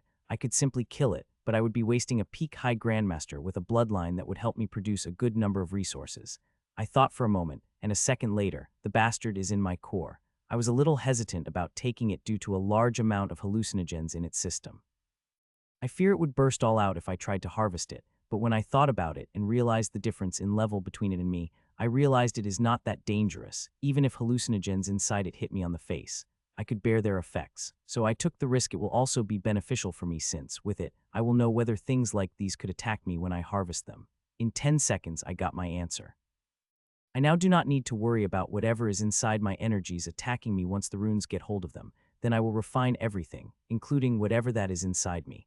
The next 2 hours were silent. I only got beguiled at once, and I came out in less than a second. It made me even more cautious, as unlike before, my defenses were changing to the need, and despite that, the forest kept affecting me. The only thing that makes me happy is the distance I am crossing. I have already crossed more than half of the distance, and if I keep moving at such speed, then within 10 hours, I will reach the last leg. Hun. A few minutes passed when I began to hear the sounds of battle. While many Grims and humans were avoiding the battle, some just did not care. They were hell-bent on killing the enemies. Hearing the sounds, I changed my route and moved toward it, and 3 minutes later I reached it, and the moment I saw who was fighting the battle, my eyes couldn't help but blaze in anger. It was not a Grim that made me angry, but a human. I have never personally met the old bastard, but I hate them to the bone. I hate him as I hate the Seela's bishop. Even more than Seela's bishop, as at least he cares about his race to risk his, but this bastard cares only about progress. I'm talking about High Healer Carmichael, the greatest healer in the world. The bastard caged himself in an unknown place before the start of the war and did not come. Even when the war began, Grand Lords themselves had gone to ask him to come, but he did not, wanting to focus more on preparation to become a Grand Lord. I, Grandmaster Charlene Marina, and thousands of other healers did our best, and if he had been there, we would have been able to save even more lives. The bastard might be selfish and greedy, but he was the best healer in the world. I feel quite proud that I was able to beat the bastard, even before I reached the tyrant. The twins were the last people he had come to see before he went to seclusion, and even with the knowledge and experience he had, he was not able to cure their problem and had even declared, and nobody else would be able to do it, but I did. I was quite surprised to see him, as when I was at the entrance of this thing, I did not see him. He likely had come in after I came inside. He is in great trouble now. He is fighting against a very powerful Grim, a golden fire werewolf who has created a core. Still, the old man is fighting against it and is still alive, which is quite surprising considering he is a healer and healers don't have that strong fighting power. Though despite all his power, he is in bad shape. The injuries had piled up across his body, and looking in the direction of the battle, it wouldn't be long before Golden Fire Werewolf took his head. I truly want to let that happen, but unfortunately, I cannot do everything I want. There are things I need to do, things like saving this detestable bastard. Die, you lowly human! The werewolf screamed and attacked. The old man wished he could defend himself, but he could not. He is spent, he has used everything he had, but it is not enough. Till now he had been quite lucky. It is not like he had not come across any strong enemies. He had, but all of them were either killed by him, or he fought against them long enough that they gave killing him the reason he had been lucky, because he did not come across any grand lords. He had heard there were Grimm's grand lords. This place had produced at least 4 of them, but he was lucky enough to not come across any till now. He had thought he would pass this challenge too and might even excel at it, given he had special advantages in a place like this, but it seemed like his luck rang out. He's very unwilling to die. He had sacrificed a lot, even bore the wrath of grand lords, all to reach that level, and he could see that it was finally within walking distance when death came. I curse you with all my hate, you bastard. He cursed as the fiery claw of werewolf broke through his last defense and closed his eyes, hoping that death would be quick. A second passed, but the death he was waiting for did not come. He immediately opened his eyes and saw empty space in front of him. The golden fire werewolf, supposed to be there, had just vanished. Am I hallucinating? He asked himself while looking around. Seeing the old bastard wrestling with reality couldn't help but put a smile on my face. I could have saved him earlier, but I waited till the last moment before making the enemy disappear. Seeing himself with fear on his face made me quite happy. I watched him for a few seconds before resuming my journey while he began to call his savior, thanking me for saving him. I did not reply, not because I wanted to stay anonymous, but because I wanted to let it wrestle with reality, questioning himself whether what he was seeing was the truth or everything was a hallucination. I should not have done that. It increased the risk of the old man getting beguiled, but there is too much anger against this bastard not to let out in some way. I left it behind and focused on the grim in my core. It is another unknown golden fire werewolf, but this one has a core. Buzz. It took 6 seconds for runes to completely cover it, and 15 to fully harvest before the strengthening energy released, which was strong. Those with core never disappoint, especially those with the powerful bloodlines of golden fire werewolf. It took 21 seconds for me to absorb all the strengthening energy released from it for growth energy. It took a little more time as I was diverting it to the specific plants. Provided quite a lot of, especially, more than what all the Grimms I have killed in the forest did, but still, it was not enough to satiate me. It had only increased my strength by a trickle. I would need hundreds of such and thousands of normal high grandmasters to reach the limit, which would mean killing the high grandmasters the Grimms have, and some more. I could not do that. There is a simple way, which is a grand lord, but I will have to find one first before I can dream of doing anything further. A little more than an hour passed when I suddenly stopped my swaying body and flew up while looking down in horror at the huge plant with very sharp teeth. If I had fallen in its grasp, it would have been game over for me. The poison coating its teeth wouldn't have given me any chance. It is the second time in an hour I have fallen into the beguilement. Things are getting dangerous with every step I cross. A few more minutes passed when I stopped, not because I fell into a hallucination or saw an extremely rare and delicate plant that I had to harvest carefully, but due to the human. A Beguile human is not surprising. I had already come across one before. The special thing about this one is that he is sitting under the tree in a cross-legged position like some kind of monk. It truly looked like a monk, seeing he is bald. If I did not see his meta scan through my seed, I would have thought he was just meditating to calm his mind, but he is not. He is under the little plant behind him. It has something to him that calms his mind and forces it to meditate in some way. I looked at what the plant was doing, and it was too complex for me to understand in a few seconds, which is quite surprising, as with my knowledge, I could understand things by a glance. I studied the scan for a moment, mostly calculating the danger of the plant. When I became sure that taking the plant would not affect him, I immediately harvested the plant. Taking out the plant would stop things from getting worse. Now I have to wake him up, but to do that, I will have to neutralize the complex compound of the powerful chemicals and soul energies that are affecting him, very tricky. 13 minutes later, my clone one went back to study, and I threw the formation before throwing the resources on it, more than half of which had been harvested from this jungle. Buzz, formation activated, but unlike my quick heals, there was no reaction for nearly 7 minutes before it finally scrunched and opened. Grandmaster, questioned the man as he opened his eyes. Before understanding flashed in his eyes, it looked like I had been beguiled, he said before he turned to me.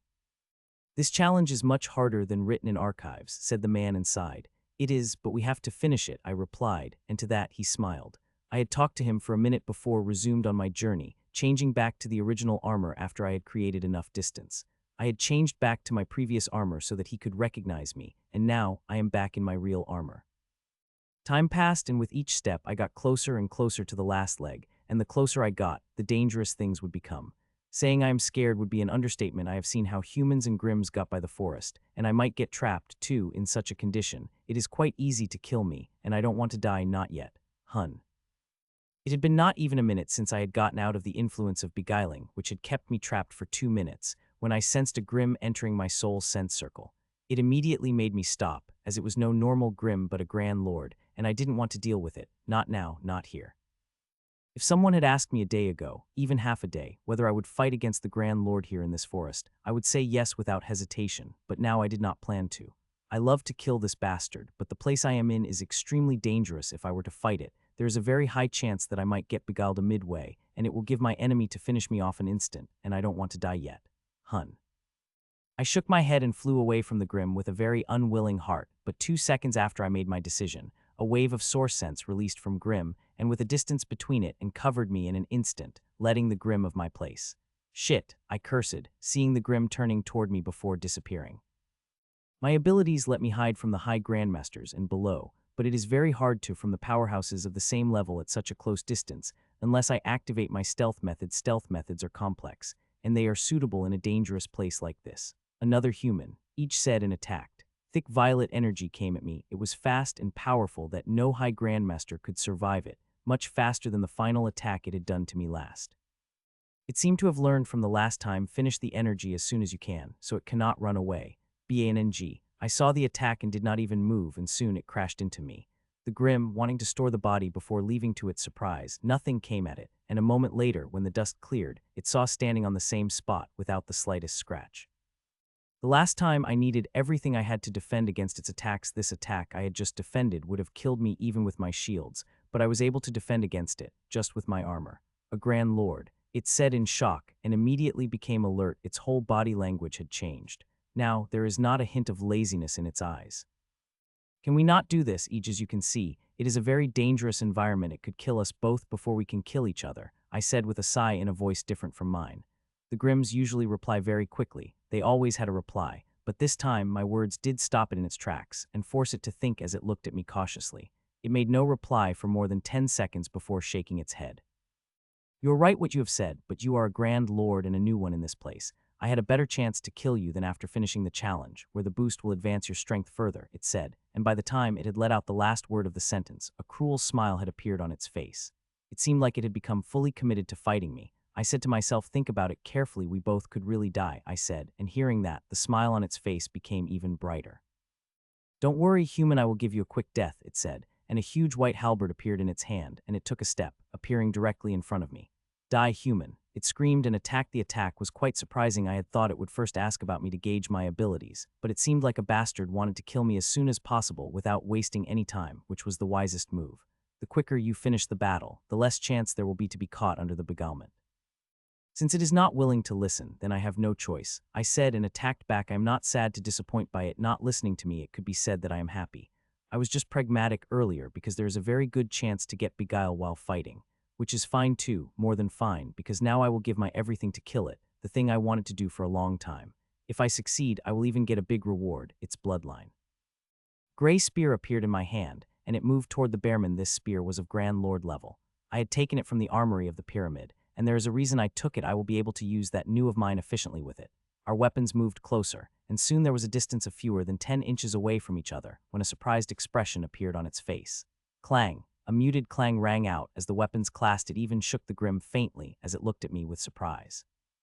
A nice little ability you have, human, but don't think you are the only one who has them. The bearman roared in anger, and crackling dense violet mist crackled on the blade of its halberd. Murdering violet, it shouted and swung down the crackling halberd toward me. My eyes couldn't help but widen their surprise at the power of the attack, just an aura of it powerful enough that it would have cracked my shields. I wondered how powerful it would be when it clashed against me. Thankfully, I will not have to wait long to find out. Clang! Once again, when it entered the 7-inch range of my spear, the momentum of the halberd began to loosen rapidly, but like last time the bearman pushed, and our weapons clashed and muted might just like before. There was no disappointment on the bearman's face, even ecstasy as the moment clashed down. The crackling came down from its halberd into my spear before covering me, and all it took was a fraction of a second. Hun. It was not all the moment this crackling mist covered me. The Grim took back its halberd and launched the attack which was far more powerful than the previous two attacks, wanting to finish me off silently and quickly, as it did not even shout. Nice attack, I said, and to its shock, it saw my armor turn and swallow all the crackling violet mist while, at the same time, I swung my spear. Clang. Our weapons came close, and when we had reached the clashing distance, its moment began to slow down till it clashed, and Bearman shook from head to toe. You will have to do something better, I said to the angry Bearman, whose violet eyes were blazing in anger. You are not an easy enemy, but you humans rarely are when you reach this level. The bitch I had fought not long ago was also quite hard to deal with, it said as it calmed its anger, with deep violet eyes turning to normal. But I will not let you get away, as I did with that bitch. You will die here, it said, and the powerful aura burst out of its body, so powerful that it made me shudder. Sundering violet, it shouted, and the thick violet came out and covered the whole halberd while everything around me that couldn't be burned melted. Die, human, it roared as it swung down its halberd. As its sword moved, the air itself began to burn. The temperature had reached so high that anyone without the power of the Grand Lord would burn to death. Even I would have when I was a high grandmaster. Tear of fire, I said, and swung my spear, and at the same time, bright red fluid came out of my hand and flew over the spear before covering its tip. As it did, it released its might. The moment it did, it couldn't help but surprise the Grim. The temperature released from it instantly turned the kilometers around us into the death zone. Everything had burned, and what is not burned is boiling. The might of the Grand Lord had spared nothing. Clang. The weapons came, and at a clashing distance, and even the mighty heat from the halberd was not able to resist its momentum from slowing down before it clashed against my spear. The moment our weapons clashed, the shockwave was created, the shockwave that is filled with the power of extreme heat. It vaporized everything that came in its way. Even boiling lava under our feet wasn't able to escape its fate as it spread. The power of the Grand Lord, I said in surprise. The destruction had truly surprised me, even made me feel fear, as this is just the beginning. Snort, the Grim snorted, seeing me countering its attack, and attacked me again, this time with even greater momentum and power. The heat was violet, even greater. Clang, clang, clang.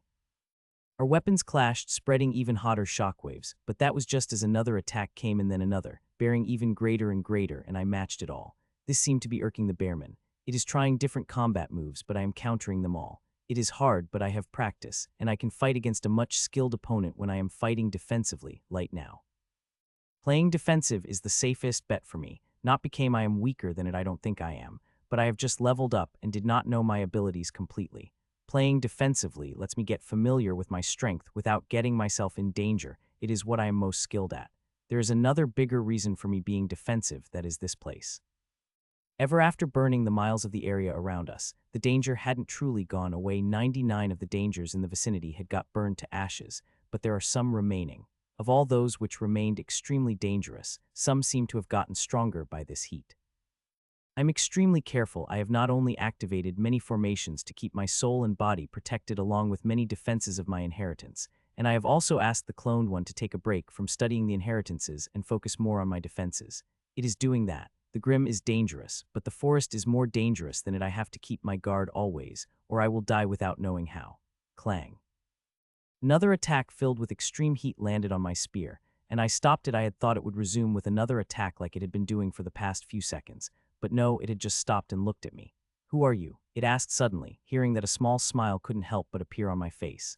Morgan Frost, I replied, and immediately its eyes blazed in anger. You are lying. There is no person named Morgan Frost among the humans, it said angrily, and I moved up my hands in defense. Sorry, I'll tell you the truth now. I am Michael Czar, I said, and its glower became even more intense. Wretched bastard, Michael Czar didn't cross the final moat. I saw it before coming here, and it is still a high grandmaster. It shouted, nearly attacking. Sorry, this time I will tell you the truth. I am Adria Hapuz, I said, and Bearman looked like it would spew out fire from its mouth. Good, you are being humorous, it said with gritted teeth before it calmed itself down. I was only asking for your name because I wanted to be courteous and wanted to leave you a grave, but since you are not willing, I will not force you, it added with a smile. It might be smiling, but I could see the bubbling anger behind its eyes and raging killing intent which I could take. The Bearman had taken me seriously, and the only reason it wanted to know my name was so it could remember my details and form a battle strategy, as till now, whatever strategy it was using did not seem to be working. Don't worry, I know your name. I will put your name on your tombstone when I kill you, I said, and all that killing intent and hidden anger had nearly burst out. I like to see how you do that, human, they said, and the aura was like a floor burst out of it. It was extremely powerful that I felt like I was standing in a raging river of energy, and there was no way out. I was quickly able to control my emotions and watch the aura covering its huge body. For a moment, I felt like a bloodline phantom was covering it, making it feel like the strongest being in the world, and it is one of the strongest beings in the world. There wouldn't be more than around 10 humans who could contend against it. You had forced me to open the seal, human, and now bear its power, it said, and violet lightning materialized from its body and covered its huge halberd thickly. Ravaging violet, it shouted and swung down its halberd at me, which shot some stray bolts of lightning around, with some coming at me.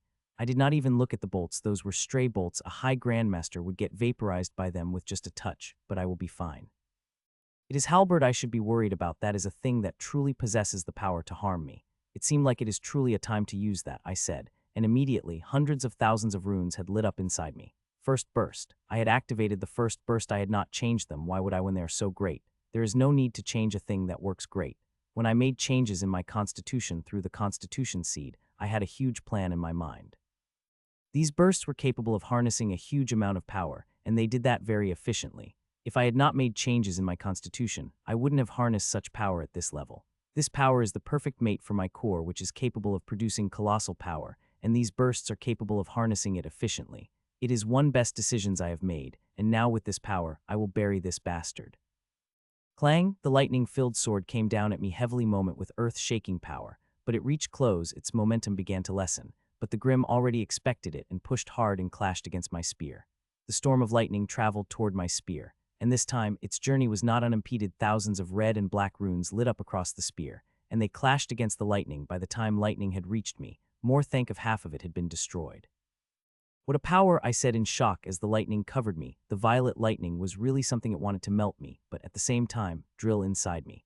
A fraction of a second after it had covered, my armor had turned vicious once again and sucked all the lightning of bloodline energy, while at the same time I swung my spear toward it.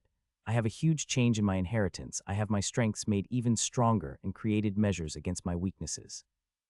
I could now swallow the energy much faster rate. It is not just swallowing that faster, but breaking and processing it before sending it to my runes has also become faster.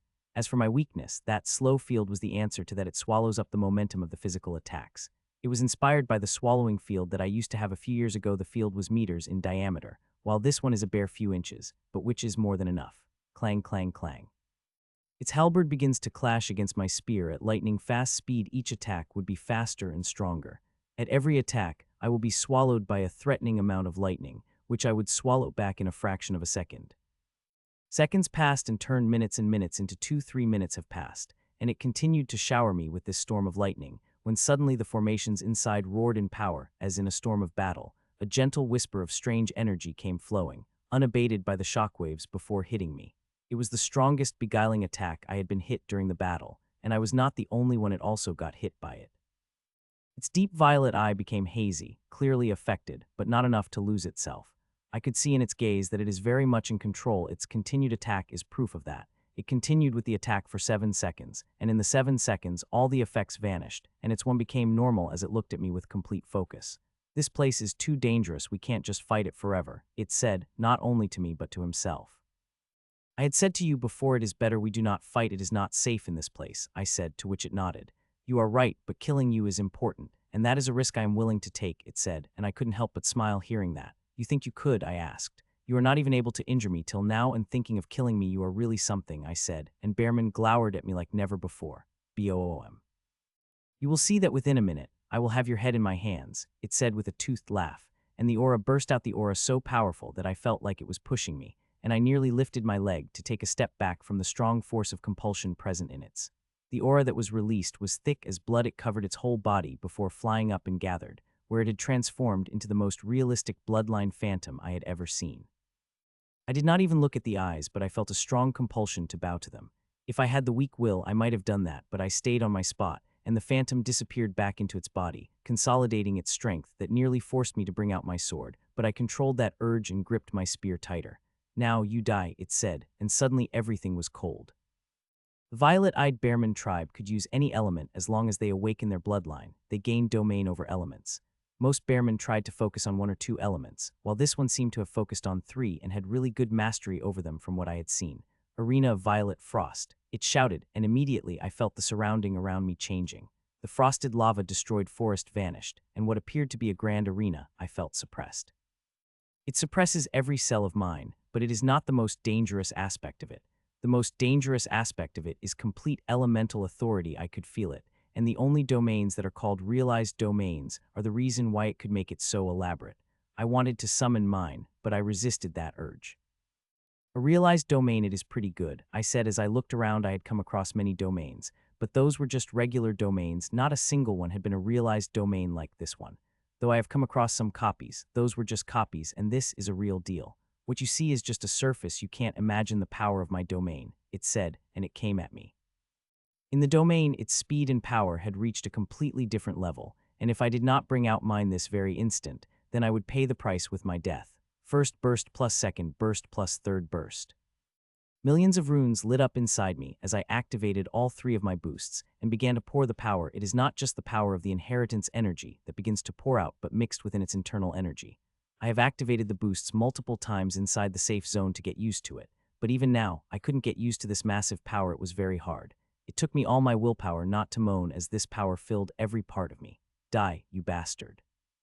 It shouted as it appeared in front of me in an instant and swung its halberd, which seemed to be gathering the frost energy present in its tip as it came at me, while at the same time, icy ropes came down from the ground and began to climb over me. Spikes, I muttered, and formation lit up with it. I stopped worrying about the icy binding and attacked the bastard, and for the first time in the battle, I used the mountain cleaving style. The Grim is right, I only scratched the surface as I made a move, and the suppression on me began to increase rapidly. The suppression here had reached such power that high grandmasters would explode into the shower of blood and gore, with no power to defend against it. Cling. My tiny spear clashed against the huge halberd that seemed to have contained all the cold of this place. The clash was loud and created the shockwave that would have crushed anything and everything in its path, but here, the shockwave fizzled out even before it had reached its end. At the same time, the suppression on me increased even more. The realized domains are really good, and I wanted to summon mine desperately, but I did not and instead turned to Bearman with a smile. So, I said, and its eyes flared like a torch. Sup. You bastard, it said and swung its halberd in the air, and thousands of icy spikes materialized in the air and came at me with incredible speed and power. Wheels of fire, I said, and huge fiery red wheels came out of me and moved toward the spikes, but as they moved, the cold and suppression began to reduce their power rapidly. Bang, bang, bang. The spikes clashed against the wheels and destroyed them with the power of the domain before coming at me. Boom. The tip of my spear blazed in the red fire, and I moved my spear to the first icy spike, destroying the moment it clashed before moving toward another. Boom, boom, boom. My spear moved like a phantom in mountain cleaving style, destroying one huge icy spike after another, not letting even a single come close to me. It was fun with the colossal power coursing through my veins. I had to push myself hard against these spikes, using one move of mountain cleaving style after another, and the more I destroyed, the faster and more fluid my movements would become as I got more and more used to this power. Cling. The spikes were attacking me when the bearman came behind me and attacked. Its attack was fast and powerful, but not sneaky even with it hiding in the domain. I always knew where it was. Try harder, I said to the bearman, who melded into the domain and disappeared while I turned to spikes, which became bigger with a much greater number and now coming at me with even faster speed. Seeing these spikes, I wanted to summon my abilities. Some of them would make things very easy, but I could not risk that.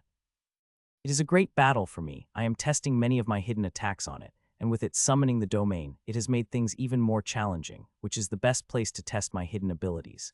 If they are discovered, they need more work, and if they did not, I could use them any Grand Lord freely. I wish we wouldn't been fighting in this dangerous place at that time. I would have been willing to take the risk to reveal my identity. So even if it ran away, I could have always chased it here. That is a very dangerous thing to do, and I would not do that, even if the price is grim with bloodline. My life is more important than any prized grim, especially those who broke through here. Bam! The icy spikes hit me squarely on the stomach, sending me flying. This was not the spike that came flying. It materialized in my range and clashed against me. It is very hard, considering I have created a tiny domain with the power of my aura and some rule bending. So it is quite difficult to materialize something in close range. It was able to do something like that, which means it had great control over its domain. Cling. Once again, Grim materialized behind, and I was waiting as a couple of formations lit up inside me, and I flipped at a speed that surprised even bearman before clashing against it. "You are doing great, predict the timing better, and you might be able to score a hit on me," I said. An immediately angry scowl appeared on its face and melded into the domain, disappearing completely. "War of Violet," I heard a second later, and immediately I saw huge ice statues begin to spring from the ice. These statues were no normal statues, but icy copies of bearman. They did not give me a good feeling at all. The icy copies kept appearing one after another, till their number reached 300. Thud, thud, thud. "Human, this is my most powerful attack, you will not survive it," it said through the domain, and immediately the copies came running from the ground, while others flew toward me. "Fuck," I cursed. "These are no mindless icy puppets, they are part of very powerful moves, I could tell with the grace they are moving, and the powerful ice elemental energies they are made of. They will not be easy enemies, especially with bearman hovering around me." It left me no choice, I said, and immediately 12 fiery hands came out of me. They were my vine's hands, they were just covered in fire.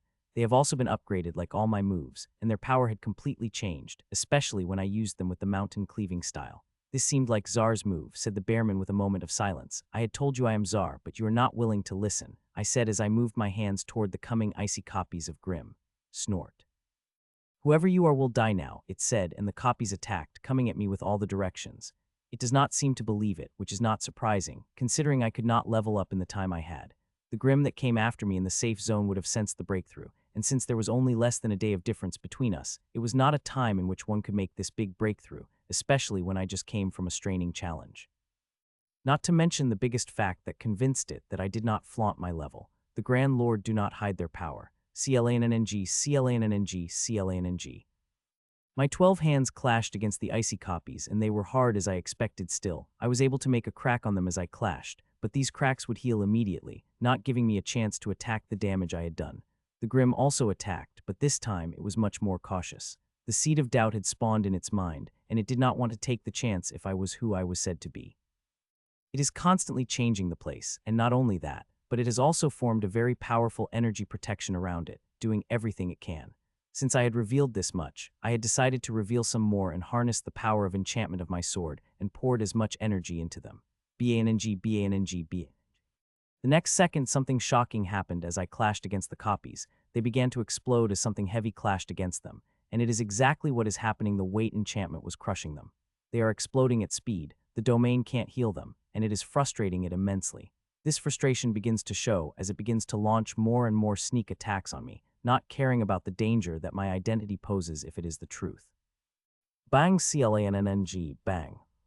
The attacks are coming from all directions. It is not just the icy copies that had been attacking me, but also the bearman, whose attacks are relentless and dangerous. I might be willing to miss the attack of the icy copies, but I would never let the bearman strike me. Those attacks are not the ones you could take on, even with very defensive armor. I have already destroyed more than 200 of its copies, but they kept coming, and not wildly. The bearman is directing them in a way that they will act as obstruction while it gets a shot at me. Till now, not even a single attack of it has succeeded yet, but it could at any time. The attacks from the forest are continuing, and some of them are really strong, nearly taking me to the Wonderland. I think I have fought enough and should finish the battles as soon as possible, or I will regret it. To be honest, I don't want to end the battle, yet I have just started to get the hang of the power, and I want to till I get complete control over it. Not to mention, I am having fun. I have always dreamed of fighting with such power, and now I am getting an opportunity to do that. I wish I hadn't been fighting in such a dangerous environment, I thought, and started final preparations.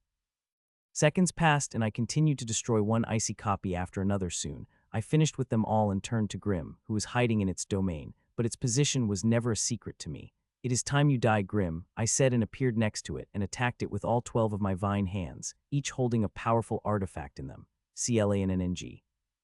At the first clash, the Grimm became visible with alarm in its eyes and opened its mouth, but soon its gaze fell on the 11 hands coming at it, and its alarm grew big. The alarm in its eyes turned to hate and anger, and it moved its halberd to defend itself, but I already studied it and knew what it could do as I caged its weapon with 3 of my hands while other hands moved toward its body. Slash, slash, slash. It had a powerful defense, but my hands tore through it and began to slash across its body. It tried to dodge, but it turned fruitless as hands extended and came from every direction, not giving it a chance to dodge, much less run away, which it was trying to. Seeing the injuries piling on its body, I couldn't help but feel ecstatic. I have always wanted to kill the Grimm in such a way, and now I am doing that. Hun. As more and more injuries piled across its body, I began to feel more and more happy, but after some time, the happiness seemed to feel sort of empty. I was not feeling the content as I did when I beat the Grim to this stage, and when I thought that another question had popped into my mind. Why am I wasting time doing such things when I have a quick way to deal with it? I asked myself, and immediately my eyes went wide. Fuck, I got affected. I realized and immediately began to activate the formations, but stopped immediately as I realized I was an illusion and those would not help. Instead, I tried to contact my clone, but to my horror, I could not. It horrified my mind because I realized how strong this dream which I have been trapped in is. It is not letting me contact the part of my own soul. If I couldn't contact the clone, there was no I could sense my soul, and when I tried, it held, but I could not sense it at all. I am scared shitless right now because I am not alone. I am fighting a life and death battle against the bearman, and it would love nothing than kill me. There is only one thing that could save me from this dream, and the thing I could rely on to stay alive, my clones. I hope they will keep me alive and also help me in getting out of the dream. Keeping me alive is more important because as long as I am alive, I can find a way to get out of here, and I have already begun.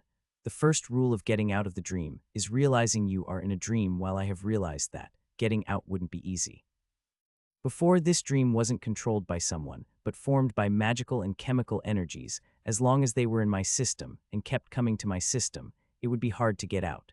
It will be hard, but not impossible. Many people who have gone through this challenge have fallen into such a dream, and few were even gotten out of it. They have shared some tips, and with my knowledge of things, I am confident I will be able to get out. Even if magical and chemical energies keep affecting me, the only thing I need is time, and I hope my clones will give me that.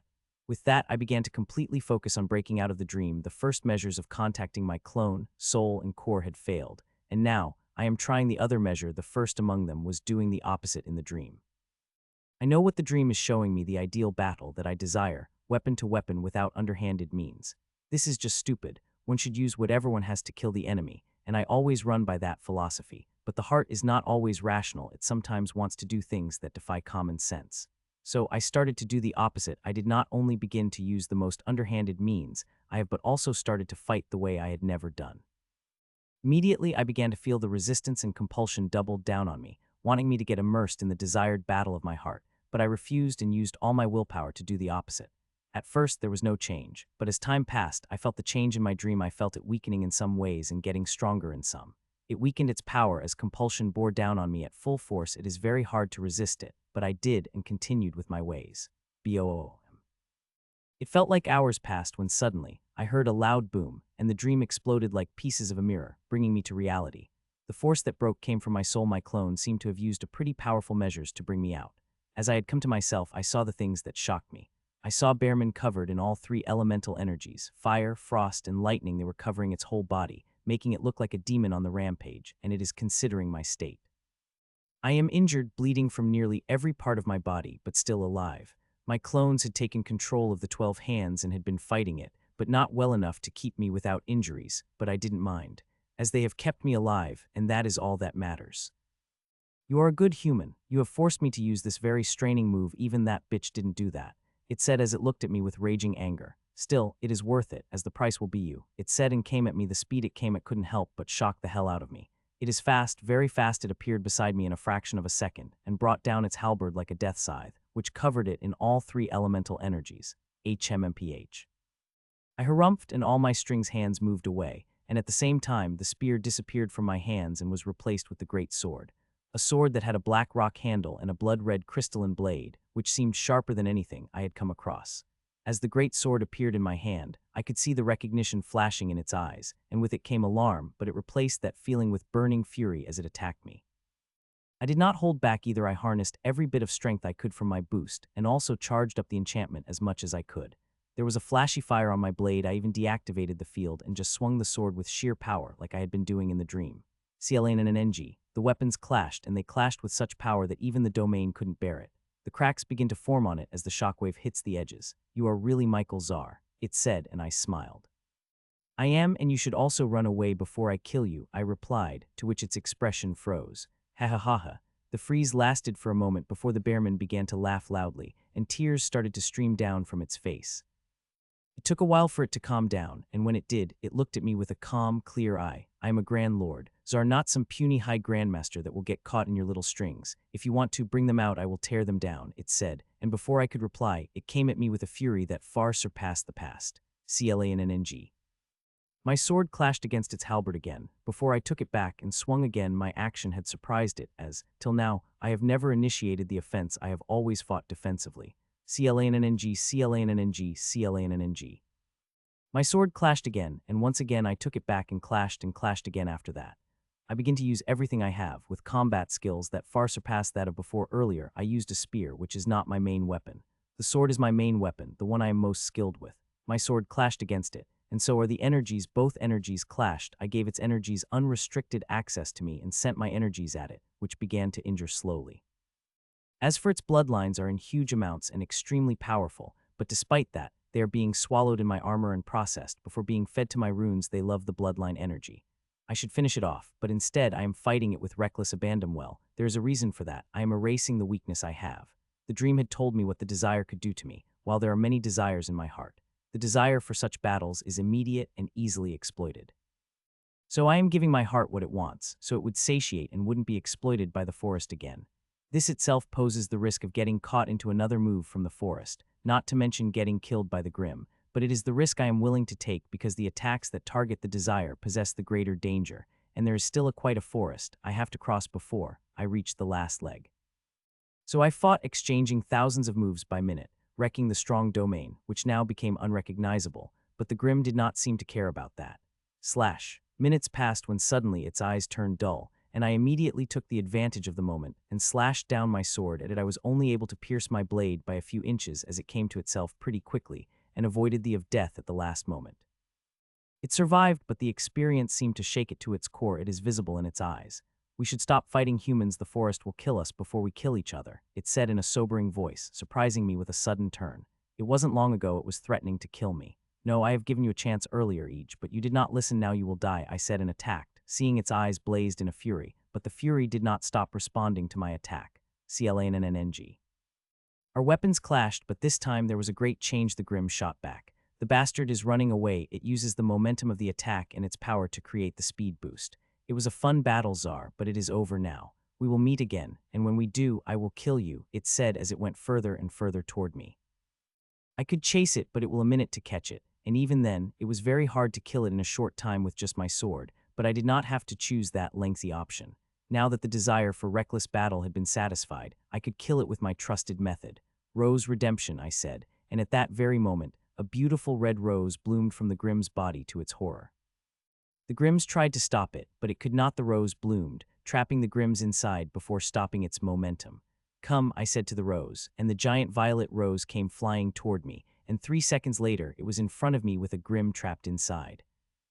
It is struggling, but its struggles are futile. It was right. If it had been my strings, it might have been able to break them, but it is the redemption that everyone deserves, even Grims, and there is no escaping even for a mighty Grand Lord. Stop struggling, you will gain redemption soon, but before that you will pay for the sins you have committed, I said and touched the huge violet rose gently. As I did, the rose disappeared. Crack, crack, crack. As the Grim disappeared, the half-destroyed domain began to crack apart and disintegrate, but its energies did not disappear back in the world. It would become a death ground.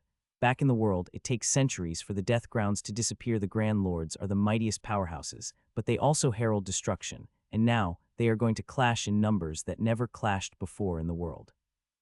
I shudder at thoughts of destruction our battle would cause to our world. There is a chance that we might end up destroying it. Just thinking about it made me shudder in my soul, and the horrifying thing is that there is nothing one can do to avoid it. The war of Grand Lords is inevitable, just like its death. Multiple formations lit across my inheritance, and in my core the healing energies from them mixed and began to heal my injuries rapidly. While I was out, the Grim had battered me a lot, and I want to heal as soon as possible, because it is not just the soul this place attacks, but also the body. A weaker body is more susceptible to attacks from the forest. I want to deal with the weakness as soon as possible. Looking at my injuries healing fast, I entered inside my core and saw the Grim chained on the crystal disk, which is a semi-spatial domain, and it was struggling hard against those chains, and looking the way pulling and pushing it seemed like it might be able to break through them. I have never seen any Grim struggling to this degree. Usually, when they entered inside, they froze. The place did not let them even twitch, but it is doing much more than that. Still, it can forget to break through. While it might seem it could, it will not. The chains are designed in a way they are more flexible, but they would not let anyone out once they are wrapped around, especially not this grim. So this is where all disappeared come, asked the bearman while still struggling. Yes, it is my core, the place you could never break through, I said and looked at silver and green runes which had already covered half of the bearman's body. You core, you must be joking.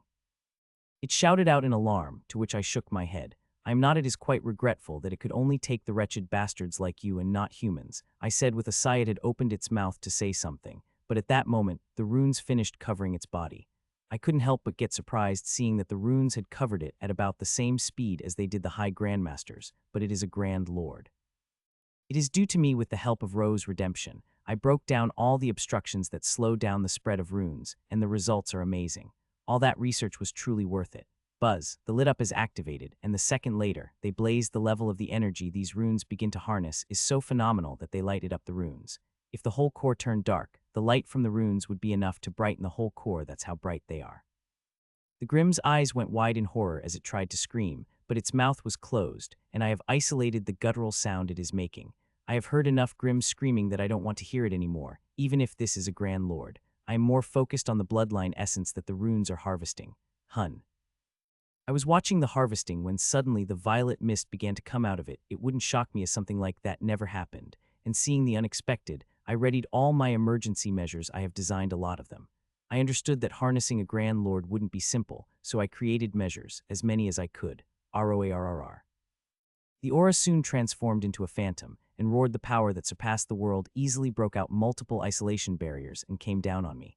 The power was weak, but it froze me to a spot that I could not help but even twitch. It not only froze me but also shook my core so that immediately I wanted to activate the measures, but I did not. The phantom is dangerous, and I might regret my choice later, but I did not activate any measures. Instead, I activated all the investigative abilities I have at my core. These abilities are hundreds of times stronger than outside. It is my domain, thorough, and this is a rare chance to observe the bloodline phantom. It is very hard to do that because this mysterious power covers it always. Even the weakest bloodline phantom possesses the same problem, but here that problem is much weaker due to factors such as harvesting of bloodline and this being my domain. I let it roar in rage while I observe, though I have kept an eye on the dangers of my core, and currently it is only shaking it. Most of the power of the phantom is resisting the harvest of bloodline essence, which it had slowed down but had not stopped. More than 2 minutes passed, and the power of the bloodline phantom had begun to lessen, which was no surprise to me. As more bloodline essence gets harvested, the weaker the bloodline phantom would become. A minute more and the phantom is barely visible. The runes on the hand had increased the speed of harvest as the resistance began disappearing, and now harvesting at 3 times more speed than before, and it is increasing by the second. I looked at it for a few more seconds before I turned and walked toward the right, and soon I reached the pool of corruption. Inside it, tens of beautiful red lotuses could be seen. The red looked beautiful against the black of corruption. I hope it works, I said as the vase appeared in my hand. It is a beautiful vase of clay with figures painted in golden ink. It is something I have got from Lady Vivian. She had come across it when she was searching for the cure for her sister. My next action could destroy these precious lotuses or help them take the next step to the Grand Lord. Them advancing to that level will help me tremendously, and for it, I am willing to take the risk. The vase contains the corruption of the Grand Lord class, and I am planning on mixing it with the corruption in the pool. The experiments I have done suggest that the corruption in the vase will mix well with the corruption of the pool, and the lotuses would also accept it. I am doing that because while the corruption in the pool is vast enough to grow thousands of stainless lotuses, it is still a high grandmaster class. The growth energy still makes them take a step above, but the amount of growth energy it will require would be at least 4 times more than if they have a Grand Lord class corruption in the pool to aid their growth. I could not afford to spend such a large amount of growth energy on a single resource when there are other ways to lessen the expenditure. The Blood Soul stainless lotuses are precious, but I have other resources to grow, too, like the metallic essence tree. I could not let it hog it all. So I am taking a risk, and I really hope it works. Gull, gull, gull. Since I had already made up my mind, I did not waste any time and opened the seal on the vase and began to mix the dangerous corruption into the pool. I couldn't help but take a sigh of relief when I saw the lotuses recovering for more than a minute. I thought I had made a huge mistake when I saw the lotuses begin to wither a few seconds after I mixed the corruption. Now they have not only stopped withering, but also begun recovering with the powerful corruption I have added. Still, it would take them more than a day to recover naturally, but in this core, nothing worked naturally. It wouldn't be long before they recovered and advanced to the next stage. I looked at further damage for a while before turning to the biggest tree in my core, the mysterious tree, which was now growing rapidly. I had never seen it growing so fast. Even when it was a small plant, it was already a little over meters long, and now it is growing even taller. Seeing its speed of growth, I couldn't help but wonder whether it would touch the sky. While the sky is quite tall, it does have a limit. I began to walk toward the tree and only took a few steps when I suddenly stopped. Hun, I shouldn't let my guard down, I said and resumed walking, but this time went toward the formations which had been defending me from the beguilement. By the time I returned from looking at the defensive formations, the Grims had been nearly drained. One of the most powerful beings in the world had turned old and gray in a matter of minutes. Those who would look at it wouldn't recognize it for the mighty figure it was a few minutes ago. D-Hub, 27 seconds passed when finally, the mighty Grand Lord disappeared in the smoke of dust, leaving behind the most beautiful essence rose I had ever seen in my life. It is fully violet in color, and its petals gleamed with power that those below Grand Lord would feel suppression with just coming closer to it. They would not be even able to touch it, and nor I would let them touch it. It is too dangerous. If the energies inside it exploded, then even a Grand Lord would have a hard time escaping unscathed. Buzz.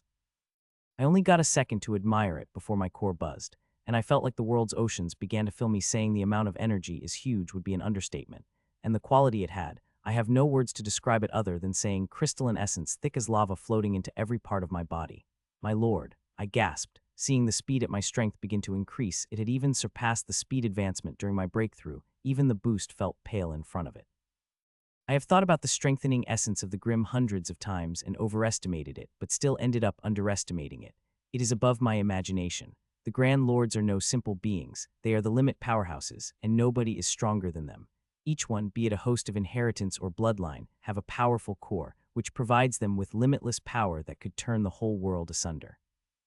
It is a kind of blessing that the world does not have many Grand Lords, otherwise it would have been destroyed long ago. It now had changed, and I feared for the fate of my world. I controlled my thoughts and focused on the most important thing, the growth energy. I had to divert it towards certain resources.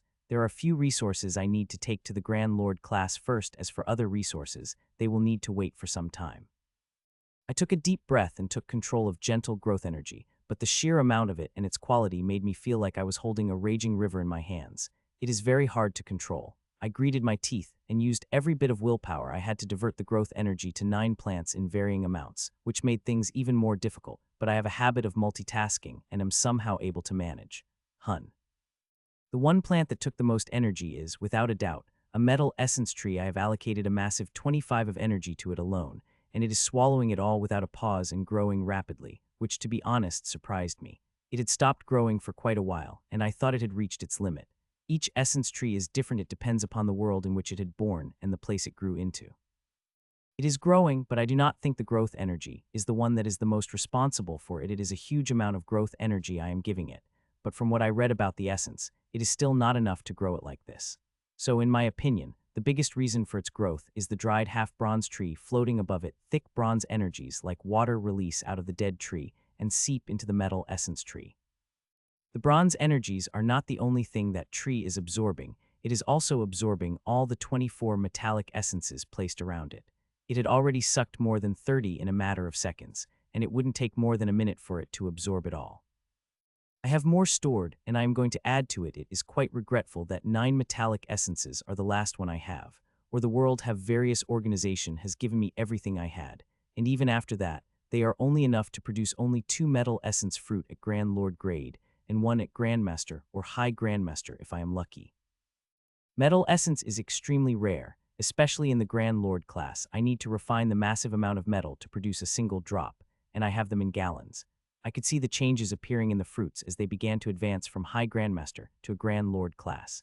They are not the only ones that are advancing. There are other plants too also advancing toward it. The most beautiful among them is the Blood Soul stainless lotuses. They have already recovered, and now they are advancing while guzzling a huge amount of growth energy. It is the reason why, despite there being over 70 Blood Soul lotuses at peak High Grandmaster class, I am only providing the energy to the 30 lotuses. If I had growth energy to spare, I would have used it on these lotuses, but I am already providing 15 of the growth energy to it. I could not provide it anymore. The 15 should be enough to take those lotuses to Grand Lord, especially with the Grand Lord level corruption, which they are sucking in wild abandon that couldn't alarm me. Looking at the amount and speed of corruption they are sucking and the growth the lotuses are having, I am afraid even producing 200 Grand Lord lotuses would be a challenge, which is quite different than the 500 I had expected. Sigh, the last bit of growth energy entered the plants, and I relaxed. It had been really hard to manage all this energy, but I did it, and the result was magnificent. I now have 11 plants filled with resources that are in the Grand Lord class, 2 extras that I had thought. A few of the resources took less growth energy than I had expected, so I diverted to the other plants on the list. All the 24 fruits on the metal essence tree had reached a Grand Lord class. The growth energy had played a part, but the biggest part was played by the dead bronze tree floating above. Without it, it wouldn't have been possible to take all the 24 fruits to Grand Lord class. The combination of the two had also made the grow. It had now reached nearly meters tall, and fruits hanging on it looked like glittering stars. I turned to stainless lotuses and saw true beauty. The 30 that had reached Grand Lord class looked amazing, but what was even more amazing was the aura they were giving. They felt pure, that I wanted to be in their company forever, but I could not. I have a huge challenge to finish, and the sooner I finish it, the safer I will be. With that thought in mind, I got out of my core and opened my eyes. As I did, the world felt clearer than before. My physical and soul senses had taken a leap with the advancement I had just gone through. The strengthening energy that Bearman had provided was huge. It had increased my strength by leaps and bounds, and had also elevated the fear in my heart. There was a fear in my heart that I would need to kill a shitload of Grand Lords to reach the limit. Even 25 of the High Grandmaster I had killed would have been an impossible task, as there are not many Grimm there, but now that worry had disappeared. I had seen the sheer amount of strengthening energy that Bearman had provided, and I now had a fair idea of how much I would need to kill to reach the limit. The number is still huge, and I might not be able to kill all of them, but even if I had been able to kill even half, it would be a huge help to me. After seeing everything all right, I resumed my journey through the destruction. Our battle had not lasted long, but the destruction it had brought was horrifying. This is in a place where the space is much stronger and the environment more resistant. On the mainland, the destruction would have been even bigger. It took me a few minutes to get out destructed part of the forest, and just as I got out, I sensed a flurry of attacks, the majority of them being weak. There were some seriously strong that I had to give my everything to resist against. This gives one quite an idea. Destroy the forest as you walk, and you will face less resistance. Doing that is not a big deal for grandmasters and above, especially someone like me, who have the power of the Grand Lord. But doing is not wise. There is even word of warning in notes left behind, and even by the pyramid. It is one thing to destroy parts of a forest during battle, but if you do that intentionally to lessen the danger, then the forest will get angry, and you do not want to make the forest angry. It could do things to you that are worse than death, which is why even Grimm is not doing that. 20 minutes passed when I came across a Grimm again, a high grandmaster with a bloodline but did not have a core, but I still took it inside my core. I had done it so quietly that Grimm was shocked when it suddenly found itself in a completely different environment. A few seconds later, trickling strengthening energy filled my body. The growth energy had also been released, but I did not control it. There was no need for it. All the plants had reached the High Grandmaster class. As the growth energy spread, my clone just harvested excess resources that were produced. I had even asked my clone to plant a few seeds. These are not for me, but few of my friends. These resources are hard to come by, and since I have a seed and supply of High Grandmaster, I might as well produce them. Another hour passed, and I had killed 3 High Grandmasters. One of them had a bloodline. As I reached closer and closer to the last leg, I began to encounter more and more humans and Grimm. Some were journeying, while others were stuck in beguilement. I helped those who were stuck before moving forward. Things are becoming more and more dangerous as I reach closer and closer to the last leg, especially for me, against whom the forest is coming out full force. In the past hour, it had got me 9 times of the 9. 4 times, I have been out for more than a minute. 2 times I even tried to shout out my secret. Thankfully, the silence formation had been activated in my armor, so no voice could be projected out unless I deactivate it. 2 hours passed, and I once again killed the few Grimms, saved some humans, and got stuck by the forest attack tens of times, but I survived. I just need to survive 3 more hours before I reach the last, where there will be the biggest of this challenge, but this constant attacks from the forest will vanish, and so is fear of speaking my secrets out. I think this is the biggest fear in the mind of humans and Grimm, and that is what the forest had latched on it. I have seen tens of humans and Grimms babbling their secrets out. I stopped once again as another Grimm entered the circle of my soul sense, and it was a normal Grimm, but a Grimm with the core. An inheritance core, but core nonetheless. These are most dangerous, not because of their power, but because of their potential. They had the biggest potential to level up to Grand Lord, and this place gives them all those opportunities. Killing each Grim with core, I am lessening the chances of future Grim Grand Lord appearing. My strings moved toward it, and a couple of seconds later, the Grim disappeared and I resumed my journey, not even looking inside my core. It is Grand Lords I am worried about. No High Grandmaster has been able to break through my core, and no one ever will be. Half a minute later, it had turned to ashes, leaving behind powerful essence rose, which was directly transported to the formation, and the process of turning it into the fatal weapon began. Before me or my clone were needed to direct the process, but after breaking through, I did not need to. I only needed to send the Essene Rose, and the formation automatically would finish the job. Few minutes more, I said as I cast a glance at the map. While flying toward my destination now and then, my eyes would turn blurry, but they turned normal in seconds to minutes. I also continued harvesting the resources of this place. I had increased the pace in the last 2 hours when the level of resources increased. Nearly all of these resources are rare and couldn't be found outside. I am risking quite a lot harvesting them when I should be completely focusing on reaching my destination. Especially now when I had reached so close. The risk is worth it because these resources are really useful. Most of them are Grand Lord grade, and they are very useful in healing soul damage and mental problems. They are going to be very useful in the coming days and after the war is over.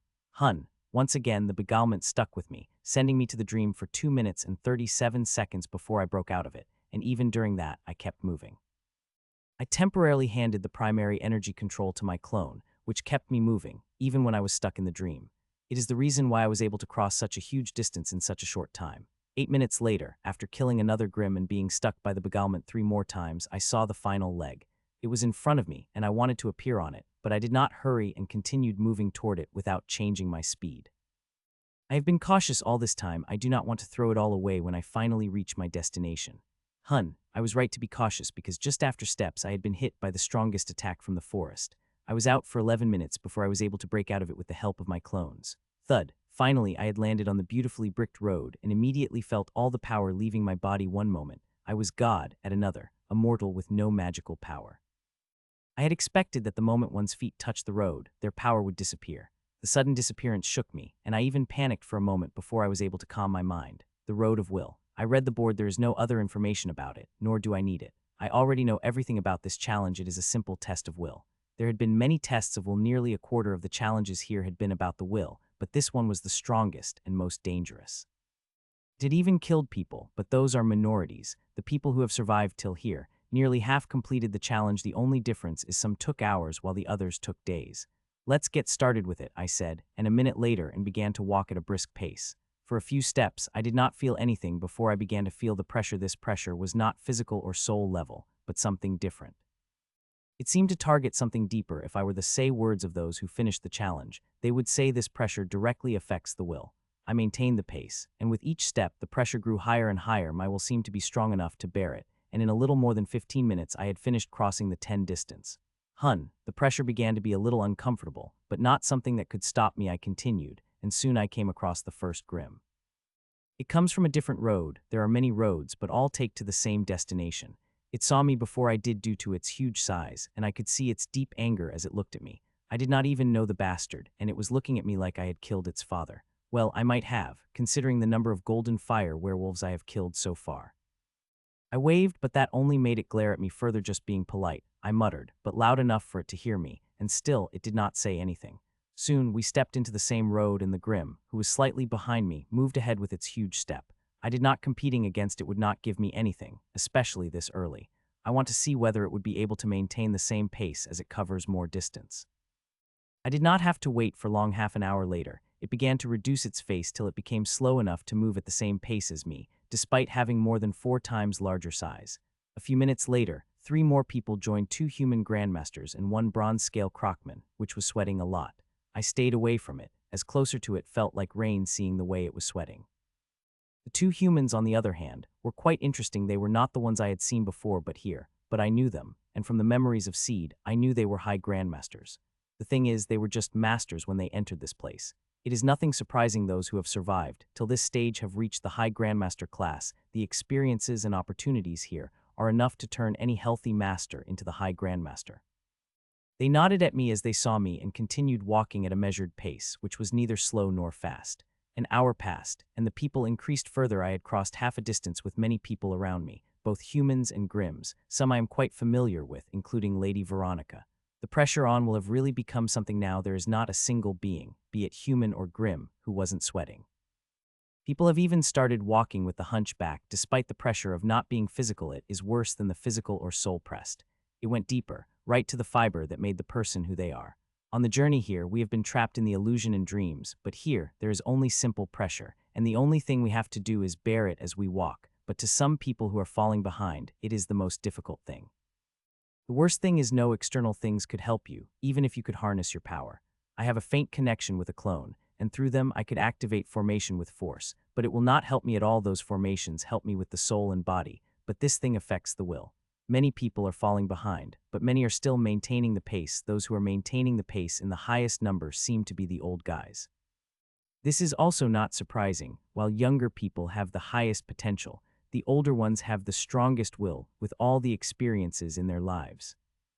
Fuck, it's hard, cursed the Grims behind me. Nearly 70 of the road had been crossed, and less than of people could be seen walking out on the road that half an hour ago, despite new people coming every few minutes. Like the Grim had said, the pressure had become very hard. Not all could bear it. Even I, who was still walking, had to reduce the pace as the pressure had become crushing. This challenge is not easy, Grandmaster, said Lord Remus, the old man who acted as my bodyguard not long ago. It is not, Lord Remus, but we have to finish it, I replied, to which the old man smiled tiredly before once again wiping his temple. Even the experienced people like himself are feeling extreme pressure. Some cannot even bear it and collapse on the road. It is happening, and more right now. Lady Veronica had nearly got crushed by the weight of the Grim, who had fallen unconscious by this pressure. Some time passed, and I had crossed a few hundred meters when I suddenly saw someone coming from the connecting road. Her figure was blurry, but I could still see this particular shade of fiery red hair which is shining brightly under the radiant sun. Only one person has hair in this shade of red, Sophia. Since I entered this place, I had not seen her, but I knew she was doing fine, better than fine with all the memories I had checked. She is alone. Her twin Reina does not seem to be with her, and this place rarely keeps the two people together. It took her a few minutes to cross the road, and I had even waited for her. I could afford to do that for my dear friend. How nice that you have waited for me, she said. This time she did not hug, nor would I have returned it, given how sweaty we were. It is the least I could do for a friend who does not have time for me, I said back, but soon regretted seeing the guilt flashing in her eyes. I am just joking, I added, but that did not change anything. I wanted to come to meet you, but there was too much to do, and there was that secrecy and all, she replied. I know it was inconsiderate for me to say that, I said, to which she shook her head and began to walk beside me. How were the challenges? I asked, wanting to change this depressing mood. Difficult, but fulfilling. Each one had helped me tremendously, she replied with a soft smile on her face. So, have you leveled up? I asked. It was quite a personal question, but I wanted to ask it reason other than satiate my curiosity. No, she replied with a shake of her head. I am close, and if I pushed, I am confident that I will be able to make a breakthrough, but I wanted to wait till I am fully able to harness the power my core could offer me before leveling up, she replied before turning to me with eyes filled with the question. Am I making a mistake? Sometimes I felt like I should level up as soon as possible to help with the war, she asked, to which I shook my head. No, you are not making a mistake. You should only level up when you feel confident. As for joining the war, have some confidence in your teacher and others. They will be able to handle things till we are ready, I said. Hearing worry on her face eased, and she nodded. A couple of minutes passed into silence. The talking itself takes quite a lot of effort with the pressure, which increases with every second. As time passed and more people joined through the different routes, but soon many of them slowly fell behind. The pressure was too much that even those with a strong will had to stop to relax. Some even took steps back to relieve some of the pressure on them. I have met your girlfriend, I mean ex-girlfriend. She had become quite powerful that even you might not be able to beat her, Sarah said with mirth hiding in her eyes. Who? I asked, to which she rolled her eyes, but from me it was a fair question considering both of my ex-girlfriends are pretty powerful. Myra. She had become terrifying, she replied with a smile. It is not surprising. She is one of most powerful bloodlines in the world and the will to accomplish anything, I said with a smile, to which she glared at me. She wanted to get a rise out of me, but she will have to do better to do that. Another hours passed, but we crossed a little distance. Our speed had slowed down a lot, and now we were walking even slower than the children. It is this time we are showing the advantage of our small size. Unlike Grim, the pressure on us increases little by little with our small bodies and feet. It is not the same case with Grims and giant bodies. With every step they take, the pressure on them would spike, and not all the Grims could bear it. Bang! The Grims are falling, with more than twice the number as us. Most of the humans got away from them, and some tried to chase, but seeing the hazard, the Grims decided to focus on their will. Not all the Grims are with weak hearts just like humans. There are some who are moving steadily, and I took note of these bastards. I wish I had my powers with me. I would have definitely tried to finish these bastards. Those with strong will are more dangerous than those with talent and powerful bloodline inheritance, as these bastards have the ability to acquire them all with their will. Things are hard, and they are becoming harder. It is not just people around me that are beginning to have trouble. I, too, am having a huge difficulty. Taking each step had become a challenge itself. I am pushing myself hard with each step, not to be bested by the people around me, especially the Grims. There are a lot of things on the line, but the thing that is most important is the reward people want to boost, and it is a thing that could increase their strength immediately. They would not get such an opportunity like this. I also want the boost, but what I want the most is to stop the Grims from having it, which is nearly impossible, but I hope our people will be able to get the biggest boosts. A powerful Grim is not a good thing for us. Time passed, and we pressed ahead despite the increase in press. Bang! Suddenly there is a change appears in the Grims. Their pace begins to increase out of sudden. They began to push themselves harder and harder, which made some of them collapse, but that did not stop them. The gate. It took us a while before we saw what was the thing that was making them run faster. It was none other than the gate. The Grim was able to see it first due to its giant size, but now we can see it too. As the humans saw it, it seemed like someone had injected artificial adrenaline in them, as we also began to push ourselves harder, without caring for the consequence that might fall on us for doing that. The mainland. While Michael's other powerhouses are pushing themselves hard against the pressure, another group of humans is also pushing themselves against the much more dangerous enemy. The old snake, we did not expect it to be this powerful, said Lord Whitmore in horror, as he watched the battle. It was yesterday the old snake had revealed its power, and it is still feeling horror for what it had done. It had not killed any Grand Lord, but had done something much worse. It had infected the Grand Lord with the potent curse, a curse so dangerous that no healer of their ability to do anything against it, and even when healers tried, the curse attacked them, nearly killing one of their best healers. In just a day, it had infected half of their numbers with this curse, and even with all their abilities, they were not able to save themselves from this curse. Patriarch Bradford got infected, and so was Supreme Commander. Even Lord Rye, who has one of the greatest physical abilities, was affected by this curse, and it is spreading fast as they use their energy. Even now, they are fighting in one of the biggest battles of the millennia. 10 Grand Lords are fighting, 6 Grims against the 4 humans. The Grims lead by Old Snake, while the humans are by Patriarch Bradford. With him is the Supreme Commander, Lord Rye, and Lord Singh. All 4 of them had been affected by the curse of the Old Snake. There is also Elder Lord who got affected, but he is fighting a different battle. I wish we had a healer capable of healing the curse, but 2 who have a chance to do anything against the curse have gone to that things and haven't returned yet. He tapped on a few buttons in nervous anticipation, and a screen appeared in front of him. Have you been able to find anything yet? A cure, or at least a way to stop the curse? He asked the 2 women. His eyes unintentionally went to the younger woman, and seeing her condition, he couldn't help but feel guilty. He doesn't know how he will face him. He had specifically asked the council to protect his loved ones, and they failed spectacularly. The woman had changed, and he didn't know what sort of reaction he would have when he saw her. He will bear the consequences. He just hoped he would return soon. No, Lord Whitmore, there is no breakthrough. If we find anything, you will be the first one we will call, said the older energy voice, without looking up from the medical artifact she was staring at. I hope you succeed soon, he said. He wanted to say that the fate of the whole race depended on them finding a cure or a way to stop the curse from spreading like he did so many times. But he did not. They did not need to tell that. They are risking their lives working against the curse. They understood very well what the cost of the failure would be. Lord Hearn, we might need to use the power of the Night Blade sooner than we had planned, he said, and the man had just nodded. The Dark Blade is rarely used. Even during wars, it is the only weapon of humans that Grims truly feared. It is a deciding weapon, the only thing that saved them from losing wars. He looked at the screen ahead and saw the battles. There was not a single Grand Lord who was not fighting. They were barely getting any rest before they needed to fight. The Grims are using their advantage of high numbers too well, tiring their Grand Lords with the constant battles. It is not easy to do that, considering their cores could produce inexhaustible power, and they could easily stay awake for a month. But there is a huge difference between staying awake and fighting for a month. It had been 6 days since any of their Grand Lords had slept. They had been fighting constantly, and it was showing, especially those who got cursed by the old snake. Their figures are blurry on the screens, but one could see the sickly blood-red aura coming out of those who got infected. The more they use their energy, the denser this becomes, and the more the curse spreads inside them. They could not stop this blood-red aura, and according to Patriarch Bradford, it is also acting like a beacon, sending their location constantly to the old snake, who is the master of this curse. Not to mention, the aura was highly infectious. It would be a high grandmaster within minutes.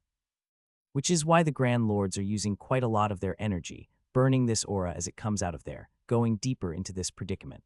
Looking at the battles, one might think humans have no chance of winning. The Grims have a greater number, and within this curse, the victory of the battle is determined, and humans are stretching the time of their defeat. It is all true, but they are not lost, and this is not the only powerhouse they have. They still have a chance of winning. They only need to survive longer, and for it, even if they have to sacrifice their lives, they will do it. The new generation is coming. They have sent the word from inside. Their most talented have the confidence to gain the power of Grand Lords. They only need time. They have asked for 1.5 months, and 8 days had already passed. He had complete confidence they would succeed, and with the top 7 challenges, their chances increased even further.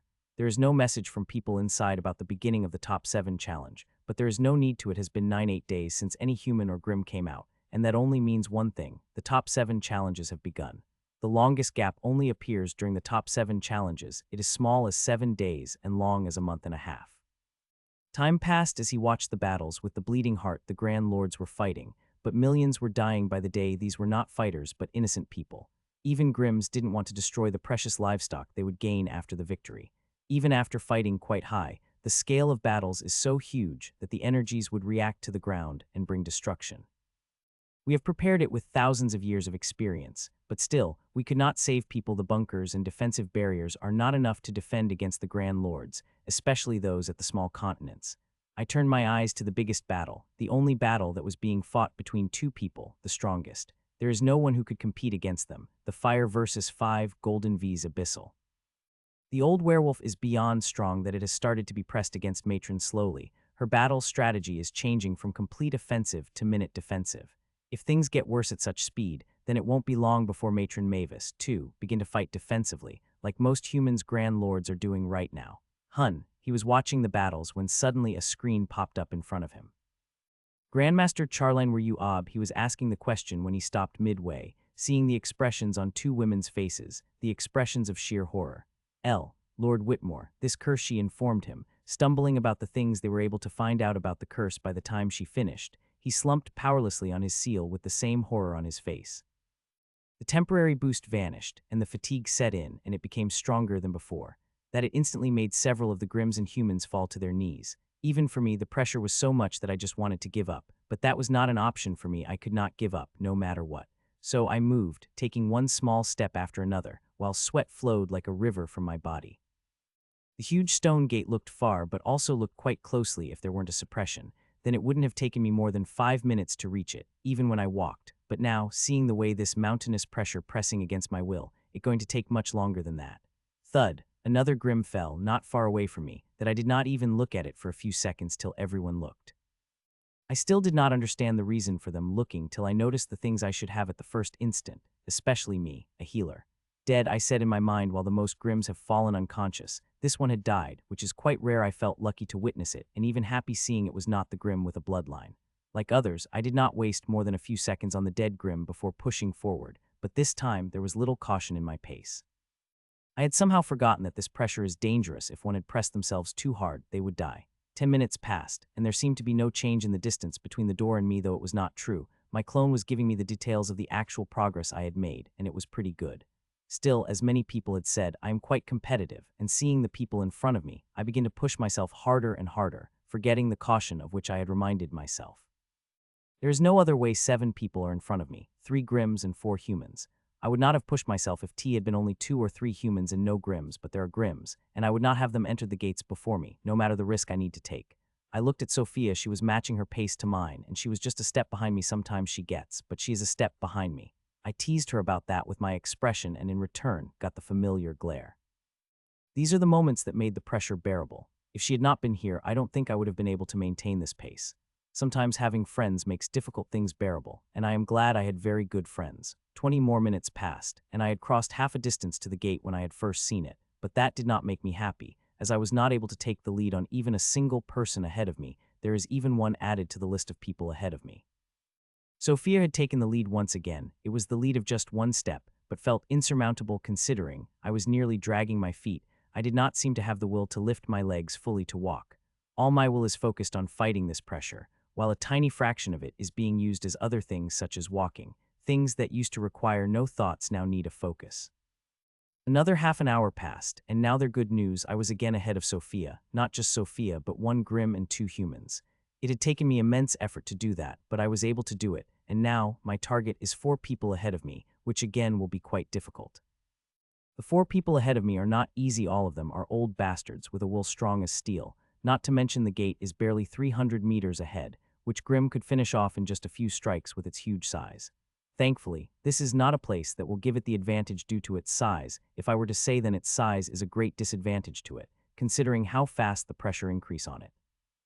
I continued to drag my feet, crossing inches every time I moved forward. The speed was slow as a snail, but was everything I could manage. I could not go faster, but if I did somehow, then I would either fall unconscious or die.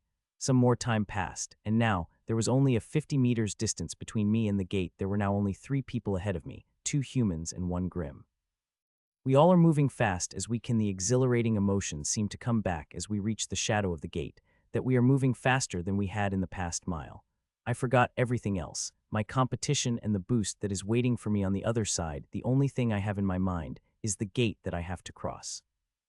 It is this extreme focus that helped me bear this immense pressure that seemed to be increasing at a much faster rate than before, that I felt the people behind me falling to their knees. Some even fell unconscious. But I do not care for any of that. The only thing I care is the gate. I don't know how long it passed, but as I reached it, I could see the deep brown color that reminded me of the soil. It was plain but felt beautiful, and I wish I could spend some time admiring it, but I had already taken a step into the gate, and my vision of it had already disappeared as everything turned dark. The mainland, the old snake seemed to be hell-bent on killing us. Hera communicated they had been fighting against the old snake for nearly a day, and they were reaching their limit. She could see the curse, a blood-red thing that is elastic as liquid rubber, and it spread as she used her energy. It had already covered more than 50 of her, and in the better, Patriarch Bradford was in the worse.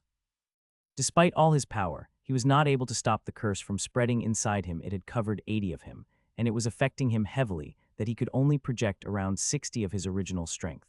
The worst thing is it is spreading fast, restricting more of his power. It wouldn't be long before he isn't able to fight against it, the old snake. It is not him, but others also in the worst shape, especially Lord Bishop and Lord Singh. The curse had covered more than 70 of their self and spreading rapidly, faster than even Patriarch Bradford. Only she and Lord Rye are in better condition due to their special conditions, but those advantages wouldn't be able to save them. These 3 go down. The despair couldn't help but fill her heart. Seeing this, it wasn't long before she held hope in her heart. A hope that they will be finally able to wipe the Grims away for good, but the hope is taken away too soon, too suddenly. They could not even stop the Grims till the final batch of people came out, the ones who were holding on to deal the final blow to the Grim. The bastard old snake had destroyed it all, and now, when they come out of the final 7 challenges, they will not see us holding down the line for them, but our bodies buried in the ground and the world destroyed. There is no hope they will come out of it alive. Lord Whitmore had told her what the healers could find out and shook her. The curse is not something that our healers would be able to do. Something even the Grand Lord class healer would fail in front of it. The curse contains something that is beyond the highest level. It seemed like the time had come. Ask Whitmore to release the Night Blade in 10 minutes sharp. Order Patriarch Bradford. She is not surprised. She had talked to Lord Hearn not long ago and asked him to be ready.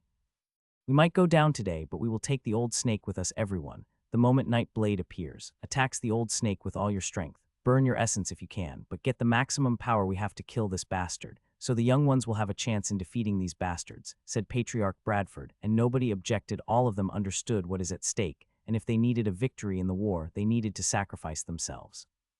So the race could survive, which is the most important thing. I stepped into the light, and the colossal pressure, vast as the ocean, vanished. Not even a single speck of it remained. The joy lasted only a moment before I focused on a new feeling, or the right word would be the state. The second of the top 7 challenges seemed to have changed my state of mind. It is not just the last leg that did that, but the whole challenge of brute force alone is not enough to sharpen the will. I wish I could spend more than analyzing my state of mind, but I do not have time. The human and Grims ahead of me are already moving toward the reward, and to my surprise, it is not the boosts I expected. They are things. From artifacts to resources, everything seemed to be present in those 100 things. Seeing those things, I couldn't help but get shocked, and I was not the only one. The human and Grim ahead of me are just as shocked. Getting things is good. My heart would have bled if I had lost a huge boost, said Sophia behind me as she appeared.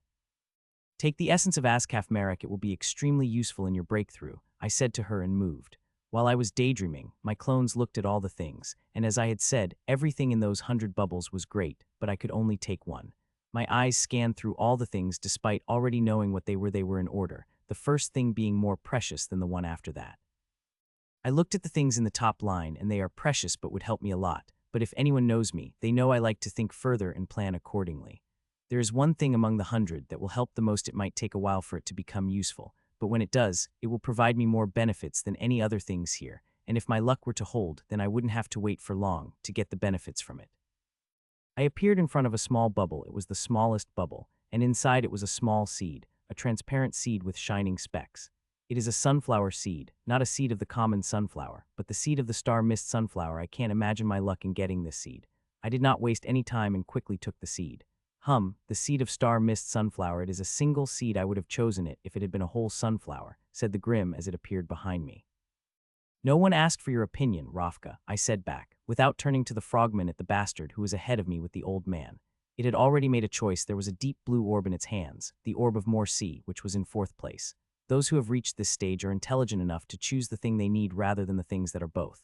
Till now, 6 people have come out, and all of them have done that, as the things in the top 3 are still present in their environment. It is Lord Rafka for you, Tsar, said the Grim, and the mighty aura of Grand Lord had burst out of its body. The aura immediately got restricted before it reamed me, but I could still sense its mighty power.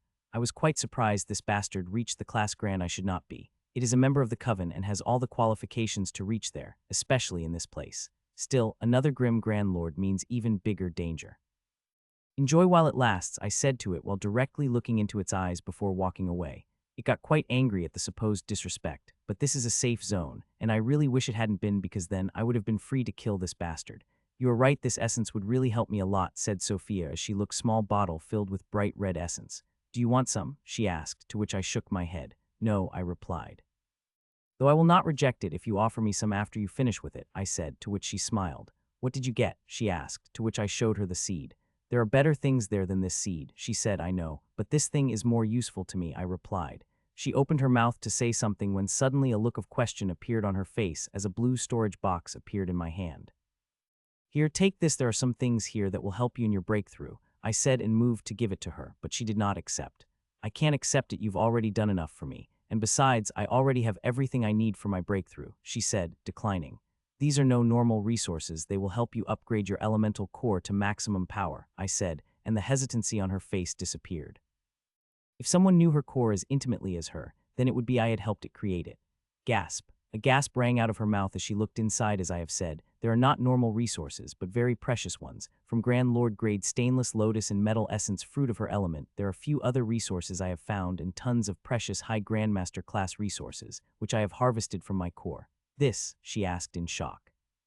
They are not for you alone. I have tagged them well. If you find others, give them these resources. There are some untagged resources. You can give them to anyone who you think has a chance, I said to her. You are leaving? She asked as she saw me turn toward the gate, and I nodded.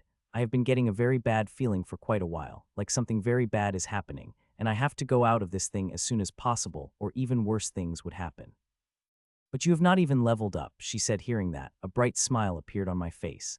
Am I not? I asked back, and immediately her eyes went wide. Good luck with your next challenges, Sophia, I said to my friend and walked toward the exit. It had finally appeared, and it seemed like I was not the only one who was leaving. Rafka was also leaving, and seeing me appearing behind it, it turned to me. The moment you get out, I will kill you, it said with a killing smile and stepped into the gate. I too followed it after, not heeding to the humans who were asking me to stop. Strong the mainland, strong. Ready yourselves, we all will have only a few seconds after the night blade appear, said Patriarch Bradford. 9 minutes have passed since he had asked them to prepare for the final charge. They have been preparing, but not in an obvious way. There is no change in their energy circulations as they fight. Though they are taking increasingly desperate measures, they have avoided taking extreme measures, nothing that would alert the old snake. While their inheritance and bloodline could keep much of the interference out, she did not dare to let her guard down and asked others to same. They fought the Grims, harnessing more and more power from their cores, even knowing doing that would spread the curse more. They had no other choice. Half of their power had been already sealed by the Grims, and now, the rest is sealing away rapidly. A few seconds passed when suddenly, a big smile lit up across the face of Grims, and a moment after that, the rest of the Grim, they have also got the news. Seeing it, horror couldn't help but appear on my face. The thing had lighted up, and a Grim had appeared on it, the first being after 9 days, and the Grim is no simple Grims but a Grand Lord. Lady Angela, an Elder Lord who had fought there, confirmed it. Ha ha ha ha. Another Grand Lord. Now there is nothing you could do to stop us, humans, Old Snake roared in laughter while the horror appeared on their faces. If it had been a week ago, they would have been able to bear an extra Grand Lord, but now even a single Grand Lord could change the scale, destroy them.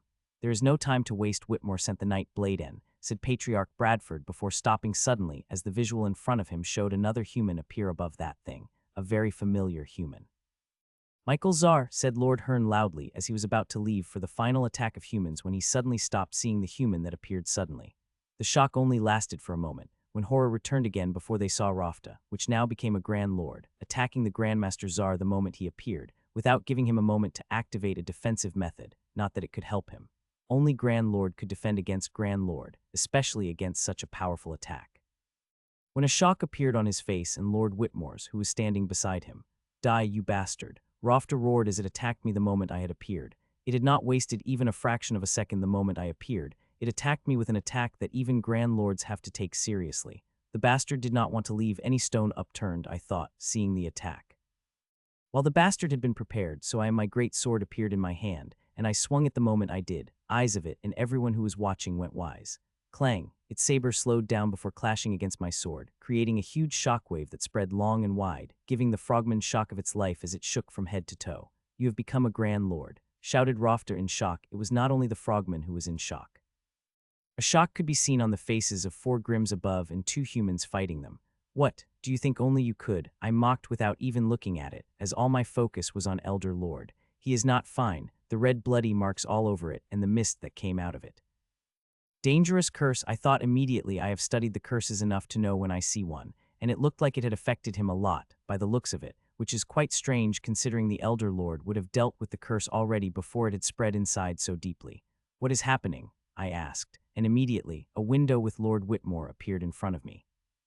"Battles for survival, Lord Czar," Lord Whitmore replied in a somber voice, and immediately a couple of screens appeared in front of me. They were the blurry scenes of battles and one window titled Curse.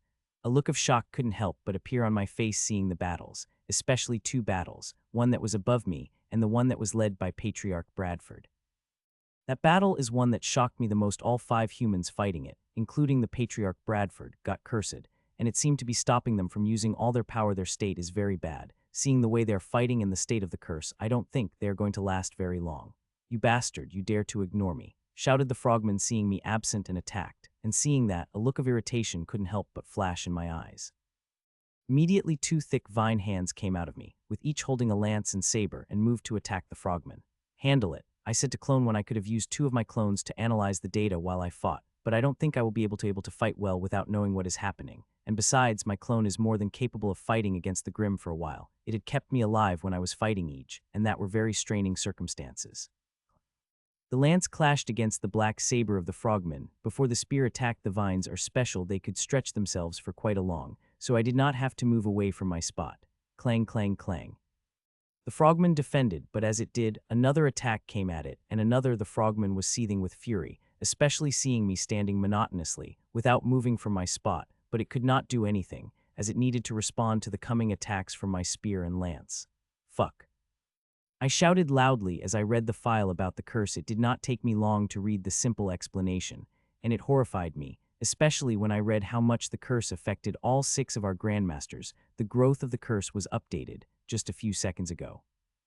"Lord Whitmore, I am going for the aid of Patriarch Bradford." I said I was planning to fight against this frogman while aiding Lady Angela and Elder Lord in the battle, but the condition of the other battlefront is direr with their condition. They would not last long. "Lord Czar, you could not," said Lord Whitmore alarmingly. "Lady Angela and Elder Lord are barely able to stop the 4 Grim Grand Lords they are fighting. If you left, their condition would become direr with Rafka joining battles against them," he added with a great alarm. "Don't worry, Lord Whitmore joining the battle against our Grand Lords will be the last thing on Rafta's mind in the next few seconds," I said with a smile. I have been hiding my greatest trump card for years, rarely revealing any of her abilities, but now that I have gained the power of the Grand Lord, it is time to reveal her to the world. Whitmore couldn't help but get shocked hearing the words coming out of Lord Czar's mouth, so he turned to Lord Hearn beside him to confirm if what he heard was right, and the other man nodded before suddenly, a look of shock appeared on his face. "Whitmore, look," said Lord Hearn, and Whitmore slowly turned his head toward the screen, fearing something bad was happening, but his utter shock, he saw something he had never expected to see. He saw the familiar little bird of Lord Czar flying toward the tens of huge water spinning water spears coming from above, covering the whole sky. The attack is mighty. It is clear that the frogman is not holding back any longer, and to its horror the little sparrow is flying straight toward it. What is that little sparrow doing? Lord Tsar, stop your sparrow. He shouted through the screen, but there was no reply from the other side. He was shouting when the little sparrow reached close to the thousands of water spears, and he nearly shut his eyes. He was glad he did not because a moment later, he saw the most shocking thing of his life. Not he, but all those who were watching were shocked seeing what had happened. As the sparrow reached the spears, when it opened its little mouth and spewed out the fire, not a small fireball, but a storm of fire came out of her little mouth. The storm of silver fire instantly enveloped tens of thousands of huge spinning water spears and began to burn such a powerful attack that they began to vaporize so fast that a moment later, nothing had left. Ashlyn, kill the bastard, I said as I looked at the shocked Grimm, who was looking at Ashlyn in shock. Not only it but also Grimms and humans fighting above. They stopped their fight seeing their attack. Choo-choo. Ashlyn chirped excitedly and went toward the frogman, who had finally been able to control its emotions. Bastard, don't look down on me. Frogman roared in its croaky voice and moved its saber to attack me, but Ashlyn appeared in front of it in an instant, and her whole body turned metallic as it clashed against the powerful artifact, bearing the powerful attack head-on. Clanng. A deafening sound rang out as they clashed, and to the shock of Frogman and others, they saw the tiny sparrow in a metallic body pushing the saber back while the frogman shook from head to toe while the space them rippled. Lord Whitmore, I am leaving to aid like Patriarch Bradford and others, I said, and for a second there was no reply. I can send you there in a second, but you need to step into a stable space, he replied. The space is not stable here. With battles of the Grand Lord, I would need to move for thousands of miles to find a stable space, which will not take time, but I have a better method. There is no need for that, I said with my and raised my hand forward as I did. A huge complex circular runic formation appeared from my hand. Buzz, a moment later, not only the space around the circle stabilized, but also a gate formed in the center, and I stepped into it. The frogman tried to stop me, but Ashlyn attacked with fiery waves of wings, and the Grimm quickly moved his saber and activated shields to stop it. I stepped out a second later to a completely silent valley, but I could faintly sense the fluctuation of the battle and moved toward it at my full speed. The power of Grand Lord gave freedom to use many abilities that were simply impossible before, like this mobile teleportation formation. It is not just a simple formation, but also a space stabilizer, which is the biggest plus point of it. It could help travel from even unstable space. It worked by creating a tunnel between the 2 points, which means I need to know the coordinates of the place I want to go, and the other point where I am going needs to have stable space, which is why I have appeared a distance away from the battle. Patriarch Bradford, Lord Tsar will reach you in 5 seconds, informed Whitmore. Keep the night blade ready while Tsar may improve our chances. Even he will not be able to make a huge difference given the power of the curse. So, keep the night blade ready, said Patriarch. The night blade is ready. It will be deployed the moment you order, Lord Tsar. Stay back, the curse is very dangerous, and there is no way to stop it from infecting you, warned Patriarch Bradford with a very heavy tone, which is understandable considering how everyone who had fought with an old snake in these 3 days got infected by the curse. From what I read, the curse is invisible. You can't sense it before it infects you the moment its sanguine smoke begins to release from the curse, and the more the curse spreads, the denser this sanguine smoke would be. The most dangerous thing about it, it also infects. I understand the danger, Patriarch, I said and moved toward the old snake, against whom the Patriarch is fighting, avoiding the battles of 5 others who are fighting against the 6 Grimms.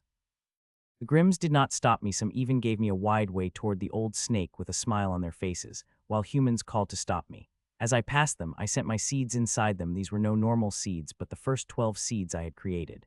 They were first made to control the Grimms. They can still do that, but they could also do many other things, especially after leveling up with me with a huge upgrade. Soon I appeared beside Patriarch, and the old snake looked at me with its scarlet eyes. While we called the bastard old snake but is not a snakeman, it is a viperman from the crimson-eyed viperman tribe. It had pure black scales, which are very strong defensively, and glowing scarlet eyes from which its tribe got their name. Michiel Tsar, the always confident. It seemed like you do not fear the curse, said the old snake, which made Patriarch beside me shake. He started to form an energy shield in front of me, but I shook my head at that and turned to the old snake with a smile. I could say the same thing about you. You are standing confidently in front of me despite my strings, I said, and strings materialized in my hand for a moment before disappearing. The moment it saw them, alertness flashed into its eyes immediately, but it did not change its place. It was still looking at me with complete confidence. Then we will see whether my curse gets you first or your strings make me disappear, it said, within a faint hint taut, as the last sentence it clearly believes my strings could not do anything against it. "We will see," I said with a smile and turned to Patriarch Bradford. "Patriarch, let me handle the old snake, you go aid others," I said, and he had opened his mouth to decline but stopped suddenly for some reason and simply nodded. "Be careful," he said and disappeared, and I turned to face the old snake. "I am impressed you even sent that old bastard away. It seemed like you really did not fear me," said the old snake. "Curses are your specialty, and I don't fear curses," I said in confidence that I was not feeling inside me. The meta scans of all humans appeared in front of me, and I could see how horrifying the curse was. It was designed very intelligently, with elements beyond the level of our world, which is the reason why it was able to affect people like Rai and Grand Commander, who have one of the best defenses against the curses and the other special energies. I have asked both of my clones to study the curse. I have collected the sample from the sanguine smoke. Would have been better if I got the real sample. Well, I don't think I will have to wait long for that. Good, I do like crushing the overconfident people. They cry loudest when I fill their bodies with my curses, it said, and the black crystal on the brown wooden staff lit up. "Harbinger butterflies," it shouted, and thousands of black butterflies with crimson eyes began to come out of its staff. They were coming so fast. Within a matter of seconds, their numbers reached hundreds of thousands. Re. They have surrounded me from all sides, formed a sphere of black and red, and now they are coming at me, wanting to tear me with their black teeth or just seep inside me. "Come, precious," I said. I did not move away from my spot. "Even let these butterflies land on me," and before I knew it, I had got completely covered in them. I am not suicidal. I have already estimated the strength of these butterflies, and most importantly, I wanted to collect the curse energy from them to analyze it. I already have a sample of energy. The Grand Lords have helped me get it, but I wanted newer samples. For 2 seconds, these butterflies did not. They just covered me layer by layer, till hundreds of layers formed around me before they finally began. Tink, tink, tink. A metallic sort sound rang before it turned canopy, as thousands of butterflies repeated them as they tried to tear through my armor with their sharp black teeth, made of extremely powerful energy that could simply tear apart anything the curse energy touched. Thousands of butterflies are covering me, with all of them are trying to eat my armor but have not succeeded. Seeing that, they begin to use their full power. Hundreds of layers of butterflies began to transfer their energy to butterflies touching me, and instantly their strength had grown hundreds of times, which would make them eat the armor of Grand Lord. But once again, not even a scratch was appearing on my armor. It is not only due to my armor being strong, and it is, but also became of my curse constitution and many anti-curse methods I have developed. They are working better than I imagined, which is why after more than a minute, the butterflies simply melted, trying to seep inside me. I did not stop it, though this time I was far from being more careful. I didn't want to infect myself with the powerful curse accidentally. That would be really bad. Soon, a minute later, all the curses disappeared inside me, and I looked at the bastard. There was no surprise on its face. It was even bearing a huge smile. "I know that cursed wouldn't be any use against you," it said. "Then why do you use it?" I asked back, and before it could even open its mouth to answer, I appeared in front of it and slashed my sword across it. Sup, my sword passed through it, but cut nothing. It dodged the attack, leaving behind an afterimage. "Don't be so impatient, Czar," said the old snake, appearing a few hundred meters behind me. "Cursed rays of Mercs," it said, and the glowing orb on its staff released thousands of the cursed rays at me. Seeing the cursed rays, I stopped in my tracks, and 4 hands came out behind me and moved toward the coming cursed rays, who had appeared in front of me. Clang, clang, clang. The cursed rays clashed against my weapons, and they were sticky. Instead of dispersing after the clash, they stuck to my weapons and came at me, and I let them. "You are quite good at defending against curses, and all fault lies on me," said the old snake inside. "It is likely because my curse, which had festered inside you from your mother and became sentient, it had forced you to study the curses and take this path," it added, not with sympathy, which is for the show, as behind the facade is bubbling hate. "You have quite an active imagination," I said, and once again moved, and this time appeared behind before attacking. "Sup, I would have loved to get a sample of it, but it was too late when I came to know about it," it said from behind me, once again dodging the attack smoothly. Old Snake does not have much of a conventional offensive in power in that term. It is one of the weakest, but it is not a regular powerhouse. It does not need a conventional offensive power. It needs powerful curse abilities, which it has in dangerousness. It is only level below the Coven's leader. Now with this new curse, it had nearly reached its level of dangerousness. So no matter what happens, I cannot underestimate it, or I will find myself cursed like the others. Spectral chains of Vradel. It shouted, and thousands of ghostly cursed chains materialized around me. These chains were long but not huge. They're wide as my fingers, but coming at me like snakes. First burst. Seeing their power, I did not hesitate to activate the burst. While earlier attacks may be powerful, this one is level above them. If I tried to defend against it without the burst, there is a huge chance these ghostly chains of the curse would envelop me, and that will be bad. Like a ghost, they appeared beside me instantly from all directions, and came to envelop me. I have read about this attack. It had once caught Lady Angela more than 200 years ago. She was barely able to get out of it with her life in hand. Crackle, ghost burning mist. I activated a method, and the crackling mist covered all 4 weapons as they moved to clash against the ghostly chains that came. CLANNG. The lance clashed against the first chain, and for the first time, a surprise appeared on the face of the snake for a fraction of a second before it disappeared. As I had said, this attack was not a common curse attack. It had ghostly qualities. If one tried to deal with it in the normal way, they would be suffered greatly, which is why most Grand Lords would simply dodge its attacks. Only 3 Grand Lords on our side have the ability to deal with it head-on. Matron Mavis directly burned it with her power, not to mention it had been 2.5 centuries they had fought alone whenever she appeared. This bastard simply ran away. As for the other 2, they use alibis similar to mine but less dangerous, as this crackling mist had not only defended, but also cracked the ghostly chain into pieces. Crack, crack, bang. Chain after chain exploded as they clashed against my weapons till not a single chain remained. Quite a move you have created, said the old snake this time. There was no smile on its face. I had to spectral attacks or bitch to deal with, I replied. They are, it said with a nod and it moved with such a speed that it had appeared directly in front of me, with the orb on its staff glowing brightly. Breath of Drias. It shouted instantly, the dense black mist released from its staff with blue lights twinkling inside. The move was so fast that it had instantly enveloped me and burned my soul sense. I had spread far and wide, and immediately I got contained in a very dangerous mist. When I read the information on the old snake, 3 points stuck out the most. Dangerous, fast, and unpredictable. It is the second most dangerous of all the Grims. It is fast, a quality one does not associate with the special energy powerhouses. They usually have defensive abilities, wanting to defend the offensive move rather than dodge them, opposite to the old snake. The same with unpredictability, which is considered its most dangerous ability. Most special energy powerhouses are rational and calmer than regular powerhouses. It is not, at least not during battle. It is unpredictable. It is due to this quality it was able to make most of our grandmasters suffer over the centuries. As the black mist covered me, it did not waste any time attacking, and my god, it was dangerous, especially the blue particles. Second burst. I activated the second burst without wasting any time. While this attack may seem like a common attack, it is extremely dangerous. At first I thought I would be able to defend against it with the first boost, but the moment the mist touched me, I knew that would not be the case. With the power of the second boost coursing through me, I opened the armor. Though not completely, I am being very careful. I don't know what this bastard will do. The mist attacked me, and I let it come inside me as it entered. I quickly began to refine it. If others were to see it, they would be shocked. Even the old snake would be shocked. Grand Lords avoid the attacks of the old snake like a plague while fighting. All the human Grand asked me to avoid the attacks, defend it or dodge it, but don't take it to head. Those who had tried paid the price for doing that. More than 2 minutes, when I was finally able to deal with the mist, everything became clear, only to see an old snake looking at me smilingly. I did not have time to ask the bastard the reason behind its creepy smile, when I saw it as a huge black snake with a glittering horn. As the blood crystal materialized in front of me, it was there, just invisible. It revealed itself the moment I finished with the mist. SHARRR. The moment it revealed itself, it came at me at a speed that was many times faster than the old snake. It had appeared at me before even a loud roar reached me, and now want to pierce that very sharp horn made of extremely dense, powerful curse energy into my body. Even with all my immunities, I would be in great trouble if that horn pieces me. Third burst, Shield of Rose.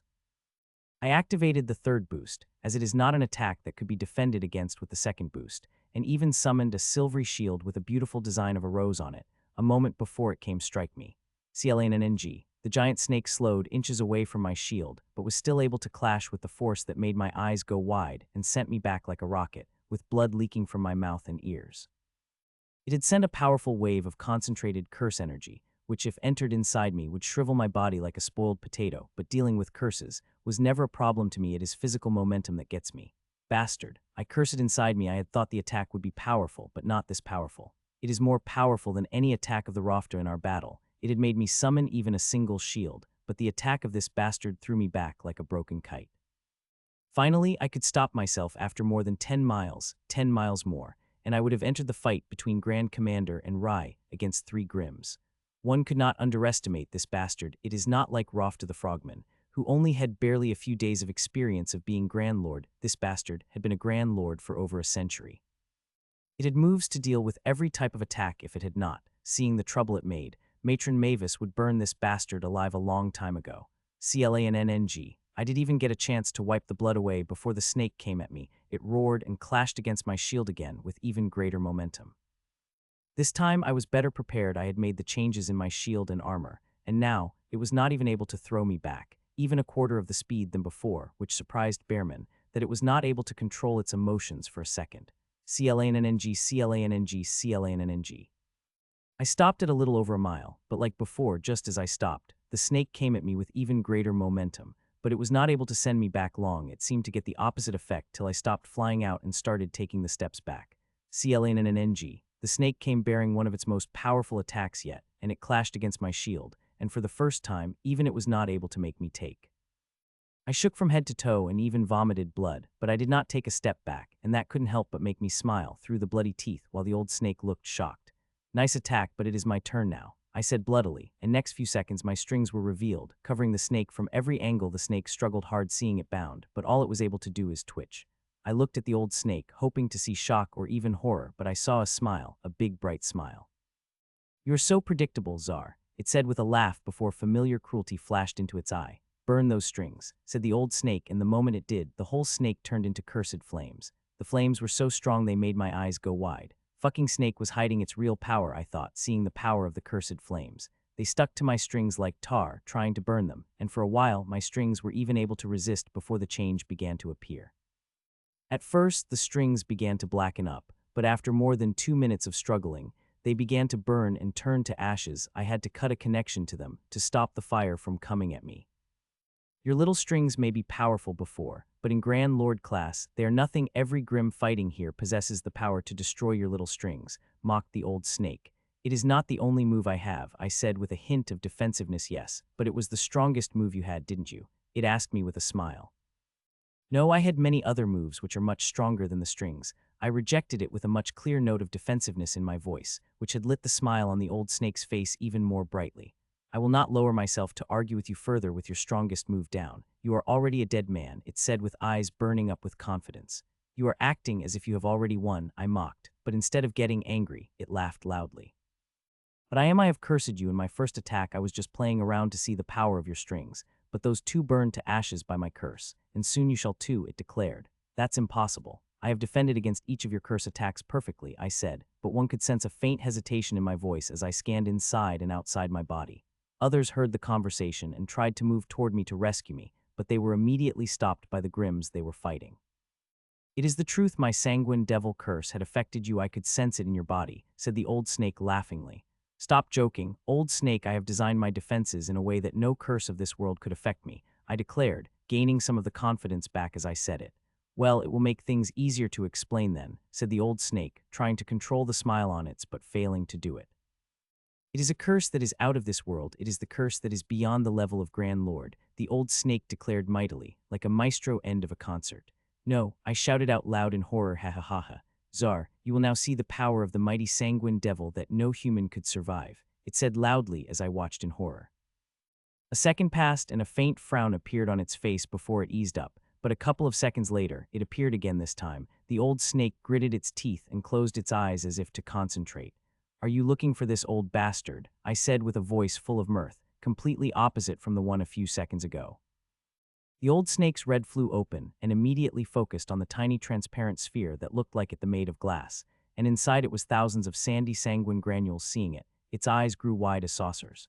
"How?" I was clearly sensing it inside you, it asked before it could stop itself. "Tricks, you are not intelligent enough to see through them," I said back while the old snake looked at me with seething anger. It was so angry that it could not let out a single word it wanted. "You have shown me your most powerful move, and you failed. Now let me show you mine, and I promise you, there will not be any failure," I said, smiling confidently as I raised my hand toward the old snake, who first time show the fire. "Rose Redemption," I said. "Ashlyn Ashes," I said, and she who was playing with Grims appeared directly in front of the frogman to its horror and breathed out the silver fire at the same time. The Rose Redemption appeared in front of the world. To the shock of everyone, it is not the old snake got the redemption, but Lightning Hyaenaman named Jasft, a new Grand Lord. It was part of 3 Grims who were fighting against Rai and the Grand Commander. A beautiful blue rose materialized across its body, enveloping it fully, before disappearing and appearing by my side a moment later, with a face filled with sheer horror, the complete opposite of joy it was feeling when it was fighting against Rai and Grand Commander. "You bastard, release him," shouted the old snake, and it came at me with a speed that I could not even follow. But no matter how great its speed was, it would not matter, as all I needed was an intention to send me to my core, and I sent it without wasting even a moment of time. "No, you wretched human," roared Old Snake, and a horrifying aura released from its body, sensing I felt kind of scared. This is its real power. It had not used it all on me. If it had, it might have been able to save the Heineman. BOOM. I was looking at the horrifying aura of the Old Snake when a deafening boom rang out, and the golden fire exploded in the sky, revealing the old golden fire werewolf. It is the oldest Grim I have ever seen, and sensing its aura, which ripples the space around it, I begin to shake from head to toe in fear. The golden leader Reek, the strongest powerhouse in the world. I had expected the death of the Grand Lord would cause a huge reaction, but I still did not expect the leader of the Grims would come to kill me. It had horrified me, became even with all my abilities. It was supposed to be fighting against the matron. "It is the greatest mistake of my life not killing you, Tsar," it said with elegance and might, as the golden sun appeared in its hand before transforming into a huge spear. "Now die," it said, and threw the spear while I watched in horror. This was no normal attack, but an attack that was filled with the power of art and the power of bloodline. Either one could make it strongest among the Grims, and it had both, and it merged them better than any powerhouse among human and Grim. The spear appeared in front of me instant one moment. It was in its hand next. It was right in front of me. If it struck me, I would not be able to survive. Hun. It was about to strike me when suddenly a ball of black fire appeared in front of me. This black fire was different. There was no aura from it, but one would shudder when they looked at it. This fire possesses the power to burn even the art. There was no sound as the two clashed, nor any shockwaves. Both fires attacked each other, swallowing till nothing remained. "Your enemy is me," Reek said matron, but the very next second her expression changed, and so did the expression of Reek and every other Grand Lord. "Not mine. I know this would happen." Ashlyn had killed the frogman. Her fire turned into ashes. Even I couldn't do that, but she did, killing the first Grand Lord on the mainland in centuries. "I will kill you, wretched human," it roared in a fury which shook the world, and an aura that had the power to break the world began to radiate from its body. Its aura is so powerful that it begins to crack the space apart around it. "Calm down, Reek," said Lady Angela calmly. I don't know how she could be calm in front of such a powerful aura. "Calm down. You're telling me to calm down. This bastard had killed 2 of my people. I will kill it," said Reek in a fury. "Have you prepared then? Because once we begin, they might all die," she said, and looked at both humans and Grims before she released her aura. Her aura seemed no less powerful than the werewolf, but unlike it, it did crack the space but burned it. It would be very dangerous to appear in a place she is. The werewolf's aura became even more violent, but it did not take any action and only glared at Matron Mavis with hate. "I will deal with you first," it said to the matron before turning its gaze to the Old Snake. "Old Snake, I want all humans dead, especially Tsar," it added, and disappeared, and with it matron, leaving me once again to face the Old Snake. "Hee Tsar, that old bitch had left. Who will save you now?" asked the Old Snake with a laugh. "Don't overestimate yourself, Old Snake. You're strong enough for me to need a rescue," I said, and immediately received a raging glare. But a moment later, the Old Snake controlled its emotions, and a smile appeared back on its face. "I will show you how strong I am then," it said, and it again released that horrifying aura. Sensing the auras of the werewolf and matron, I had nearly forgotten how powerful this bastard was, but the aura reminded me of that. "9 snakes of Ravenliath," it shouted, and a huge part of space around it began to ripple as the snakes began to materialize around it. The 9 snakes appeared at the same time. They were twice bigger as the snakes earlier, and all had jet black scaled bodies, but their horns were a different color, from glowing scarlet to withering gray. All of them are sharp, and I feared it would be very hard to deal with these attacks. It is the attack very few were able to see, but whenever I used it, you humans needed a rescue to save your little lives, said the Old Snake, and it was right. The moment it revealed the attack, the Grand Lords began to contact me, telling me how dangerous this attack was and that I should run away, as unlike them, I would not have anyone rescuing me if the Grims were able to strike me with it. SHARRR, SHARRR, SHARRR. "My precious, kill this bastard," the Old Snake shouted, and snakes came roaring at me with a speed that I could not follow. They appeared around me in an instant, surrounding me from all directions, looking at me with sanguine eyes, replicating the emotions that are present in the Old Snake's eyes. SHARRR, SHARRR, SHARRR. "Die, you bastard," said the Old Snake, and snakes coming at me roaringly with their sharp horn, pointing toward my body. Their horns of them are extremely dangerous, but they could also swallow and spew out a dense, powerful curse. Given its flexibility, the attack is very hard to dodge or defend. CLANNNG, CLANNNG, CLANNNG. The nine snake at roaring momentum, but less than a second later, they stopped as they clashed against the invisible defense that revealed itself. Shields of roses, I said softly as 24 shields with beautiful designs of roses painted on them revealed themselves. I have made huge changes in the shields, many more inside than outside, though outside changes, too, looked amazing. I have doubled the number of shields and reduced their sizes than before for greater flexibility. The most important thing, their defensive ability took a huge leap when I used all of them together. Try harder, old snake, I taunted, and its red blazed in anger. Bastard, I will kill you. It roared and the snakes attacked again. This time their horns were shining, and a very dangerous aura was coming out of them. CLANNNG, CLANNNG, CLANNNG. They clashed, and this time the attack was really powerful. The last time, they were able to make the shields glow, but this time they have lighted up the roses beautifully and even sent a rippled across sphere made of the shield. Nice old snake, but you will need to go stronger for a crack or two, I mocked, which made it even angrier. I wish I could have more fun with it, but there were pressing things to do, which is why I have control of my defense to clone one and entered my core. I looked at Grim, which I had captured a few seconds ago. The runes had nearly covered it, and in 3 to 4 seconds they will completely cover it, and harvest would begin. It is a historic moment, but I have not come for it. There are more pressing things that need my attention. I appeared beside Clone 2, which was looking at the complex structure of the curse that afflicted Grand Lord. It is truly a dangerous curse. The old snake had designed it well, but that is not what made it dangerous. Which made it dangerous is the ingredients it had used to craft this curse. Blood of primary II powerhouse. This is the reason why people this curse was able to infect and spread into Rai, and Grand Commander, it is very hard. They have very powerful defenses against such things. The old snake had been very smart. It had diluted the blood enough that it would not attract the attention of the world and get destroyed, but still powerful enough that once it was infected, no one would be able to get out of its system. Forget getting it out. The curse will spread like wildfire the more energy they will use. The curse made many questions arise, some even horrified, but I decided not to think about them. The most important thing was dealing with the curse, which I could not do in the short term. That does not mean there is nothing that can be done against it. There are some short-term solutions I could see. The best thing about the curse is that the old snake had designed it, and it had it designed very its signatures could be seen all over it, and no one had studied the curses of the old snake more than me, which gives me a unique advantage when dealing with the curse. Buzz, I was studying the curse with Clone 2 when the runes lit up, and the harvest began. The Grand Lord screamed, and its powerful aura burst out, nearly shaking the spatial domain before it tightened up and everything stabilized. I had my clone make changes from the data I had gotten from the last harvest. The spatial domain had become more stable now, that even if the bloodline phantom came, it would not be able to strain the domain. SECHRRR, SECHRRR, SECHRRR. I opened my eyes a moment before the strongest attack of the old snake was about to strike my shields. The 9 snakes of the old snake had merged together, forming a 9-headed hydra with a shuddering aura. It was coming at me with burning wrath in its eye, the same emotions in the eyes of the old snake. It had been attacking my shield for nearly 10 minutes. Until then, it was unable to make them more than a ripple. It had tried other moves, 2 strong moves in combinations of 9 snakes, but they were futile against my shields.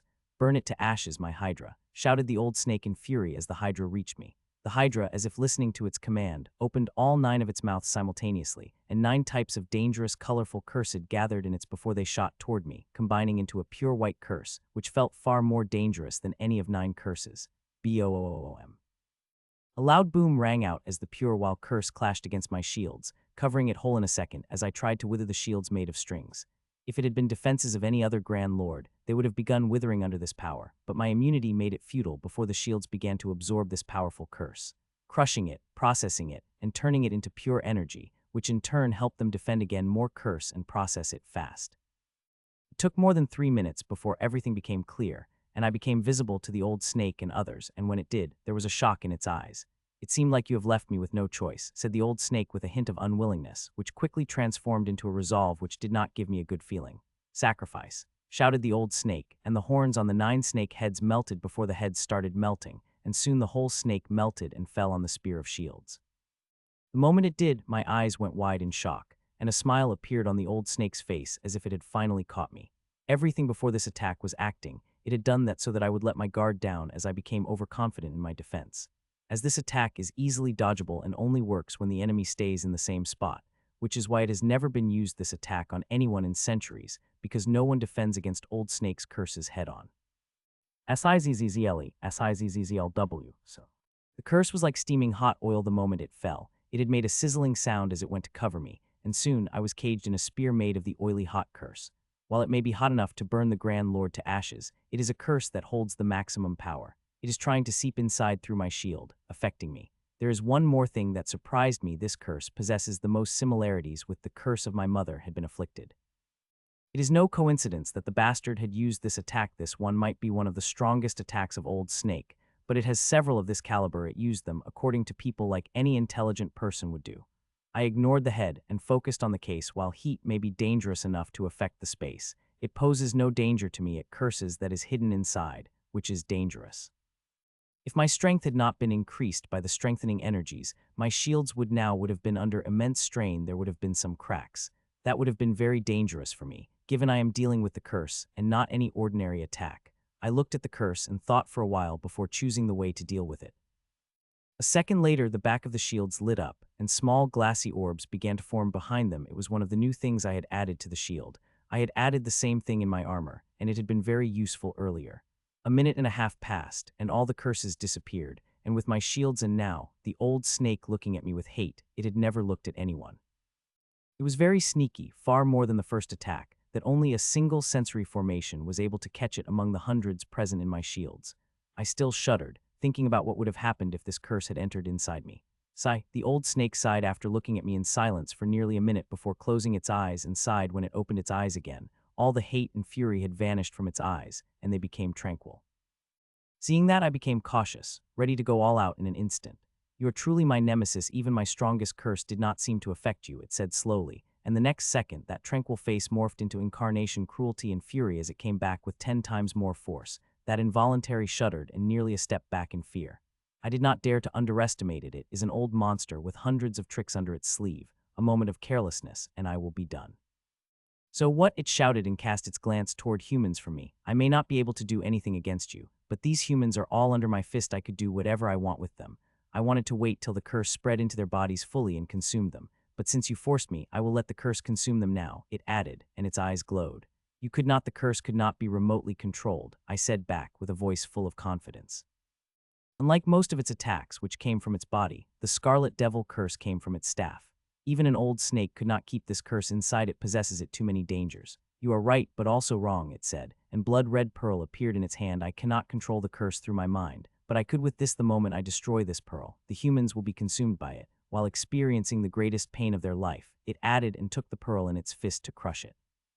The bloodline phantom tried to break the runic chains covering it, but it was utterly unsuccessful, just like the old snake outside, whose attacks are not able to do anything against my shield other than make them ripple.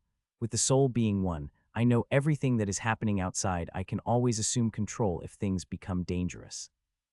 I begin to experiment on the sample of the curse. I am being extremely careful, as it is no normal curse but something that is made using the blood of the primary II powerhouse.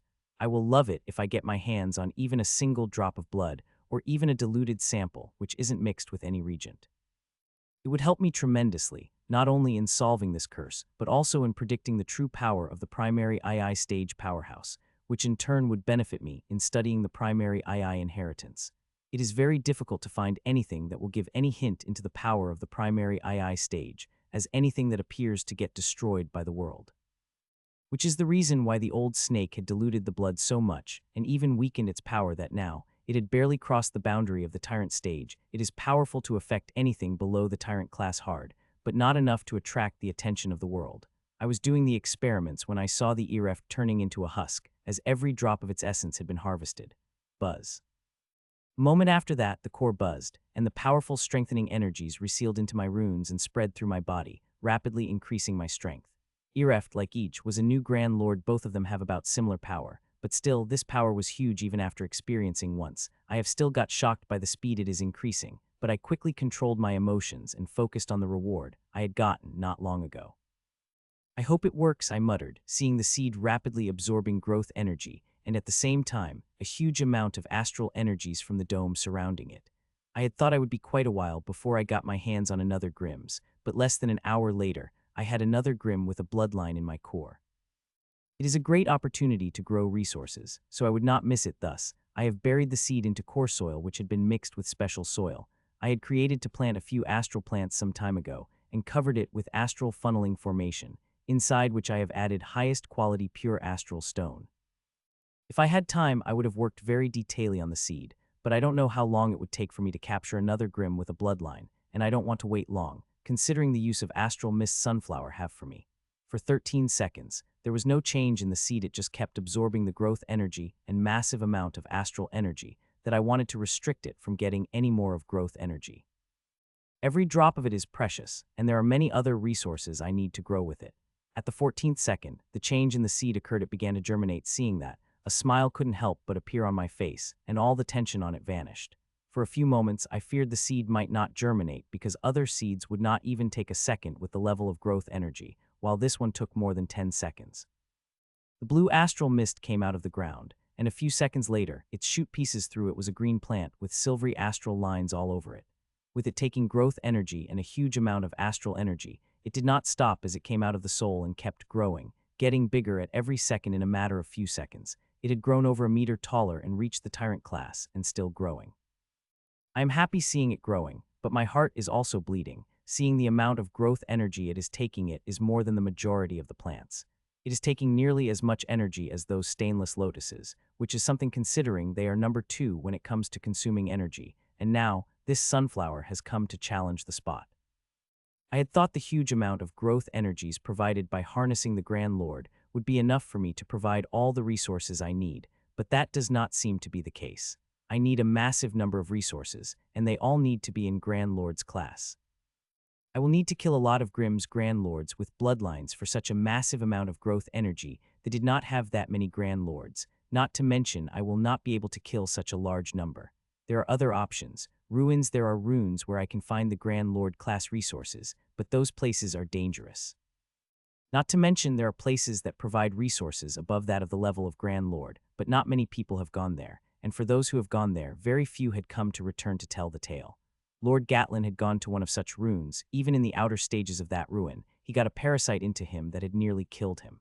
The plant finally reached the Grand Lord class, and the moment it did, the sunflowers began to bloom.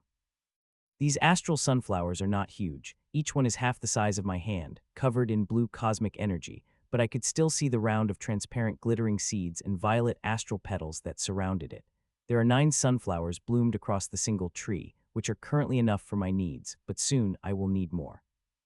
I would need to plant a few more trees with seeds from this sunflower, but getting the growth energy to grow them would be a problem as it is not the only plant I have to grow.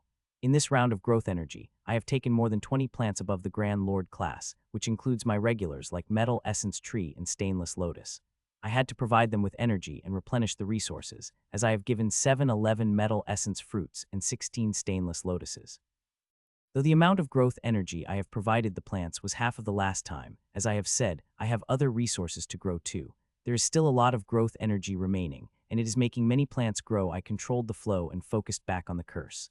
It is hard, but I was able to do that. I have already spent time directing the energy when there are more important things to do, like saving the Grand Lords. Crush, no, I screamed as the Grimm crushed the red gem. The humans watched in horror as the old snake and other Grimms grinned. Now there is no one who could save you. Humans, you all will die, said the old snake with a laugh as it opened the fist, and red rust flew out of it, disappearing into the sky soon after. There is no use collecting the dust. It is a trigger. It had done its job, and now it is time for the curse to do it. Old Snake and the other Grimm's Grand Lords watched the humans in anticipation, wanting to see their screams as they were consumed by the curse. But as the seconds passed, nothing happened, and doubts began to flash into their eyes as they looked at the old snake. The old snake slowly moved its neck and looked at me with shock, horror, and questions on its face. What did you do? It asked with gritted teeth as it saw my expression easing up and a small smile appearing on my face. Me. I did not do anything. It is likely that gem of yours didn't work, I said back dramatically as it accused me of the great crime. The old snake just looked at me without saying anything, but the emotions in its eyes roared, and its whole body began to shake that I even felt fear. It is me, all right, I did it, I confessed guiltily as I put my hands up, but instead of making it happy, the rage in its eyes had exploded further. It should not have been possible given the level of the curse. You could not interfere with it, especially in such a short time, shouted the old, refusing to believe. Hearing that, all the dramatic expressions on my face vanished, and a mocking smile appeared on my face. Don't compare yourself with me. Old snake, you could not do it. Does not mean I could not do it, I said with the self-confidence that is not fake. What I did was the easiest thing. I covered all of them with an interference barrier with it. No signal could be passed through it other than the ones I have approved of. So what? The curse is still inside them, and it is spreading. It won't be long before the curse spreads fully and consume them, said the after seconds of silence, gaining back some of the confidence that it had lost earlier. Hee, didn't you notice? I asked with a laugh. Notice what?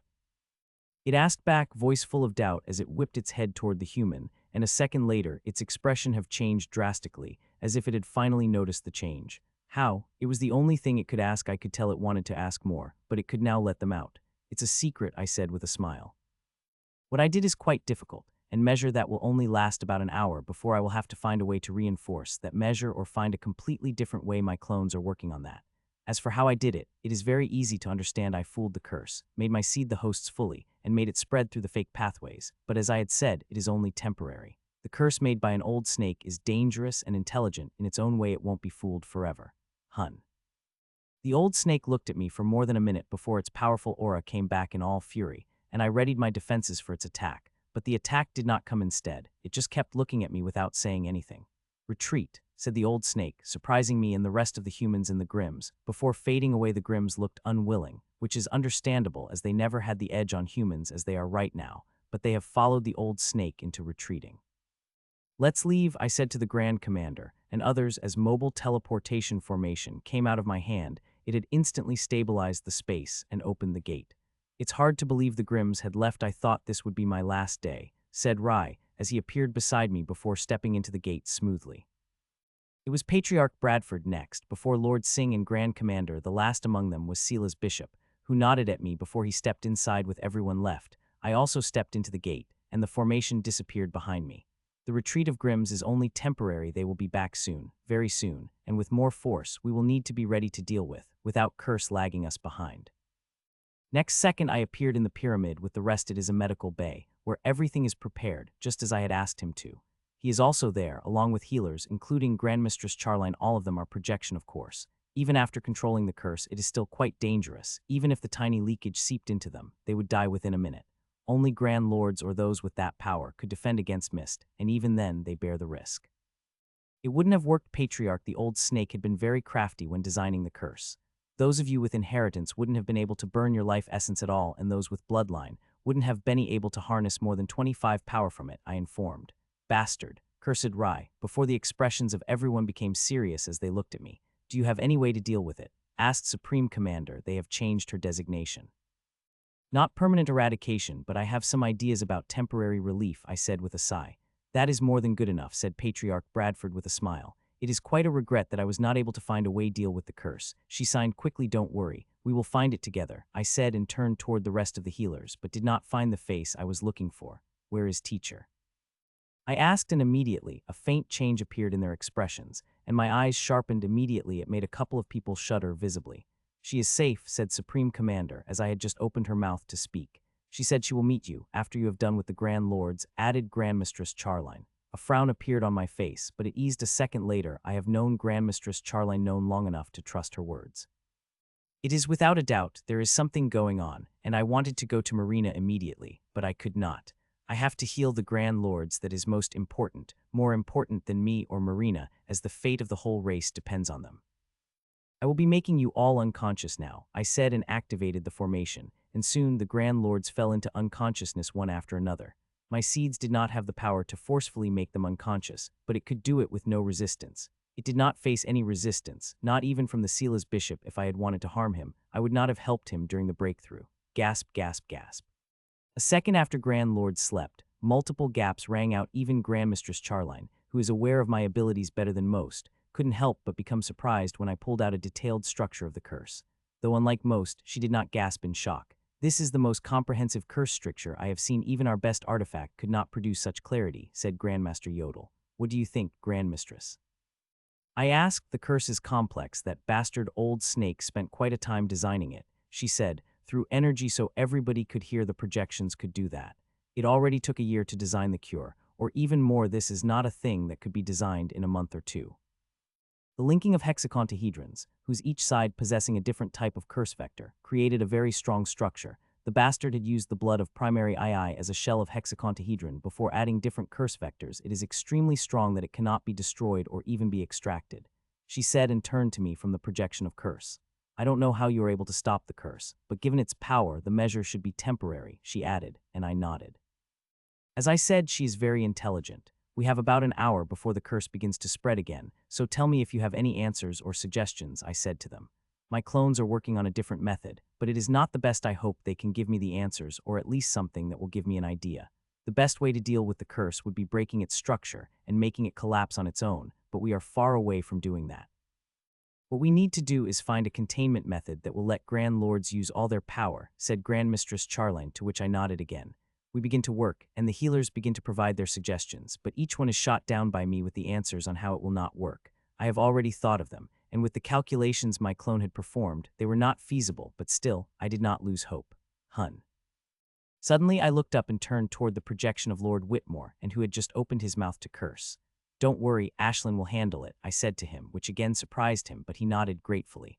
A group of Grims has come out, and among them there is a Grand Lord, someone I did not know about it, but seeing who it is did surprise me. Till now, most of the Grim Grand Lords were from the old guard, but this one is different. This one is new and young. We are not the only ones who have young blood. The Grims have them too, and in much larger numbers, and they have begun coming out. It already had considerable power when it was a High Grandmaster, and now it had become Grandmaster. Ashlyn had already confirmed that it was more powerful than Rofta. After killing the frogman, she had been going against the foxwomen, one of the most powerful Grand Lords. Attacking her sneakily, even Ashlyn is not powerful enough to deal with it, and there is a very high chance she will be able to tear through my defenses with the power she had shown till now. Unlike the old snake against whose curses I have considerable immunity, I possess no such thing when it comes to these General Grims. I will have to be very careful against these powerful ones, at least till I gain the strength to deal with them. Be careful, I said to Ashlyn as she intensified her harassment of foxwomen. The foxwoman is a very dangerous grandmaster, that even a single attack of it could finish Ashlyn up, but for that to happen the attack needed to land on Ashlyn. Trusting Ashlyn, I have focused on the curse. I have handed different things Grandmaster Charline, and others went inside my core. I still ask them to bring out suggestions or ideas. I will be able to hear them inside my core. I, with my 2 clones and 3 healers, begin to work, and I have to say, sometimes it is good to have people, especially talented, intelligent people like them, who have earned the Grandmaster name through merit and not through the level. Half an hour passed, and my clone and I had made quite progress in the method we are working on. While it is not perfect, it will extend the seal on the curse for a few more houses, and will be able to unseal around 10 power. It may not seem much, but it is the best I could do. We could do something if we somehow could connect the Zephyr algorithm with the Nelly's equation, said Grandmaster Razik. No, it would not work. Even if we are able to connect 2 became Zephyr is not stable enough to stop the violent reaction created by Nelly's equation. It blasts the Grand Lord into pieces, I replied without even opening my eyes. Lord Whitmore was horrified when he heard the suggestion. Some of them were really dangerous, could vaporize the Grand Lord and with them us. I answered and moved back to the thing when I was working on when suddenly, I stopped. Zephyr equation is not enough, but we added Ramesat formula. The violent reason would be controlled. Though it will make the curse flare, it could be stopped by Sanic and Irwin algorithm. I muttered it is what I am using in the current temporary measure. It could really work, but connecting those equations is not possible, said Grandmaster Charline, with her last words being barely a whisper. She knows me enough to use not that word in front of me. From the next second, I threw out everything I had been working on and started working on the new idea with my clones and 3 healers with all of us.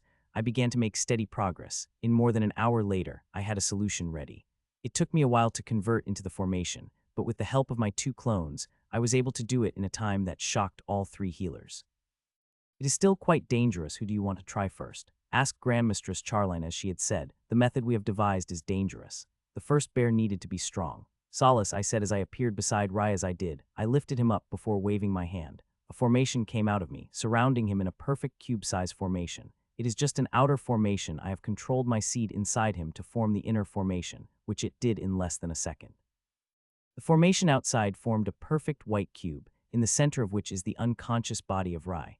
Now that I have brought out the formation, it is time to bring out the resources. It will need a powerful resource, rare resources. The curse couldn't be controlled without the resources.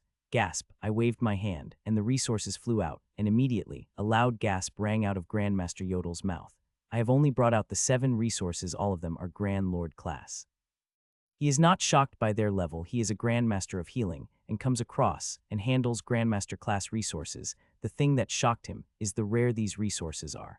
They are not the command Grand Lord resources, but extremely rare ones that had been made even Lord Whitmore's eyes lit up. I have used the violet crystal to powerful the formation, the same one I used during my breakthrough, 3 petals of Grand Lord class stainless lotus, and even a small piece of soul crystal from the lake, and a few more rare ones. These are the resources that even Grand Lord would have a hard time getting their hands on. Buzz. As the resources took their place, I activated the formation. The whole cube instantly turned violet at the same time. Its power spread inside Rai, where it powered the inner formation. As it powered up, the whole body of Rai turned violet. I watched as the essence began to come from the sources. 2 of them went separately, while the others mixed together and covered the formation, filling it before getting inside. It took 7 more minutes for resources to reach their places, and now it is time to see whether the method we have devised will work or not. Buzz, buzz, buzz. Begin, I said, and immediately, the different parts of the formation lit up brightly in a different color at the same moment. The projection of the curse shook before collapsing. No one was surprised to see that, but one could still regret in their eyes. This is a once-in-a-lifetime opportunity. They could gain so much from watching it. I am recording it all and will give it to you all later, I said to them, and relief couldn't help but flash in their eyes.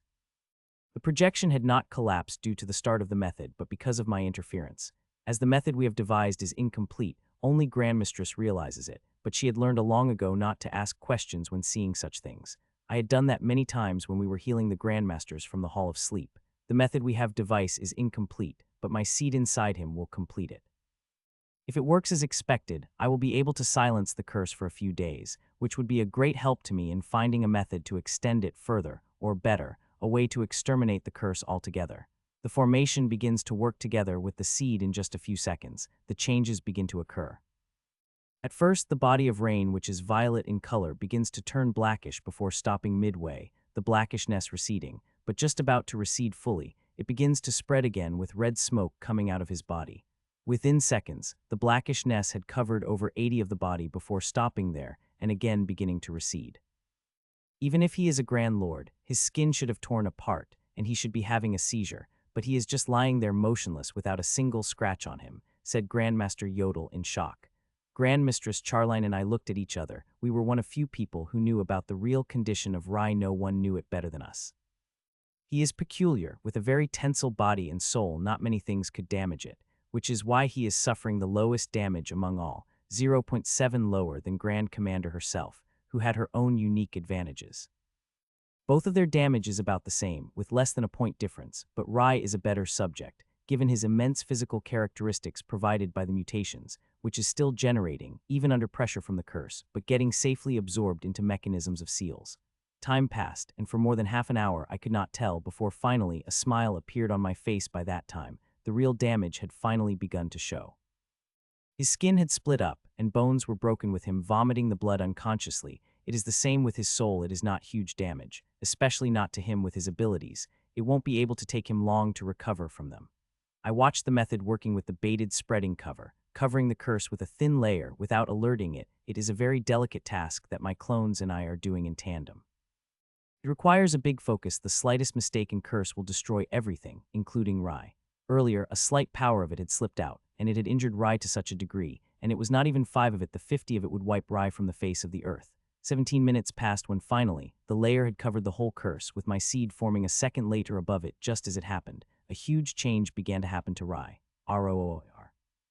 A powerful aura burst out of his body, and the vivid bloodline phantom of a majestic hell dragon appeared above him and roared mightily before seeping back inside him. The moment it did, the speed of healing of his body increased by twice. It increased even further when I spread the remaining resources inside him, merged with my own healing energy. He began healing very fast, but despite that, it would take him 2 to 3 hours to heal. The injuries he had received were not normal, and even Patriarch wouldn't have been able to survive. The only one who could have is Grand Commander, but the injuries she had received would have been far extensive than that. After dealing with the curse inside Rai, I now have enough data to make the process much safer. I did not waste any time and began to work with my clone to improve the method I wanted to make safe as possible, but I could not take too much time doing that too, as Grims could attack at any moment, and we need to be ready to deal with them. Buzz, the formation covering the Supreme Commander, activated, and the process of healing began. It had taken me more than 1 hour and 12 minutes inside my core to make the changes in the formation.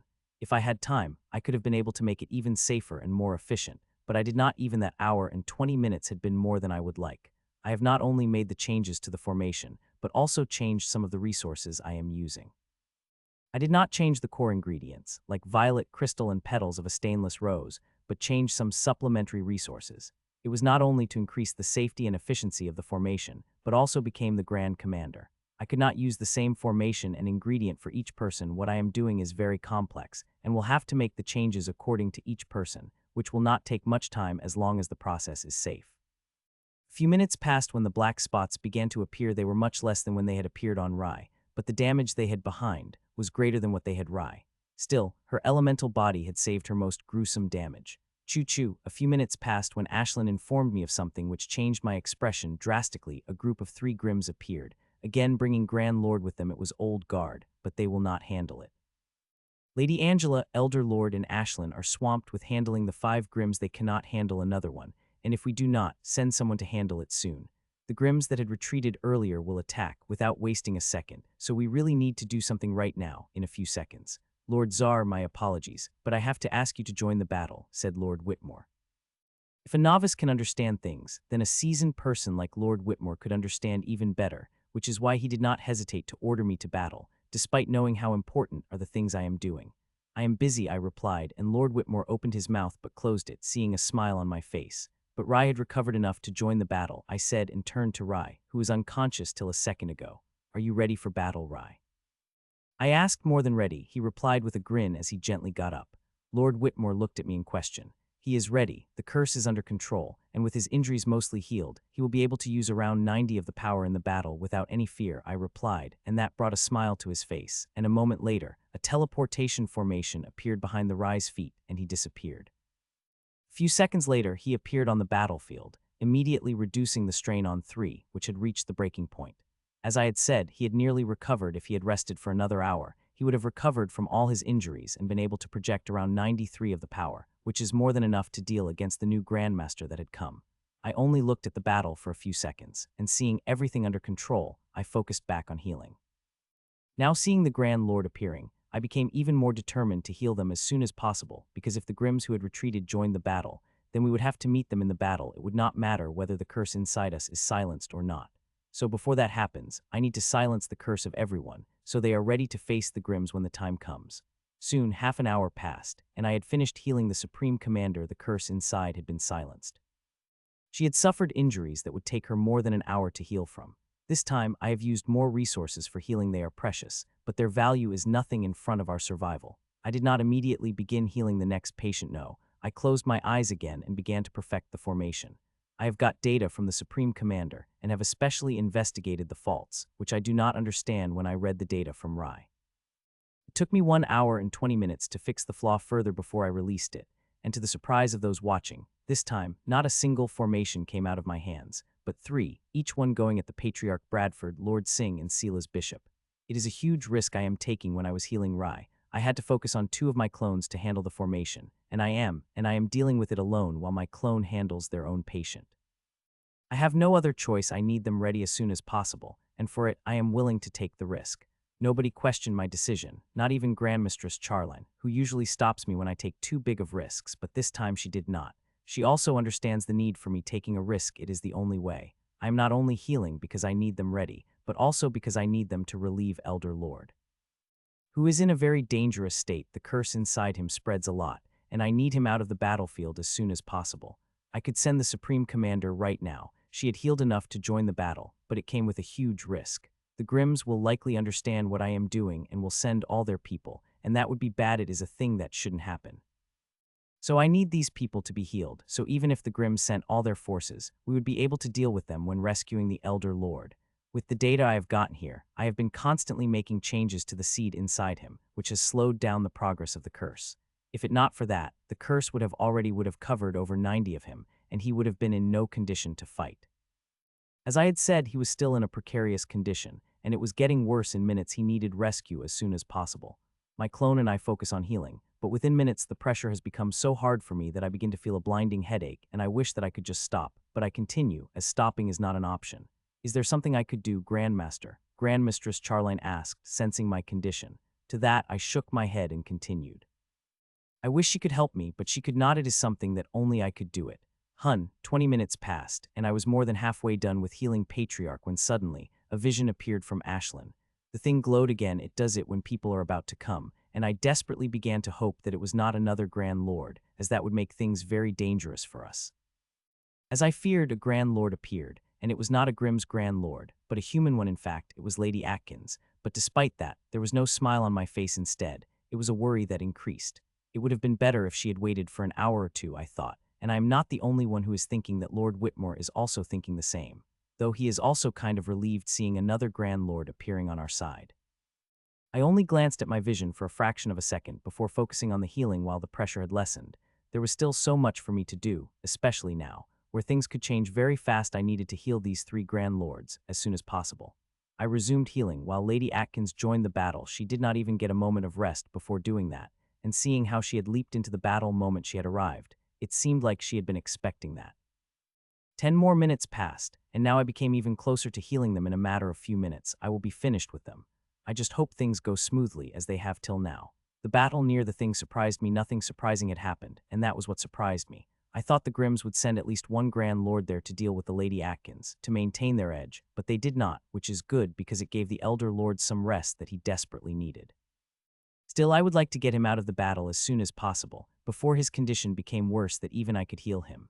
Lord Czar, I was feeling quite great seeing things going in our favor at least once when Lord Whitmore called my name, and before I could even ask him what happened, a visual appeared in front of me, where I saw 2 Grimm Grand Lords, who were part of Old Snake's groups, moving fast to join the battle.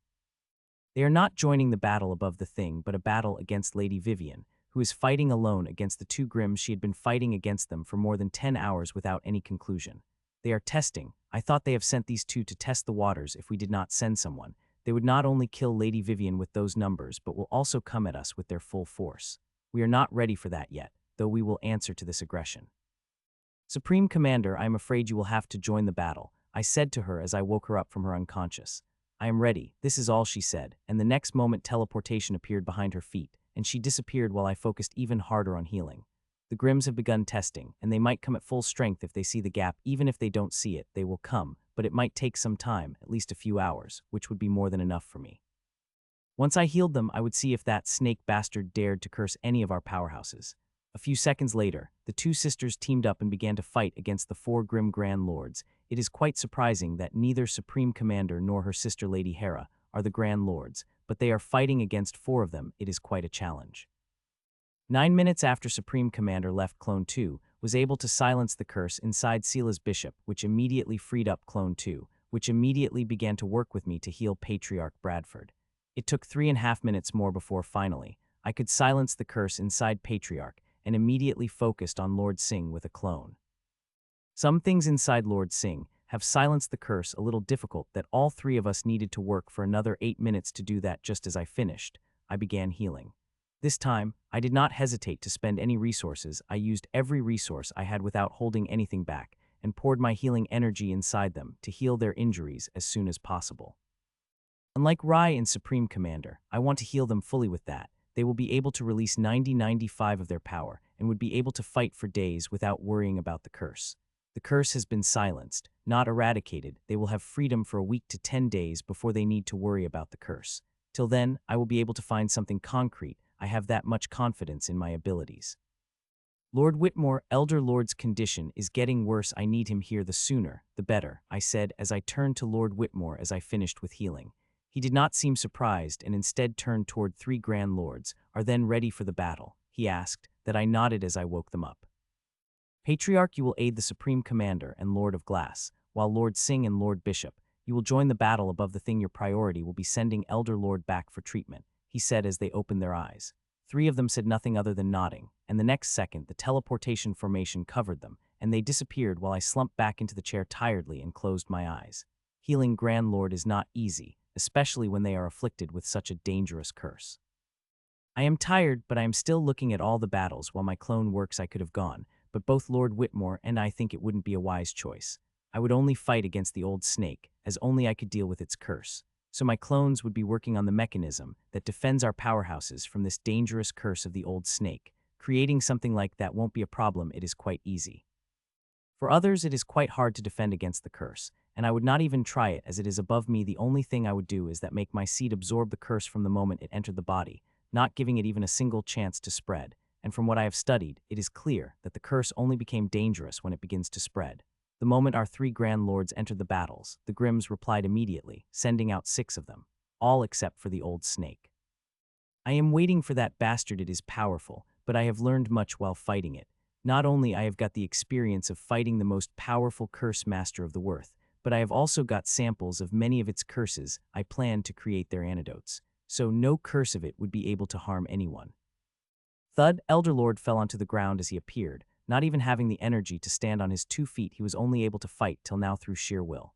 You will be fine, Elder Lord, I said to him, despite knowing he had fallen unconscious, before taking him to the center of cube formation, which was floating in the air. I have prepared it beforehand to utilize it the moment he appears. I and my clones begin healing him immediately, without wasting even a second of time. It would have been great if he had come earlier. They have taken nearly an hour to send him to me, but still, he can be saved. This time I did not even cast a glance at the battle, and even asked Lord Whitmore not to disturb, till something really important was happening or the old snake had appeared. Time passed as the sweat began to fill up my temple, and veins began to pop out. The curse had spread too wide across the body of Elder Lord, and it was taking a colossal amount of effort to deal with it. I rarely had a hard time dealing with any curse. Even if it was a level above me, I had healed the curses of Tyrant grade while still being Emperor. So in that sense, I should be able to deal with this curse with relative ease, too, since it also levels above me, but things are not that simple. The 3 stages of primary class are different from than other stages. Even though the curse is only a level above me, it is extremely powerful, not to mention the limit of the world, making things even more complicated. I need to treat the curse with extreme caution, not only because it is dangerous, but also because I could not let the world sense it. The moment it did, it brought down its power at it, which could suppress the Grand Lord to his place to blast him to pieces, which is likely to happen. The world tends to destroy things that are above the level. An hour passed, and I was still healing the Elder Lord. Only Rai and the Supreme Commander had taken over an hour to heal, while Patriarch and others took about 50 minutes. Even after an hour, I was not even reached halfway into healing, but I am close, and once I am dealing with an important hurdle, the rest of healing would be much easier to handle. The curse begins to change characteristics after spreading 75, and the body of the Elder Lord is something that the curse seems to like, seeing the way it is spreading. Another hour passed, and I had finally done away with the most dangerous work. It took me more time than I had thought, but I finally finished. There is still quite a lot of healing I have to do, but it would not even be quarter stressful as that complicated part had been. The slightest mistake, and I would have called the wrath of the world on the Elder Lord. 42 minutes later, I finally stopped and slumped back on the chair once again, tired, but there was a relieved smile on my face. I have silenced the curse and even done some extensive healing, but despite that, his condition is quite delicate. He had been injured, his very core, his vitality had been damaged, and his soul injured. While I have cast healing on him and used resources without holding back, it would still take him 2 to 3 days to recover fully. Even to join the battle, he will need to rest for at least 1.5 days. It did not matter. It is already a miracle that you have been able to save the Elder Lord's life, Lord Czar, said Lord Whitmore as I conveyed the condition of the Elder Lord to him.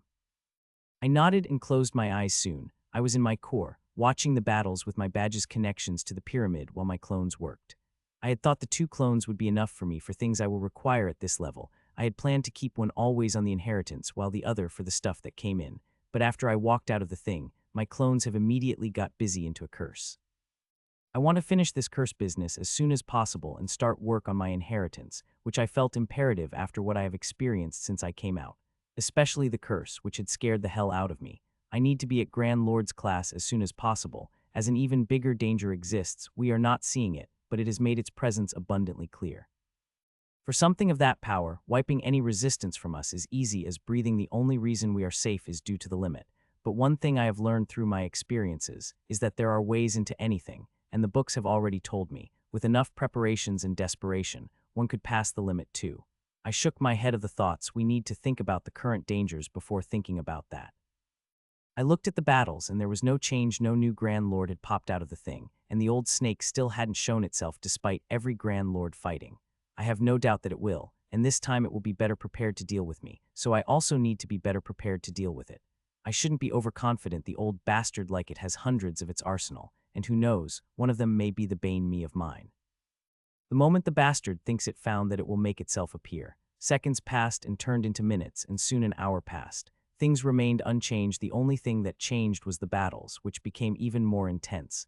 Both sides are trying to kill each other, using their most powerful moves, but they are getting either countered or defended.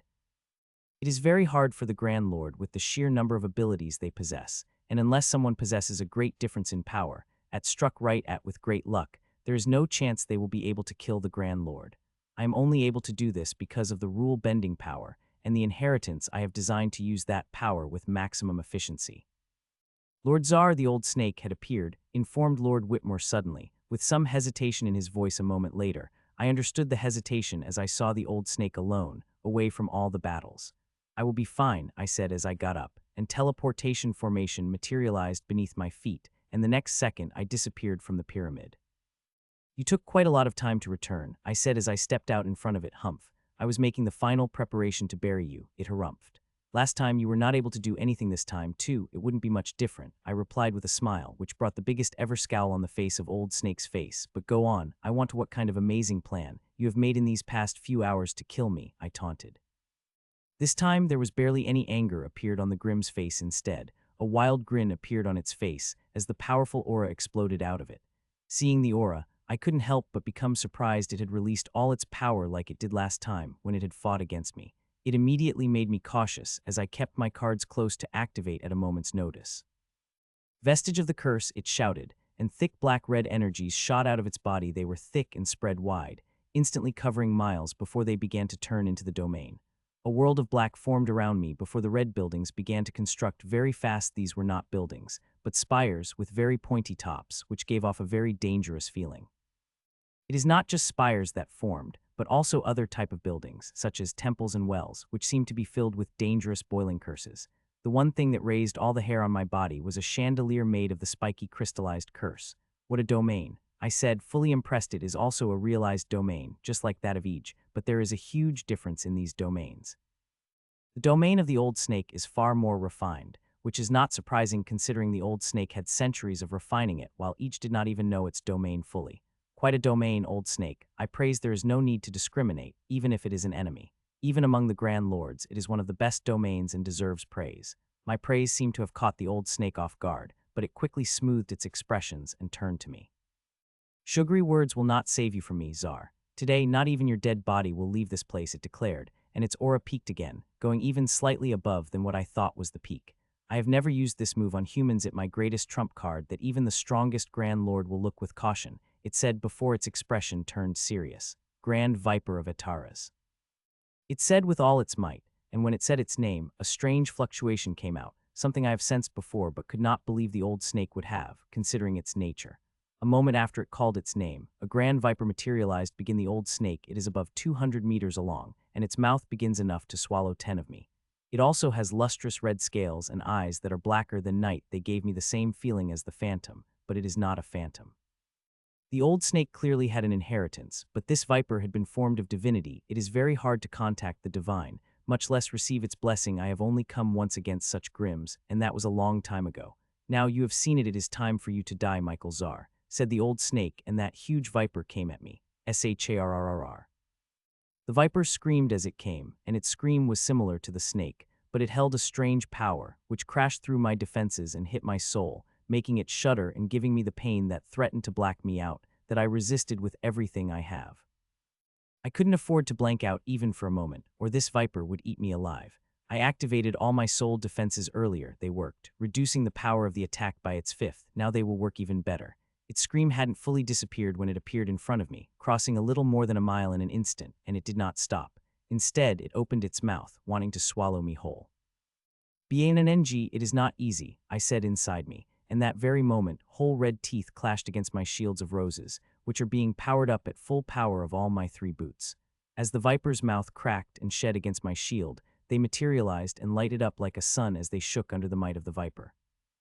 Last time, the Old Snake was not able to snake light up my shields at such brightness, and this time, it not only lighted up but also shook them as the full power of its maw crashed on my shields, wanting to tear them apart, but it was not able to do that.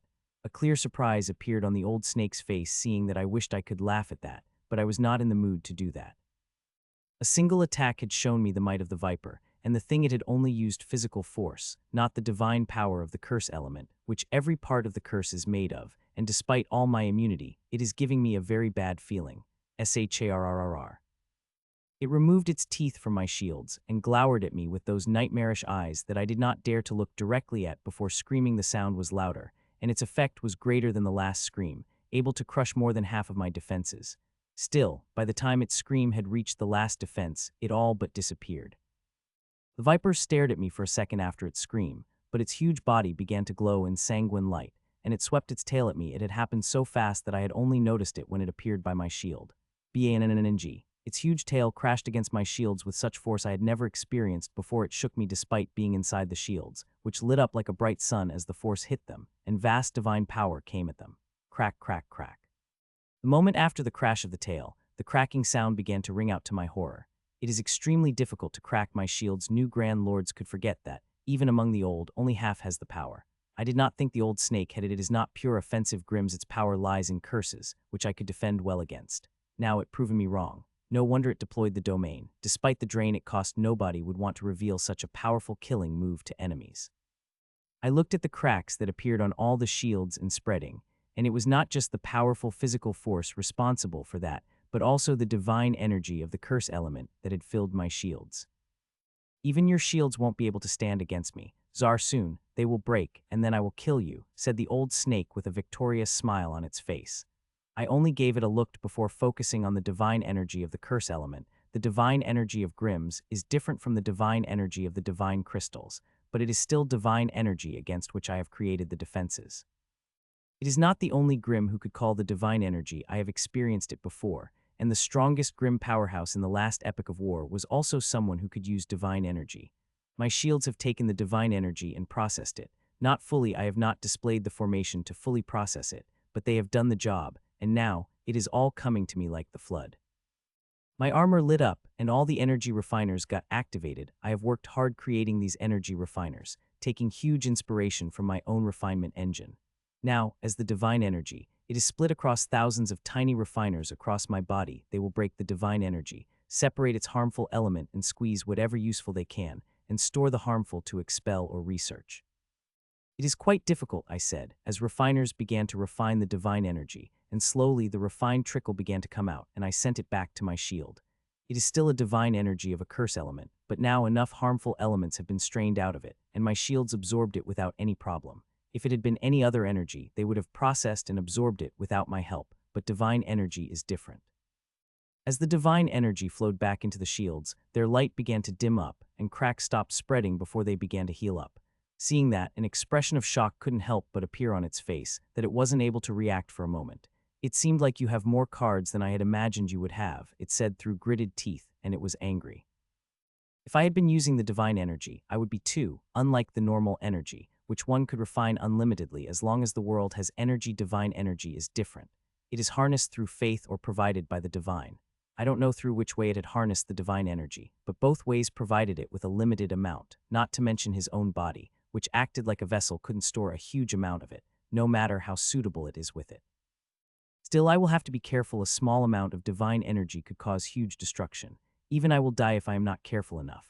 I have many cards. Old snake, bring out all you have, and I will face it head-on with my shields, I said, and its eyes blazed. Don't get cocky, Czar, the grand viper has just begun, and it will not stop till it swallows you to the bones, said the old snake, and the viper began to glow again, brighter than before. Sharrrr. Viper screamed at its command and struck its tail this time. I had activated all my sensory abilities, but even then I have barely able to catch the tail of a snake. Banng. The tail struck my shields hard, with greater momentum and power than before, and immediately cracks started to form on the shield. The cracks spread at a much faster speed than before, and seeing that, a smile appeared on the old snake's face, but it froze away a second later when it saw the cracks stop spreading. Despite the powerful attack, they were not even able to cover 9 of the shields, as they had earlier. It is due to my shields are still processing the divine energy I got earlier, and they are constantly depositing into my shields to power them further. Not to mention, my shields have got the sample of the energy, and they have changed occurring to it, making them more resilient against the energy. There's also the fact that my clones were slightly able to increase the speed of refining and the defenses against the divine energy with some tweaking. They are still studying the energy and making changes. My energies should learn that they need to attack me with everything they have with their strongest attack, without holding anything back, because once I got studied them, it will be much harder for them to kill me, unless they have a considerable difference of strength with me. BNNNG, BNNNG, BNNNG.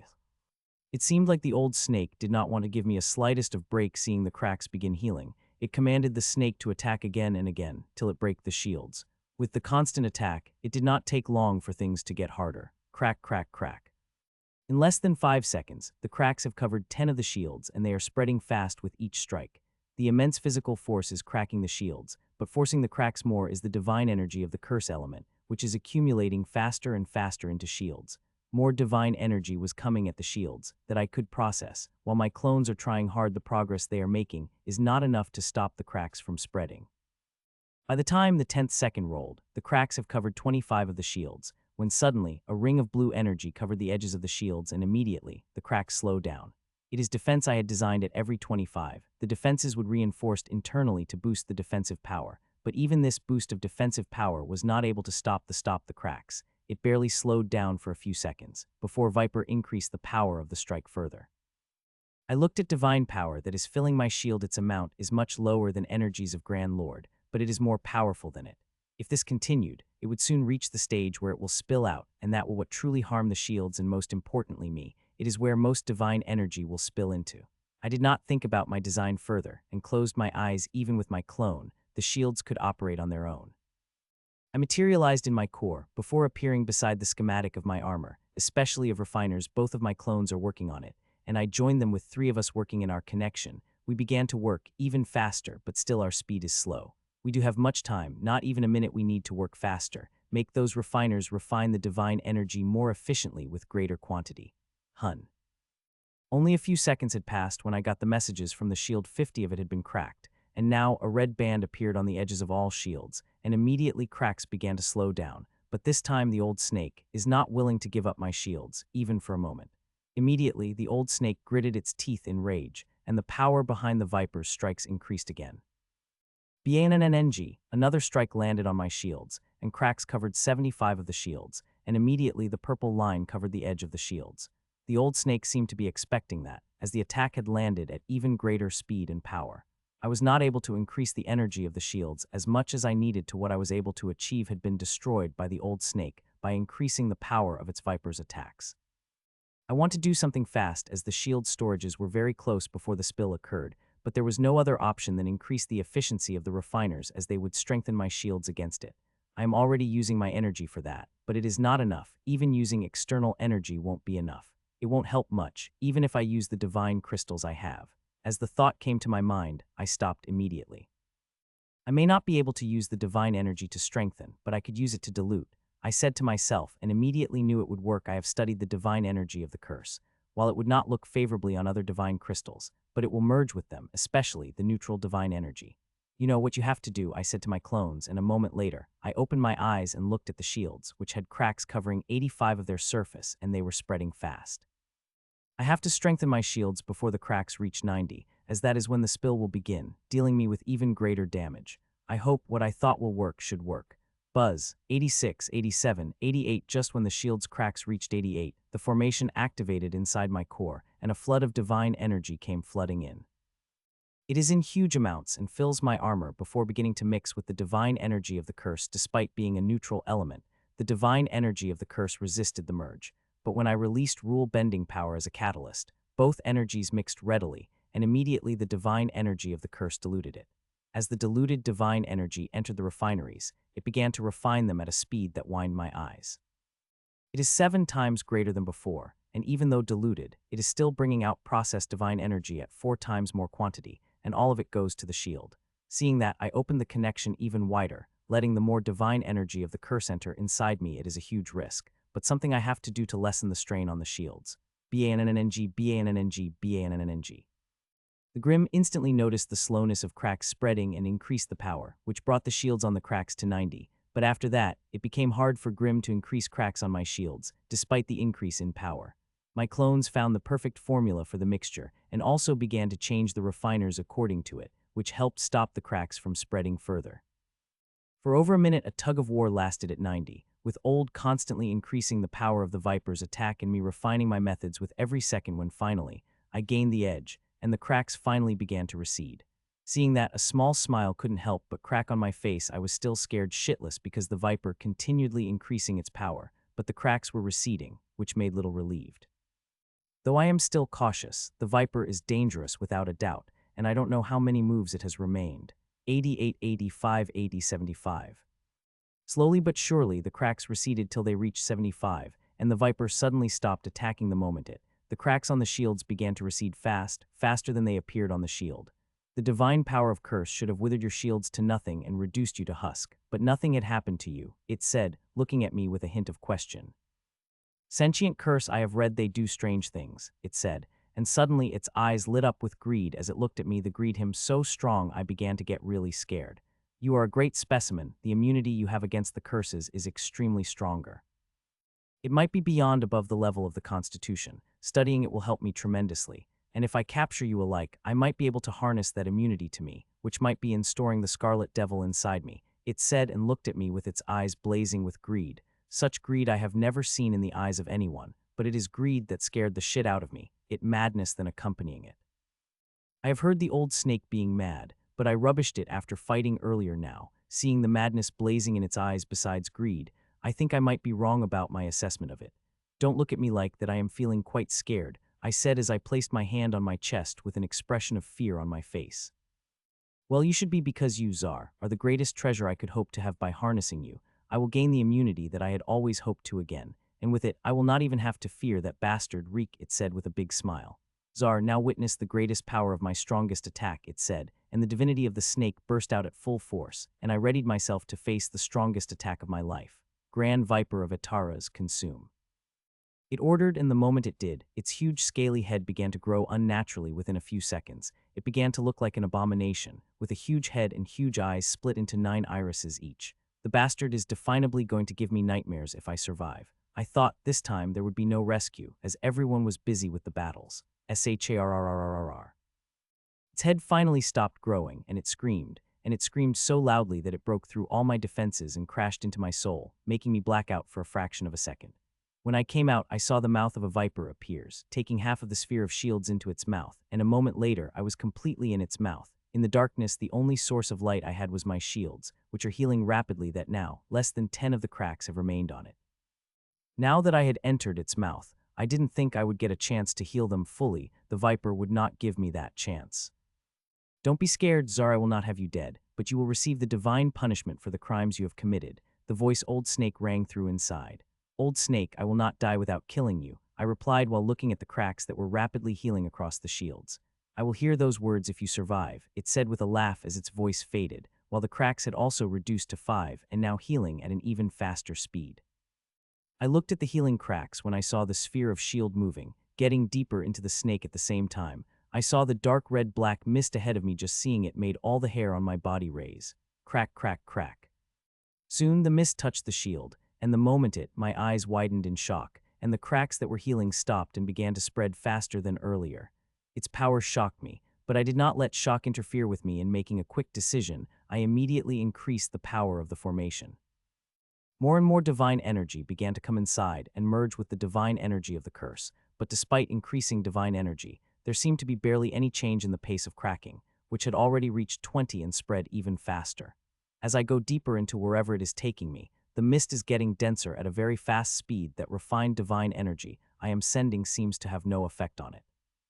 Use the highest quality divine stones, I said through gritted teeth. I have spent the divine crystal like water, and now I am even choosing to burn even the highest grade divine crystal I have in my storage, but I do not have them in a huge amount. I will have to get out of here, or I will die in the hands of an old snake. I had asked that when I felt the sphere of shield falling down in what seemed like a gorge, which seemed to be filled with extremely dense mist, black-red curse mist. Fuck. I cursed loudly when I saw the dense mist touching my sphere of shield, and immediately speed of breaking quadrupled. At that same time, much denser energy came into my armor and filled it before merging with the divine energy of the curse and beginning to get refined. A second after, a trickle began to flow into my shield, and the speed of breaking finally began to slow down despite the mist getting denser with the falling speed. It had not stopped, I said with a worried frown appearing on my face. The cracking process had slowed down, but it was not stopping at all. Instead, it was increasing as I fell into the denser mist. I tried stopping, but the mist seemed to pull me down, and no amount of force seemed to be affecting it. It is like there is something more in the divine energy, which I can't seem to understand. Soon, crack covered 75 of the shield, and the edges of them turned purple, and despite that, the cracks spread without much change. A second passed, and all divine energy of the curse had emptied immediately. I let the small stream of black-red mist inside through the shield. Just as I did that, they shook and lighted up, even brighter than before. Despite it increasing the speed of cracks, I have not let the mist in. Except for the small sample, this cursed divine mist is extremely dangerous, and I don't want something like this into me unless I am solely focused on it.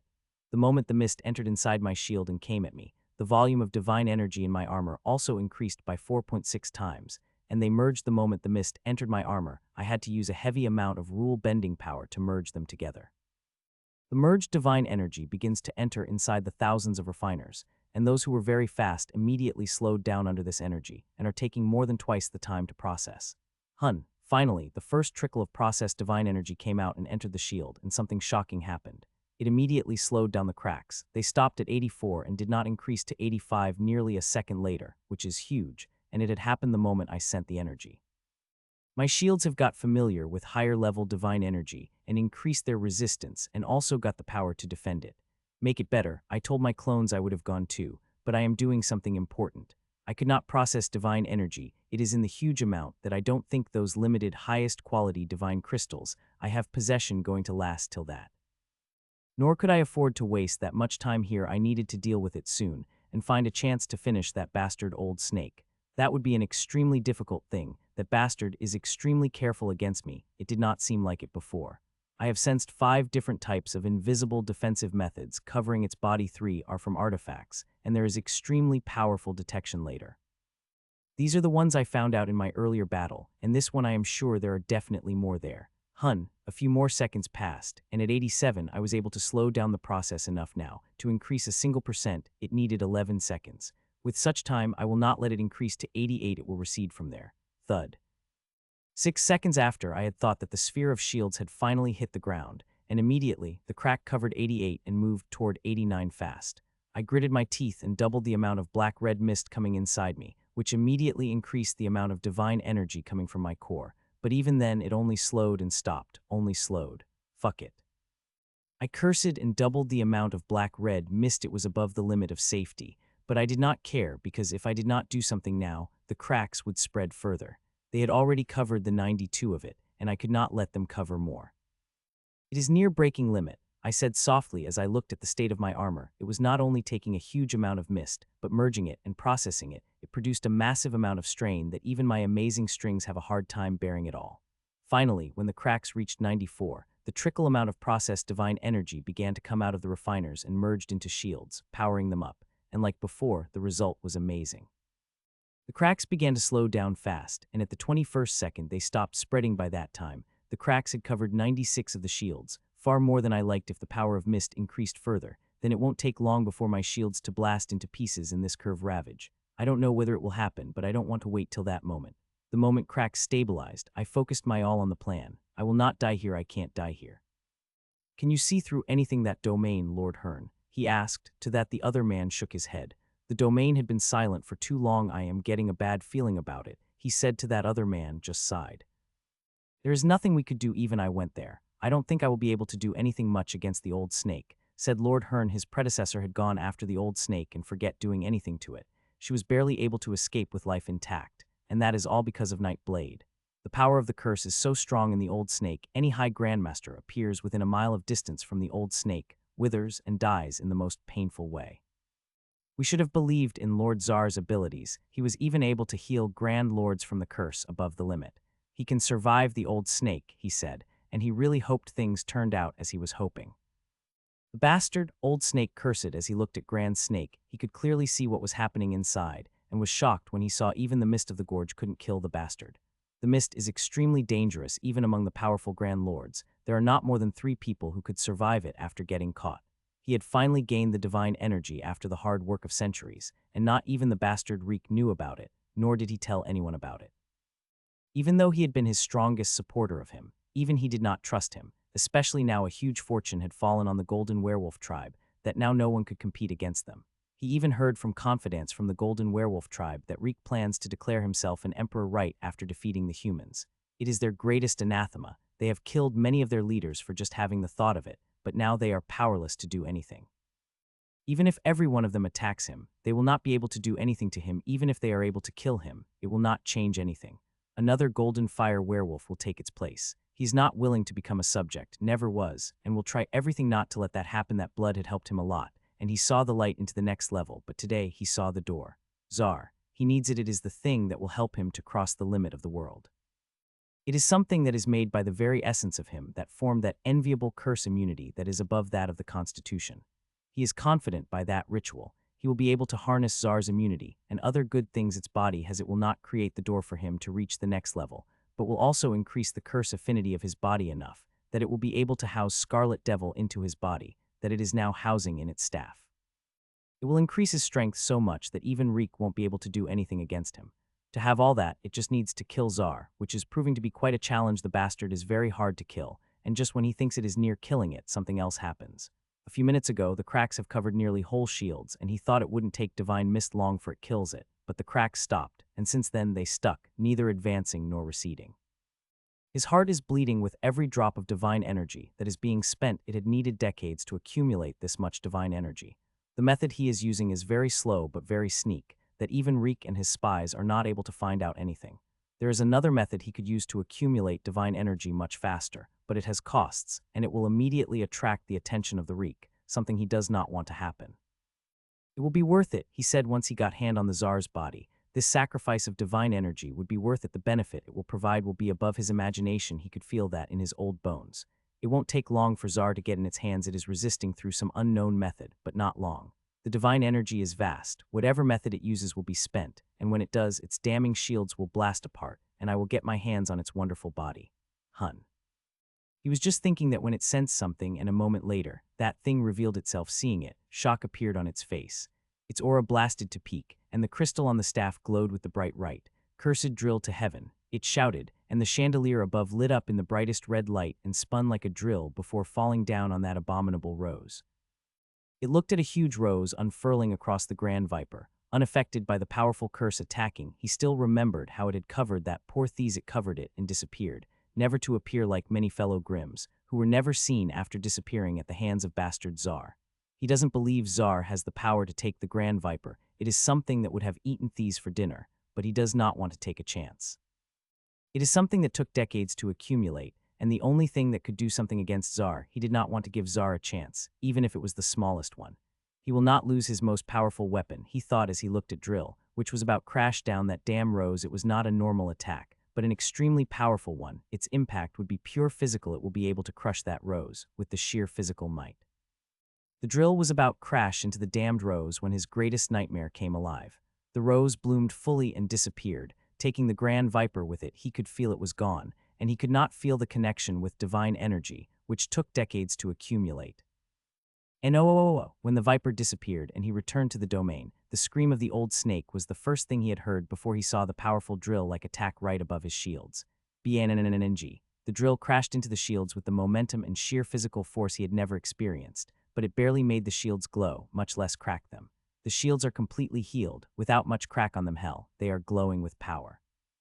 A power that my burning essence is providing them. There is the power of God flowing through my veins, something so vast that I am barely able to control it. I wish I did not need to take this desperate measure, but it is the only thing that could help in strengthening the rose's redemption enough that it was able to take the full brunt of the divine curse's power and make it disappear. So do you have anything else for me? I asked with a smile, extremely careful to let not a single speck of my aura spread out of the shields. I am burning my essence, and if the old snake got to know about it, then it would be a game over for me. I would have no fear if it had been outside, but we were in the domain of the old snake, a very powerful domain that could inform it of the slightest fluctuation. I have to be extremely careful with everything I do. Humph. It fed and disappeared, not melded into the domain, just disappeared, and in a couple of seconds the domain too vanished, absorbed by the old snake who had finally left. I wish I could take a sigh of relief, but those expressions I had seen in the old snake's eyes before it disappeared wouldn't let me.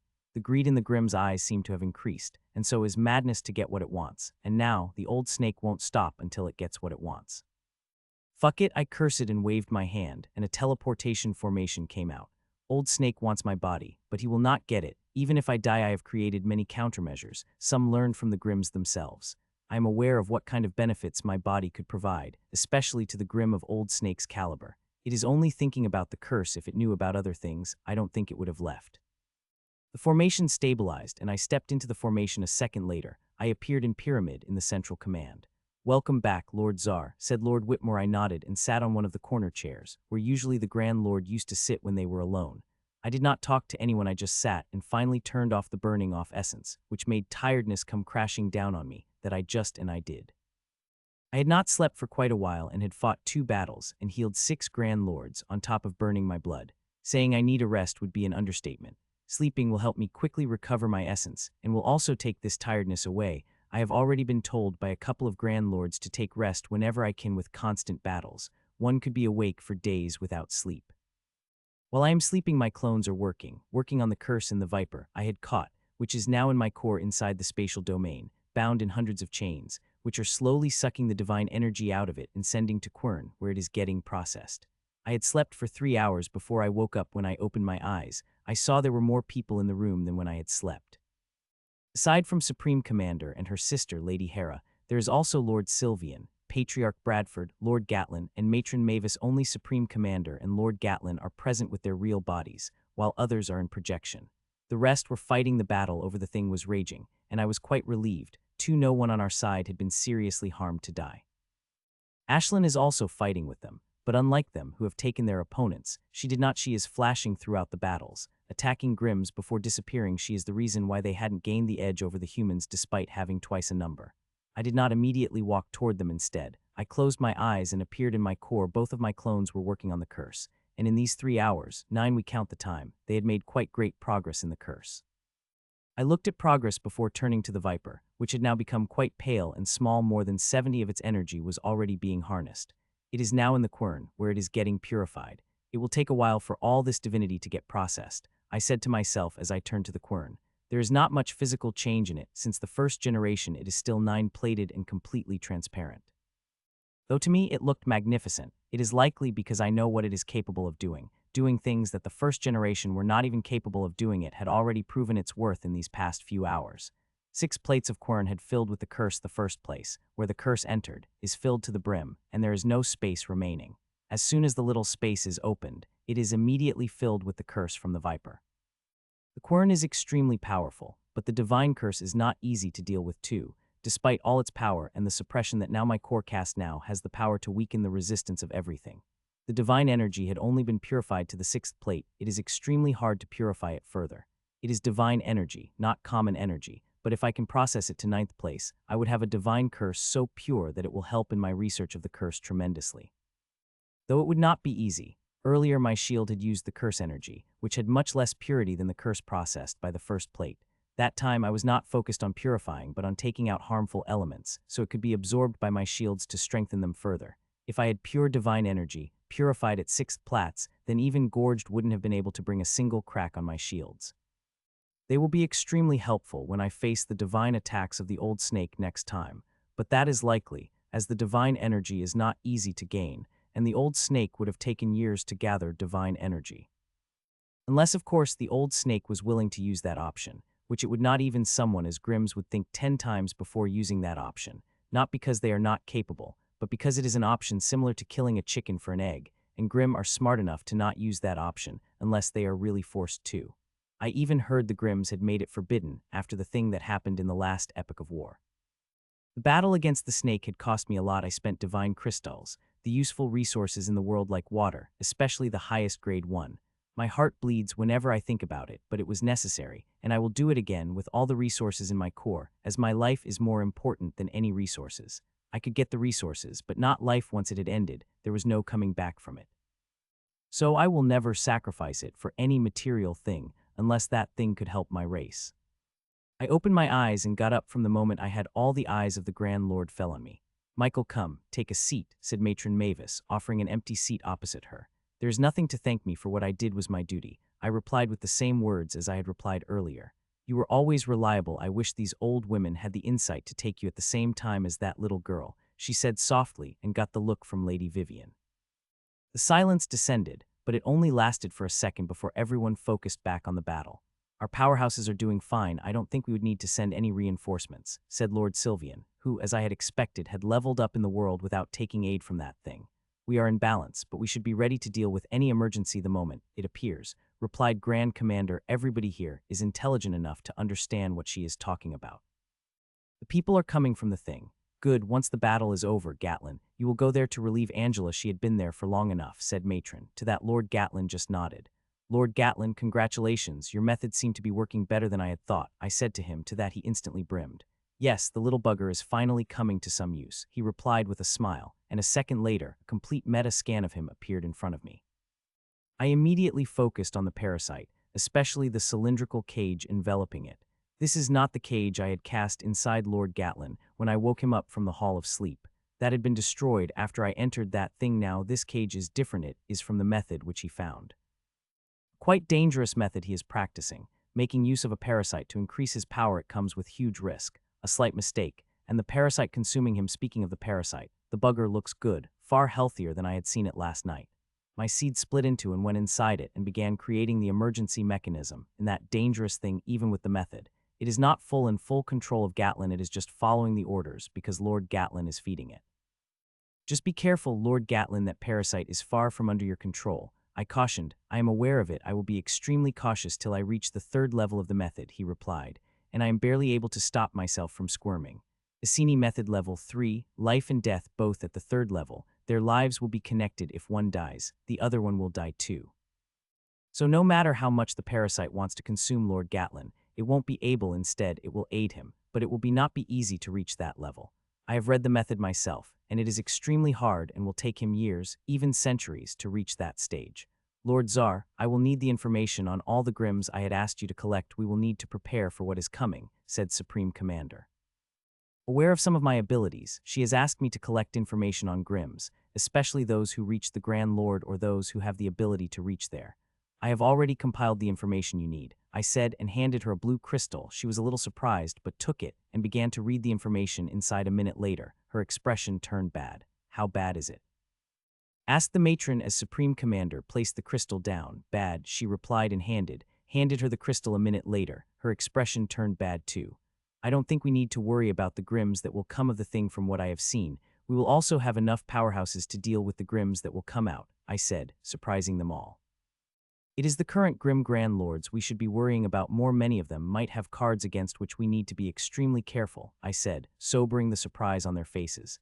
Has something happened in your battle against the old snake? Asked Lord Sylvian Divinity, I said to their shock, and the next second, a white crystal appeared in my hand, inside which was black-red mist. I activated the small formation on the crystal, and immediately the divine aura shot out of the crystal, bringing horror to the faces of those who were present physically. I had Lord Hearn and Lord Whitmore protected under my energy, but I let some of the muted aura passes through the energy layers, so they could sense it too. How powerful is it? Asked Matron, bearing a serious expression that I have seen only a few times. Divinity is no joke. The powerhouses who possess the capabilities to harness it are dangerous. The leader of Grim in the last epoch was the most dangerous among all, nearly finishing off the whole race single-handedly. If not for Ramona Hawthorne and her excellency stopping him, the Grims would have been ruling the world now. It is very powerful. If I come across it, I will run away with all my might, he replied, asking for crystal, which I handed him. I think I have made it spent nearly all divinity it had, but nothing could be said. It might have more, or it might use that way to collect the divinity in the shortest time, I said, and could see relief come flooding in the faces of some people.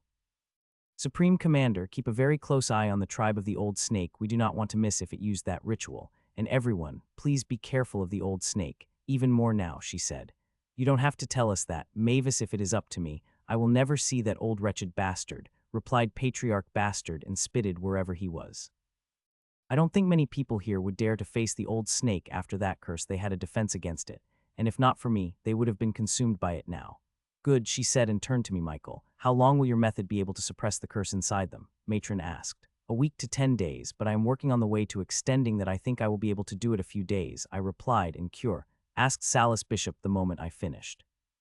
The curse is at primary II level. Lord Bishop's suppression is all I can do right now. I replied. There are some leads on curing it, but I am not going to share them until they lead to some concrete results.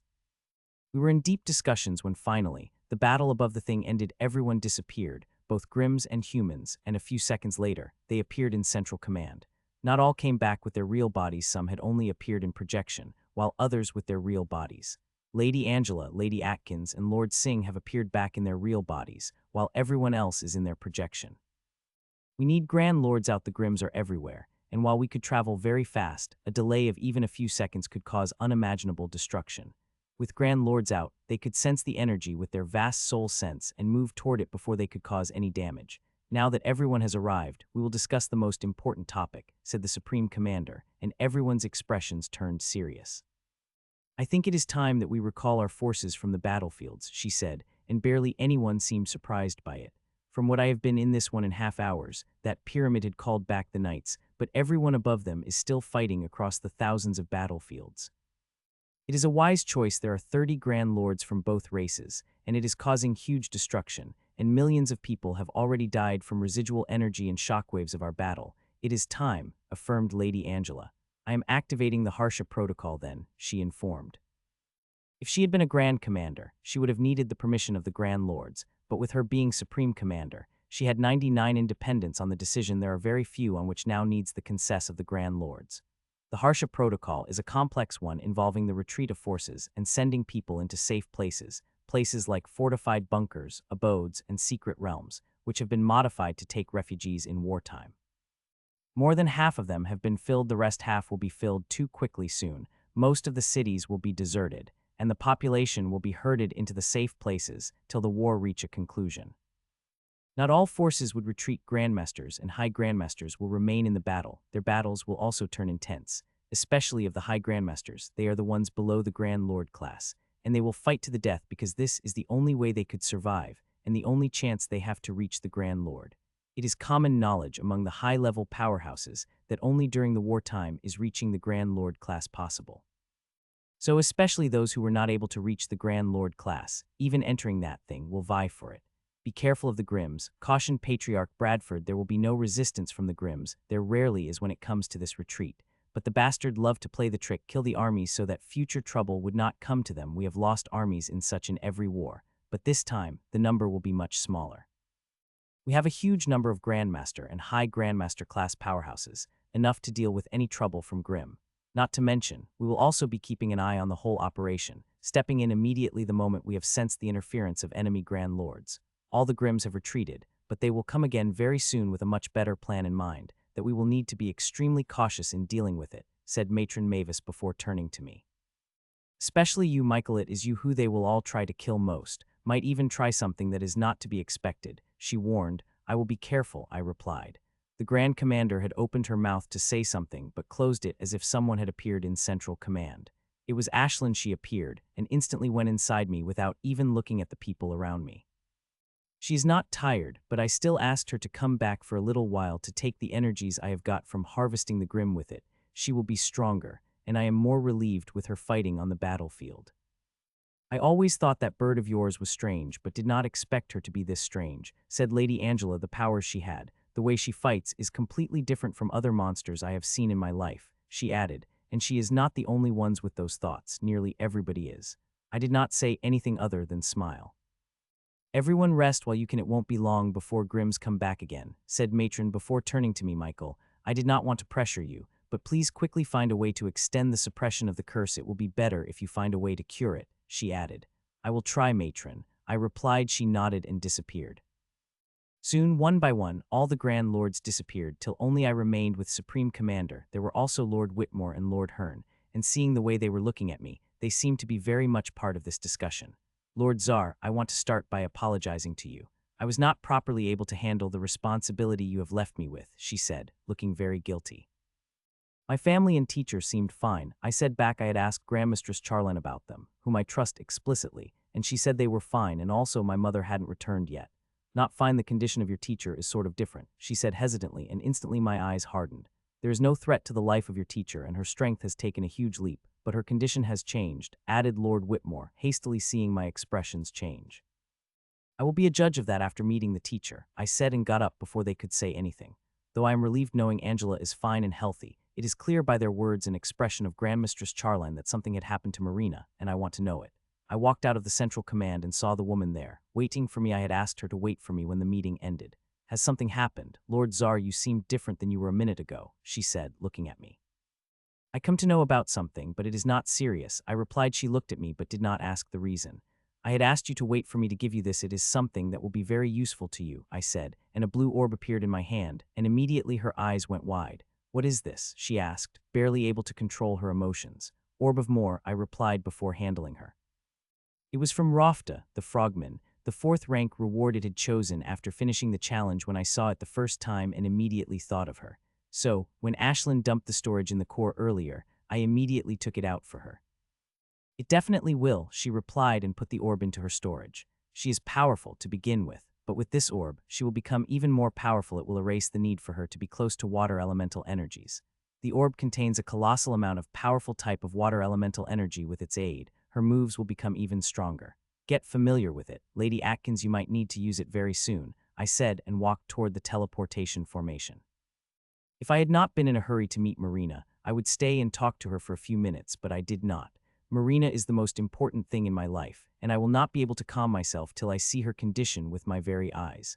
Buzz, the teleportation formation lit up, and I disappeared. A second later, I appeared in her personal lab. As I appeared, I saw the Marina and couldn't help but be surprised when I saw her. A layer of green mist was covering her body that one could not even see her eyes. She's wearing a band, a powerful artifact given to her by her sister a few months ago. It covers one with mist, making it hard for the senses of one to see her, but that is that Grand Lord and below class. With my power, I could easily break through the cover of mist, but I did not. Marina, I said softly as I appeared beside her, and to my shock, she tried to take a step back before stopping herself. This involuntary reaction from her couldn't help but shake me to my core. What happened? I asked softly, with my voice barely more than a whisper.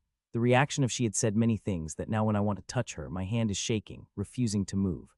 If my closeness had gotten this reaction, then I couldn't imagine how she would react when I tried to touch her. I have become a monster, she said after nearly a minute. The raw pain in her voice nearly broke me. I had never heard such pain in her voice, and now, hearing it, I felt broken, and at the same time, deep bubbling anger rose in my heart that I was barely able to control. You are not a monster and never will be, no matter what happened to you, I said to her, trying to get close to her but stopping myself, fearing the reaction she would have. Really? She asked with her voice full of self-deprecating mirth. I opened my mouth to reply to that when she touched the bracelet, and mist began to evaporate, and a moment later she revealed herself. She's not the Marina I had left in the pyramid, at least not physically, but in heart she is still my Marina, looking at me with those beautiful irises, searching for any sign of disgust she might find on my face. Beautiful, I said, and finally touched her face. Her whole body shook involuntarily, but did not resist my touch or get away with it, and instead leaned into it, with the tears welling up in her eyes. Really, are you not seeing me as a monster? She asked. Why should I? You have become more beautiful, and you know I always had a thing for horns, I said, and that put a small smile on her face.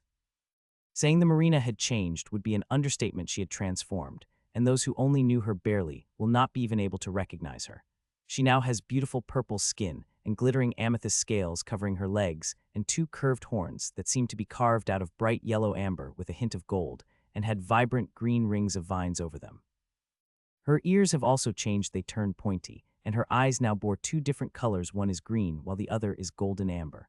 The golden amber eyes are slitted, while the green eyes, which were natural eyes, form crystalline outlines at the end of the irises. The thing that surprised me the most was her tail, which was green-scaled but had a triangular-shaped spike made of amber. It felt sharper than my sword. She now has also become taller, nearly as tall as me. You have become even more beautiful, I said softly and moved my face toward her, and soon our lips touched and I could feel her quiver, but she did not resist, nor she stepped back. We begin to kiss, and it is just as I remember, though clearly her taste has become even sweeter, like nectar, and I am not saying metaphorically. At first our kiss was gentle, but soon it turned aggressive, and it was not me who was being aggressive. Marina became aggressive, as if wanting to validate she was not the monster and I still loved her. Hun, we were kissing passionately when suddenly I noticed something which made my eyes widen in shock, but despite noticing the shocking thing, I did not stop and continued kissing her with the same passion she was kissing me. The kiss lasted more than 5 minutes before we separated, and I finally saw a smile, a true smile. Thank God you are kissing me. If it had been any other poor soul, you would have killed him, I said to her with a smile, but her eyes went wide in alarm and she tried to step back, but I stopped her and pressed her against me. I said, some poor soul, your poison is not strong enough to harm, and even if it had, I would have been able to deal with it, you know that better than anyone else, I said, directly looking into her eyes. It may not seem on my face, but I am deeply shocked by the poison, not only by the poison's powers, but also by how easily it spread through my body, and I did not even when it had spread through my whole. I was able to detect it right before it was preparing to strike me. It would have been one thing if she had been a Grand Lord class, but she is a Grandmaster, not even a High Grandmaster, but that poison of hers could kill anyone below the Grand Lord class. Just what happened to her? I am changed. Michael, I feel like I have turned into a monster. Everything about me seemed to harm people. I have nearly killed Grandmistress Charline a couple of times, she said shakingly. You are not a monster, the thing happened to change you to the most fundamental level. It will take you some time before you will be able to control your new powers, I said to her and held her even tighter. I could only imagine what she must be going through with such a huge change. Many people would have broken down by it, but she stayed strong, and I couldn't help but feel proud of her for that. So what happened? I asked finally after a few minutes. I could look inside her. I could still feel my seed, which for some reason weakened a lot. It is quite unusual. The seed was powerful, hidden inside her very constitution, not to mention a powerful that even during Grandmaster's breakthrough, it would have remained unharmed, but it could not through the change that had occurred in her. I was attacked by the Grimm when I went to the academy, she said softly, and immediately my body shook. I have told you not to go there. The Grimms were waiting for every moment to attack the people close to me, and they did, I said to her, barely able to control my emotions. She at me, and seeing the look in my eyes, her eyes went down. It was an emergency, she said softly. No matter what the emergency was, you should have dealt with it from the safety of the pyramid, I said. I am sorry, she apologized, and seeing those wonderful eyes, all the fury in my heart disappeared. Still, you should not have been hurt. The pyramid should have protected you better, I said, again feeling angry at the pyramid. I have specifically asked them to protect my family and Marina, and they have failed. If they hadn't, then Marina wouldn't be in this state. The council had sent Lord Emil. If not for him, the Grimms would have killed me rather than left grievously injured and poisoned, she replied. I had not expected her to be attacked by a Grand Lord. If they had, she wouldn't have been standing here. Not to mention, it is very hard for Grand Lords to infiltrate our territory. The pyramid has 3 sensory spheres around our territory, and the academy is at the edge of the first, the strongest sphere. Not to mention, there are Grand Lords who keep an eye on every movement of the enemy Grand Lords. It must be a very powerful Grimm to attack you, even with Lord Emil protecting you. I asked. I know the man. He is one of the Quasar Grand Lords and is powerful enough to take a couple of blows from the Grand Lord. It's Hasd of Golden Fire tribe. You have fought with it, she replied, and immediately an image of young Golden Fire Werewolf came to mind, the host of the most powerful offensive Grand Art, the same that old Werewolf has. I will kill that bastard, I swore and turned to Marina. A poison wouldn't have turned you to this. It is clearly a work of bloodline, I said. I have not looked inside nor used my soul sense, but I dealt with bloodlines enough to know the kind of effect they could have. It is clearly due to the bloodline, and it had done a clear number on her, much bigger than what his bloodline had done on him. I don't think even I will be able to do anything to these effects. They had clearly transformed her to cellular and soul level, that even hiding them like Rai wouldn't be possible. Bloodlines, she corrected, shocking the hell out of me.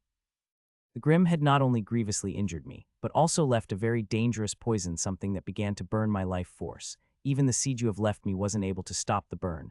I barely had a few seconds to live, so Grandmistress Charline fed me the chaotic miracle fruit as the last option to save me, she said, and immediately a miracle fruit came to my mind.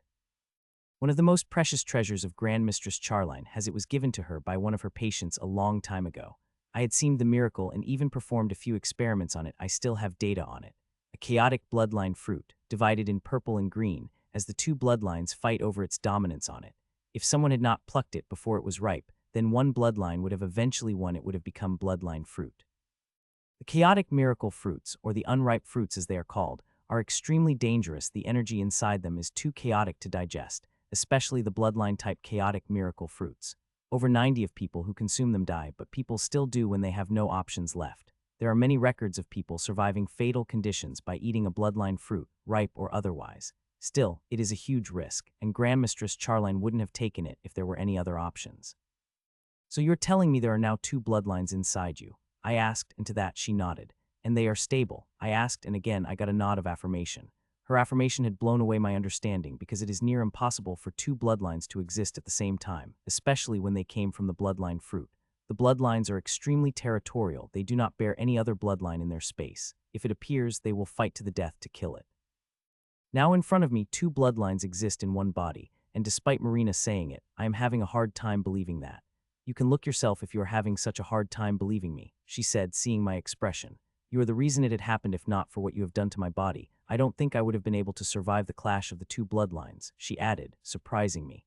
I opened my mouth to ask the meaning of what she was saying, but decided to look at myself. Soon, a seed came out of me and seeped into her body. It immediately followed the signal and reached the seed, which had barely any energy left, and began to merge with it. The seed I have left inside Marina is one of the best. I did not hold back on resources on creating it, and had filled it with a huge amount of rule-bending power, and now all of it had been spent that it could barely send out a single. It barely took less than 5 seconds for the seeds to merge, and immediately, her complete meta scan appeared in front of me. The scan is the most detailed meta scan I have seen. It had been made from months of data collected from the Marina, and it had compiled it all in a single most detailed meta scan. Gasp. A gasp of shock couldn't help but come out of my mouth. Marina had said that two bloodlines existed inside her peacefully, but those words were too simple for what I saw inside her. If what I am seeing right, the Marina is the luckiest person in the world, because what I am seeing, she should have been hair breadth away from collapsing into a puddle of flesh and blood, but now her cells have perfectly merged with the two bloodlines. I took a sigh of relief, seeing she was not in danger. It was the first thing I had looked for, and now that I had confirmed it, I could look at other things inside her.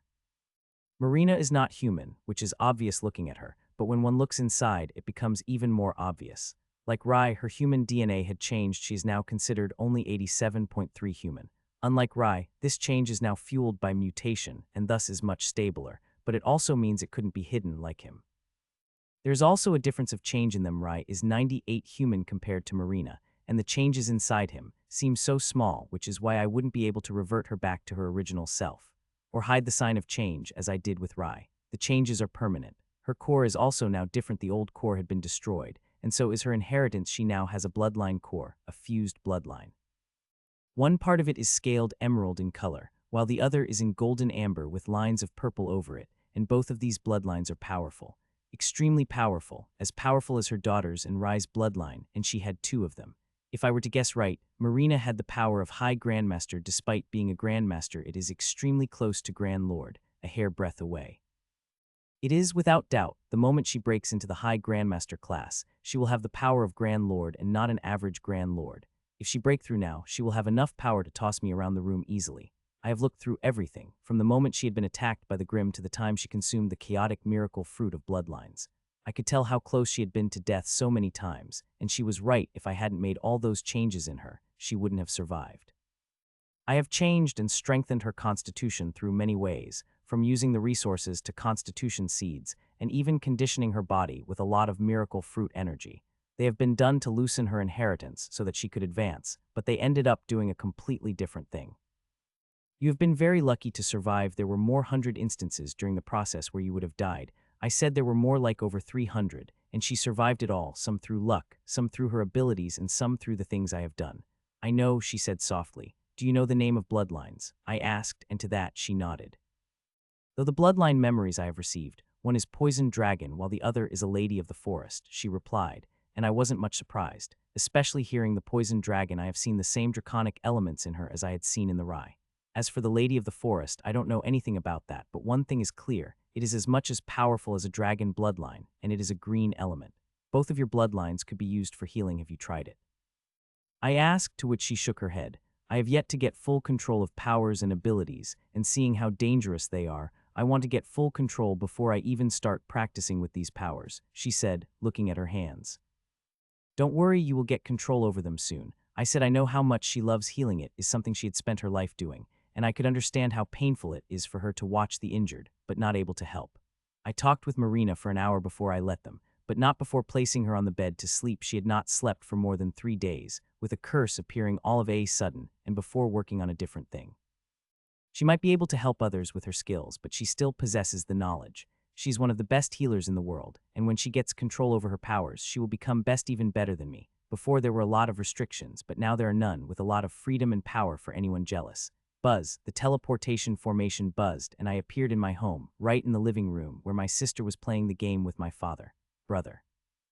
She heard my steps and looked toward me, and froze for a moment before she screamed loudly and came running toward me before jumping in my arms. How's my little angel? I said as I swooped her into my arms. I am good, but Mommy still has not returned, she said, tears dripping from her cute, angelic face. She will, just like brother had returned. Mommy will also return soon, I said as I wiped away her tears. Really? She asked excitedly. Yes, I said. Mother had not returned, but she is safe about a month ago. She had sent a message through the Mist Stone, a sort of artifact that is related to the empire of Mist Grand Art. Though reading the words, it does not look like she will come back soon, and for it I am sort of feeling glad about it. Things have become dangerous, and with her art she will need to join the battle immediately, and Grimm will target her, not only because of her art but also due to her relation to me. My heart was filled with guilt after I heard what happened to Marina. If she had not been related to me, she wouldn't have been targeted such viciously. She may have survived with freaky luck, but others would not this time. The Grimms would not make a mistake.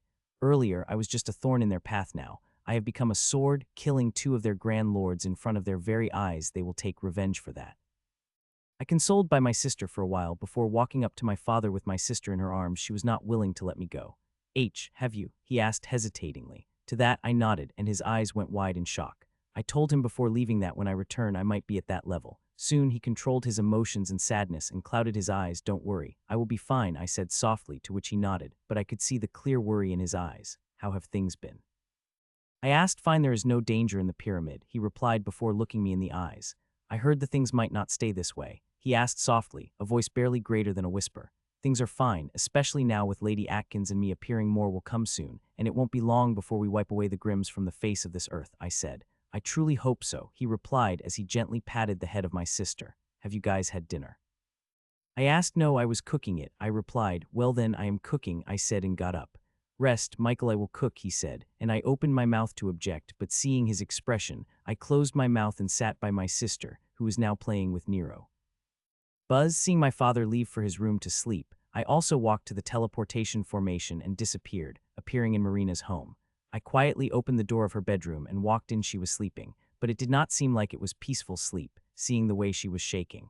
I walked to my side of the bed and lay on it before gently wrapping Marina in my arms. The shaking continued for a few seconds before it calmed down as she melded into an embrace as she used to do before she transformed.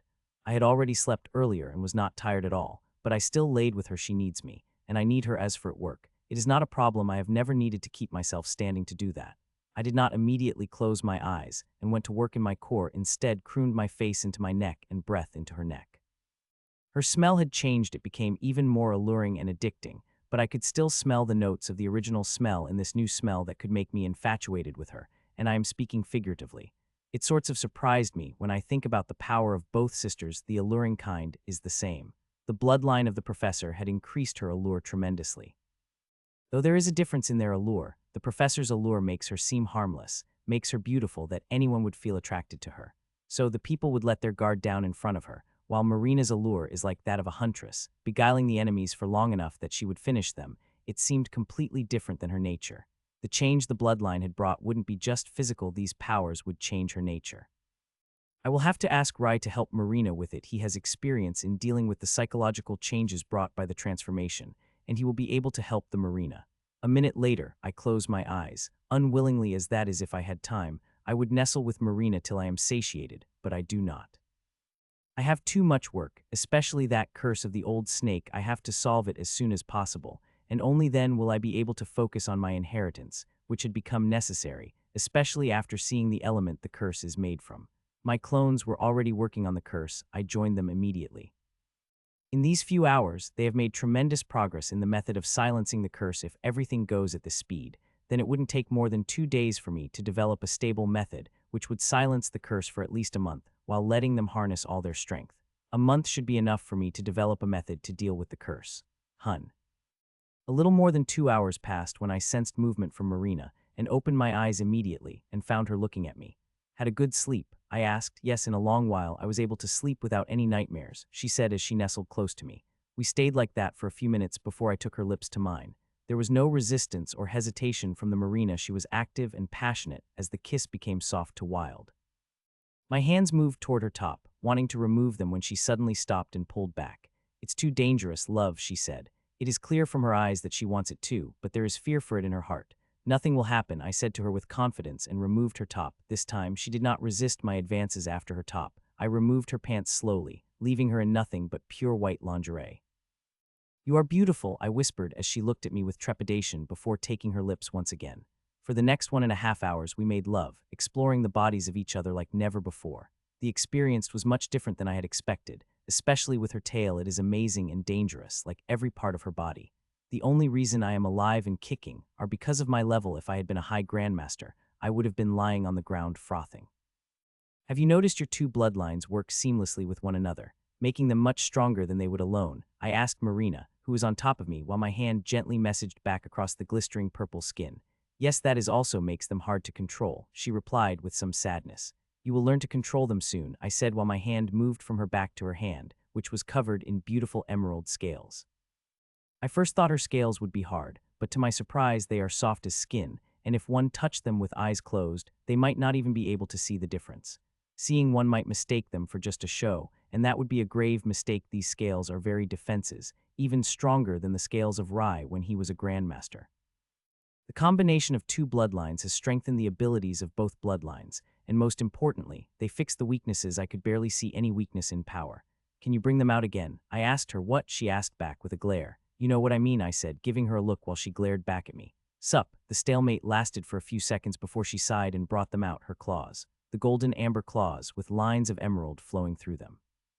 She had brought them out in the throes of passion, piercing them hard in my back, taking me to one of the greatest climaxes of my life. It was quite a surprise to me, as I did not think I liked pain while having sex. They are beautiful, I said as I took her claw into my hand, feeling the power and edge contained in them. The changes in her were deep and shocking, but also amazing. I hope she accepts them. It helps her a lot with controlling that tremendous power that resides in her. Are you tired? I asked. To that she shook her head. Good, because I am not finished with you, I said and rolled fast, pushing her down before piercing my member inside her. For the next 2 hours we had sex in every corner of the room. It was hard and intense, letting out our deepest, wildest desires, especially for the Marina. She tends to repress those things, and when they came out she became quite a beast in bed, and now with these two bloodlines those wildest desires have intensified. If I told anyone what she did in the bed, nobody would believe me. They would not believe the gentle healer had such a wild side in bed. You have become even wilder, I said tiredly as I slumped back on the bed and immediately got the glare in return. I love you too, I said and kissed her temple, tasting that wonderful sweat which tasted like honey but was deadly as nightshade. The poison dragon bloodline is not weak, especially when it is working together with the mysterious lady of the forest bloodline. We have been making love for nearly 7 hours, trying to make us for months of time we have separated. Marina, as I had said, became more wild, taking the lead in the past 10 hours, making me tired enough that now I barely have the energy to walk. I may be tired, but I am feeling wonderful, especially now seeing Marina letting go of many of her inhabitation about her condition and starting to accept who she has become. Do you have any ways to deal with the curse permanently? Marina asked suddenly. I did not answer the question immediately. If it had been someone else, I would have said something like, first, let me suppress it before thinking of eradicating it, but it is Marina, and I prefer not to lie with her when I have a choice. I have a few leads, such as the Masterson method, but nothing concrete, I replied, and she nodded. Masterson method is good, but it will charge up poison and make the world notice it. There is also the question of stability and its tendency to burn the life force. She replied to that. I couldn't help but nod. As I had said, she is one of the best healers out there. Her knowledge of healing is no less than that of Grandmistress Charline, and if she had not been constrained by her level, she would have been capable of healing even Grand Lords. It had a problem and also several other methods. I have thought. I am working on them, I said. Let me know if I can help you with something, she said, and I nodded before kissing her. There are a few things on which I need your help, but before we can start on them, let's shower first. I said I think we should shower separately, she said, and I couldn't smile at that. There is no need, I said and picked her up, and the next second we were in the shower. The shower was supposed to take about 15 minutes, but it took more than an hour. But now we were fully clean and wearing some comfortable clothes. We walked out room into the kitchen.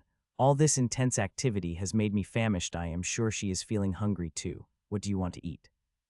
I asked as I appeared behind the counter. Anything is fine, she replied. I will cook your favorite dishes then, I said with a smile, and a large number of ingredients materialized, and with them came my 12 hands. Will take a whole day. If I tried to cook with 2 days, with 12 it would be much quicker. Nice hands, they look quite strong, she praised. They are even Grand Lord wouldn't be able to escape once it had got caught in them, I replied proudly. Have you killed it? She asked with her soft voice. Yes, I killed them too, in fact, I replied, and her eyes went wide as saucers. The pyramid had released news about it, but that time she was sleeping. I am proud of you, not only as a lover but also as a teacher, she said as she kissed me over the counter. She broke the kiss when it was beginning to get passionate. It's good she did, because I don't think I would have been able to control myself, especially when we were near the counter, which is one of my favorite places. You are a tease, I said before focusing myself on cooking while talking with her about mundane things. It took me about an hour to cook, and when I was done, the whole feast was laid out on the table, and only two of us were alone to eat it. There was no one but us. As Ashlyn went out earlier after she finished digesting all the energy, Nero is sleeping with Rose, as she wasn't willing to let him go. You did not have to cook the whole feast, love, she said as she sat across me. I wanted to, I said. She might be saying it, but she is loving like any other person. She likes to be spoiled. I filled the glasses with wine and toasted to the war before I began eating. Your skills have improved. I don't think anyone could match you in culinary skills anymore, she said as she took the bite. I didn't really practice since when I was inside. Maybe it is because I had leveled up. I replied. I had noticed ever since I had leveled up, I have been improving fast in culinary arts. Levels do not affect culinary skills directly, but they bring immense indirect benefits, such as powerful senses, which help tremendously. I wish Ellie and Josie had returned with you. I worry about them a lot, she said suddenly. Don't worry, they are fine and will return soon, I said, and these are not empty words. I had the latest information. Till a week ago, Alina is fine and making rapid progress, while the news on the professor was barely a day old. The information I have from my seat in Lady Atkins, the professor is fine, more than fine. With the little conversation they had, she had told her she is ready to break through into Grand Lord, and she is. The new seeds of the Grand Lord class copy the information from other seeds when they are close, so I have got all the info of the professor, every challenge she had gone through, and every boost she had received. From what I was able to find is pretty surprising. The professor was ready to level up to the Grand Lord class in the first month she had in there, but she held. I did not have time to study the data much, but it may be likely related to the unorthodox method. She's practicing it is very strange and different that my seed was not able to get complete data about it. I hope that, when she comes out, she will be a Grand Lord. We need Grand Lords. The more we have, the better. I also need to focus on increasing my strength too. I have seen the power of Reek. The bastard is extremely powerful, against which I could not do anything else, and it is not the only one. There are several Grims who have the power to kill me. I at least need to be strong enough to stay alive in front of them when they attack. There is only one way I could do it quickly, and that is to kill and harvest the Grims. The more I harvest, the greater my strength, and the better I will be able to protect my race and loved ones. I closed my eyes for a moment and saw Marina working on the faux body with complete concentration. It had been 4 hours since I had created it for her so that she could practice. There are many ways one could get control over one's abilities, thousands of them, but the best way let her get that is through what she knows, and she knows healing the best, and thus I have created a faux body, with my seed and few precious resources along with a complete meta scan of Tyrant. This body not only looked like a body, but also worked like one as it is copied from a real human, and is powerful enough to be not damaged easily. It will help her get her energies under control, which is the first step. With her energy in control, she will be able to explore her new abilities and get them in control. I watched her for a few seconds before closing my eyes and once again appeared in my core, in front of a mess of things. The curse is not easy. That old snake had put all its knowledge into creating this curse. It is quite a challenge to find method, to even silence, but if I love anything, then it would be a good challenge. Buzz. Around 2 hours passed when my holowatch buzzed with a mail. It was from the Supreme Commander. I have to go. There is something I have to do, I said to Marina. She did not respond, being engrossed in curing the problem in the faux body. I did not say anything further and walked out of the lab before stepping into the formation and disappearing. Soon, I appeared in front of huge bronze doors, which were big enough that even several Grims would be able to walk through them comfortably. There were already people waiting for me aside from Supreme Commander. There was Patriarch Bradford, Lord Singh, and Lady Atkins. Supreme Commander, why have you called me? I asked directly. I have important things to do, and unless it is related to the Grims, I do not want to disturb them. You will know soon, she said without much explanation and stepped forward, appearing in front of a huge bronze door before pushing them open. Hun. A surprise couldn't help but appear on my face when I saw the muscles across the Supreme Commander's body straining. It was clear that she was using considerable force, a physical force that could only Grand Lords or those with the power of the Grand Lords could project. The door began to open slowly, and soon it had opened enough that we could comfortably walk inside. We followed behind the Supreme Commander into the hall, a pure white hall, which was empty of any decoration except for a floating black pearl at the center of the hall. The moment I saw it, my eyes couldn't help but widen. The black pearl seemed to contain the weight of the world. I am very sure that even if I attacked with all my strength, I would not be able to damage it, but it is not its strength that had surprised me, but what it is. I did not think the Supreme Commander would bring me here, but I shouldn't be surprised. This is the true core of the pyramid. This pearl provides the authority we have, said Supreme Commander, and placed her badge on the pearl before placing her hand on it, an action copied by Patriarch Bradford and Lord Singh. A second they placed their hands, the black pearl began to glow, and it kept glowing for 12 seconds before Supreme Commander and others took back their hands and badges. We have brought you two here to give you the authority once the process is done. You will have the same authority that all the Grand Lords have, she informed before turning to Lady Atkins. Grand Lord Atkins, place your badge on the pearl and drop the drop of your blood into the pearl before placing your hand on it, she instructed. Lady Atkins did what she had been instructed at first. She placed her pyramid badge on the pearl before dropping a drop of blood on it and then placing her hand on it. As she did it, the pearl glowed more brightly than before, and at the same time it swallowed the pyramid badge. For more than a minute, nothing had changed before finally. The badge it swallowed came back 6 minutes later, but now it was different than before. It is now purple with silver and golden lines, just like the badges of all the Grand Lords. The pearl turned to normal, but it took a while for Lady Atkins to open her eyes, and when she did, her eyes were a little hazy, as if she was overwhelmed by what she had experienced. Grand Lord Czar, said Supreme Commander. I nodded and walked toward the pearl. The pearl is even bigger than my head, but is quite shiny. It looks like a natural pearl, but I don't know enough to be truly sure of it. Drip. I did not stare at it for more than a second before I removed the badge and placed it on, cut my finger, and dropped the blood on its shiny surface before placing my hand on it. The second later, I found myself in a completely different place, in the vast schematic that likely belonged to the pyramid made of tech and magic. I wanted to observe it more, but a huge amount of data scream came floating into my head, giving me a splitting headache. I instantly called the help of my clone to manage this vast stream of data. Immediately, my headache subsided, but that was not the only help they provided. They also began to sort the data. While the data may be huge, my clones possess great analytic abilities. They could sort through the data at speed I could never catch up. I don't know how long it took, but finally the data streaming ended, and the pain had also disappeared, and with it, the schematic of the pyramid. I wanted to study that, but it had disappeared, but no worries, I could still view the schematic of it. The basic one as for the most detailed one. No one could see it except for the crafter of the pyramid itself. A moment later, I opened my eyes, only to see a surprise appearing on the faces of the people before it disappeared. I took the purple badge from the pearl and placed it back on my chest with a smile on my face. The authority was really great now. I could do many things, including having a very powerful projection which would touch and smell, even sense, if one is willing to bear the strain.